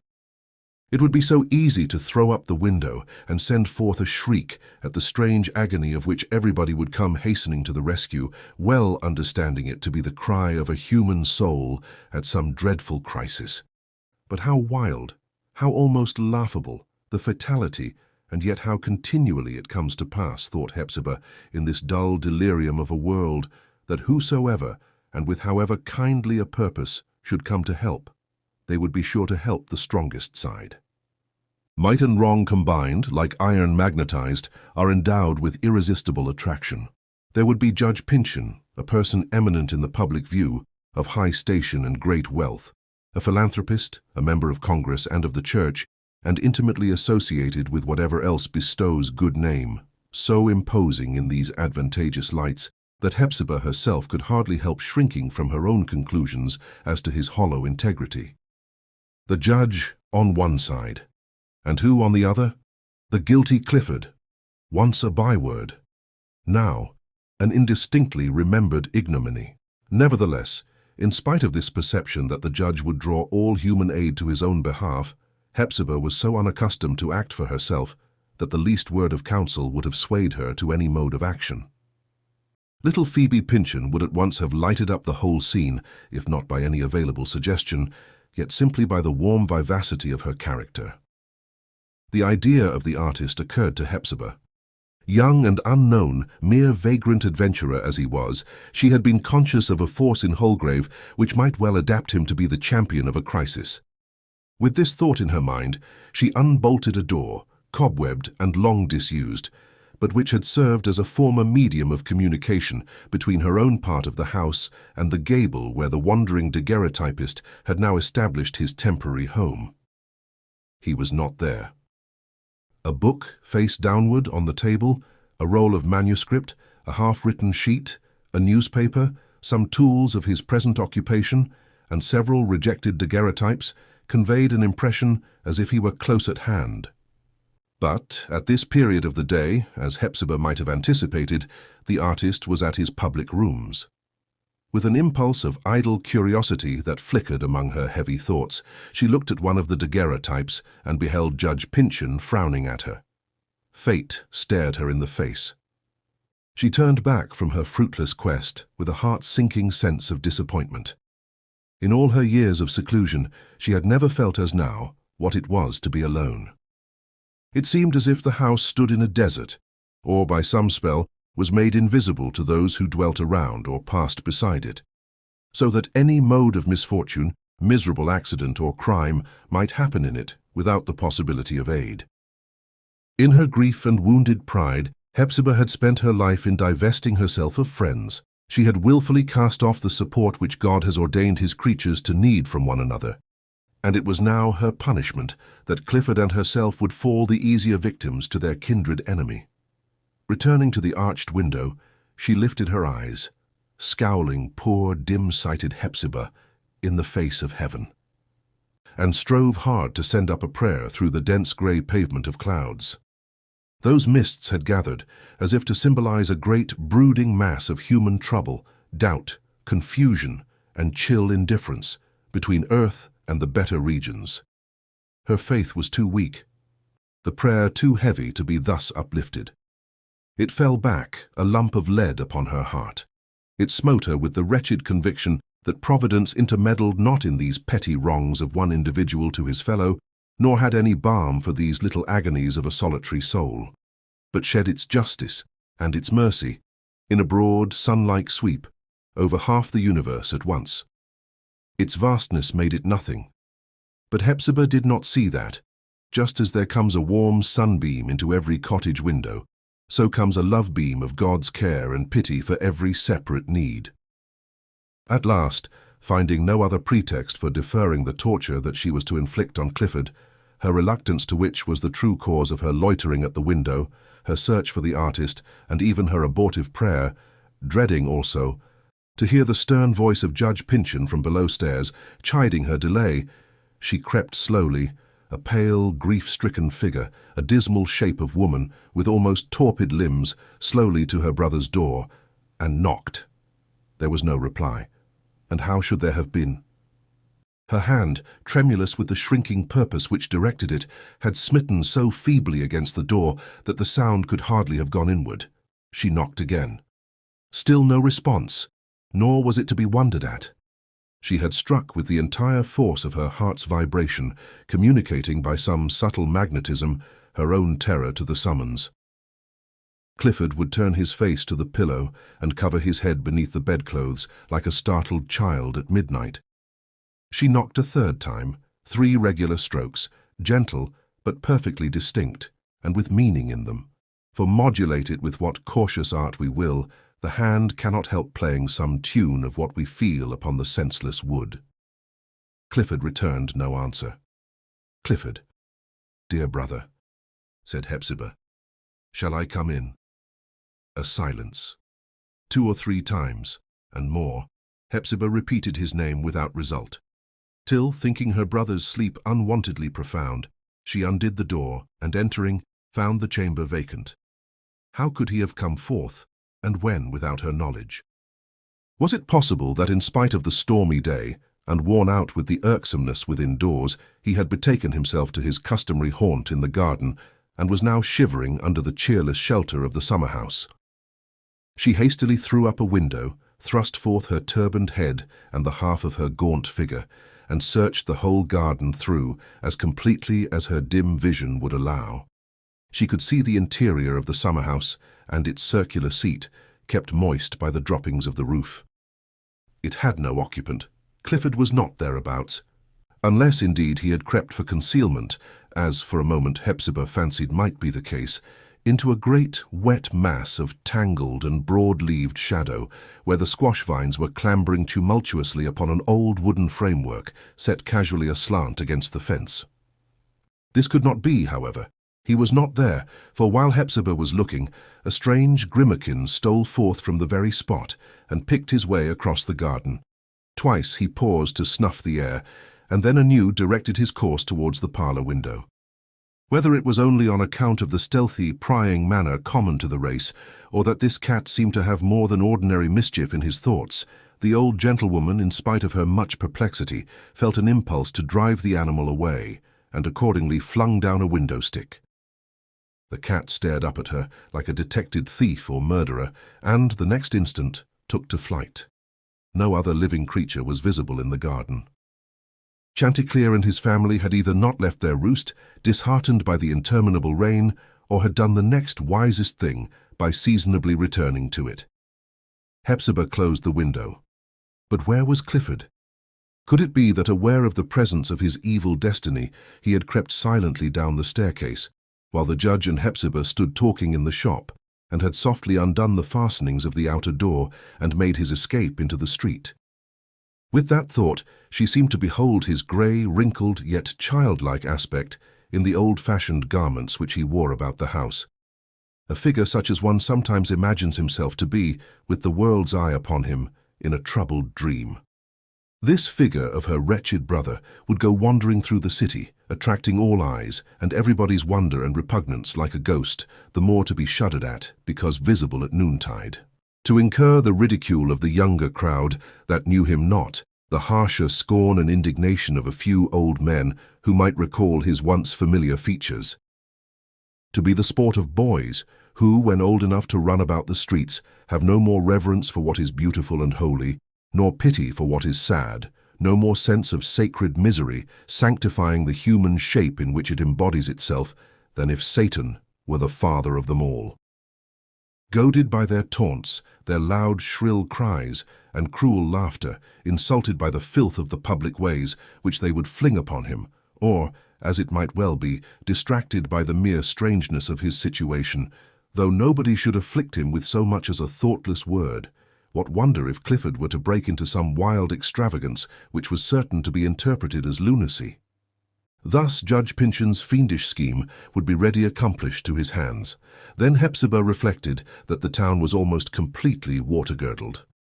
The wharves stretched out towards the centre of the harbour, and, in this inclement weather, were deserted by the ordinary throng of merchants, labourers, and seafaring men, each wharf a solitude, with the vessels moored stem and stern along its misty length.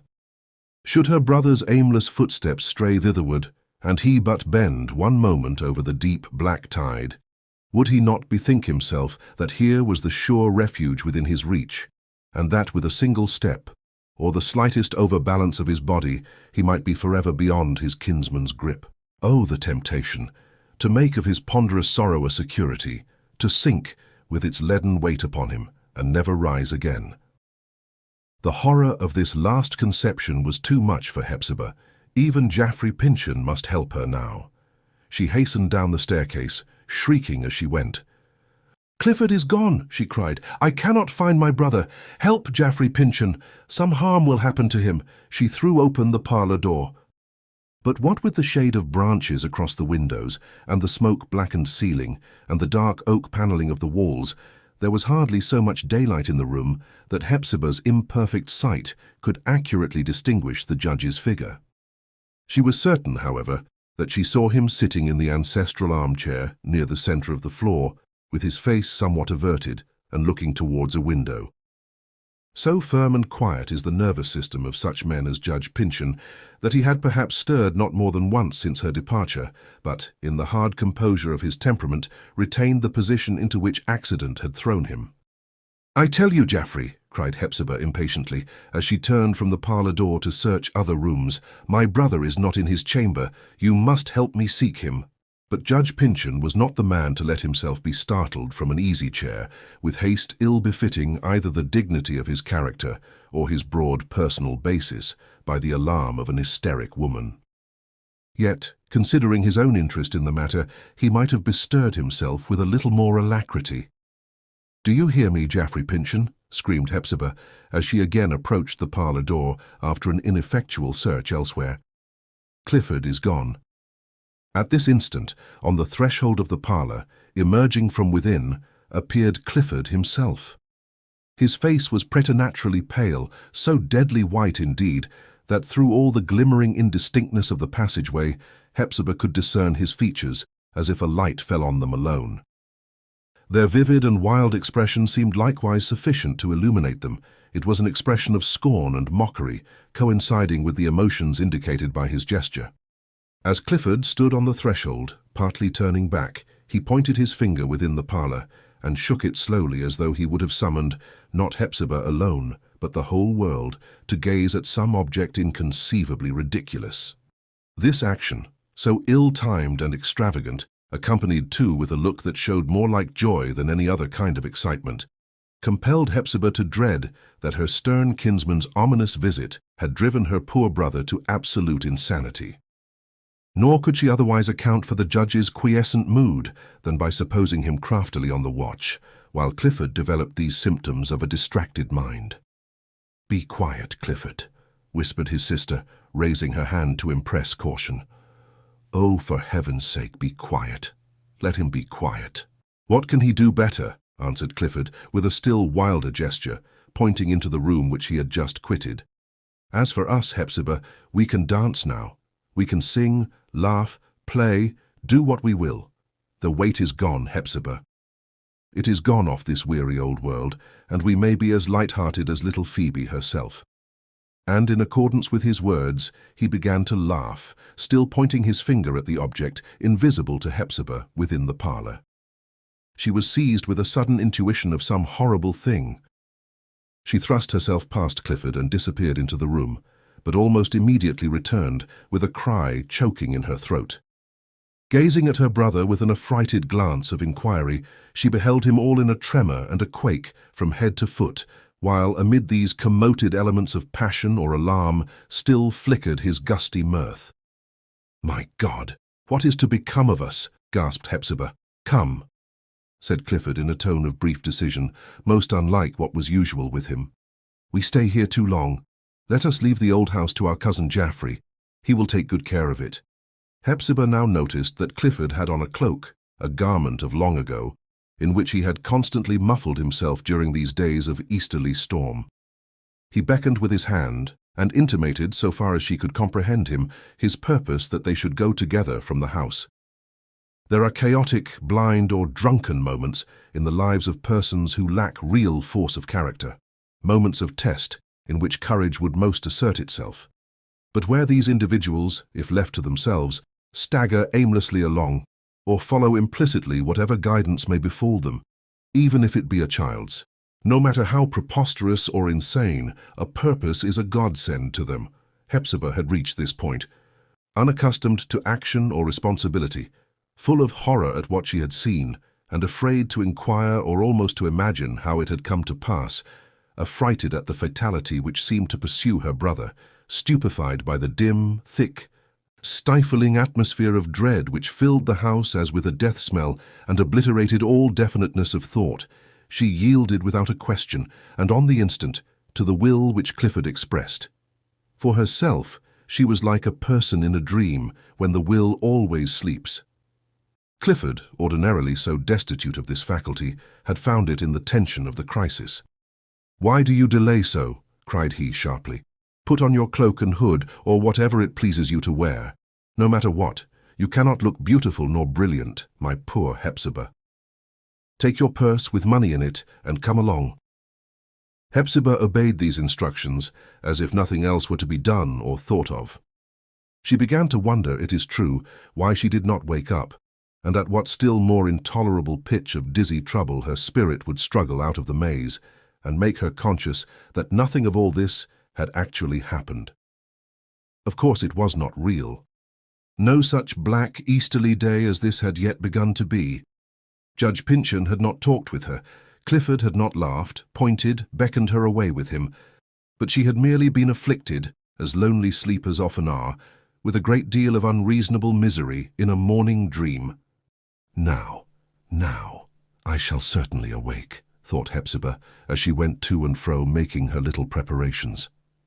"I can bear it no longer. I must wake up now." But it came not, that awakening moment. It came not, even when, just before they left the house, Clifford stole to the parlour door and made a parting obeisance to the sole occupant of the room. "What an absurd figure the old fellow cuts now," whispered he to Hepzibah, "just when he fancied he had me completely under his thumb. Come, come. Make haste, or he will start up, like giant despair in pursuit of Christian and hopeful, and catch us yet." As they passed into the street, Clifford directed Hepzibah's attention to something on one of the posts of the front door. It was merely the initials of his own name, which, with somewhat of his characteristic grace about the forms of the letters, he had cut there when a boy. The brother and sister departed, and left Judge Pyncheon sitting in the old home of his forefathers, all by himself. So heavy and lumpish that we can liken him to nothing better than a defunct nightmare which had perished in the midst of its wickedness and left its flabby corpse on the breast of the tormented one to be gotten rid of as it might. Chapter 17. The Flight of Two Owls. Summer as it was, the east wind set poor Hepzibah's few remaining teeth chattering in her head as she and Clifford faced it on their way up Pyncheon Street and towards the centre of the town. Not merely was it the shiver which this pitiless blast brought to her frame, although her feet and hands especially had never seemed so death-cold as now, but there was a moral sensation mingling itself with the physical chill and causing her to shake more in spirit than in body. The world's broad, bleak atmosphere was all so comfortless.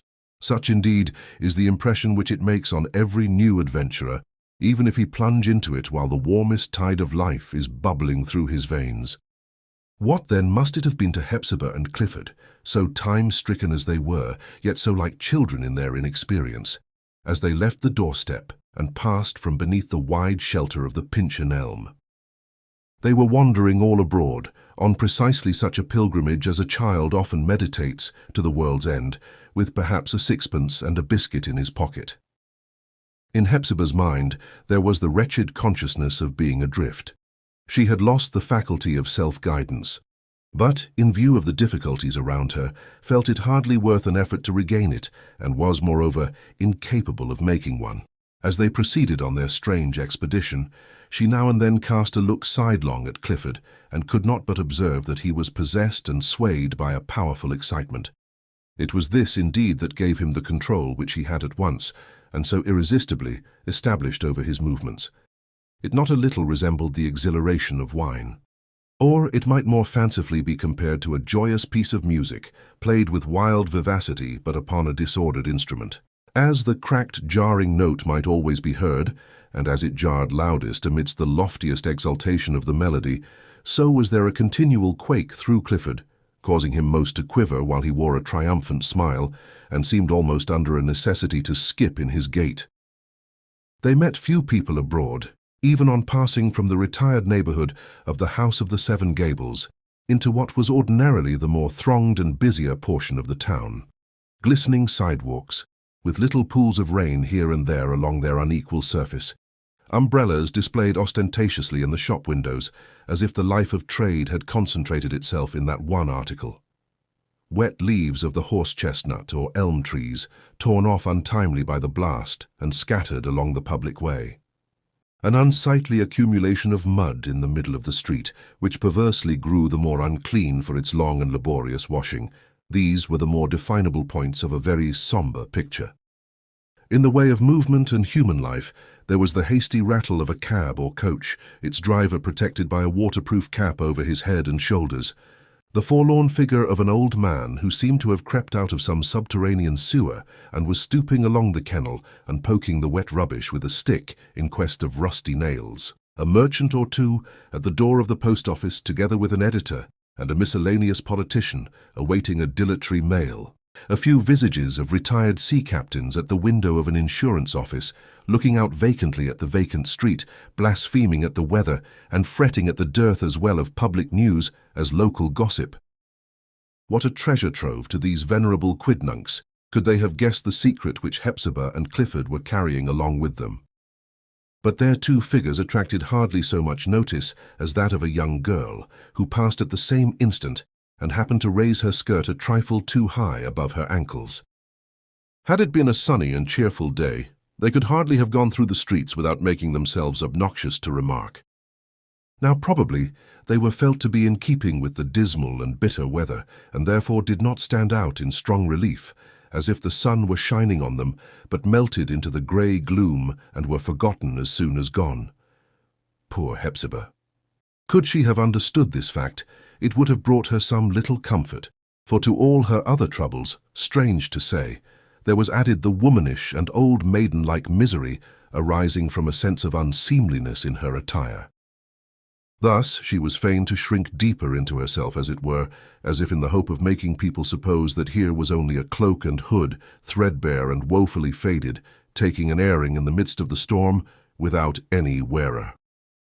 As they went on, the feeling of indistinctness and unreality kept dimly hovering round about her, and so diffusing itself into her system that one of her hands was hardly palpable to the touch of the other. Any certainty would have been preferable to this. She whispered to herself again and again, "Am I awake? Am I awake?" and sometimes exposed her face to the chill spatter of the wind for the sake of its rude assurance that she was. Whether it was Clifford's purpose or only chance had led them thither, they now found themselves passing beneath the arched entrance of a large structure of grey stone. Within, there was a spacious breadth and an airy height from floor to roof, now partially filled with smoke and steam, which eddied voluminously upward and formed a mimic cloud region over their heads. A train of cars was just ready for a start. The locomotive was fretting and fuming, like a steed impatient for a headlong rush, and the bell rang out its hasty peal, so well expressing the brief summons which life vouchsafes to us in its hurried career. Without question or delay, with the irresistible decision, if not rather to be called recklessness, which had so strangely taken possession of him, and through him of Hepzibah, Clifford impelled her towards the cars and assisted her to enter. The signal was given. The engine puffed forth its short, quick breaths. The train began its movement, and along with 100 other passengers, these two unwanted travellers sped onward like the wind. At last, therefore, and after so long estrangement from everything that the world acted or enjoyed, they had been drawn into the great current of human life, and were swept away with it, as by the suction of fate itself. Still haunted with the idea that not one of the past incidents, inclusive of Judge Pyncheon's visit, could be real, the recluse of the Seven Gables murmured in her brother's ear, "Clifford, Clifford, is not this a dream?" "A dream, Hepzibah?" repeated he, almost laughing in her face. "On the contrary, I have never been awake before." Meanwhile, looking from the window, they could see the world racing past them. At one moment, they were rattling through a solitude. The next, a village had grown up around them. A few breaths more, and it had vanished, as if swallowed by an earthquake. The spires of meeting-houses seemed set adrift from their foundations. The broad-based hills glided away. Everything was unfixed from its age-long rest, and moving at whirlwind speed in a direction opposite to their own. Within the car there was the usual interior life of the railroad, offering little to the observation of other passengers, but full of novelty for this pair of strangely enfranchised prisoners. It was novelty enough indeed that there were 50 human beings in close relation with them, under one long and narrow roof, and drawn onward by the same mighty influence that had taken their two selves into its grasp.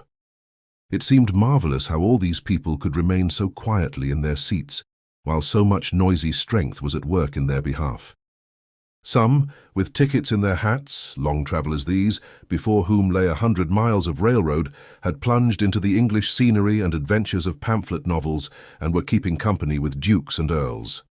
Others, whose briefer span forbade their devoting themselves to studies so abstruse, beguiled the little tedium of the way with penny papers. A party of girls and one young man on opposite sides of the car found huge amusement in a game of ball. They tossed it to and fro, with peals of laughter that might be measured by mile lengths, for faster than the nimble ball could fly, the merry players fled unconsciously along, leaving the trail of their mirth afar behind, and ending their game under another sky than had witnessed its commencement. Boys, with apples, cakes, candy, and rolls of variously tinctured lozenges, merchandise that reminded Hepzibah of her deserted shop, appeared at each momentary stopping place, doing up their business in a hurry, or breaking it short off, lest the market should ravish them away with it. New people continually entered. Old acquaintances, for such they soon grew to be in this rapid current of affairs, continually departed. Here and there, amid the rumble and the tumult, sat one asleep. Sleep, sport, business, graver or lighter study, and the common and inevitable movement onward. It was life itself. Clifford's naturally poignant sympathies were all aroused. He caught the colour of what was passing about him and threw it back more vividly than he received it, but mixed, nevertheless, with a lurid and portentous hue. Hepzibah, on the other hand, felt herself more apart from humankind than even in the seclusion which she had just quitted. "You are not happy, Hepzibah," said Clifford, apart, in a tone of reproach. "You are thinking of that dismal old house and of cousin Jaffrey."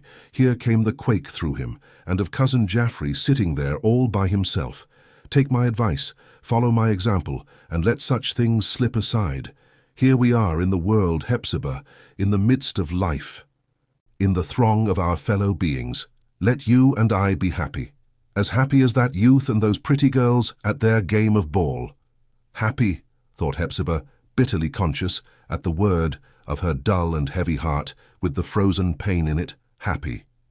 He is mad already. And, if I could once feel myself broad awake, I should go mad too. If a fixed idea be madness, she was perhaps not remote from it. Fast and far as they had rattled and clattered along the iron track, they might just as well as regarded Hepzibah's mental images have been passing up and down Pyncheon Street. With miles and miles of varied scenery between, there was no scene for her save the 7 old gable peaks, with their moss and the tuft of weeds in one of the angles, and the shop window, and a customer shaking the door and compelling the little bell to jingle fiercely, but without disturbing Judge Pyncheon. This one old house was everywhere. It transported its great lumbering bulk with more than railroad speed and set itself phlegmatically down on whatever spot she glanced at. The quality of Hepzibah's mind was too unmalleable to take new impressions so readily as Clifford's. He had a winged nature. She was rather of the vegetable kind, and could hardly be kept long alive if drawn up by the roots. Thus it happened that the relation heretofore existing between her brother and herself was changed. At home, she was his guardian. Here, Clifford had become hers, and seemed to comprehend whatever belonged to their new position with a singular rapidity of intelligence. He had been startled into manhood and intellectual vigor, or at least into a condition that resembled them, though it might be both diseased and transitory. The conductor now applied for their tickets, and Clifford, who had made himself the purse-bearer, put a banknote into his hand, as he had observed others do. "For the lady and yourself?" asked the conductor. "And how far?" "As far as that will carry us," said Clifford. "It is no great matter. We are riding for pleasure merely." "You choose a strange day for it, sir," remarked a gimlet-eyed old gentleman on the other side of the car, looking at Clifford and his companion, as if curious to make them out. "The best chance of pleasure in an easterly rain, I take it, is in a man's own house with a nice little fire in the chimney." "I cannot precisely agree with you," said Clifford, courteously bowing to the old gentleman, and at once taking up the clue of conversation which the latter had proffered. It had just occurred to me, on the contrary, that this admirable invention of the railroad, with the vast and inevitable improvements to be looked for, both as to speed and convenience, is destined to do away with those stale ideas of home and fireside, and substitute something better. "In the name of common sense," asked the old gentleman rather testily, "what can be better for a man than his own parlour and chimney-corner?" "These things have not the merit which many good people attribute to them," replied Clifford. "They may be said in few and pithy words to have ill-served a poor purpose. My impression is that our wonderfully increased and still increasing facilities of locomotion are destined to bring us around again to the nomadic state. You are aware, my dear sir, you must have observed it in your own experience, that all human progress is in a circle, or, to use a more accurate and beautiful figure, in an ascending spiral curve. While we fancy ourselves going straight forward and attaining at every step an entirely new position of affairs, we do actually return to something long ago tried and abandoned, but which we now find etherealized, refined, and perfected to its ideal. The past is but a coarse and sensual prophecy of the present and the future. To apply this truth to the topic now under discussion, in the early epochs of our race, men dwelt in temporary huts of bowers of branches as easily constructed as a bird's nest, and which they built, if it should be called building, when such sweet homes of a summer solstice rather grew than were made with hands, which nature, we will say, assisted them to rear where fruit abounded, where fish and game were plentiful, or most especially where the sense of beauty was to be gratified by a lovelier shade than elsewhere, and a more exquisite arrangement of lake, wood, and hill. This life possessed a charm which, ever since man quitted it, has vanished from existence, and it typified something better than itself. It had its drawbacks, such as hunger and thirst, inclement weather, hot sunshine, and weary and foot-blistering marches over barren and ugly tracts that lay between the sites desirable for their fertility and beauty. But in our ascending spiral, we escape all this. These railroads, could but the whistle be made musical, and the rumble and the jar got rid of, are positively the greatest blessing that the ages have wrought out for us. They give us wings, they annihilate the toil and dust of pilgrimage, they spiritualize travel. Transition being so facile, what can be any man's inducement to tarry in one spot? Why therefore should he build a more cumbrous habitation than can readily be carried off with him? Why should he make himself a prisoner for life in brick and stone and old worm-eaten timber, when he may just as easily dwell in one sense nowhere, in a better sense, wherever the fit and beautiful shall offer him a home? Clifford's countenance glowed as he divulged this theory. A youthful character shone out from within, converting the wrinkles and pallid duskiness of age into an almost transparent mask. The merry girls let their ball drop upon the floor and gazed at him. They said to themselves, perhaps, that before his hair was grey and the crow's feet tracked his temples, this now decaying man must have stamped the impress of his features on many a woman's heart. But alas, no woman's eye had seen his face while it was beautiful. "I should scarcely call it an improved state of things," observed Clifford's new acquaintance, "to live everywhere and nowhere." "Would you not?" exclaimed Clifford with singular energy. "It is as clear to me as sunshine, were there any in the sky, that the greatest possible stumbling blocks in the path of human happiness and improvement are these heaps of bricks and stones, consolidated with mortar or hewn timber, fastened together with spike nails, which men painfully contrive for their own torment and call them house and home. The soul needs air, a wide sweep and frequent change of it. Morbid influences, in a thousandfold variety, gather about hearths and pollute the life of households. There is no such unwholesome atmosphere as that of an old home, rendered poisonous by one's defunct forefathers and relatives. I speak of what I know. There is a certain house within my familiar recollection, one of those peaked gable, there are 7 of them, projecting storied edifices, such as you occasionally see in our older towns, a rusty, crazy, creaky, dry-rotted, dingy, dark and miserable old dungeon, with an arched window over the porch and a little shop door on one side, and a great melancholy elm before it. Now, sir, whenever my thoughts recur to this 7-gabled mansion, the fact is so very curious that I must needs mention it, immediately I have a vision or image of an elderly man, of remarkably stern countenance, sitting in an oaken elbow chair, dead, stone dead, with an ugly flow of blood upon his shirt bosom. Dead, but with open eyes. He taints the whole house as I remember it. I could never flourish there, nor be happy, nor do nor enjoy what God meant me to do and enjoy. His face darkened, and seemed to contract and shrivel itself up and wither into age. "Never, sir," he repeated. "I could never draw cheerful breath there." "I should think not," said the old gentleman, eyeing Clifford earnestly and rather apprehensively. "I should conceive not, sir, with that notion in your head." "Surely not," continued Clifford, "and it were a relief to me if that house could be torn down or burnt up, and so the earth be rid of it, and grass be sown abundantly over its foundation. Not that I should ever visit its site again. For, sir, the farther I get away from it, the more does the joy, the lightsome freshness, the heart leap, the intellectual dance, the youth, in short. Yes, my youth, the more does it come back to me. No longer ago than this morning, I was old. I remember looking in the glass and wondering at my own grey hair, and the wrinkles, many and deep, right across my brow, and the furrows down my cheeks, and the prodigious trampling of crow's feet about my temples. It was too soon. I could not bear it. Age had no right to come. I had not lived. But now do I look old?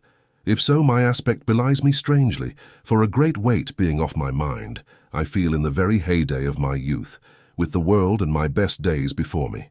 I trust you may find it so, said the old gentleman, who seemed rather embarrassed and desirous of avoiding the observation which Clifford's wild talk drew on them both. You have my best wishes for it.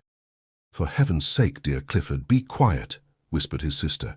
They think you mad. Be quiet yourself, Hepzibah, returned her brother. No matter what they think, I am not mad. For the first time in 30 years my thoughts gush up and find words ready for them. I must talk, and I will. He turned again towards the old gentleman and renewed the conversation. Yes, my dear sir, said he, it is my firm belief and hope that these terms of roof and hearthstone, which have so long been held to embody something sacred, are soon to pass out of men's daily use and be forgotten. Just imagine for a moment how much of human evil will crumble away with this one change. What we call real estate, the solid ground to build a house on, is the broad foundation on which nearly all the guilt of this world rests.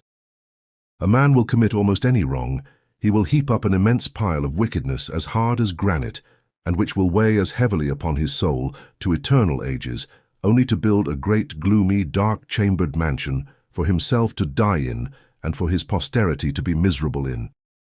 He lays his own dead corpse beneath the underpinning, as one may say, and hangs his frowning picture on the wall, and, after thus converting himself into an evil destiny, expects his remotest great-grandchildren to be happy there. I do not speak wildly. I have just such a house in my mind's eye. Then, sir, said the old gentleman, getting anxious to drop the subject, you are not to blame for leaving it. Within the lifetime of the child already born, Clifford went on, all this will be done away. The world is growing too ethereal and spiritual to bear these enormities a great while longer. To me, though, for a considerable period of time, I have lived chiefly in retirement, and know less of such things than most men. Even to me, the harbingers of a better era are unmistakable. Mesmerism now. Will that effect nothing, think you, towards purging away the grossness out of human life? All a humbug, growled the old gentleman. These rapping spirits that little Phoebe told us of the other day, said Clifford, what are these but the messengers of the spiritual world, knocking at the door of substance, and it shall be flung wide open, a humbug again, cried the old gentleman, growing more and more testy at these glimpses of Clifford's metaphysics. I should like to rap with a good stick on the empty pates of the dolts who circulate such nonsense. Then there is electricity, the demon, the angel, the mighty physical power, the all-pervading intelligence, exclaimed Clifford. Is that a humbug too? Is it a fact, or have I dreamt it, that by means of electricity the world of matter has become a great nerve vibrating thousands of miles in a breathless point of time? Rather, the round globe is a vast head, a brain, instinct with intelligence. Or, shall we say, it is itself a thought, nothing but thought, and no longer the substance which we deemed it. If you mean the telegraph, said the old gentleman, glancing his eye toward its wire alongside the rail track, it is an excellent thing. That is, of course, if the speculators in cotton and politics don't get possession of it. A great thing indeed, sir, particularly as regards the detection of bank robbers and murderers. I don't quite like it in that point of view, replied Clifford. A bank robber, and what you call a murderer, likewise has his rights, which men of enlightened humanity and conscience should regard in so much the more liberal spirit, because the bulk of society is prone to controvert their existence. An almost spiritual medium, like the electric telegraph, should be consecrated to high, deep, joyful and holy missions. Lovers, day by day, hour by hour, if so often moved to do it, might send their heartthrobs from Maine to Florida with some such words as these, I love you forever. My heart runs over with love. I love you more than I can. And again, at the next message, I have lived an hour longer and love you twice as much. Or, when a good man has departed, his distant friend should be conscious of an electric thrill, as from the world of happy spirits telling him, "Your dear friend is in bliss." Or, to an absent husband, should come tidings thus, "An immortal being, of whom you are the father, has this moment come from God." And immediately its little voice would seem to have reached so far, and to be echoing in his heart. But for these poor rogues, the bank robbers, who after all are about as honest as 9 people in 10, except that they disregard certain formalities and prefer to transact business at midnight rather than change hours, and for these murderers, as you phrase it, who are often excusable in the motives of their deed and deserve to be ranked among public benefactors if we consider only its result. For unfortunate individuals like these, I really cannot applaud the enlistment of an immaterial and miraculous power in the universal world hunt at their heels. "You can't, hey?" cried the old gentleman with a hard look. "Positively no," answered Clifford. "It puts them too miserably at disadvantage. For example, sir, in a dark, low, cross-beamed, panelled room of an old house, let us suppose a dead man sitting in an armchair with a blood stain on his shirt bosom. And let us add to our hypothesis another man issuing from the house, which he feels to be overfilled with the dead man's presence. And let us lastly imagine him fleeing, heaven knows whither, at the speed of a hurricane by railroad. Now, sir, if the fugitive alight in some distant town and find all the people babbling about that self-same dead man whom he has fled so far to avoid the sight and thought of, will you not allow that his natural rights have been infringed? He has been deprived of his city of refuge and, in my humble opinion, has suffered infinite wrong." "You are a strange man, sir," said the old gentleman, bringing his gimlet eye to a point on Clifford, as if determined to bore right into him. "I can't see through you. No, I'll be bound you can't," cried Clifford, laughing. "And yet, my dear sir, I am as transparent as the water of Maule's well. But come, Hepzibah, we have flown far enough for once. Let us alight as the birds do, and perch ourselves on the nearest twig, and consult whither we shall fly next." Just then, as it happened, the train reached a solitary way station. Taking advantage of the brief pause, Clifford left the car and drew Hepzibah along with him. A moment afterwards, the train, with all the life of its interior, amid which Clifford had made himself so conspicuous an object, was gliding away in the distance, and rapidly lessening to a point which, in another moment, vanished. The world had fled away from these two wanderers. They gazed drearily about them. At a little distance stood a wooden church, black with age, and in a dismal state of ruin and decay, with broken windows, a great rift through the main body of the edifice, and a rafter dangling from the top of the square tower. Farther off was a farmhouse in the old style, as venerably black as the church, with a roof sloping downward from the 3-story peak to within a man's height of the ground. It seemed uninhabited. There were the relics of a woodpile, indeed, near the door, but with grass sprouting up among the chips and scattered logs. The small raindrops came down aslant. The wind was not turbulent, but sullen and full of chilly moisture. Clifford shivered from head to foot. The wild effervescence of his mood, which had so readily supplied thoughts, fantasies, and a strange aptitude of words, and impelled him to talk from the mere necessity of giving vent to this bubbling-up gush of ideas, had entirely subsided. A powerful excitement had given him energy and vivacity. Its operation over, he forthwith began to sink. "You must take the lead now, Hepzibah," murmured he, with a torpid and reluctant utterance. "Do with me as you will." She knelt down upon the platform where they were standing, and lifted her clasped hands to the sky. The dull, grey weight of clouds made it invisible, but it was no hour for disbelief, no juncture this to question that there was a sky above and an almighty Father looking from it. "Oh God!" ejaculated poor gaunt Hepzibah, then paused a moment to consider what her prayer should be. "O God, our Father, are we not thy children? Have mercy on us." Chapter 18. Governor Pyncheon. Judge Pyncheon, while his two relatives have fled away with such ill-considered haste, still sits in the old parlour, keeping house, as the familiar phrase is, in the absence of its ordinary occupants.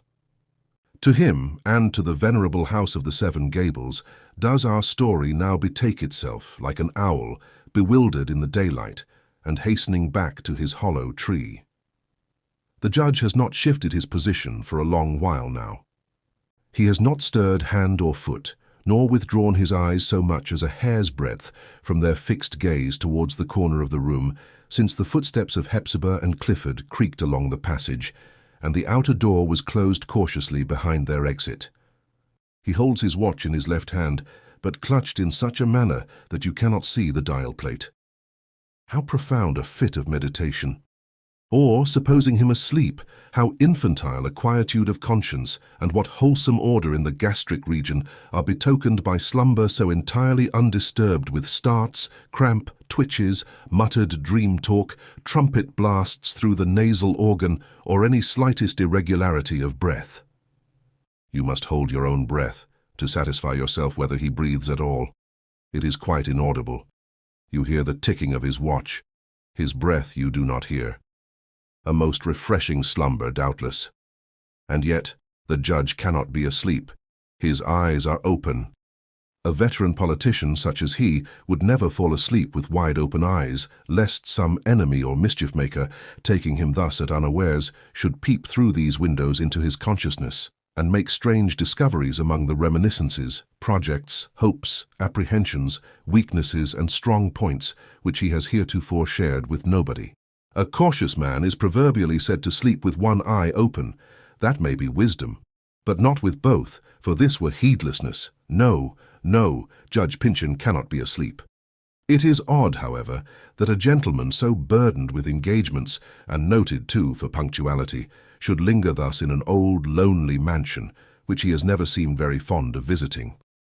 The oaken chair, to be sure, may tempt him with its roominess. It is indeed a spacious, and allowing for the rude age that fashioned it, a moderately easy seat, with capacity enough at all events, and offering no restraint to the judge's breadth of beam.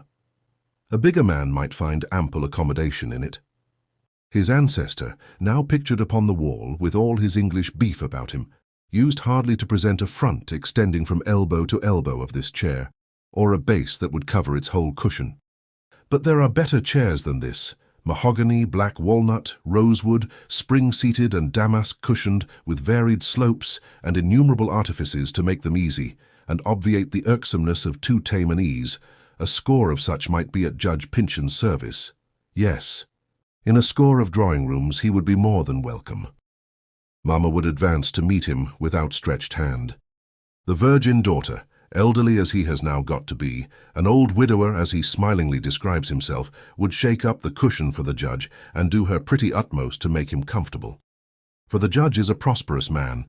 He cherishes his schemes, moreover, like other people, and reasonably brighter than most others, or did so, at least, as he lay abed this morning, in an agreeable half-drowse, planning the business of the day and speculating on the probabilities of the next 15 years. With his firm health and the little inroad that age has made upon him, 15 years or 20, yes, or perhaps 25, are no more than he may fairly call his own. 25 years for the enjoyment of his real estate in town and country, his railroad, bank and insurance shares, his United States stock, his wealth, in short, however invested, now in possession or soon to be acquired, together with the public honors that have fallen upon him and the weightier ones that are yet to fall. It is good, it is excellent, it is enough, still lingering in the old chair. If the judge has a little time to throw away, why does not he visit the insurance office, as is his frequent custom, and sit a while in one of their leathern-cushioned armchairs, listening to the gossip of the day and dropping some deeply designed chance word which will be certain to become the gossip of tomorrow? And have not the bank directors a meeting at which it was the judge's purpose to be present and his office to preside? Indeed they have, and the hour is noted on a card which is, or ought to be, in Judge Pyncheon's right vest pocket.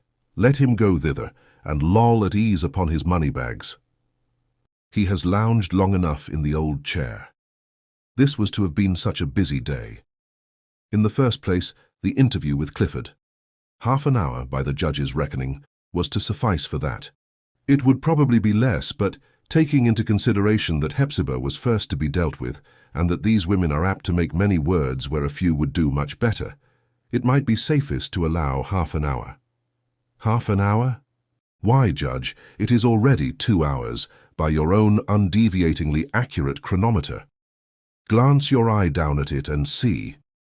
Ah, he will not give himself the trouble either to bend his head or elevate his hand so as to bring the faithful timekeeper within his range of vision.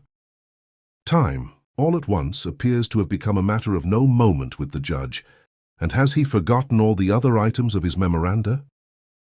Clifford's affair arranged, he was to meet a State Street broker who has undertaken to procure a heavy percentage and the best of paper for a few loose thousands which the judge happens to have by him, uninvested.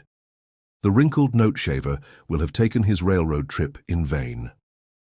Half an hour later, in the street next to this, there was to be an auction of real estate, including a portion of the old Pyncheon property, originally belonging to Maule's garden ground. It has been alienated from the Pyncheons these 80 years, but the judge had kept it in his eye and had set his heart on re-annexing it to the small domain still left around the Seven Gables. And now, during this odd fit of oblivion, the fatal hammer must have fallen and transferred our ancient patrimony to some alien possessor. Possibly, indeed, the sale may have been postponed till fairer weather. If so, will the judge make it convenient to be present and favour the auctioneer with his bid on the proximate occasion? The next affair was to buy a horse for his own driving. The one heretofore his favourite stumbled this very morning on the road to town and must be at once discarded. Judge Pyncheon's neck is too precious to be risked on such a contingency as a stumbling steed. Should all the above business be seasonably got through with, he might attend the meeting of a charitable society, the very name of which, however, in the multiplicity of his benevolence, is quite forgotten, so that this engagement may pass unfulfilled and no great harm done. And if he have time amid the press of more urgent matters, he must take measures for the renewal of Mrs. Pyncheon's tombstone, which, the sexton tells him, has fallen on its marble face and is cracked quite in twain. She was a praiseworthy woman enough, thinks the judge, in spite of her nervousness and the tears that she was so oozy with, and her foolish behaviour about the coffee, and as she took her departure so seasonably, he will not grudge the second tombstone. It is better, at least, than if she had never needed any. The next item on his list was to give orders for some fruit trees, of a rare variety, to be deliverable at his country seat in the ensuing autumn. Yes, buy them by all means, and may the peaches be luscious in your mouth, Judge Pyncheon. After this comes something more important.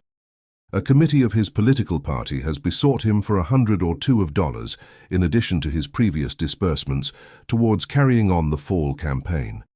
The judge is a patriot. The fate of the country is staked on the November election. And besides, as will be shadowed forth in another paragraph, he has no trifling stake of his own in the same great game. He will do what the committee asks. Nay, he will be liberal beyond their expectations. They shall have a cheque for $500, and more anon if it be needed. What next? A decayed widow, whose husband was Judge Pyncheon's early friend, has laid her case of destitution before him in a very moving letter. She and her fair daughter have scarcely bread to eat. He partly intends to call on her today, perhaps so, perhaps not, accordingly as he may happen to have leisure, and a small banknote. Another business which, however, he puts no great weight on. It is well, you know, to be heedful but not over-anxious as respects one's personal health. Another business, then, was to consult his family physician. About what, for heaven's sake? Why, it is rather difficult to describe the symptoms. A mere dimness of sight and dizziness of brain, was it? Or disagreeable choking or stifling or gurgling or bubbling in the region of the thorax, as the anatomists say? Or was it a pretty severe throbbing and kicking of the heart, rather creditable to him than otherwise, as showing that the organ had not been left out of the judge's physical contrivance? No matter what it was, the doctor probably would smile at the statement of such trifles to his professional ear. The judge would smile in his turn, and meeting one another's eyes, they would enjoy a hearty laugh together. But a fig for medical advice. The judge will never need it. Pray, Judge Pyncheon, look at your watch now. What? Not a glance. It is within 10 minutes of the dinner hour. It surely cannot have slipped your memory that the dinner of today is to be the most important, in its consequences, of all the dinners you ever ate. Yes, precisely the most important, although in the course of your somewhat eminent career, you have been placed high towards the head of the table at splendid banquets and have poured out your festive eloquence to ears yet echoing with Webster's mighty organ tones. No public dinner this, however. It is merely a gathering of some dozen or so of friends from several districts of the state, men of distinguished character and influence, assembling almost casually at the house of a common friend, likewise distinguished, who will make them welcome to a little better than his ordinary fare. Nothing in the way of French cookery but an excellent dinner, nevertheless, real turtle, we understand, and salmon, tautog, canvasbacks, pig, English mutton, good roast beef or dainties of that serious kind, fit for substantial country gentlemen, as these honourable persons mostly are. The delicacies of the season, in short, and flavoured by a brand of old Madeira which has been the pride of many seasons. It is the Juno brand, a glorious wine, fragrant and full of gentle might, a bottled-up happiness put by for use, a golden liquid, worth more than liquid gold, so rare and admirable that veteran wine-bibbers count it among their epochs to have tasted it. It drives away the heartache and substitutes no headache. Could the judge but quaff a glass, it might enable him to shake off the unaccountable lethargy which, for the 10 intervening minutes and 5 to boot are already past, has made him such a laggard at this momentous dinner. It would all but revive a dead man.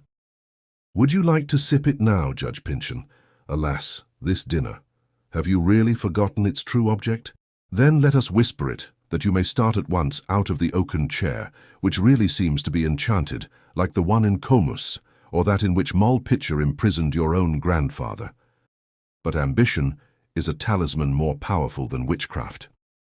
Start up then, and hurrying through the streets burst in upon the company that they may begin before the fish is spoiled. They wait for you, and it is little for your interest that they should wait. These gentlemen, need you be told it, have assembled not without purpose from every quarter of the state. They are practiced politicians, every man of them, and skilled to adjust those preliminary measures which steal from the people, without its knowledge, the power of choosing its own rulers. The popular voice at the next gubernatorial election, though loud as thunder, will be really but an echo of what these gentlemen shall speak under their breath at your friend's festive board. They meet to decide upon their candidate. This little knot of subtle schemers will control the convention, and through it dictate to the party. And what worthier candidate, more wise and learned, more noted for philanthropic liberality, truer to safe principles, tried oftener by public trusts, more spotless in private character, with a larger stake in the common welfare, and deeper grounded by hereditary descent, in the faith and practice of the Puritans. What man can be presented for the suffrage of the people, so eminently combining all these claims to the chief rulership as Judge Pyncheon here before us? Make haste, then, do your part. The meed for which you have toiled and fought and climbed and crept is ready for your grasp. Be present at this dinner, drink a glass or two of that noble wine, make your pledges in as low a whisper as you will, and you rise up from table virtually governor of the glorious old state, Governor Pyncheon of Massachusetts. And is there no potent and exhilarating cordial in a certainty like this?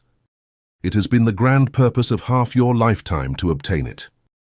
Now, when there needs little more than to signify your acceptance, why do you sit so lumpishly in your great-great-grandfather's oaken chair, as if preferring it to the gubernatorial one? We have all heard of King Log, but in these jostling times, one of that royal kindred will hardly win the race for an elective chief magistracy. Well, it is absolutely too late for dinner. Turtle, salmon, tautog, woodcock, boiled turkey, Southdown mutton, pig, roast beef have vanished, or exist only in fragments, with lukewarm potatoes and gravies crusted over with cold fat. The judge, had he done nothing else, would have achieved wonders with his knife and fork. It was he, you know, of whom it used to be said, in reference to his ogre-like appetite, that his creator made him a great animal, but that the dinner hour made him a great beast. Persons of his large sensual endowments must claim indulgence at their feeding time. But for once the judge is entirely too late for dinner. Too late, we fear, even to join the party at their wine. The guests are warm and merry. They have given up the judge, and, concluding that the free soilers have him, they will fix upon another candidate. Were our friend now to stalk in among them, with that wide-open stare at once wild and stolid, his ungenial presence would be apt to change their cheer. Neither would it be seemly in Judge Pyncheon, generally so scrupulous in his attire, to show himself at a dinner-table with that crimson stain upon his shirt-bosom. By the by, how came it there? It is an ugly sight at any rate. And the wisest way for the judge is to button his coat closely over his breast, and, taking his horse and chaise from the livery stable, to make all speed to his own house.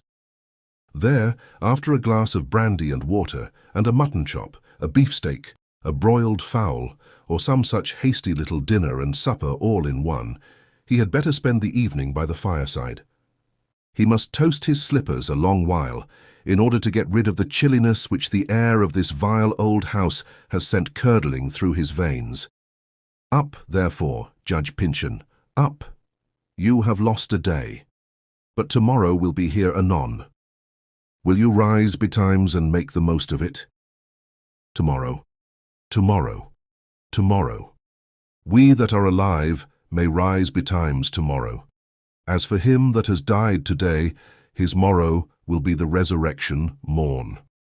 Meanwhile the twilight is glooming upward out of the corners of the room. The shadows of the tall furniture grow deeper, and at first become more definite. Then, spreading wider, they lose their distinctness of outline in the dark grey tide of oblivion, as it were, that creeps slowly over the various objects and the one human figure sitting in the midst of them. The gloom has not entered from without. It has brooded here all day, and now, taking its own inevitable time, will possess itself of everything. The judge's face, indeed rigid and singularly white, refuses to melt into this universal solvent. Fainter and fainter grows the light. It is as if another double handful of darkness had been scattered through the air. Now it is no longer grey, but sable. There is still a faint appearance at the window.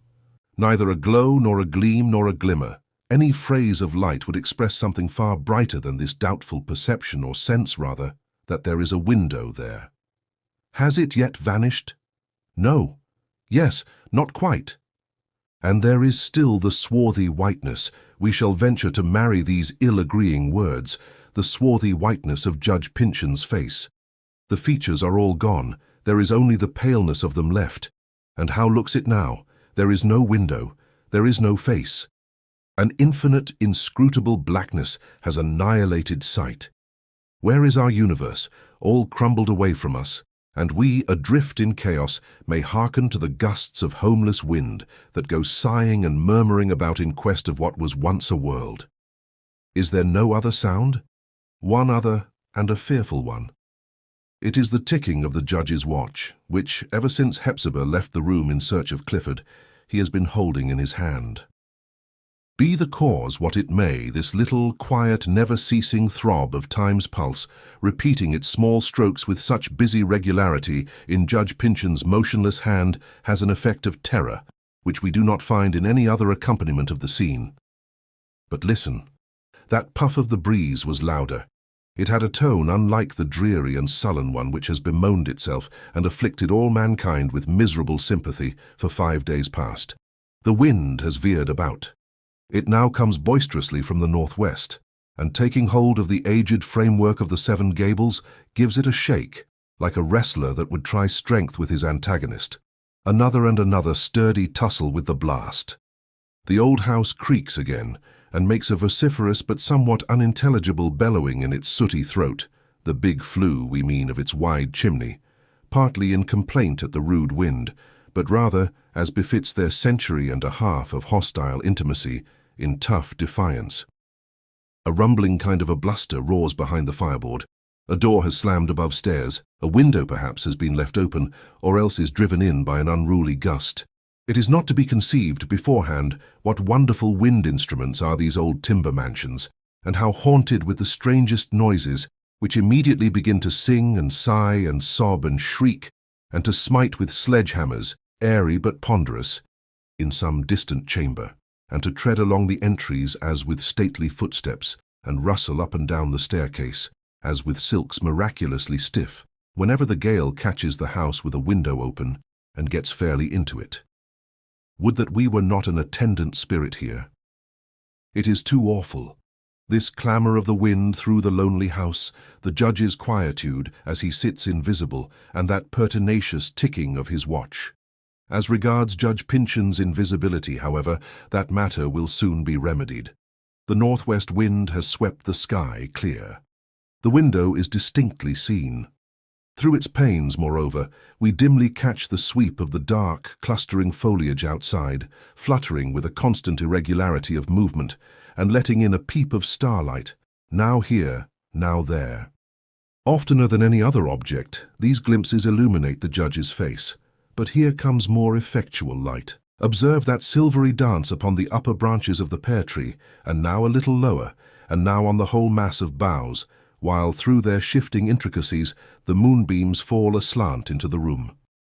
They play over the judge's figure and show that he has not stirred throughout the hours of darkness.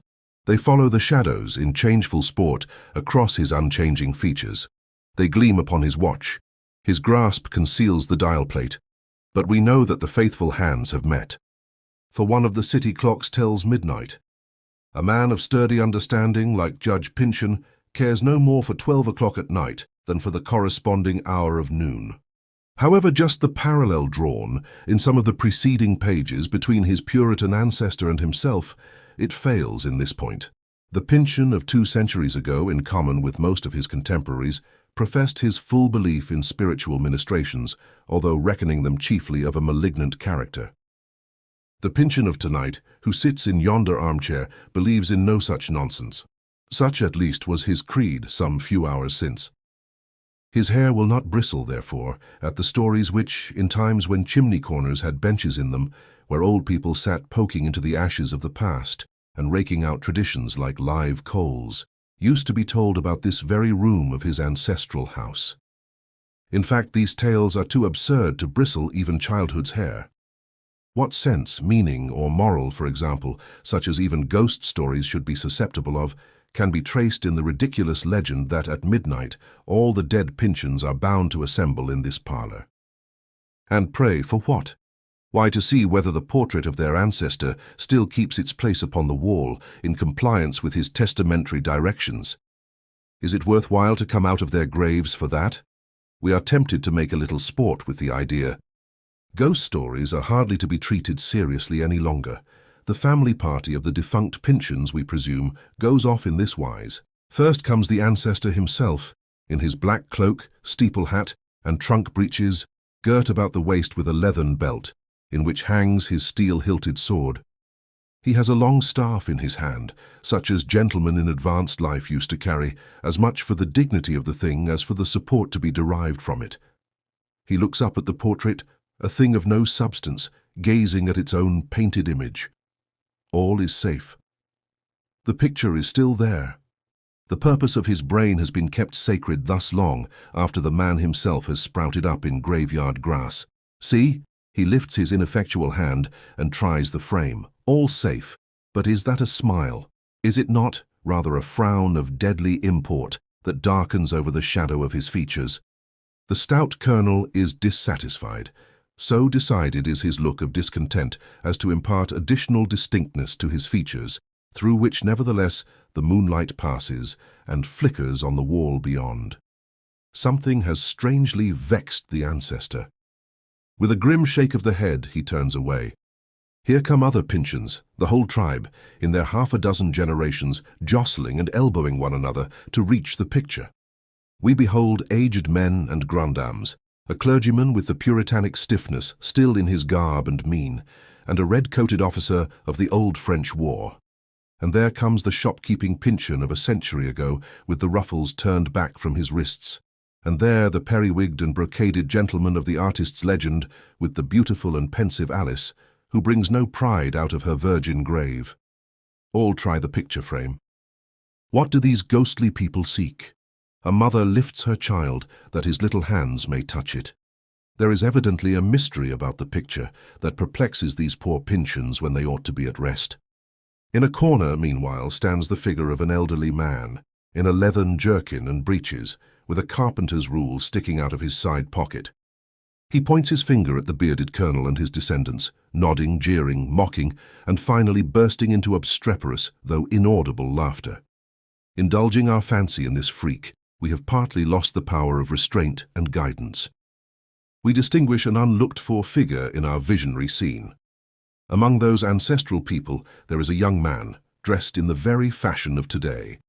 He wears a dark frock coat, almost destitute of skirts, grey pantaloons, gaiter boots of patent leather, and has a finely wrought gold chain across his breast and a little silver-headed whalebone stick in his hand.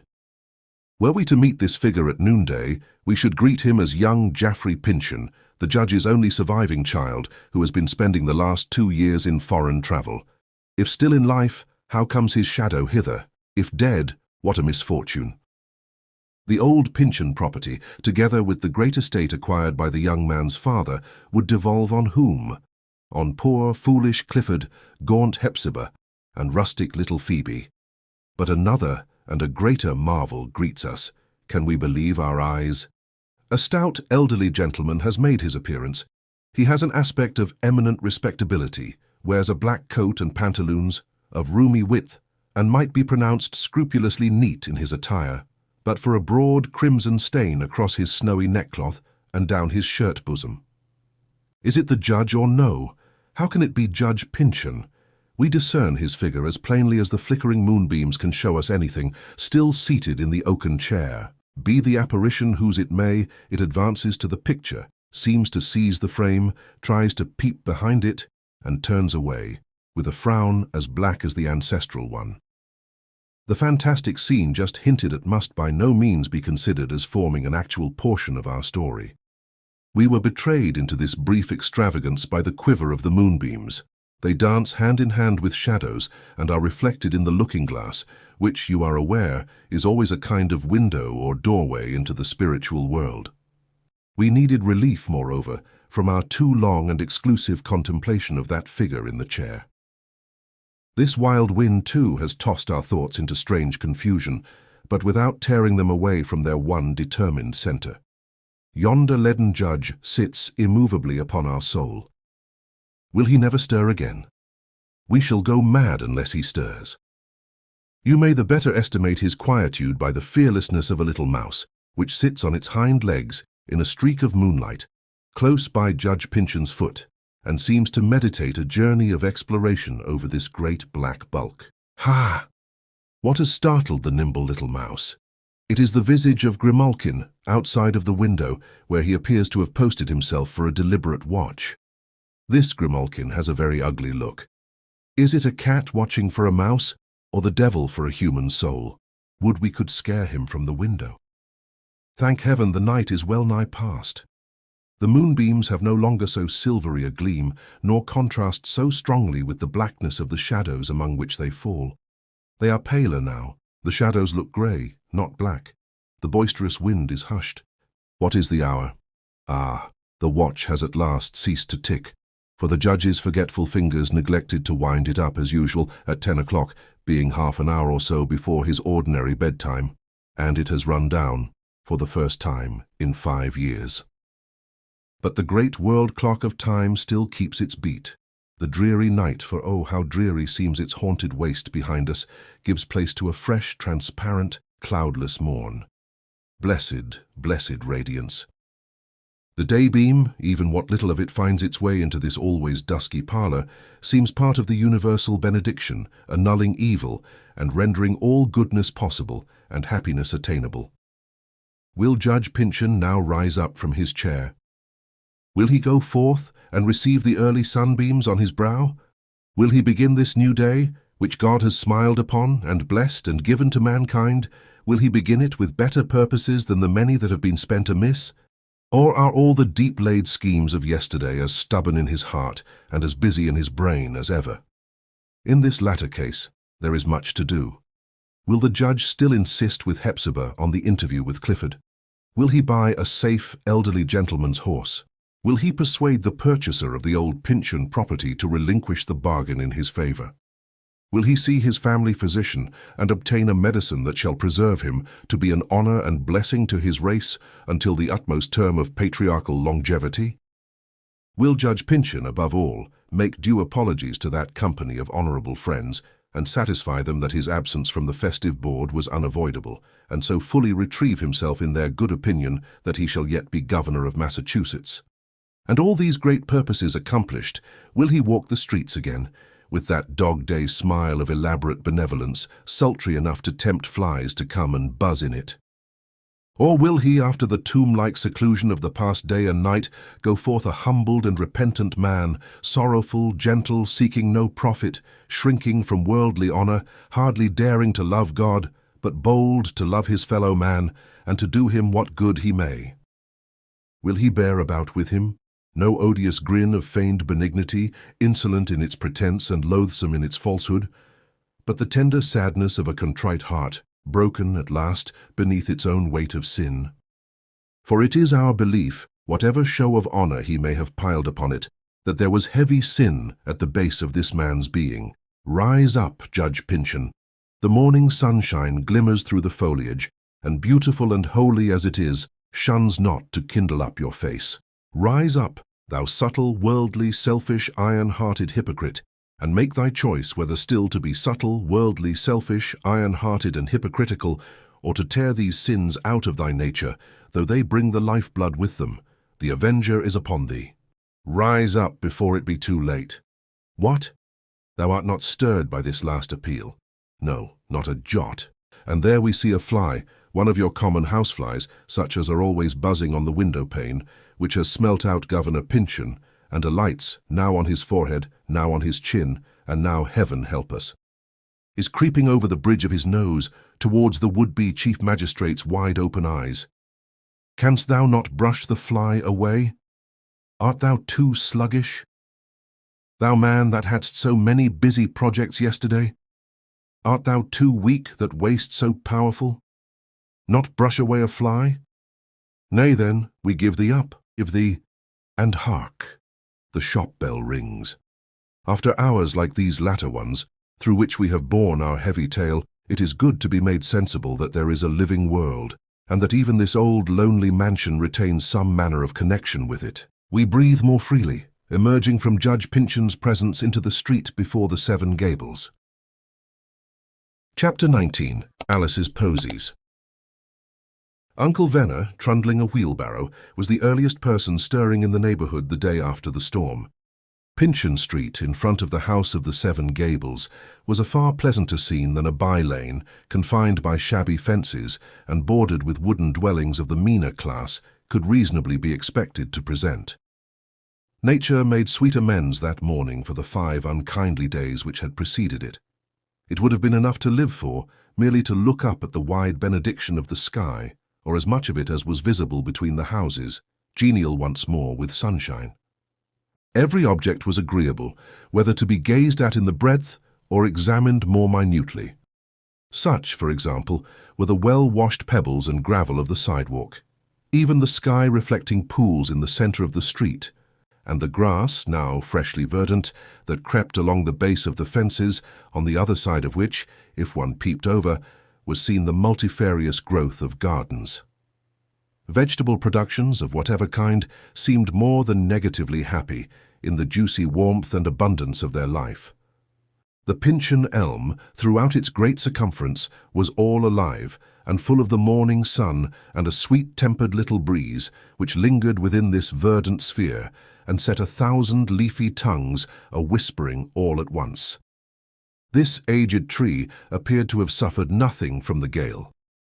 It had kept its boughs unshattered and its full complement of leaves, and the whole in perfect verdure, except a single branch that, by the earlier change with which the elm tree sometimes prophesies the autumn, had been transmuted to bright gold. It was like the golden branch that gained Aeneas and the Sibyl admittance into Hades. This one mystic branch hung down before the main entrance of the Seven Gables, so nigh the ground that any passer-by might have stood on tiptoe and plucked it off. Presented at the door, it would have been a symbol of his right to enter and be made acquainted with all the secrets of the house. So little faith is due to external appearance that there was really an inviting aspect over the venerable edifice, conveying an idea that its history must be a decorous and happy one, and such as would be delightful for a fireside tale. Its windows gleamed cheerfully in the slanting sunlight. The lines and tufts of green moss here and there seemed pledges of familiarity and sisterhood with nature. As if this human dwelling place, being of such old date, had established its prescriptive title among primeval oaks and whatever other objects, by virtue of their long continuance, have acquired a gracious right to be. A person of imaginative temperament, while passing by the house, would turn once and again and peruse it well, its many peaks consenting together in the clustered chimney, the deep projection over its basement story, the arched window, imparting a look, if not of grandeur, yet of antique gentility, to the broken portal over which it opened, the luxuriance of gigantic burdocks near the threshold. He would note all these characteristics and be conscious of something deeper than he saw. He would conceive the mansion to have been the residence of the stubborn old Puritan integrity, who, dying in some forgotten generation, had left a blessing in all its rooms and chambers, the efficacy of which was to be seen in the religion, honesty, moderate competence, or upright poverty and solid happiness of his descendants to this day. One object above all others would take root in the imaginative observer's memory. It was the great tuft of flowers, weeds you would have called them only a week ago, the tuft of crimson-spotted flowers in the angle between the two front gables. The old people used to give them the name of Alice's Posies, in remembrance of fair Alice Pyncheon, who was believed to have brought their seeds from Italy. They were flaunting in rich beauty and full bloom today, and seemed, as it were, a mystic expression that something within the house was consummated. It was but little after sunrise, when Uncle Venner made his appearance, as aforesaid, impelling a wheelbarrow along the street. He was going his matutinal rounds to collect cabbage leaves, turnip tops, potato skins, and the miscellaneous refuse of the dinner pot, which the thrifty housewives of the neighborhood were accustomed to put aside, as fit only to feed a pig. Uncle Venner's pig was fed entirely, and kept in prime order, on these eleemosynary contributions, insomuch that the patched philosopher used to promise that before retiring to his farm he would make a feast of the portly grunter, and invite all his neighbors to partake of the joints and spare ribs which they had helped to fatten. Miss Hepzibah Pyncheon's housekeeping had so greatly improved since Clifford became a member of the family that her share of the banquet would have been no lean one, and Uncle Venner, accordingly, was a good deal disappointed not to find the large earthen pan full of fragmentary eatables that ordinarily awaited his coming at the back doorstep of the Seven Gables. "I never knew Miss Hepzibah so forgetful before," said the patriarch to himself. "She must have had a dinner yesterday, no question of that. She always has one nowadays. So where's the pot liquor and potato skins, I ask? Shall I knock and see if she's stirring yet? No, don't do. If little Phoebe was about the house, I should not mind knocking. But Miss Hepzibah, likely as not, would scowl down at me out of the window and look cross, even if she felt pleasantly. So I'll come back at noon."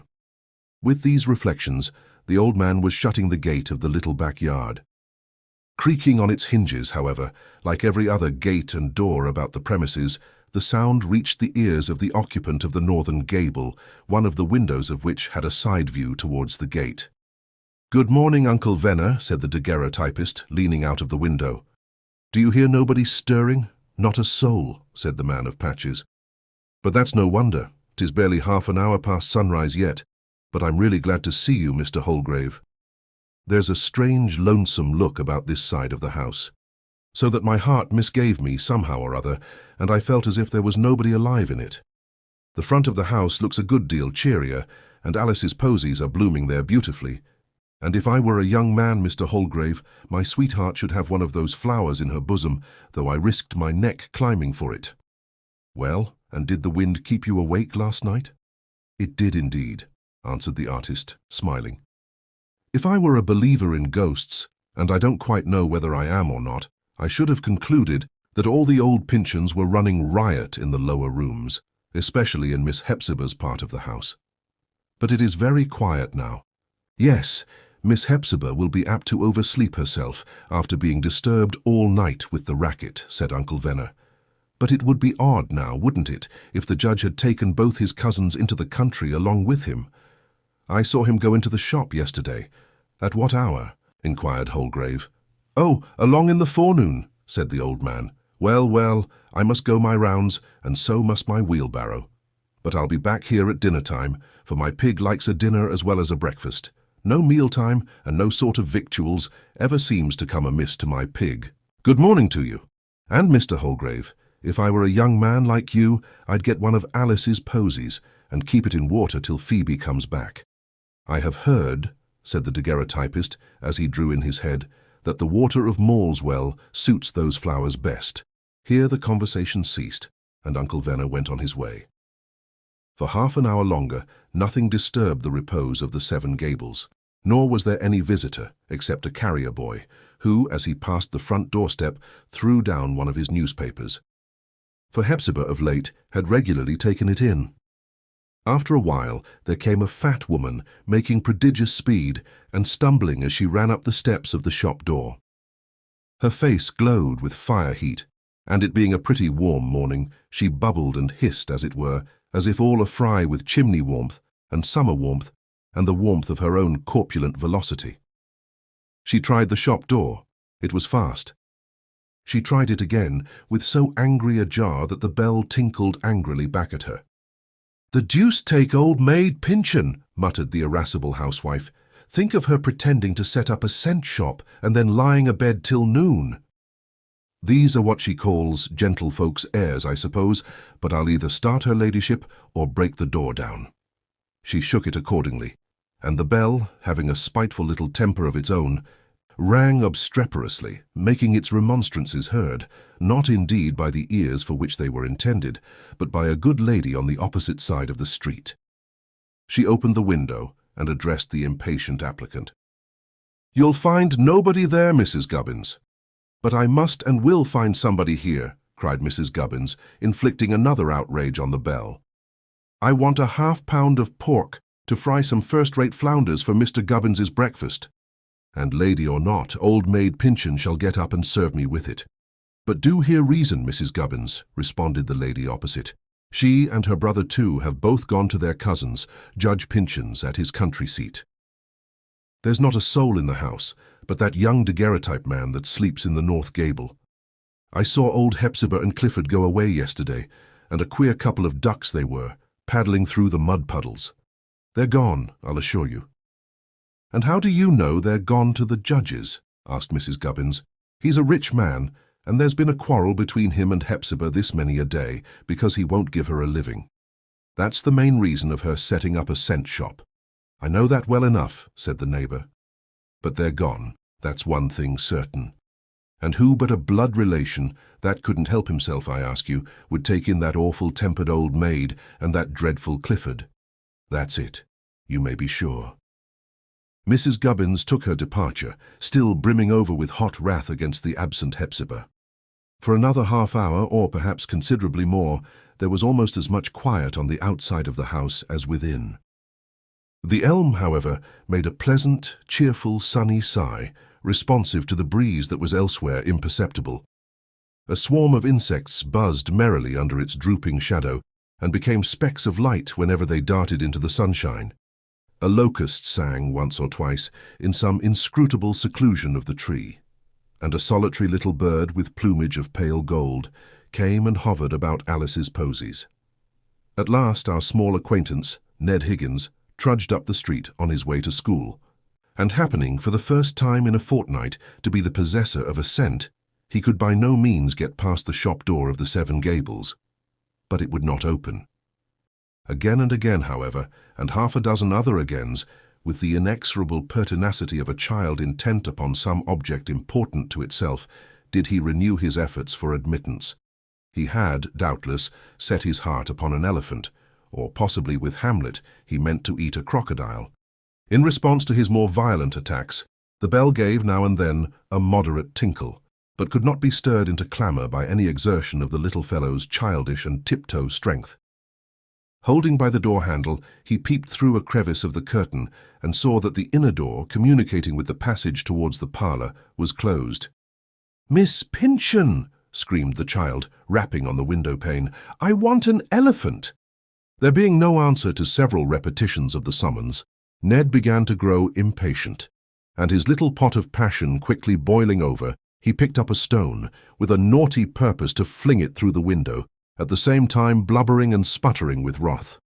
A man, one of two who happened to be passing by, caught the urchin's arm. "What's the trouble, old gentleman?" he asked. "I want old Hepzibah, or Phoebe, or any of them," answered Ned, sobbing. "They won't open the door, and I can't get my elephant." "Go to school, you little scamp," said the man. "There's another cent shop round the corner." "'Tis very strange, Dixie," added he to his companion. "What's become of all these Pyncheons?" "Smith, the livery stable keeper, tells me Judge Pyncheon put his horse up yesterday to stand till after dinner, and has not taken him away yet. And one of the judge's hired men has been in this morning to make inquiry about him. He's a kind of person, they say, that seldom breaks his habits or stays out o' nights." "Oh, he'll turn up safe enough," said Dixie. "And as for old maid Pyncheon, take my word for it, she has run in debt and gone off from her creditors. I foretold, you remember, the first morning she set up shop, that her devilish scowl would frighten away customers. They couldn't stand it." "I never thought she'd make it go," remarked his friend. "This business of cent shops is overdone among the women folks. My wife tried it and lost $5 on her outlay."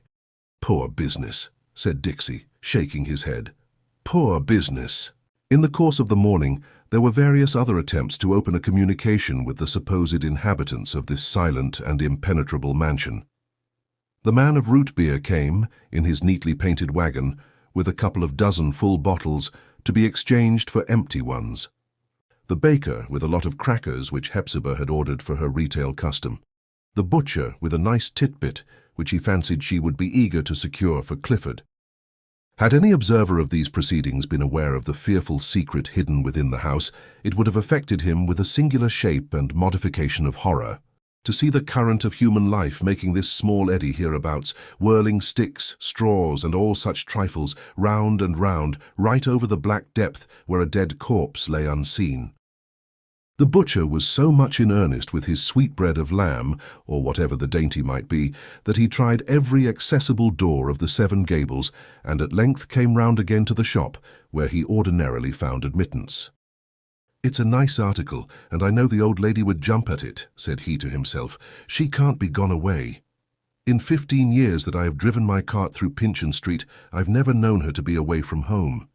Though often enough, to be sure, a man might knock all day without bringing her to the door. But that was when she'd only herself to provide for." Peeping through the same crevice of the curtain where, only a little while before, the urchin of elephantine appetite had peeped, the butcher beheld the inner door, not closed, as the child had seen it, but ajar and almost wide open. However it might have happened, it was the fact. Through the passageway, there was a dark vista into the lighter, but still obscure interior of the parlour. It appeared to the butcher that he could pretty clearly discern what seemed to be the stalwart legs, clad in black pantaloons, of a man sitting in a large oaken chair, the back of which concealed all the remainder of his figure. This contemptuous tranquillity on the part of an occupant of the house, in response to the butcher's indefatigable efforts to attract notice, so piqued the man of flesh that he determined to withdraw. "So," thought he, "there sits old maid Pyncheon's bloody brother, while I've been giving myself all this trouble. Why, if a hog hadn't more manners, I'd stick him. I call it demeaning a man's business to trade with such people. And from this time forth, if they want a sausage or an ounce of liver, they shall run after the cart for it." He tossed the titbit angrily into his cart and drove off in a pet. Not a great while afterwards, there was a sound of music turning the corner and approaching down the street, with several intervals of silence, and then a renewed and nearer outbreak of brisk melody. A mob of children was seen moving onward or stopping in unison with the sound, which appeared to proceed from the centre of the throng, so that they were loosely bound together by slender strains of harmony and drawn along captive, with ever and anon an accession of some little fellow in an apron and straw hat, capering forth from door or gateway. Arriving under the shadow of the Pyncheon elm, it proved to be the Italian boy who, with his monkey and show of puppets, had once before played his hurdy-gurdy beneath the arched window. The pleasant face of Phoebe, and doubtless, too, the liberal recompense which she had flung him, still dwelt in his remembrance. His expressive features kindled up as he recognized the spot where this trifling incident of his erratic life had chanced. He entered the neglected yard, now wilder than ever with its growth of hogweed and burdock, stationed himself on the doorstep of the main entrance, and opening his show-box, began to play. Each individual of the automatic community forthwith set to work according to his or her proper vocation. The monkey, taking off his Highland bonnet, bowed and scraped to the bystanders most obsequiously, with ever an observant eye to pick up a stray scent. And the young foreigner himself, as he turned the crank of his machine, glanced upward to the arched window, expectant of a presence that would make his music the livelier and sweeter. The throng of children stood near, some on the sidewalk, some within the yard, 2 or 3 establishing themselves on the very doorstep, and 1 squatting on the threshold. Meanwhile, the locust kept singing in the great old Pyncheon elm.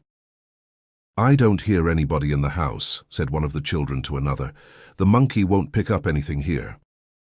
"There is somebody at home," affirmed the urchin on the threshold.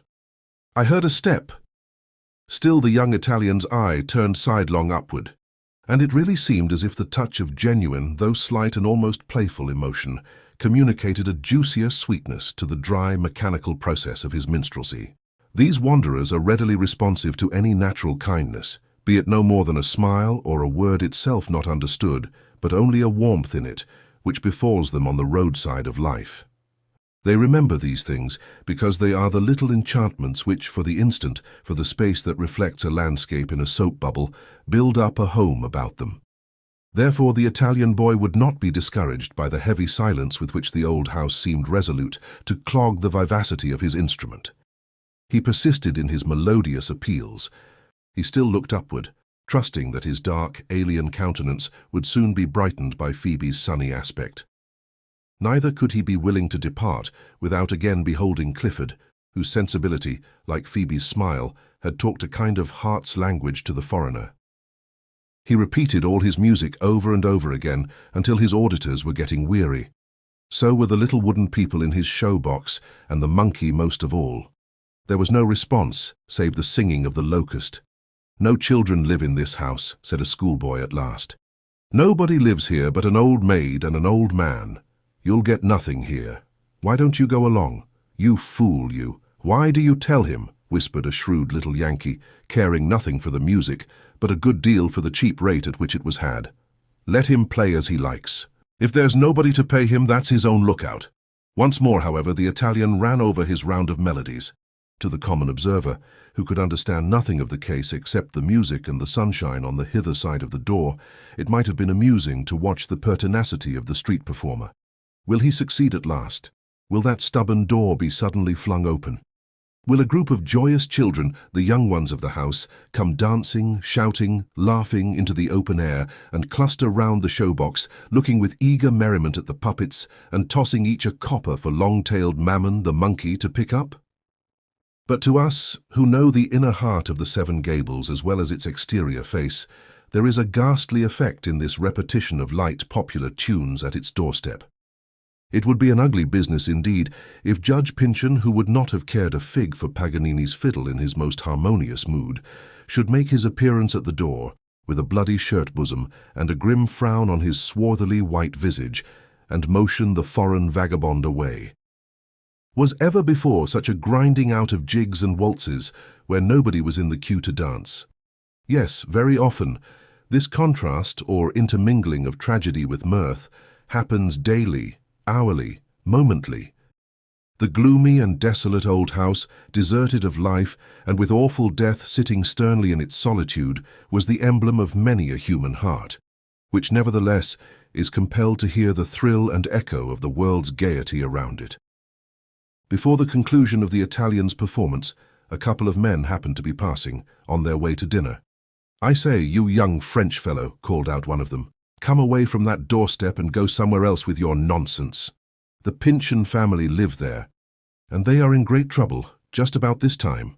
They don't feel musical today. It is reported all over town that Judge Pyncheon, who owns the house, has been murdered, and the city marshal is going to look into the matter. So be off with you. At once. As the Italian shouldered his hurdy-gurdy, he saw on the doorstep a card which had been covered all the morning by the newspaper that the carrier had flung upon it, but was now shuffled into sight. He picked it up, and perceiving something written in pencil, gave it to the man to read. In fact, it was an engraved card of Judge Pyncheon's, with certain penciled memoranda on the back, referring to various businesses which it had been his purpose to transact during the preceding day. It formed a prospective epitome of the day's history, only that affairs had not turned out altogether in accordance with the program. The card must have been lost from the judge's vest pocket in his preliminary attempt to gain access by the main entrance of the house. Though well soaked with rain, it was still partially legible. "Look here, Dixie," cried the man. "This has something to do with Judge Pyncheon. See? Here's his name printed on it, and here, I suppose, is some of his handwriting." "Let's go to the city marshal with it," said Dixie. "It may give him just the clue he wants." "After all," whispered he in his companion's ear, "it would be no wonder if the judge has gone into that door and never come out again. A certain cousin of his may have been at his old tricks. And old maid Pyncheon, having got herself in debt by the scent shop, and the judge's pocketbook being well filled, and bad blood amongst them already. Put all these things together and see what they make." "Hush, hush," whispered the other. "It seems like a sin to be the first to speak of such a thing. But I think with you that we had better go to the city marshal." "Yes, yes," said Dixie. "Well, I always said there was something devilish in that woman's scowl." The men wheeled about accordingly and retraced their steps up the street. The Italian also made the best of his way off with a parting glance up at the arched window. As for the children, they took to their heels with one accord and scampered as if some giant or ogre were in pursuit, until, at a good distance from the house, they stopped as suddenly and simultaneously as they had set out. Their susceptible nerves took an indefinite alarm from what they had overheard. Looking back at the grotesque peaks and shadowy angles of the old mansion, they fancied a gloom diffused about it, which no brightness of the sunshine could dispel. An imaginary Hepzibah scowled and shook her finger at them from several windows at the same moment. An imaginary Clifford, for, and it would have deeply wounded him to know it, he had always been a horror to these small people, stood behind the unreal Hepzibah, making awful gestures, in a faded dressing gown. Children are even more apt, if possible, than grown people to catch the contagion of a panic terror. For the rest of the day, the more timid went whole streets about, for the sake of avoiding the Seven Gables, while the bolder signalized their hardihood by challenging their comrades to race past the mansion at full speed. It could not have been more than half an hour after the disappearance of the Italian boy, with his unseasonable melodies, when a cab drove down the street. It stopped beneath the Pyncheon elm. The cabman took a trunk, a canvas bag and a bandbox from the top of his vehicle and deposited them on the doorstep of the old house. A straw bonnet, and then the pretty figure of a young girl, came into view from the interior of the cab. It was Phoebe, though not altogether so blooming as when she first tripped into our story, for in the few intervening weeks her experiences had made her graver, more womanly and deeper-eyed, in token of a heart that had begun to suspect its depths. Still there was the quiet glow of natural sunshine over her. Neither had she forfeited her proper gift of making things look real rather than fantastic within her sphere. Yet we feel it to be a questionable venture, even for Phoebe, at this juncture, to cross the threshold of the Seven Gables. Is her healthful presence potent enough to chase away the crowd of pale, hideous, and sinful phantoms that have gained admittance there since her departure? Or will she likewise fade, sicken, sadden, and grow into deformity, and be only another pallid phantom, to glide noiselessly up and down the stairs, and affright children as she pauses at the window? At least we would gladly forewarn the unsuspecting girl that there is nothing in human shape or substance to receive her, unless it be the figure of Judge Pyncheon, who, wretched spectacle that he is, and frightful in our remembrance, since our night-long vigil with him, still keeps his place in the oaken chair. Phoebe first tried the shop door. It did not yield to her hand, and the white curtain, drawn across the window which formed the upper section of the door, struck her quick perceptive faculty as something unusual. Without making another effort to enter here, she betook herself to the great portal under the arched window. Finding it fastened, she knocked. A reverberation came from the emptiness within. She knocked again, and a third time, and listening intently, fancied that the floor creaked as if Hepzibah were coming, with her ordinary tiptoe movement, to admit her. But so dead a silence ensued upon this imaginary sound that she began to question whether she might not have mistaken the house, familiar as she thought herself with its exterior. Her notice was now attracted by a child's voice at some distance. It appeared to call her name.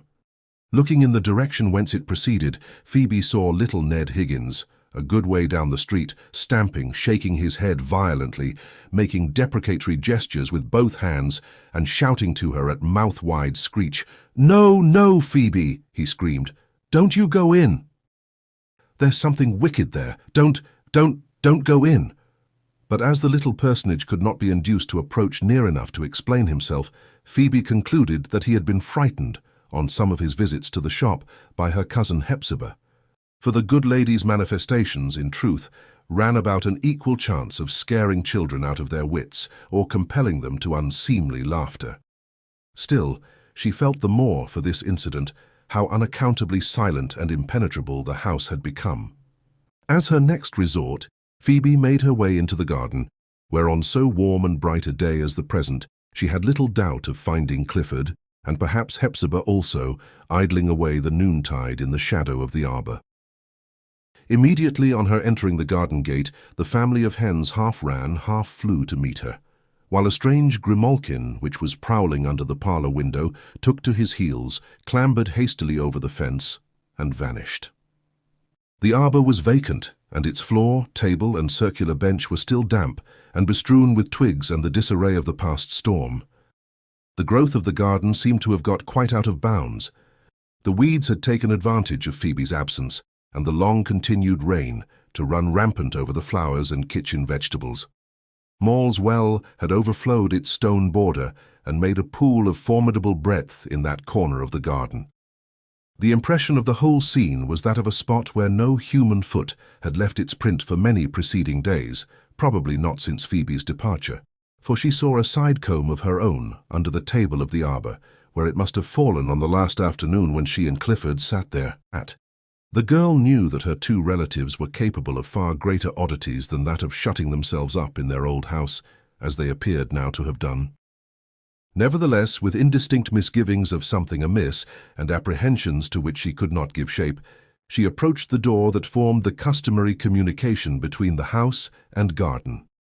It was secured within, like the two which she had already tried. She knocked, however, and immediately, as if the application had been expected, the door was drawn open by a considerable exertion of some unseen person's strength, not wide, but far enough to afford her a sidelong entrance.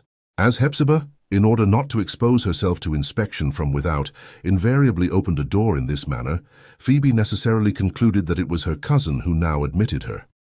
Without hesitation, therefore, she stepped across the threshold and had no sooner entered than the door closed behind her. Chapter 20. The Flower of Eden. Phoebe, coming so suddenly from the sunny daylight, was altogether bedimmed in such density of shadow as lurked in most of the passages of the old house. She was not at first aware by whom she had been admitted. Before her eyes had adapted themselves to the obscurity, a hand grasped her own with a firm but gentle and warm pressure, thus imparting a welcome which caused her heart to leap and thrill with an indefinable shiver of enjoyment. She felt herself drawn along, not towards the parlour, but into a large and unoccupied apartment which had formerly been the grand reception-room of the Seven Gables. The sunshine came freely into all the uncurtained windows of this room and fell upon the dusty floor, so that Phoebe now clearly saw, what indeed had been no secret after the encounter of a warm hand with hers, that it was not Hepzibah nor Clifford, but Holgrave, to whom she owed her reception. The subtle, intuitive communication, or rather the vague and formless impression of something to be told, had made her yield unresistingly to his impulse. Without taking away her hand, she looked eagerly in his face, not quick to forebode evil, but unavoidably conscious that the state of the family had changed since her departure, and therefore anxious for an explanation. The artist looked paler than ordinary. There was a thoughtful and severe contraction of his forehead, tracing a deep vertical line between the eyebrows. His smile, however, was full of genuine warmth, and had in it a joy by far the most vivid expression that Phoebe had ever witnessed, shining out of the New England reserve with which Holgrave habitually masked whatever lay near his heart. It was the look wherewith a man, brooding alone over some fearful object, in a dreary forest or illimitable desert, would recognize the familiar aspect of his dearest friend, bringing up all the peaceful ideas that belong to home and the gentle current of everyday affairs. And yet, as he felt the necessity of responding to her look of inquiry, the smile disappeared. "I ought not to rejoice that you have come, Phoebe," said he. "We meet at a strange moment." "What has happened?" she exclaimed. "Why is the house so deserted? Where are Hepzibah and Clifford?" "Gone. I cannot imagine where they are," answered Holgrave. "We are alone in the house." "Hepzibah and Clifford gone," cried Phoebe. "It is not possible. And why have you brought me into this room instead of the parlor?" "Ah, something terrible has happened. I must run and see." "No, no, Phoebe," said Holgrave, holding her back. "It is as I have told you. They are gone, and I know not whither. A terrible event has indeed happened, but not to them, nor, as I undoubtingly believe, through any agency of theirs. If I read your character rightly, Phoebe," he continued, fixing his eyes on hers with stern anxiety, intermixed with tenderness, gentle as you are, and seeming to have your sphere among common things, you yet possess remarkable strength. You have wonderful poise, and a faculty which, when tested, will prove itself capable of dealing with matters that fall far out of the ordinary rule. "Oh no, I am very weak," replied Phoebe, trembling. "But tell me what has happened." "You are strong," persisted Holgrave. "You must be both strong and wise, for I am all astray and need your counsel. It may be you can suggest the one right thing to do. Tell me." "Tell me," said Phoebe, all in a tremble. "It oppresses, it terrifies me, this mystery. Anything else I can bear." The artist hesitated. Notwithstanding what he had just said, and most sincerely, in regard to the self-balancing power with which Phoebe impressed him, it still seemed almost wicked to bring the awful secret of yesterday to her knowledge. It was like dragging a hideous shape of death into the cleanly and cheerful space before a household fire, where it would present all the uglier aspect amid the decorousness of everything about it. Yet it could not be concealed from her. She must needs know it. "Phoebe," said he, "do you remember this?" He put into her hand a daguerreotype, the same that he had shown her at their first interview in the garden, and which so strikingly brought out the hard and relentless traits of the original. "What has this to do with Hepzibah and Clifford?" asked Phoebe, with impatient surprise that Holgrave should so trifle with her at such a moment. "It is Judge Pyncheon. You have shown it to me before." "But here is the same face, taken within this half-hour," said the artist, presenting her with another miniature. "I had just finished it when I heard you at the door." "This is death," shuddered Phoebe, turning very pale. "Judge Pyncheon dead." "Such as they're represented," said Holgrave. "He sits in the next room. The judge is dead, and Clifford and Hepzibah have vanished. I know no more. All beyond is conjecture. On returning to my solitary chamber last evening, I noticed no light either in the parlor or Hepzibah's room, or Clifford's. No stir nor footstep about the house. This morning there was the same death-like quiet. From my window, I overheard the testimony of a neighbor that your relatives were seen leaving the house in the midst of yesterday's storm. A rumor reached me, too, of Judge Pyncheon being missed. A feeling which I cannot describe, an indefinite sense of some catastrophe or consummation, impelled me to make my way into this part of the house, where I discovered what you see. As a point of evidence that may be useful to Clifford, and also as a memorial valuable to myself, for Phoebe, there are hereditary reasons that connect me strangely with that man's fate, I used the means at my disposal to preserve this pictorial record of Judge Pyncheon's death. Even in her agitation, Phoebe could not help remarking the calmness of Holgrave's demeanor. He appeared, it is true, to feel the whole awfulness of the judge's death, yet had received the fact into his mind without any mixture of surprise, but as an event preordained, happening inevitably, and so fitting itself into past occurrences that it could almost have been prophesied. "Why have you not thrown open the doors and called in witnesses?" inquired she with a painful shudder. "It is terrible to be here alone." "But Clifford," suggested the artist. "Clifford and Hepzibah. We must consider what is best to be done in their behalf. It is a wretched fatality that they should have disappeared. Their flight will throw the worst colouring over this event of which it is susceptible. Yet how easy is the explanation to those who know them. Bewildered and terror-stricken by the similarity of this death to a former one, which was attended with such disastrous consequences to Clifford, they have had no idea but of removing themselves from the scene. How miserably unfortunate! Had Hepzibah but shrieked aloud, had Clifford flung wide the door and proclaimed Judge Pyncheon's death, it would have been, however awful in itself, an event fruitful of good consequences to them. As I view it, it would have gone far towards obliterating the black stain on Clifford's character. "And how," asked Phoebe, "could any good come from what is so very dreadful?" "Because," said the artist, "if the matter can be fairly considered and candidly interpreted, it must be evident that Judge Pyncheon could not have come unfairly to his end. This mode of death had been an idiosyncrasy with his family for generations past, not often occurring indeed, but, when it does occur, usually attacking individuals about the judge's time of life, and generally in the tension of some mental crisis, or perhaps in an access of wrath. Old Maule's prophecy was probably founded on a knowledge of this physical predisposition in the Pyncheon race. Now, there is a minute and almost exact similarity in the appearances connected with the death that occurred yesterday, and those recorded of the death of Clifford's uncle 30 years ago. It is true, there was a certain arrangement of circumstances, unnecessary to be recounted, which made it possible, nay, as men look at these things, probable or even certain, that old Geoffrey Pyncheon came to a violent death, and by Clifford's hands. "Whence came those circumstances?" exclaimed Phoebe. "He being innocent, as we know him to be." "They were arranged," said Holgrave, "at least such has long been my conviction. They were arranged after the uncle's death, and before it was made public, by the man who sits in yonder parlour. His own death, so like that former one, yet attended by none of those suspicious circumstances, seems the stroke of God upon him, at once a punishment for his wickedness, and making plain the innocence of Clifford. But this flight, it distorts everything. He may be in concealment, near at hand. Could we but bring him back before the discovery of the judge's death, the evil might be rectified." "We must not hide this thing a moment longer," said Phoebe. "It is dreadful to keep it so closely in our hearts. Clifford is innocent. God will make it manifest. Let us throw open the doors and call all the neighbourhood to see the truth." "You are right, Phoebe," rejoined Holgrave. "Doubtless you are right." Yet the artist did not feel the horror, which was proper to Phoebe's sweet and order-loving character, at thus finding herself at issue with society, and brought in contact with an event that transcended ordinary rules.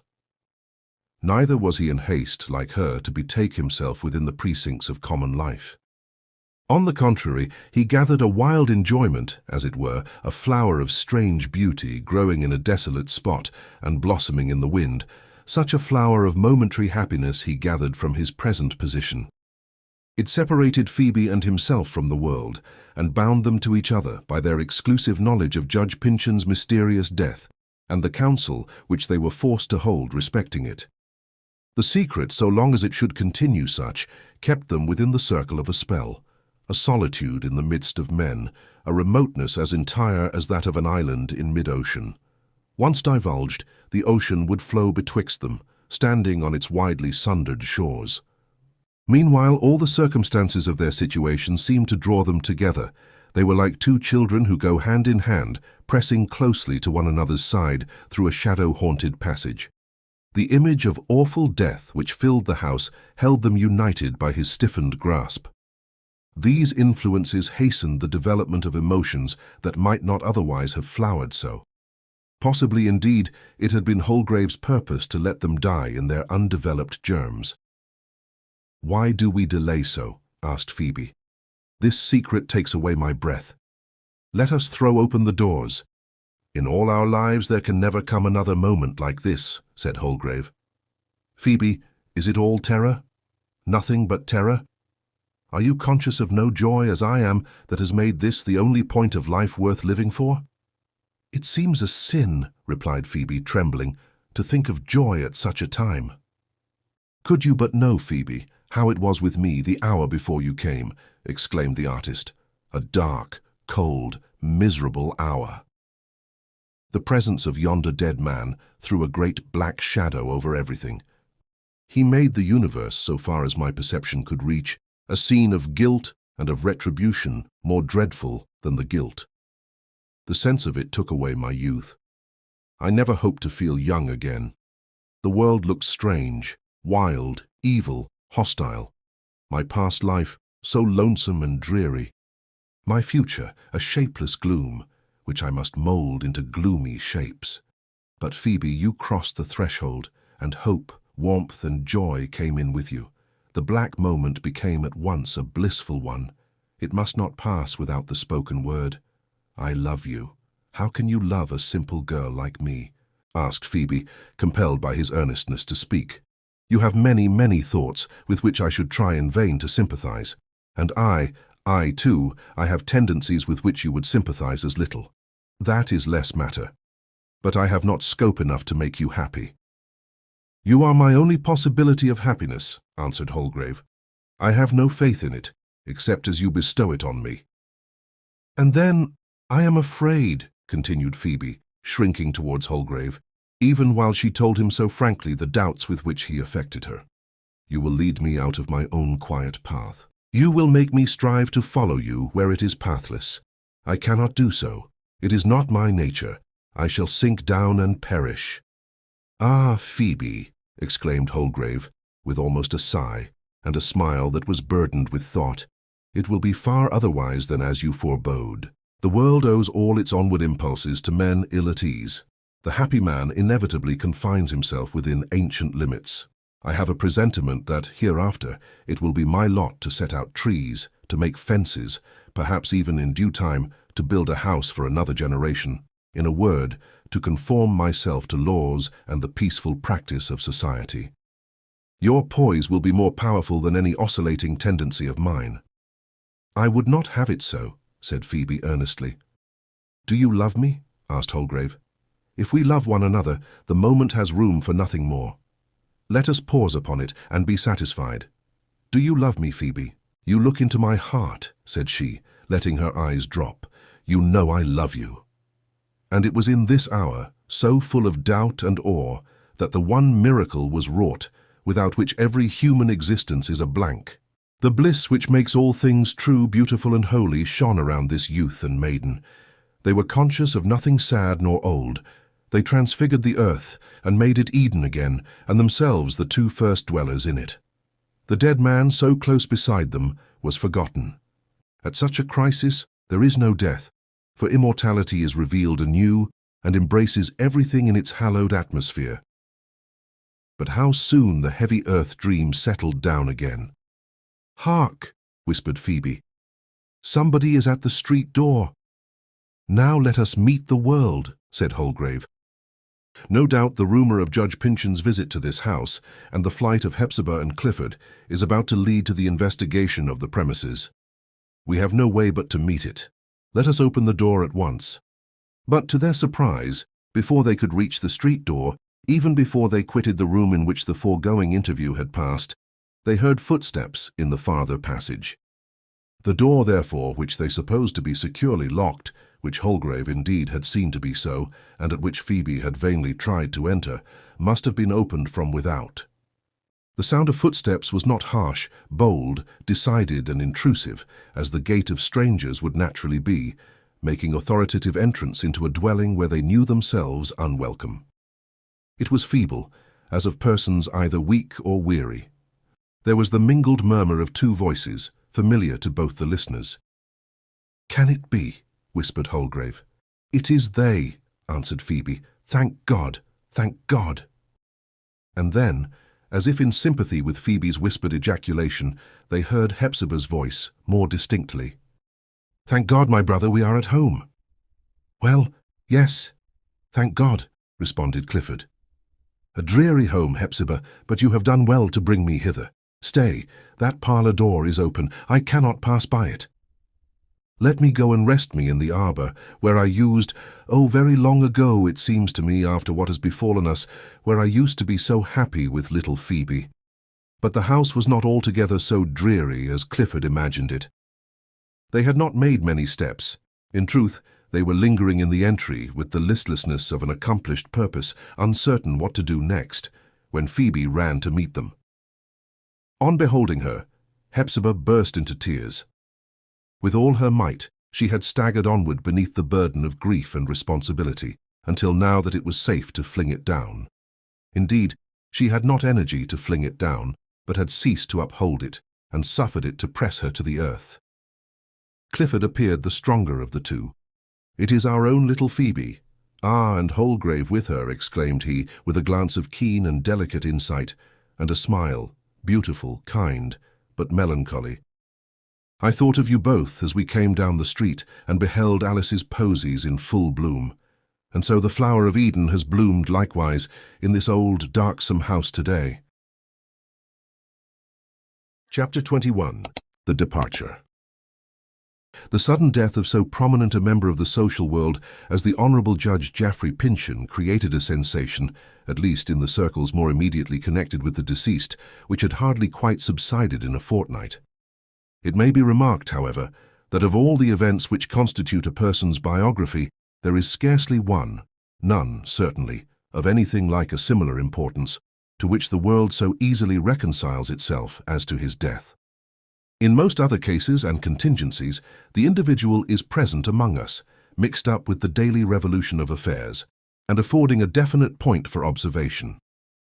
At his decease, there is only a vacancy and a momentary eddy, very small as compared with the apparent magnitude of the ingurgitated object, and a bubble or two, ascending out of the black depth and bursting at the surface. As regarded Judge Pyncheon, it seemed probable at first blush that the mode of his final departure might give him a larger and longer posthumous vogue than ordinarily attends the memory of a distinguished man. But when it came to be understood on the highest professional authority that the event was a natural, and, except for some unimportant particulars denoting a slight idiosyncrasy, by no means an unusual form of death, the public, with its customary alacrity, proceeded to forget that he had ever lived. In short, the Honourable Judge was beginning to be a stale subject before half the country newspapers had found time to put their columns in mourning and publish his exceedingly eulogistic obituary.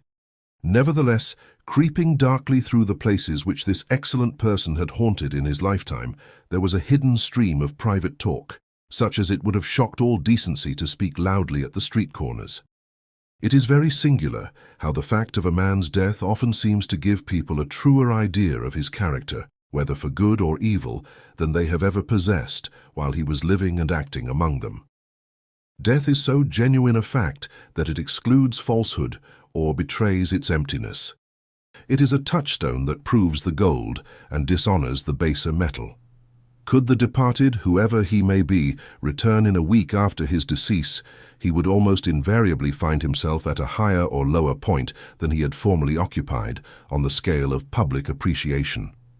But the talk, or scandal, to which we now allude, had reference to matters of no less older date than the supposed murder, 30 or 40 years ago, of the late Judge Pyncheon's uncle.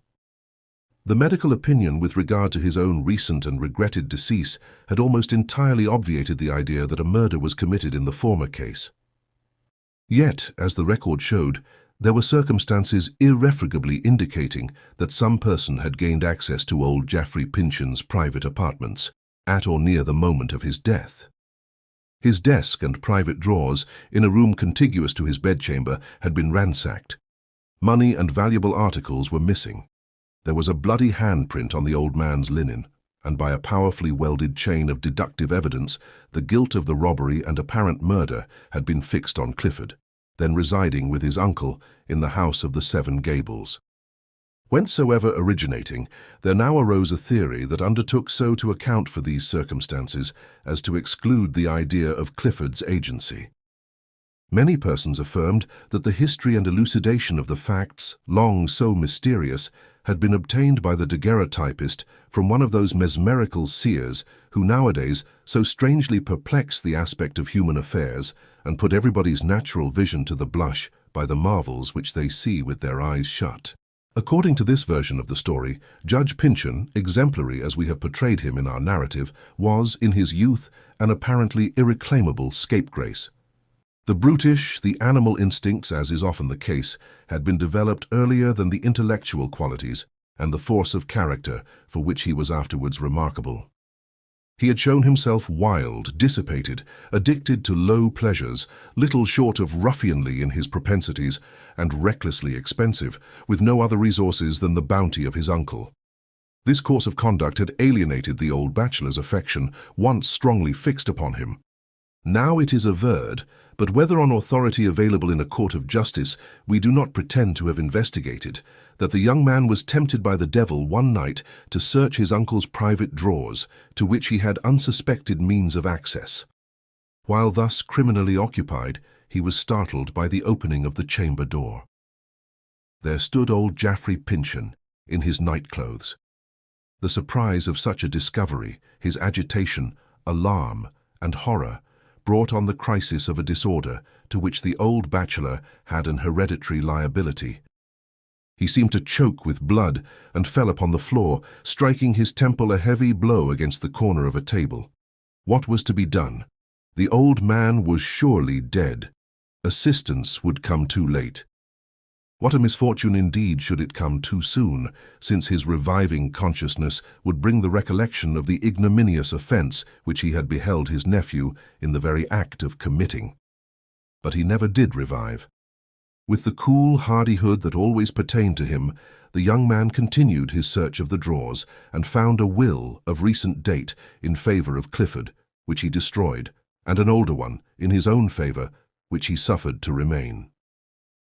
But before retiring, Geoffrey bethought himself of the evidence, in these ransacked drawers, that someone had visited the chamber with sinister purposes.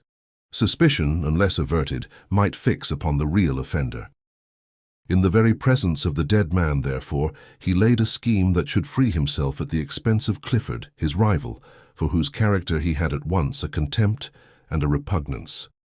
It is not probable, be it said, that he acted with any set purpose of involving Clifford in a charge of murder. Knowing that his uncle did not die by violence, it may not have occurred to him, in the hurry of the crisis, that such an inference might be drawn.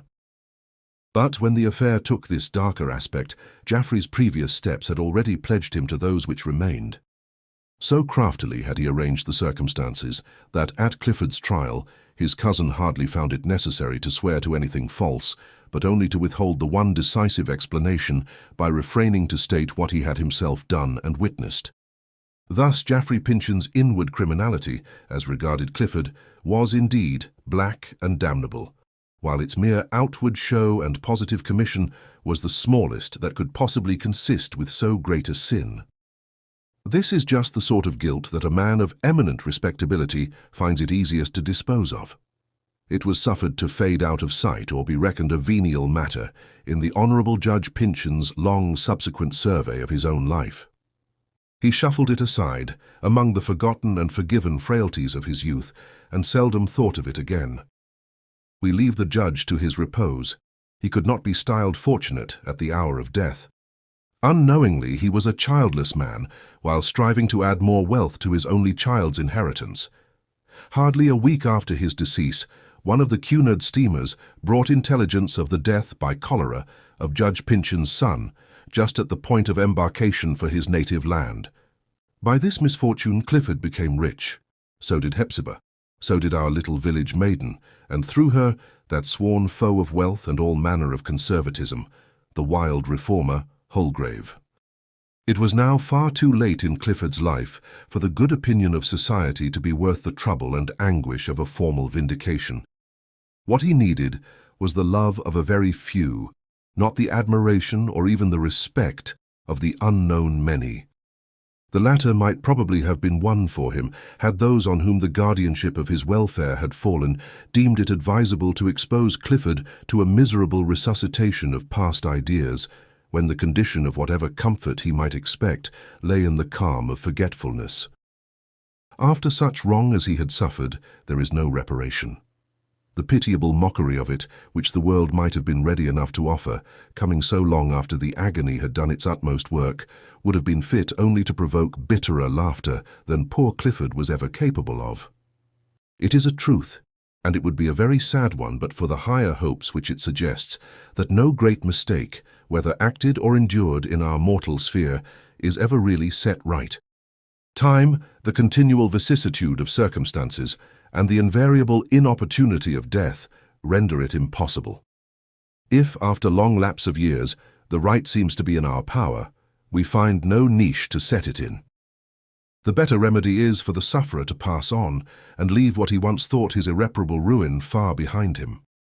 The shock of Judge Pyncheon's death had a permanently invigorating and ultimately beneficial effect on Clifford. That strong and ponderous man had been Clifford's nightmare. There was no free breath to be drawn within the sphere of so malevolent an influence. The first effect of freedom, as we have witnessed in Clifford's aimless flight, was a tremulous exhilaration. Subsiding from it, he did not sink into his former intellectual apathy. He never, it is true, attained to nearly the full measure of what might have been his faculties, but he recovered enough of them partially to light up his character, to display some outline of the marvelous grace that was abortive in it, and to make him the object of no less deep, although less melancholy interest than heretofore. He was evidently happy. Could we pause to give another picture of his daily life, with all the appliances now at command to gratify his instinct for the beautiful, the garden scenes, that seemed so sweet to him, would look mean and trivial in comparison. Very soon after their change of fortune, Clifford, Hepzibah, and little Phoebe, with the approval of the artist, concluded to remove from the dismal old house of the Seven Gables and take up their abode for the present at the elegant country seat of the late Judge Pyncheon. Chanticleer and his family had already been transported thither, where the two hens had forthwith begun an indefatigable process of egg-laying, with an evident design, as a matter of duty and conscience, to continue their illustrious breed under better auspices than for a century past. On the day set for their departure, the principal personages of our story, including good Uncle Venner, were assembled in the parlour. The country house is certainly a very fine one, so far as the plan goes, observed Holgrave, as the party were discussing their future arrangements. But I wonder that the late judge, being so opulent and with a reasonable prospect of transmitting his wealth to descendants of his own, should not have felt the propriety of embodying so excellent a piece of domestic architecture in stone rather than in wood. Then every generation of the family might have altered the interior to suit its own taste and convenience, while the exterior, through the lapse of years, might have been adding venerableness to its original beauty, and thus giving that impression of permanence which I consider essential to the happiness of any one moment. "Why?" cried Phoebe, gazing into the artist's face with infinite amazement. "How wonderfully your ideas are changed! A house of stone, indeed. It is but 2 or 3 weeks ago that you seemed to wish people to live in something as fragile and temporary as a bird's nest." "Ah, Phoebe, I told you how it would be," said the artist, with a half-melancholy laugh. "You find me a conservative already. Little did I think ever to become one. It is especially unpardonable in this dwelling of so much hereditary misfortune, and under the eye of yonder portrait of a model conservative, who, in that very character, rendered himself so long the evil destiny of his race." "That picture," said Clifford, seeming to shrink from its stern glance. "Whenever I look at it, there is an old dreamy recollection haunting me, but keeping just beyond the grasp of my mind. Wealth, it seems to say, boundless wealth, unimaginable wealth. I could fancy that when I was a child, or a youth, that portrait had spoken and told me a rich secret, or had held forth its hand with the written record of hidden opulence. But those old matters are so dim with me nowadays. What could this dream have been?" "Perhaps I can recall it," answered Holgrave. "See, there are 100 chances to 1 that no person unacquainted with the secret would ever touch this spring." "A secret spring," cried Clifford. "Ah, I remember now.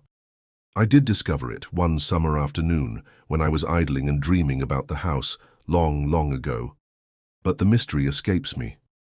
The artist put his finger on the contrivance to which he had referred. In former days, the effect would probably have been to cause the picture to start forward. But in so long a period of concealment, the machinery had been eaten through with rust, so that at Holgrave's pressure, the portrait, frame and all, tumbled suddenly from its position and lay face downward on the floor. A recess in the wall was thus brought to light, in which lay an object so covered with a century's dust that it could not immediately be recognized as a folded sheet of parchment. Holgrave opened it and displayed an ancient deed, signed with the hieroglyphics of several Indian sagamores and conveying to Colonel Pyncheon and his heirs forever a vast extent of territory at the eastward. This is the very parchment, the attempt to recover which cost the beautiful Alice Pyncheon her happiness and life, said the artist, alluding to his legend. It is what the Pyncheons sought in vain, while it was valuable, and now that they find the treasure, it has long been worthless. Poor cousin Jaffrey! This is what deceived him, exclaimed Hepzibah. When they were young together, Clifford probably made a kind of fairy tale of this discovery. He was always dreaming hither and thither about the house, and lighting up its dark corners with beautiful stories. And poor Jaffrey, who took hold of everything as if it were real, thought my brother had found out his uncle's wealth. He died with this delusion in his mind. But, said Phoebe, apart to Holgrave, how came you to know the secret? My dearest Phoebe, said Holgrave, how will it please you to assume the name of Maule? As for the secret, it is the only inheritance that has come down to me from my ancestors. You should have known sooner, only that I was afraid of frightening you away, that in this long drama of wrong and retribution I represent the old wizard, and am probably as much a wizard as ever he was. The son of the executed Matthew Maule, while building this house, took the opportunity to construct that recess and hide away the Indian deed on which depended the immense land claim of the Pyncheons. Thus they bartered their eastern territory for Maule's garden ground. And now, said Uncle Venner, I suppose their whole claim is not worth one man's share in my farm yonder. Uncle Venner, cried Phoebe, taking the patched philosopher's hand, you must never talk any more about your farm. You shall never go there, as long as you live. There is a cottage in our new garden, the prettiest little yellowish-brown cottage you ever saw, and the sweetest-looking place, for it looks just as if it were made of gingerbread, and we are going to fit it up and furnish it on purpose for you. And you shall do nothing but what you choose, and shall be as happy as the day is long, and shall keep cousin Clifford in spirits with the wisdom and pleasantness which is always dropping from your lips. Ah, my dear child, quoth good Uncle Venner, quite overcome. If you were to speak to a young man as you do to an old one, his chance of keeping his heart another minute would not be worth one of the buttons on my waistcoat, and, soul alive, that great sigh which you made me heave has burst off the very last of them. But never mind, it was the happiest sigh I ever did heave, and it seems as if I must have drawn in a gulp of heavenly breath to make it with. Well, well, Miss Phoebe, they'll miss me in the gardens hereabouts and round by the back doors, and Pyncheon Street, I'm afraid, will hardly look the same without old Uncle Venner, who remembers it with a mowing field on one side and the garden of the Seven Gables on the other. But either I must go to your country seat, or you must come to my farm. That's one of two things certain, and I leave you to choose which. Oh, come with us by all means, Uncle Venner, said Clifford, who had a remarkable enjoyment of the old man's mellow, quiet, and simple spirit. I want you always to be within 5 minutes' saunter of my chair. You are the only philosopher I ever knew of whose wisdom has not a drop of bitter essence at the bottom. Dear me, cried Uncle Venner, beginning partly to realize what manner of man he was. And yet folks used to set me down among the simple ones in my younger days. But I suppose I'm like a Roxbury russet.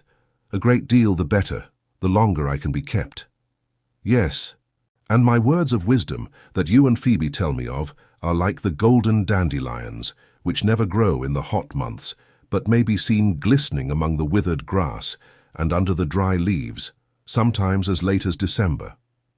And you are welcome, friends, to my mess of dandelions, if there were twice as many. A plain but handsome dark green barouche had now drawn up in front of the ruinous portal of the old mansion house. The party came forth, and with the exception of good Uncle Venner, who was to follow in a few days, proceeded to take their places. They were chatting and laughing very pleasantly together, And, as proves to be often the case, at moments when we ought to palpitate with sensibility, Clifford and Hepzibah bade a final farewell to the abode of their forefathers, with hardly more emotion than if they had made it their arrangement to return thither at tea-time. Several children were drawn to the spot by so unusual a spectacle as the barouche and pair of grey horses. Recognizing little Ned Higgins among them, Hepzibah put her hand into her pocket and presented the urchin, her earliest and staunchest customer, with silver enough to people the Domdaniel cavern of his interior, with as various a procession of quadrupeds as passed into the ark. 2 men were passing just as the barouche drove off. "Well, Dixie," said one of them, "what do you think of this?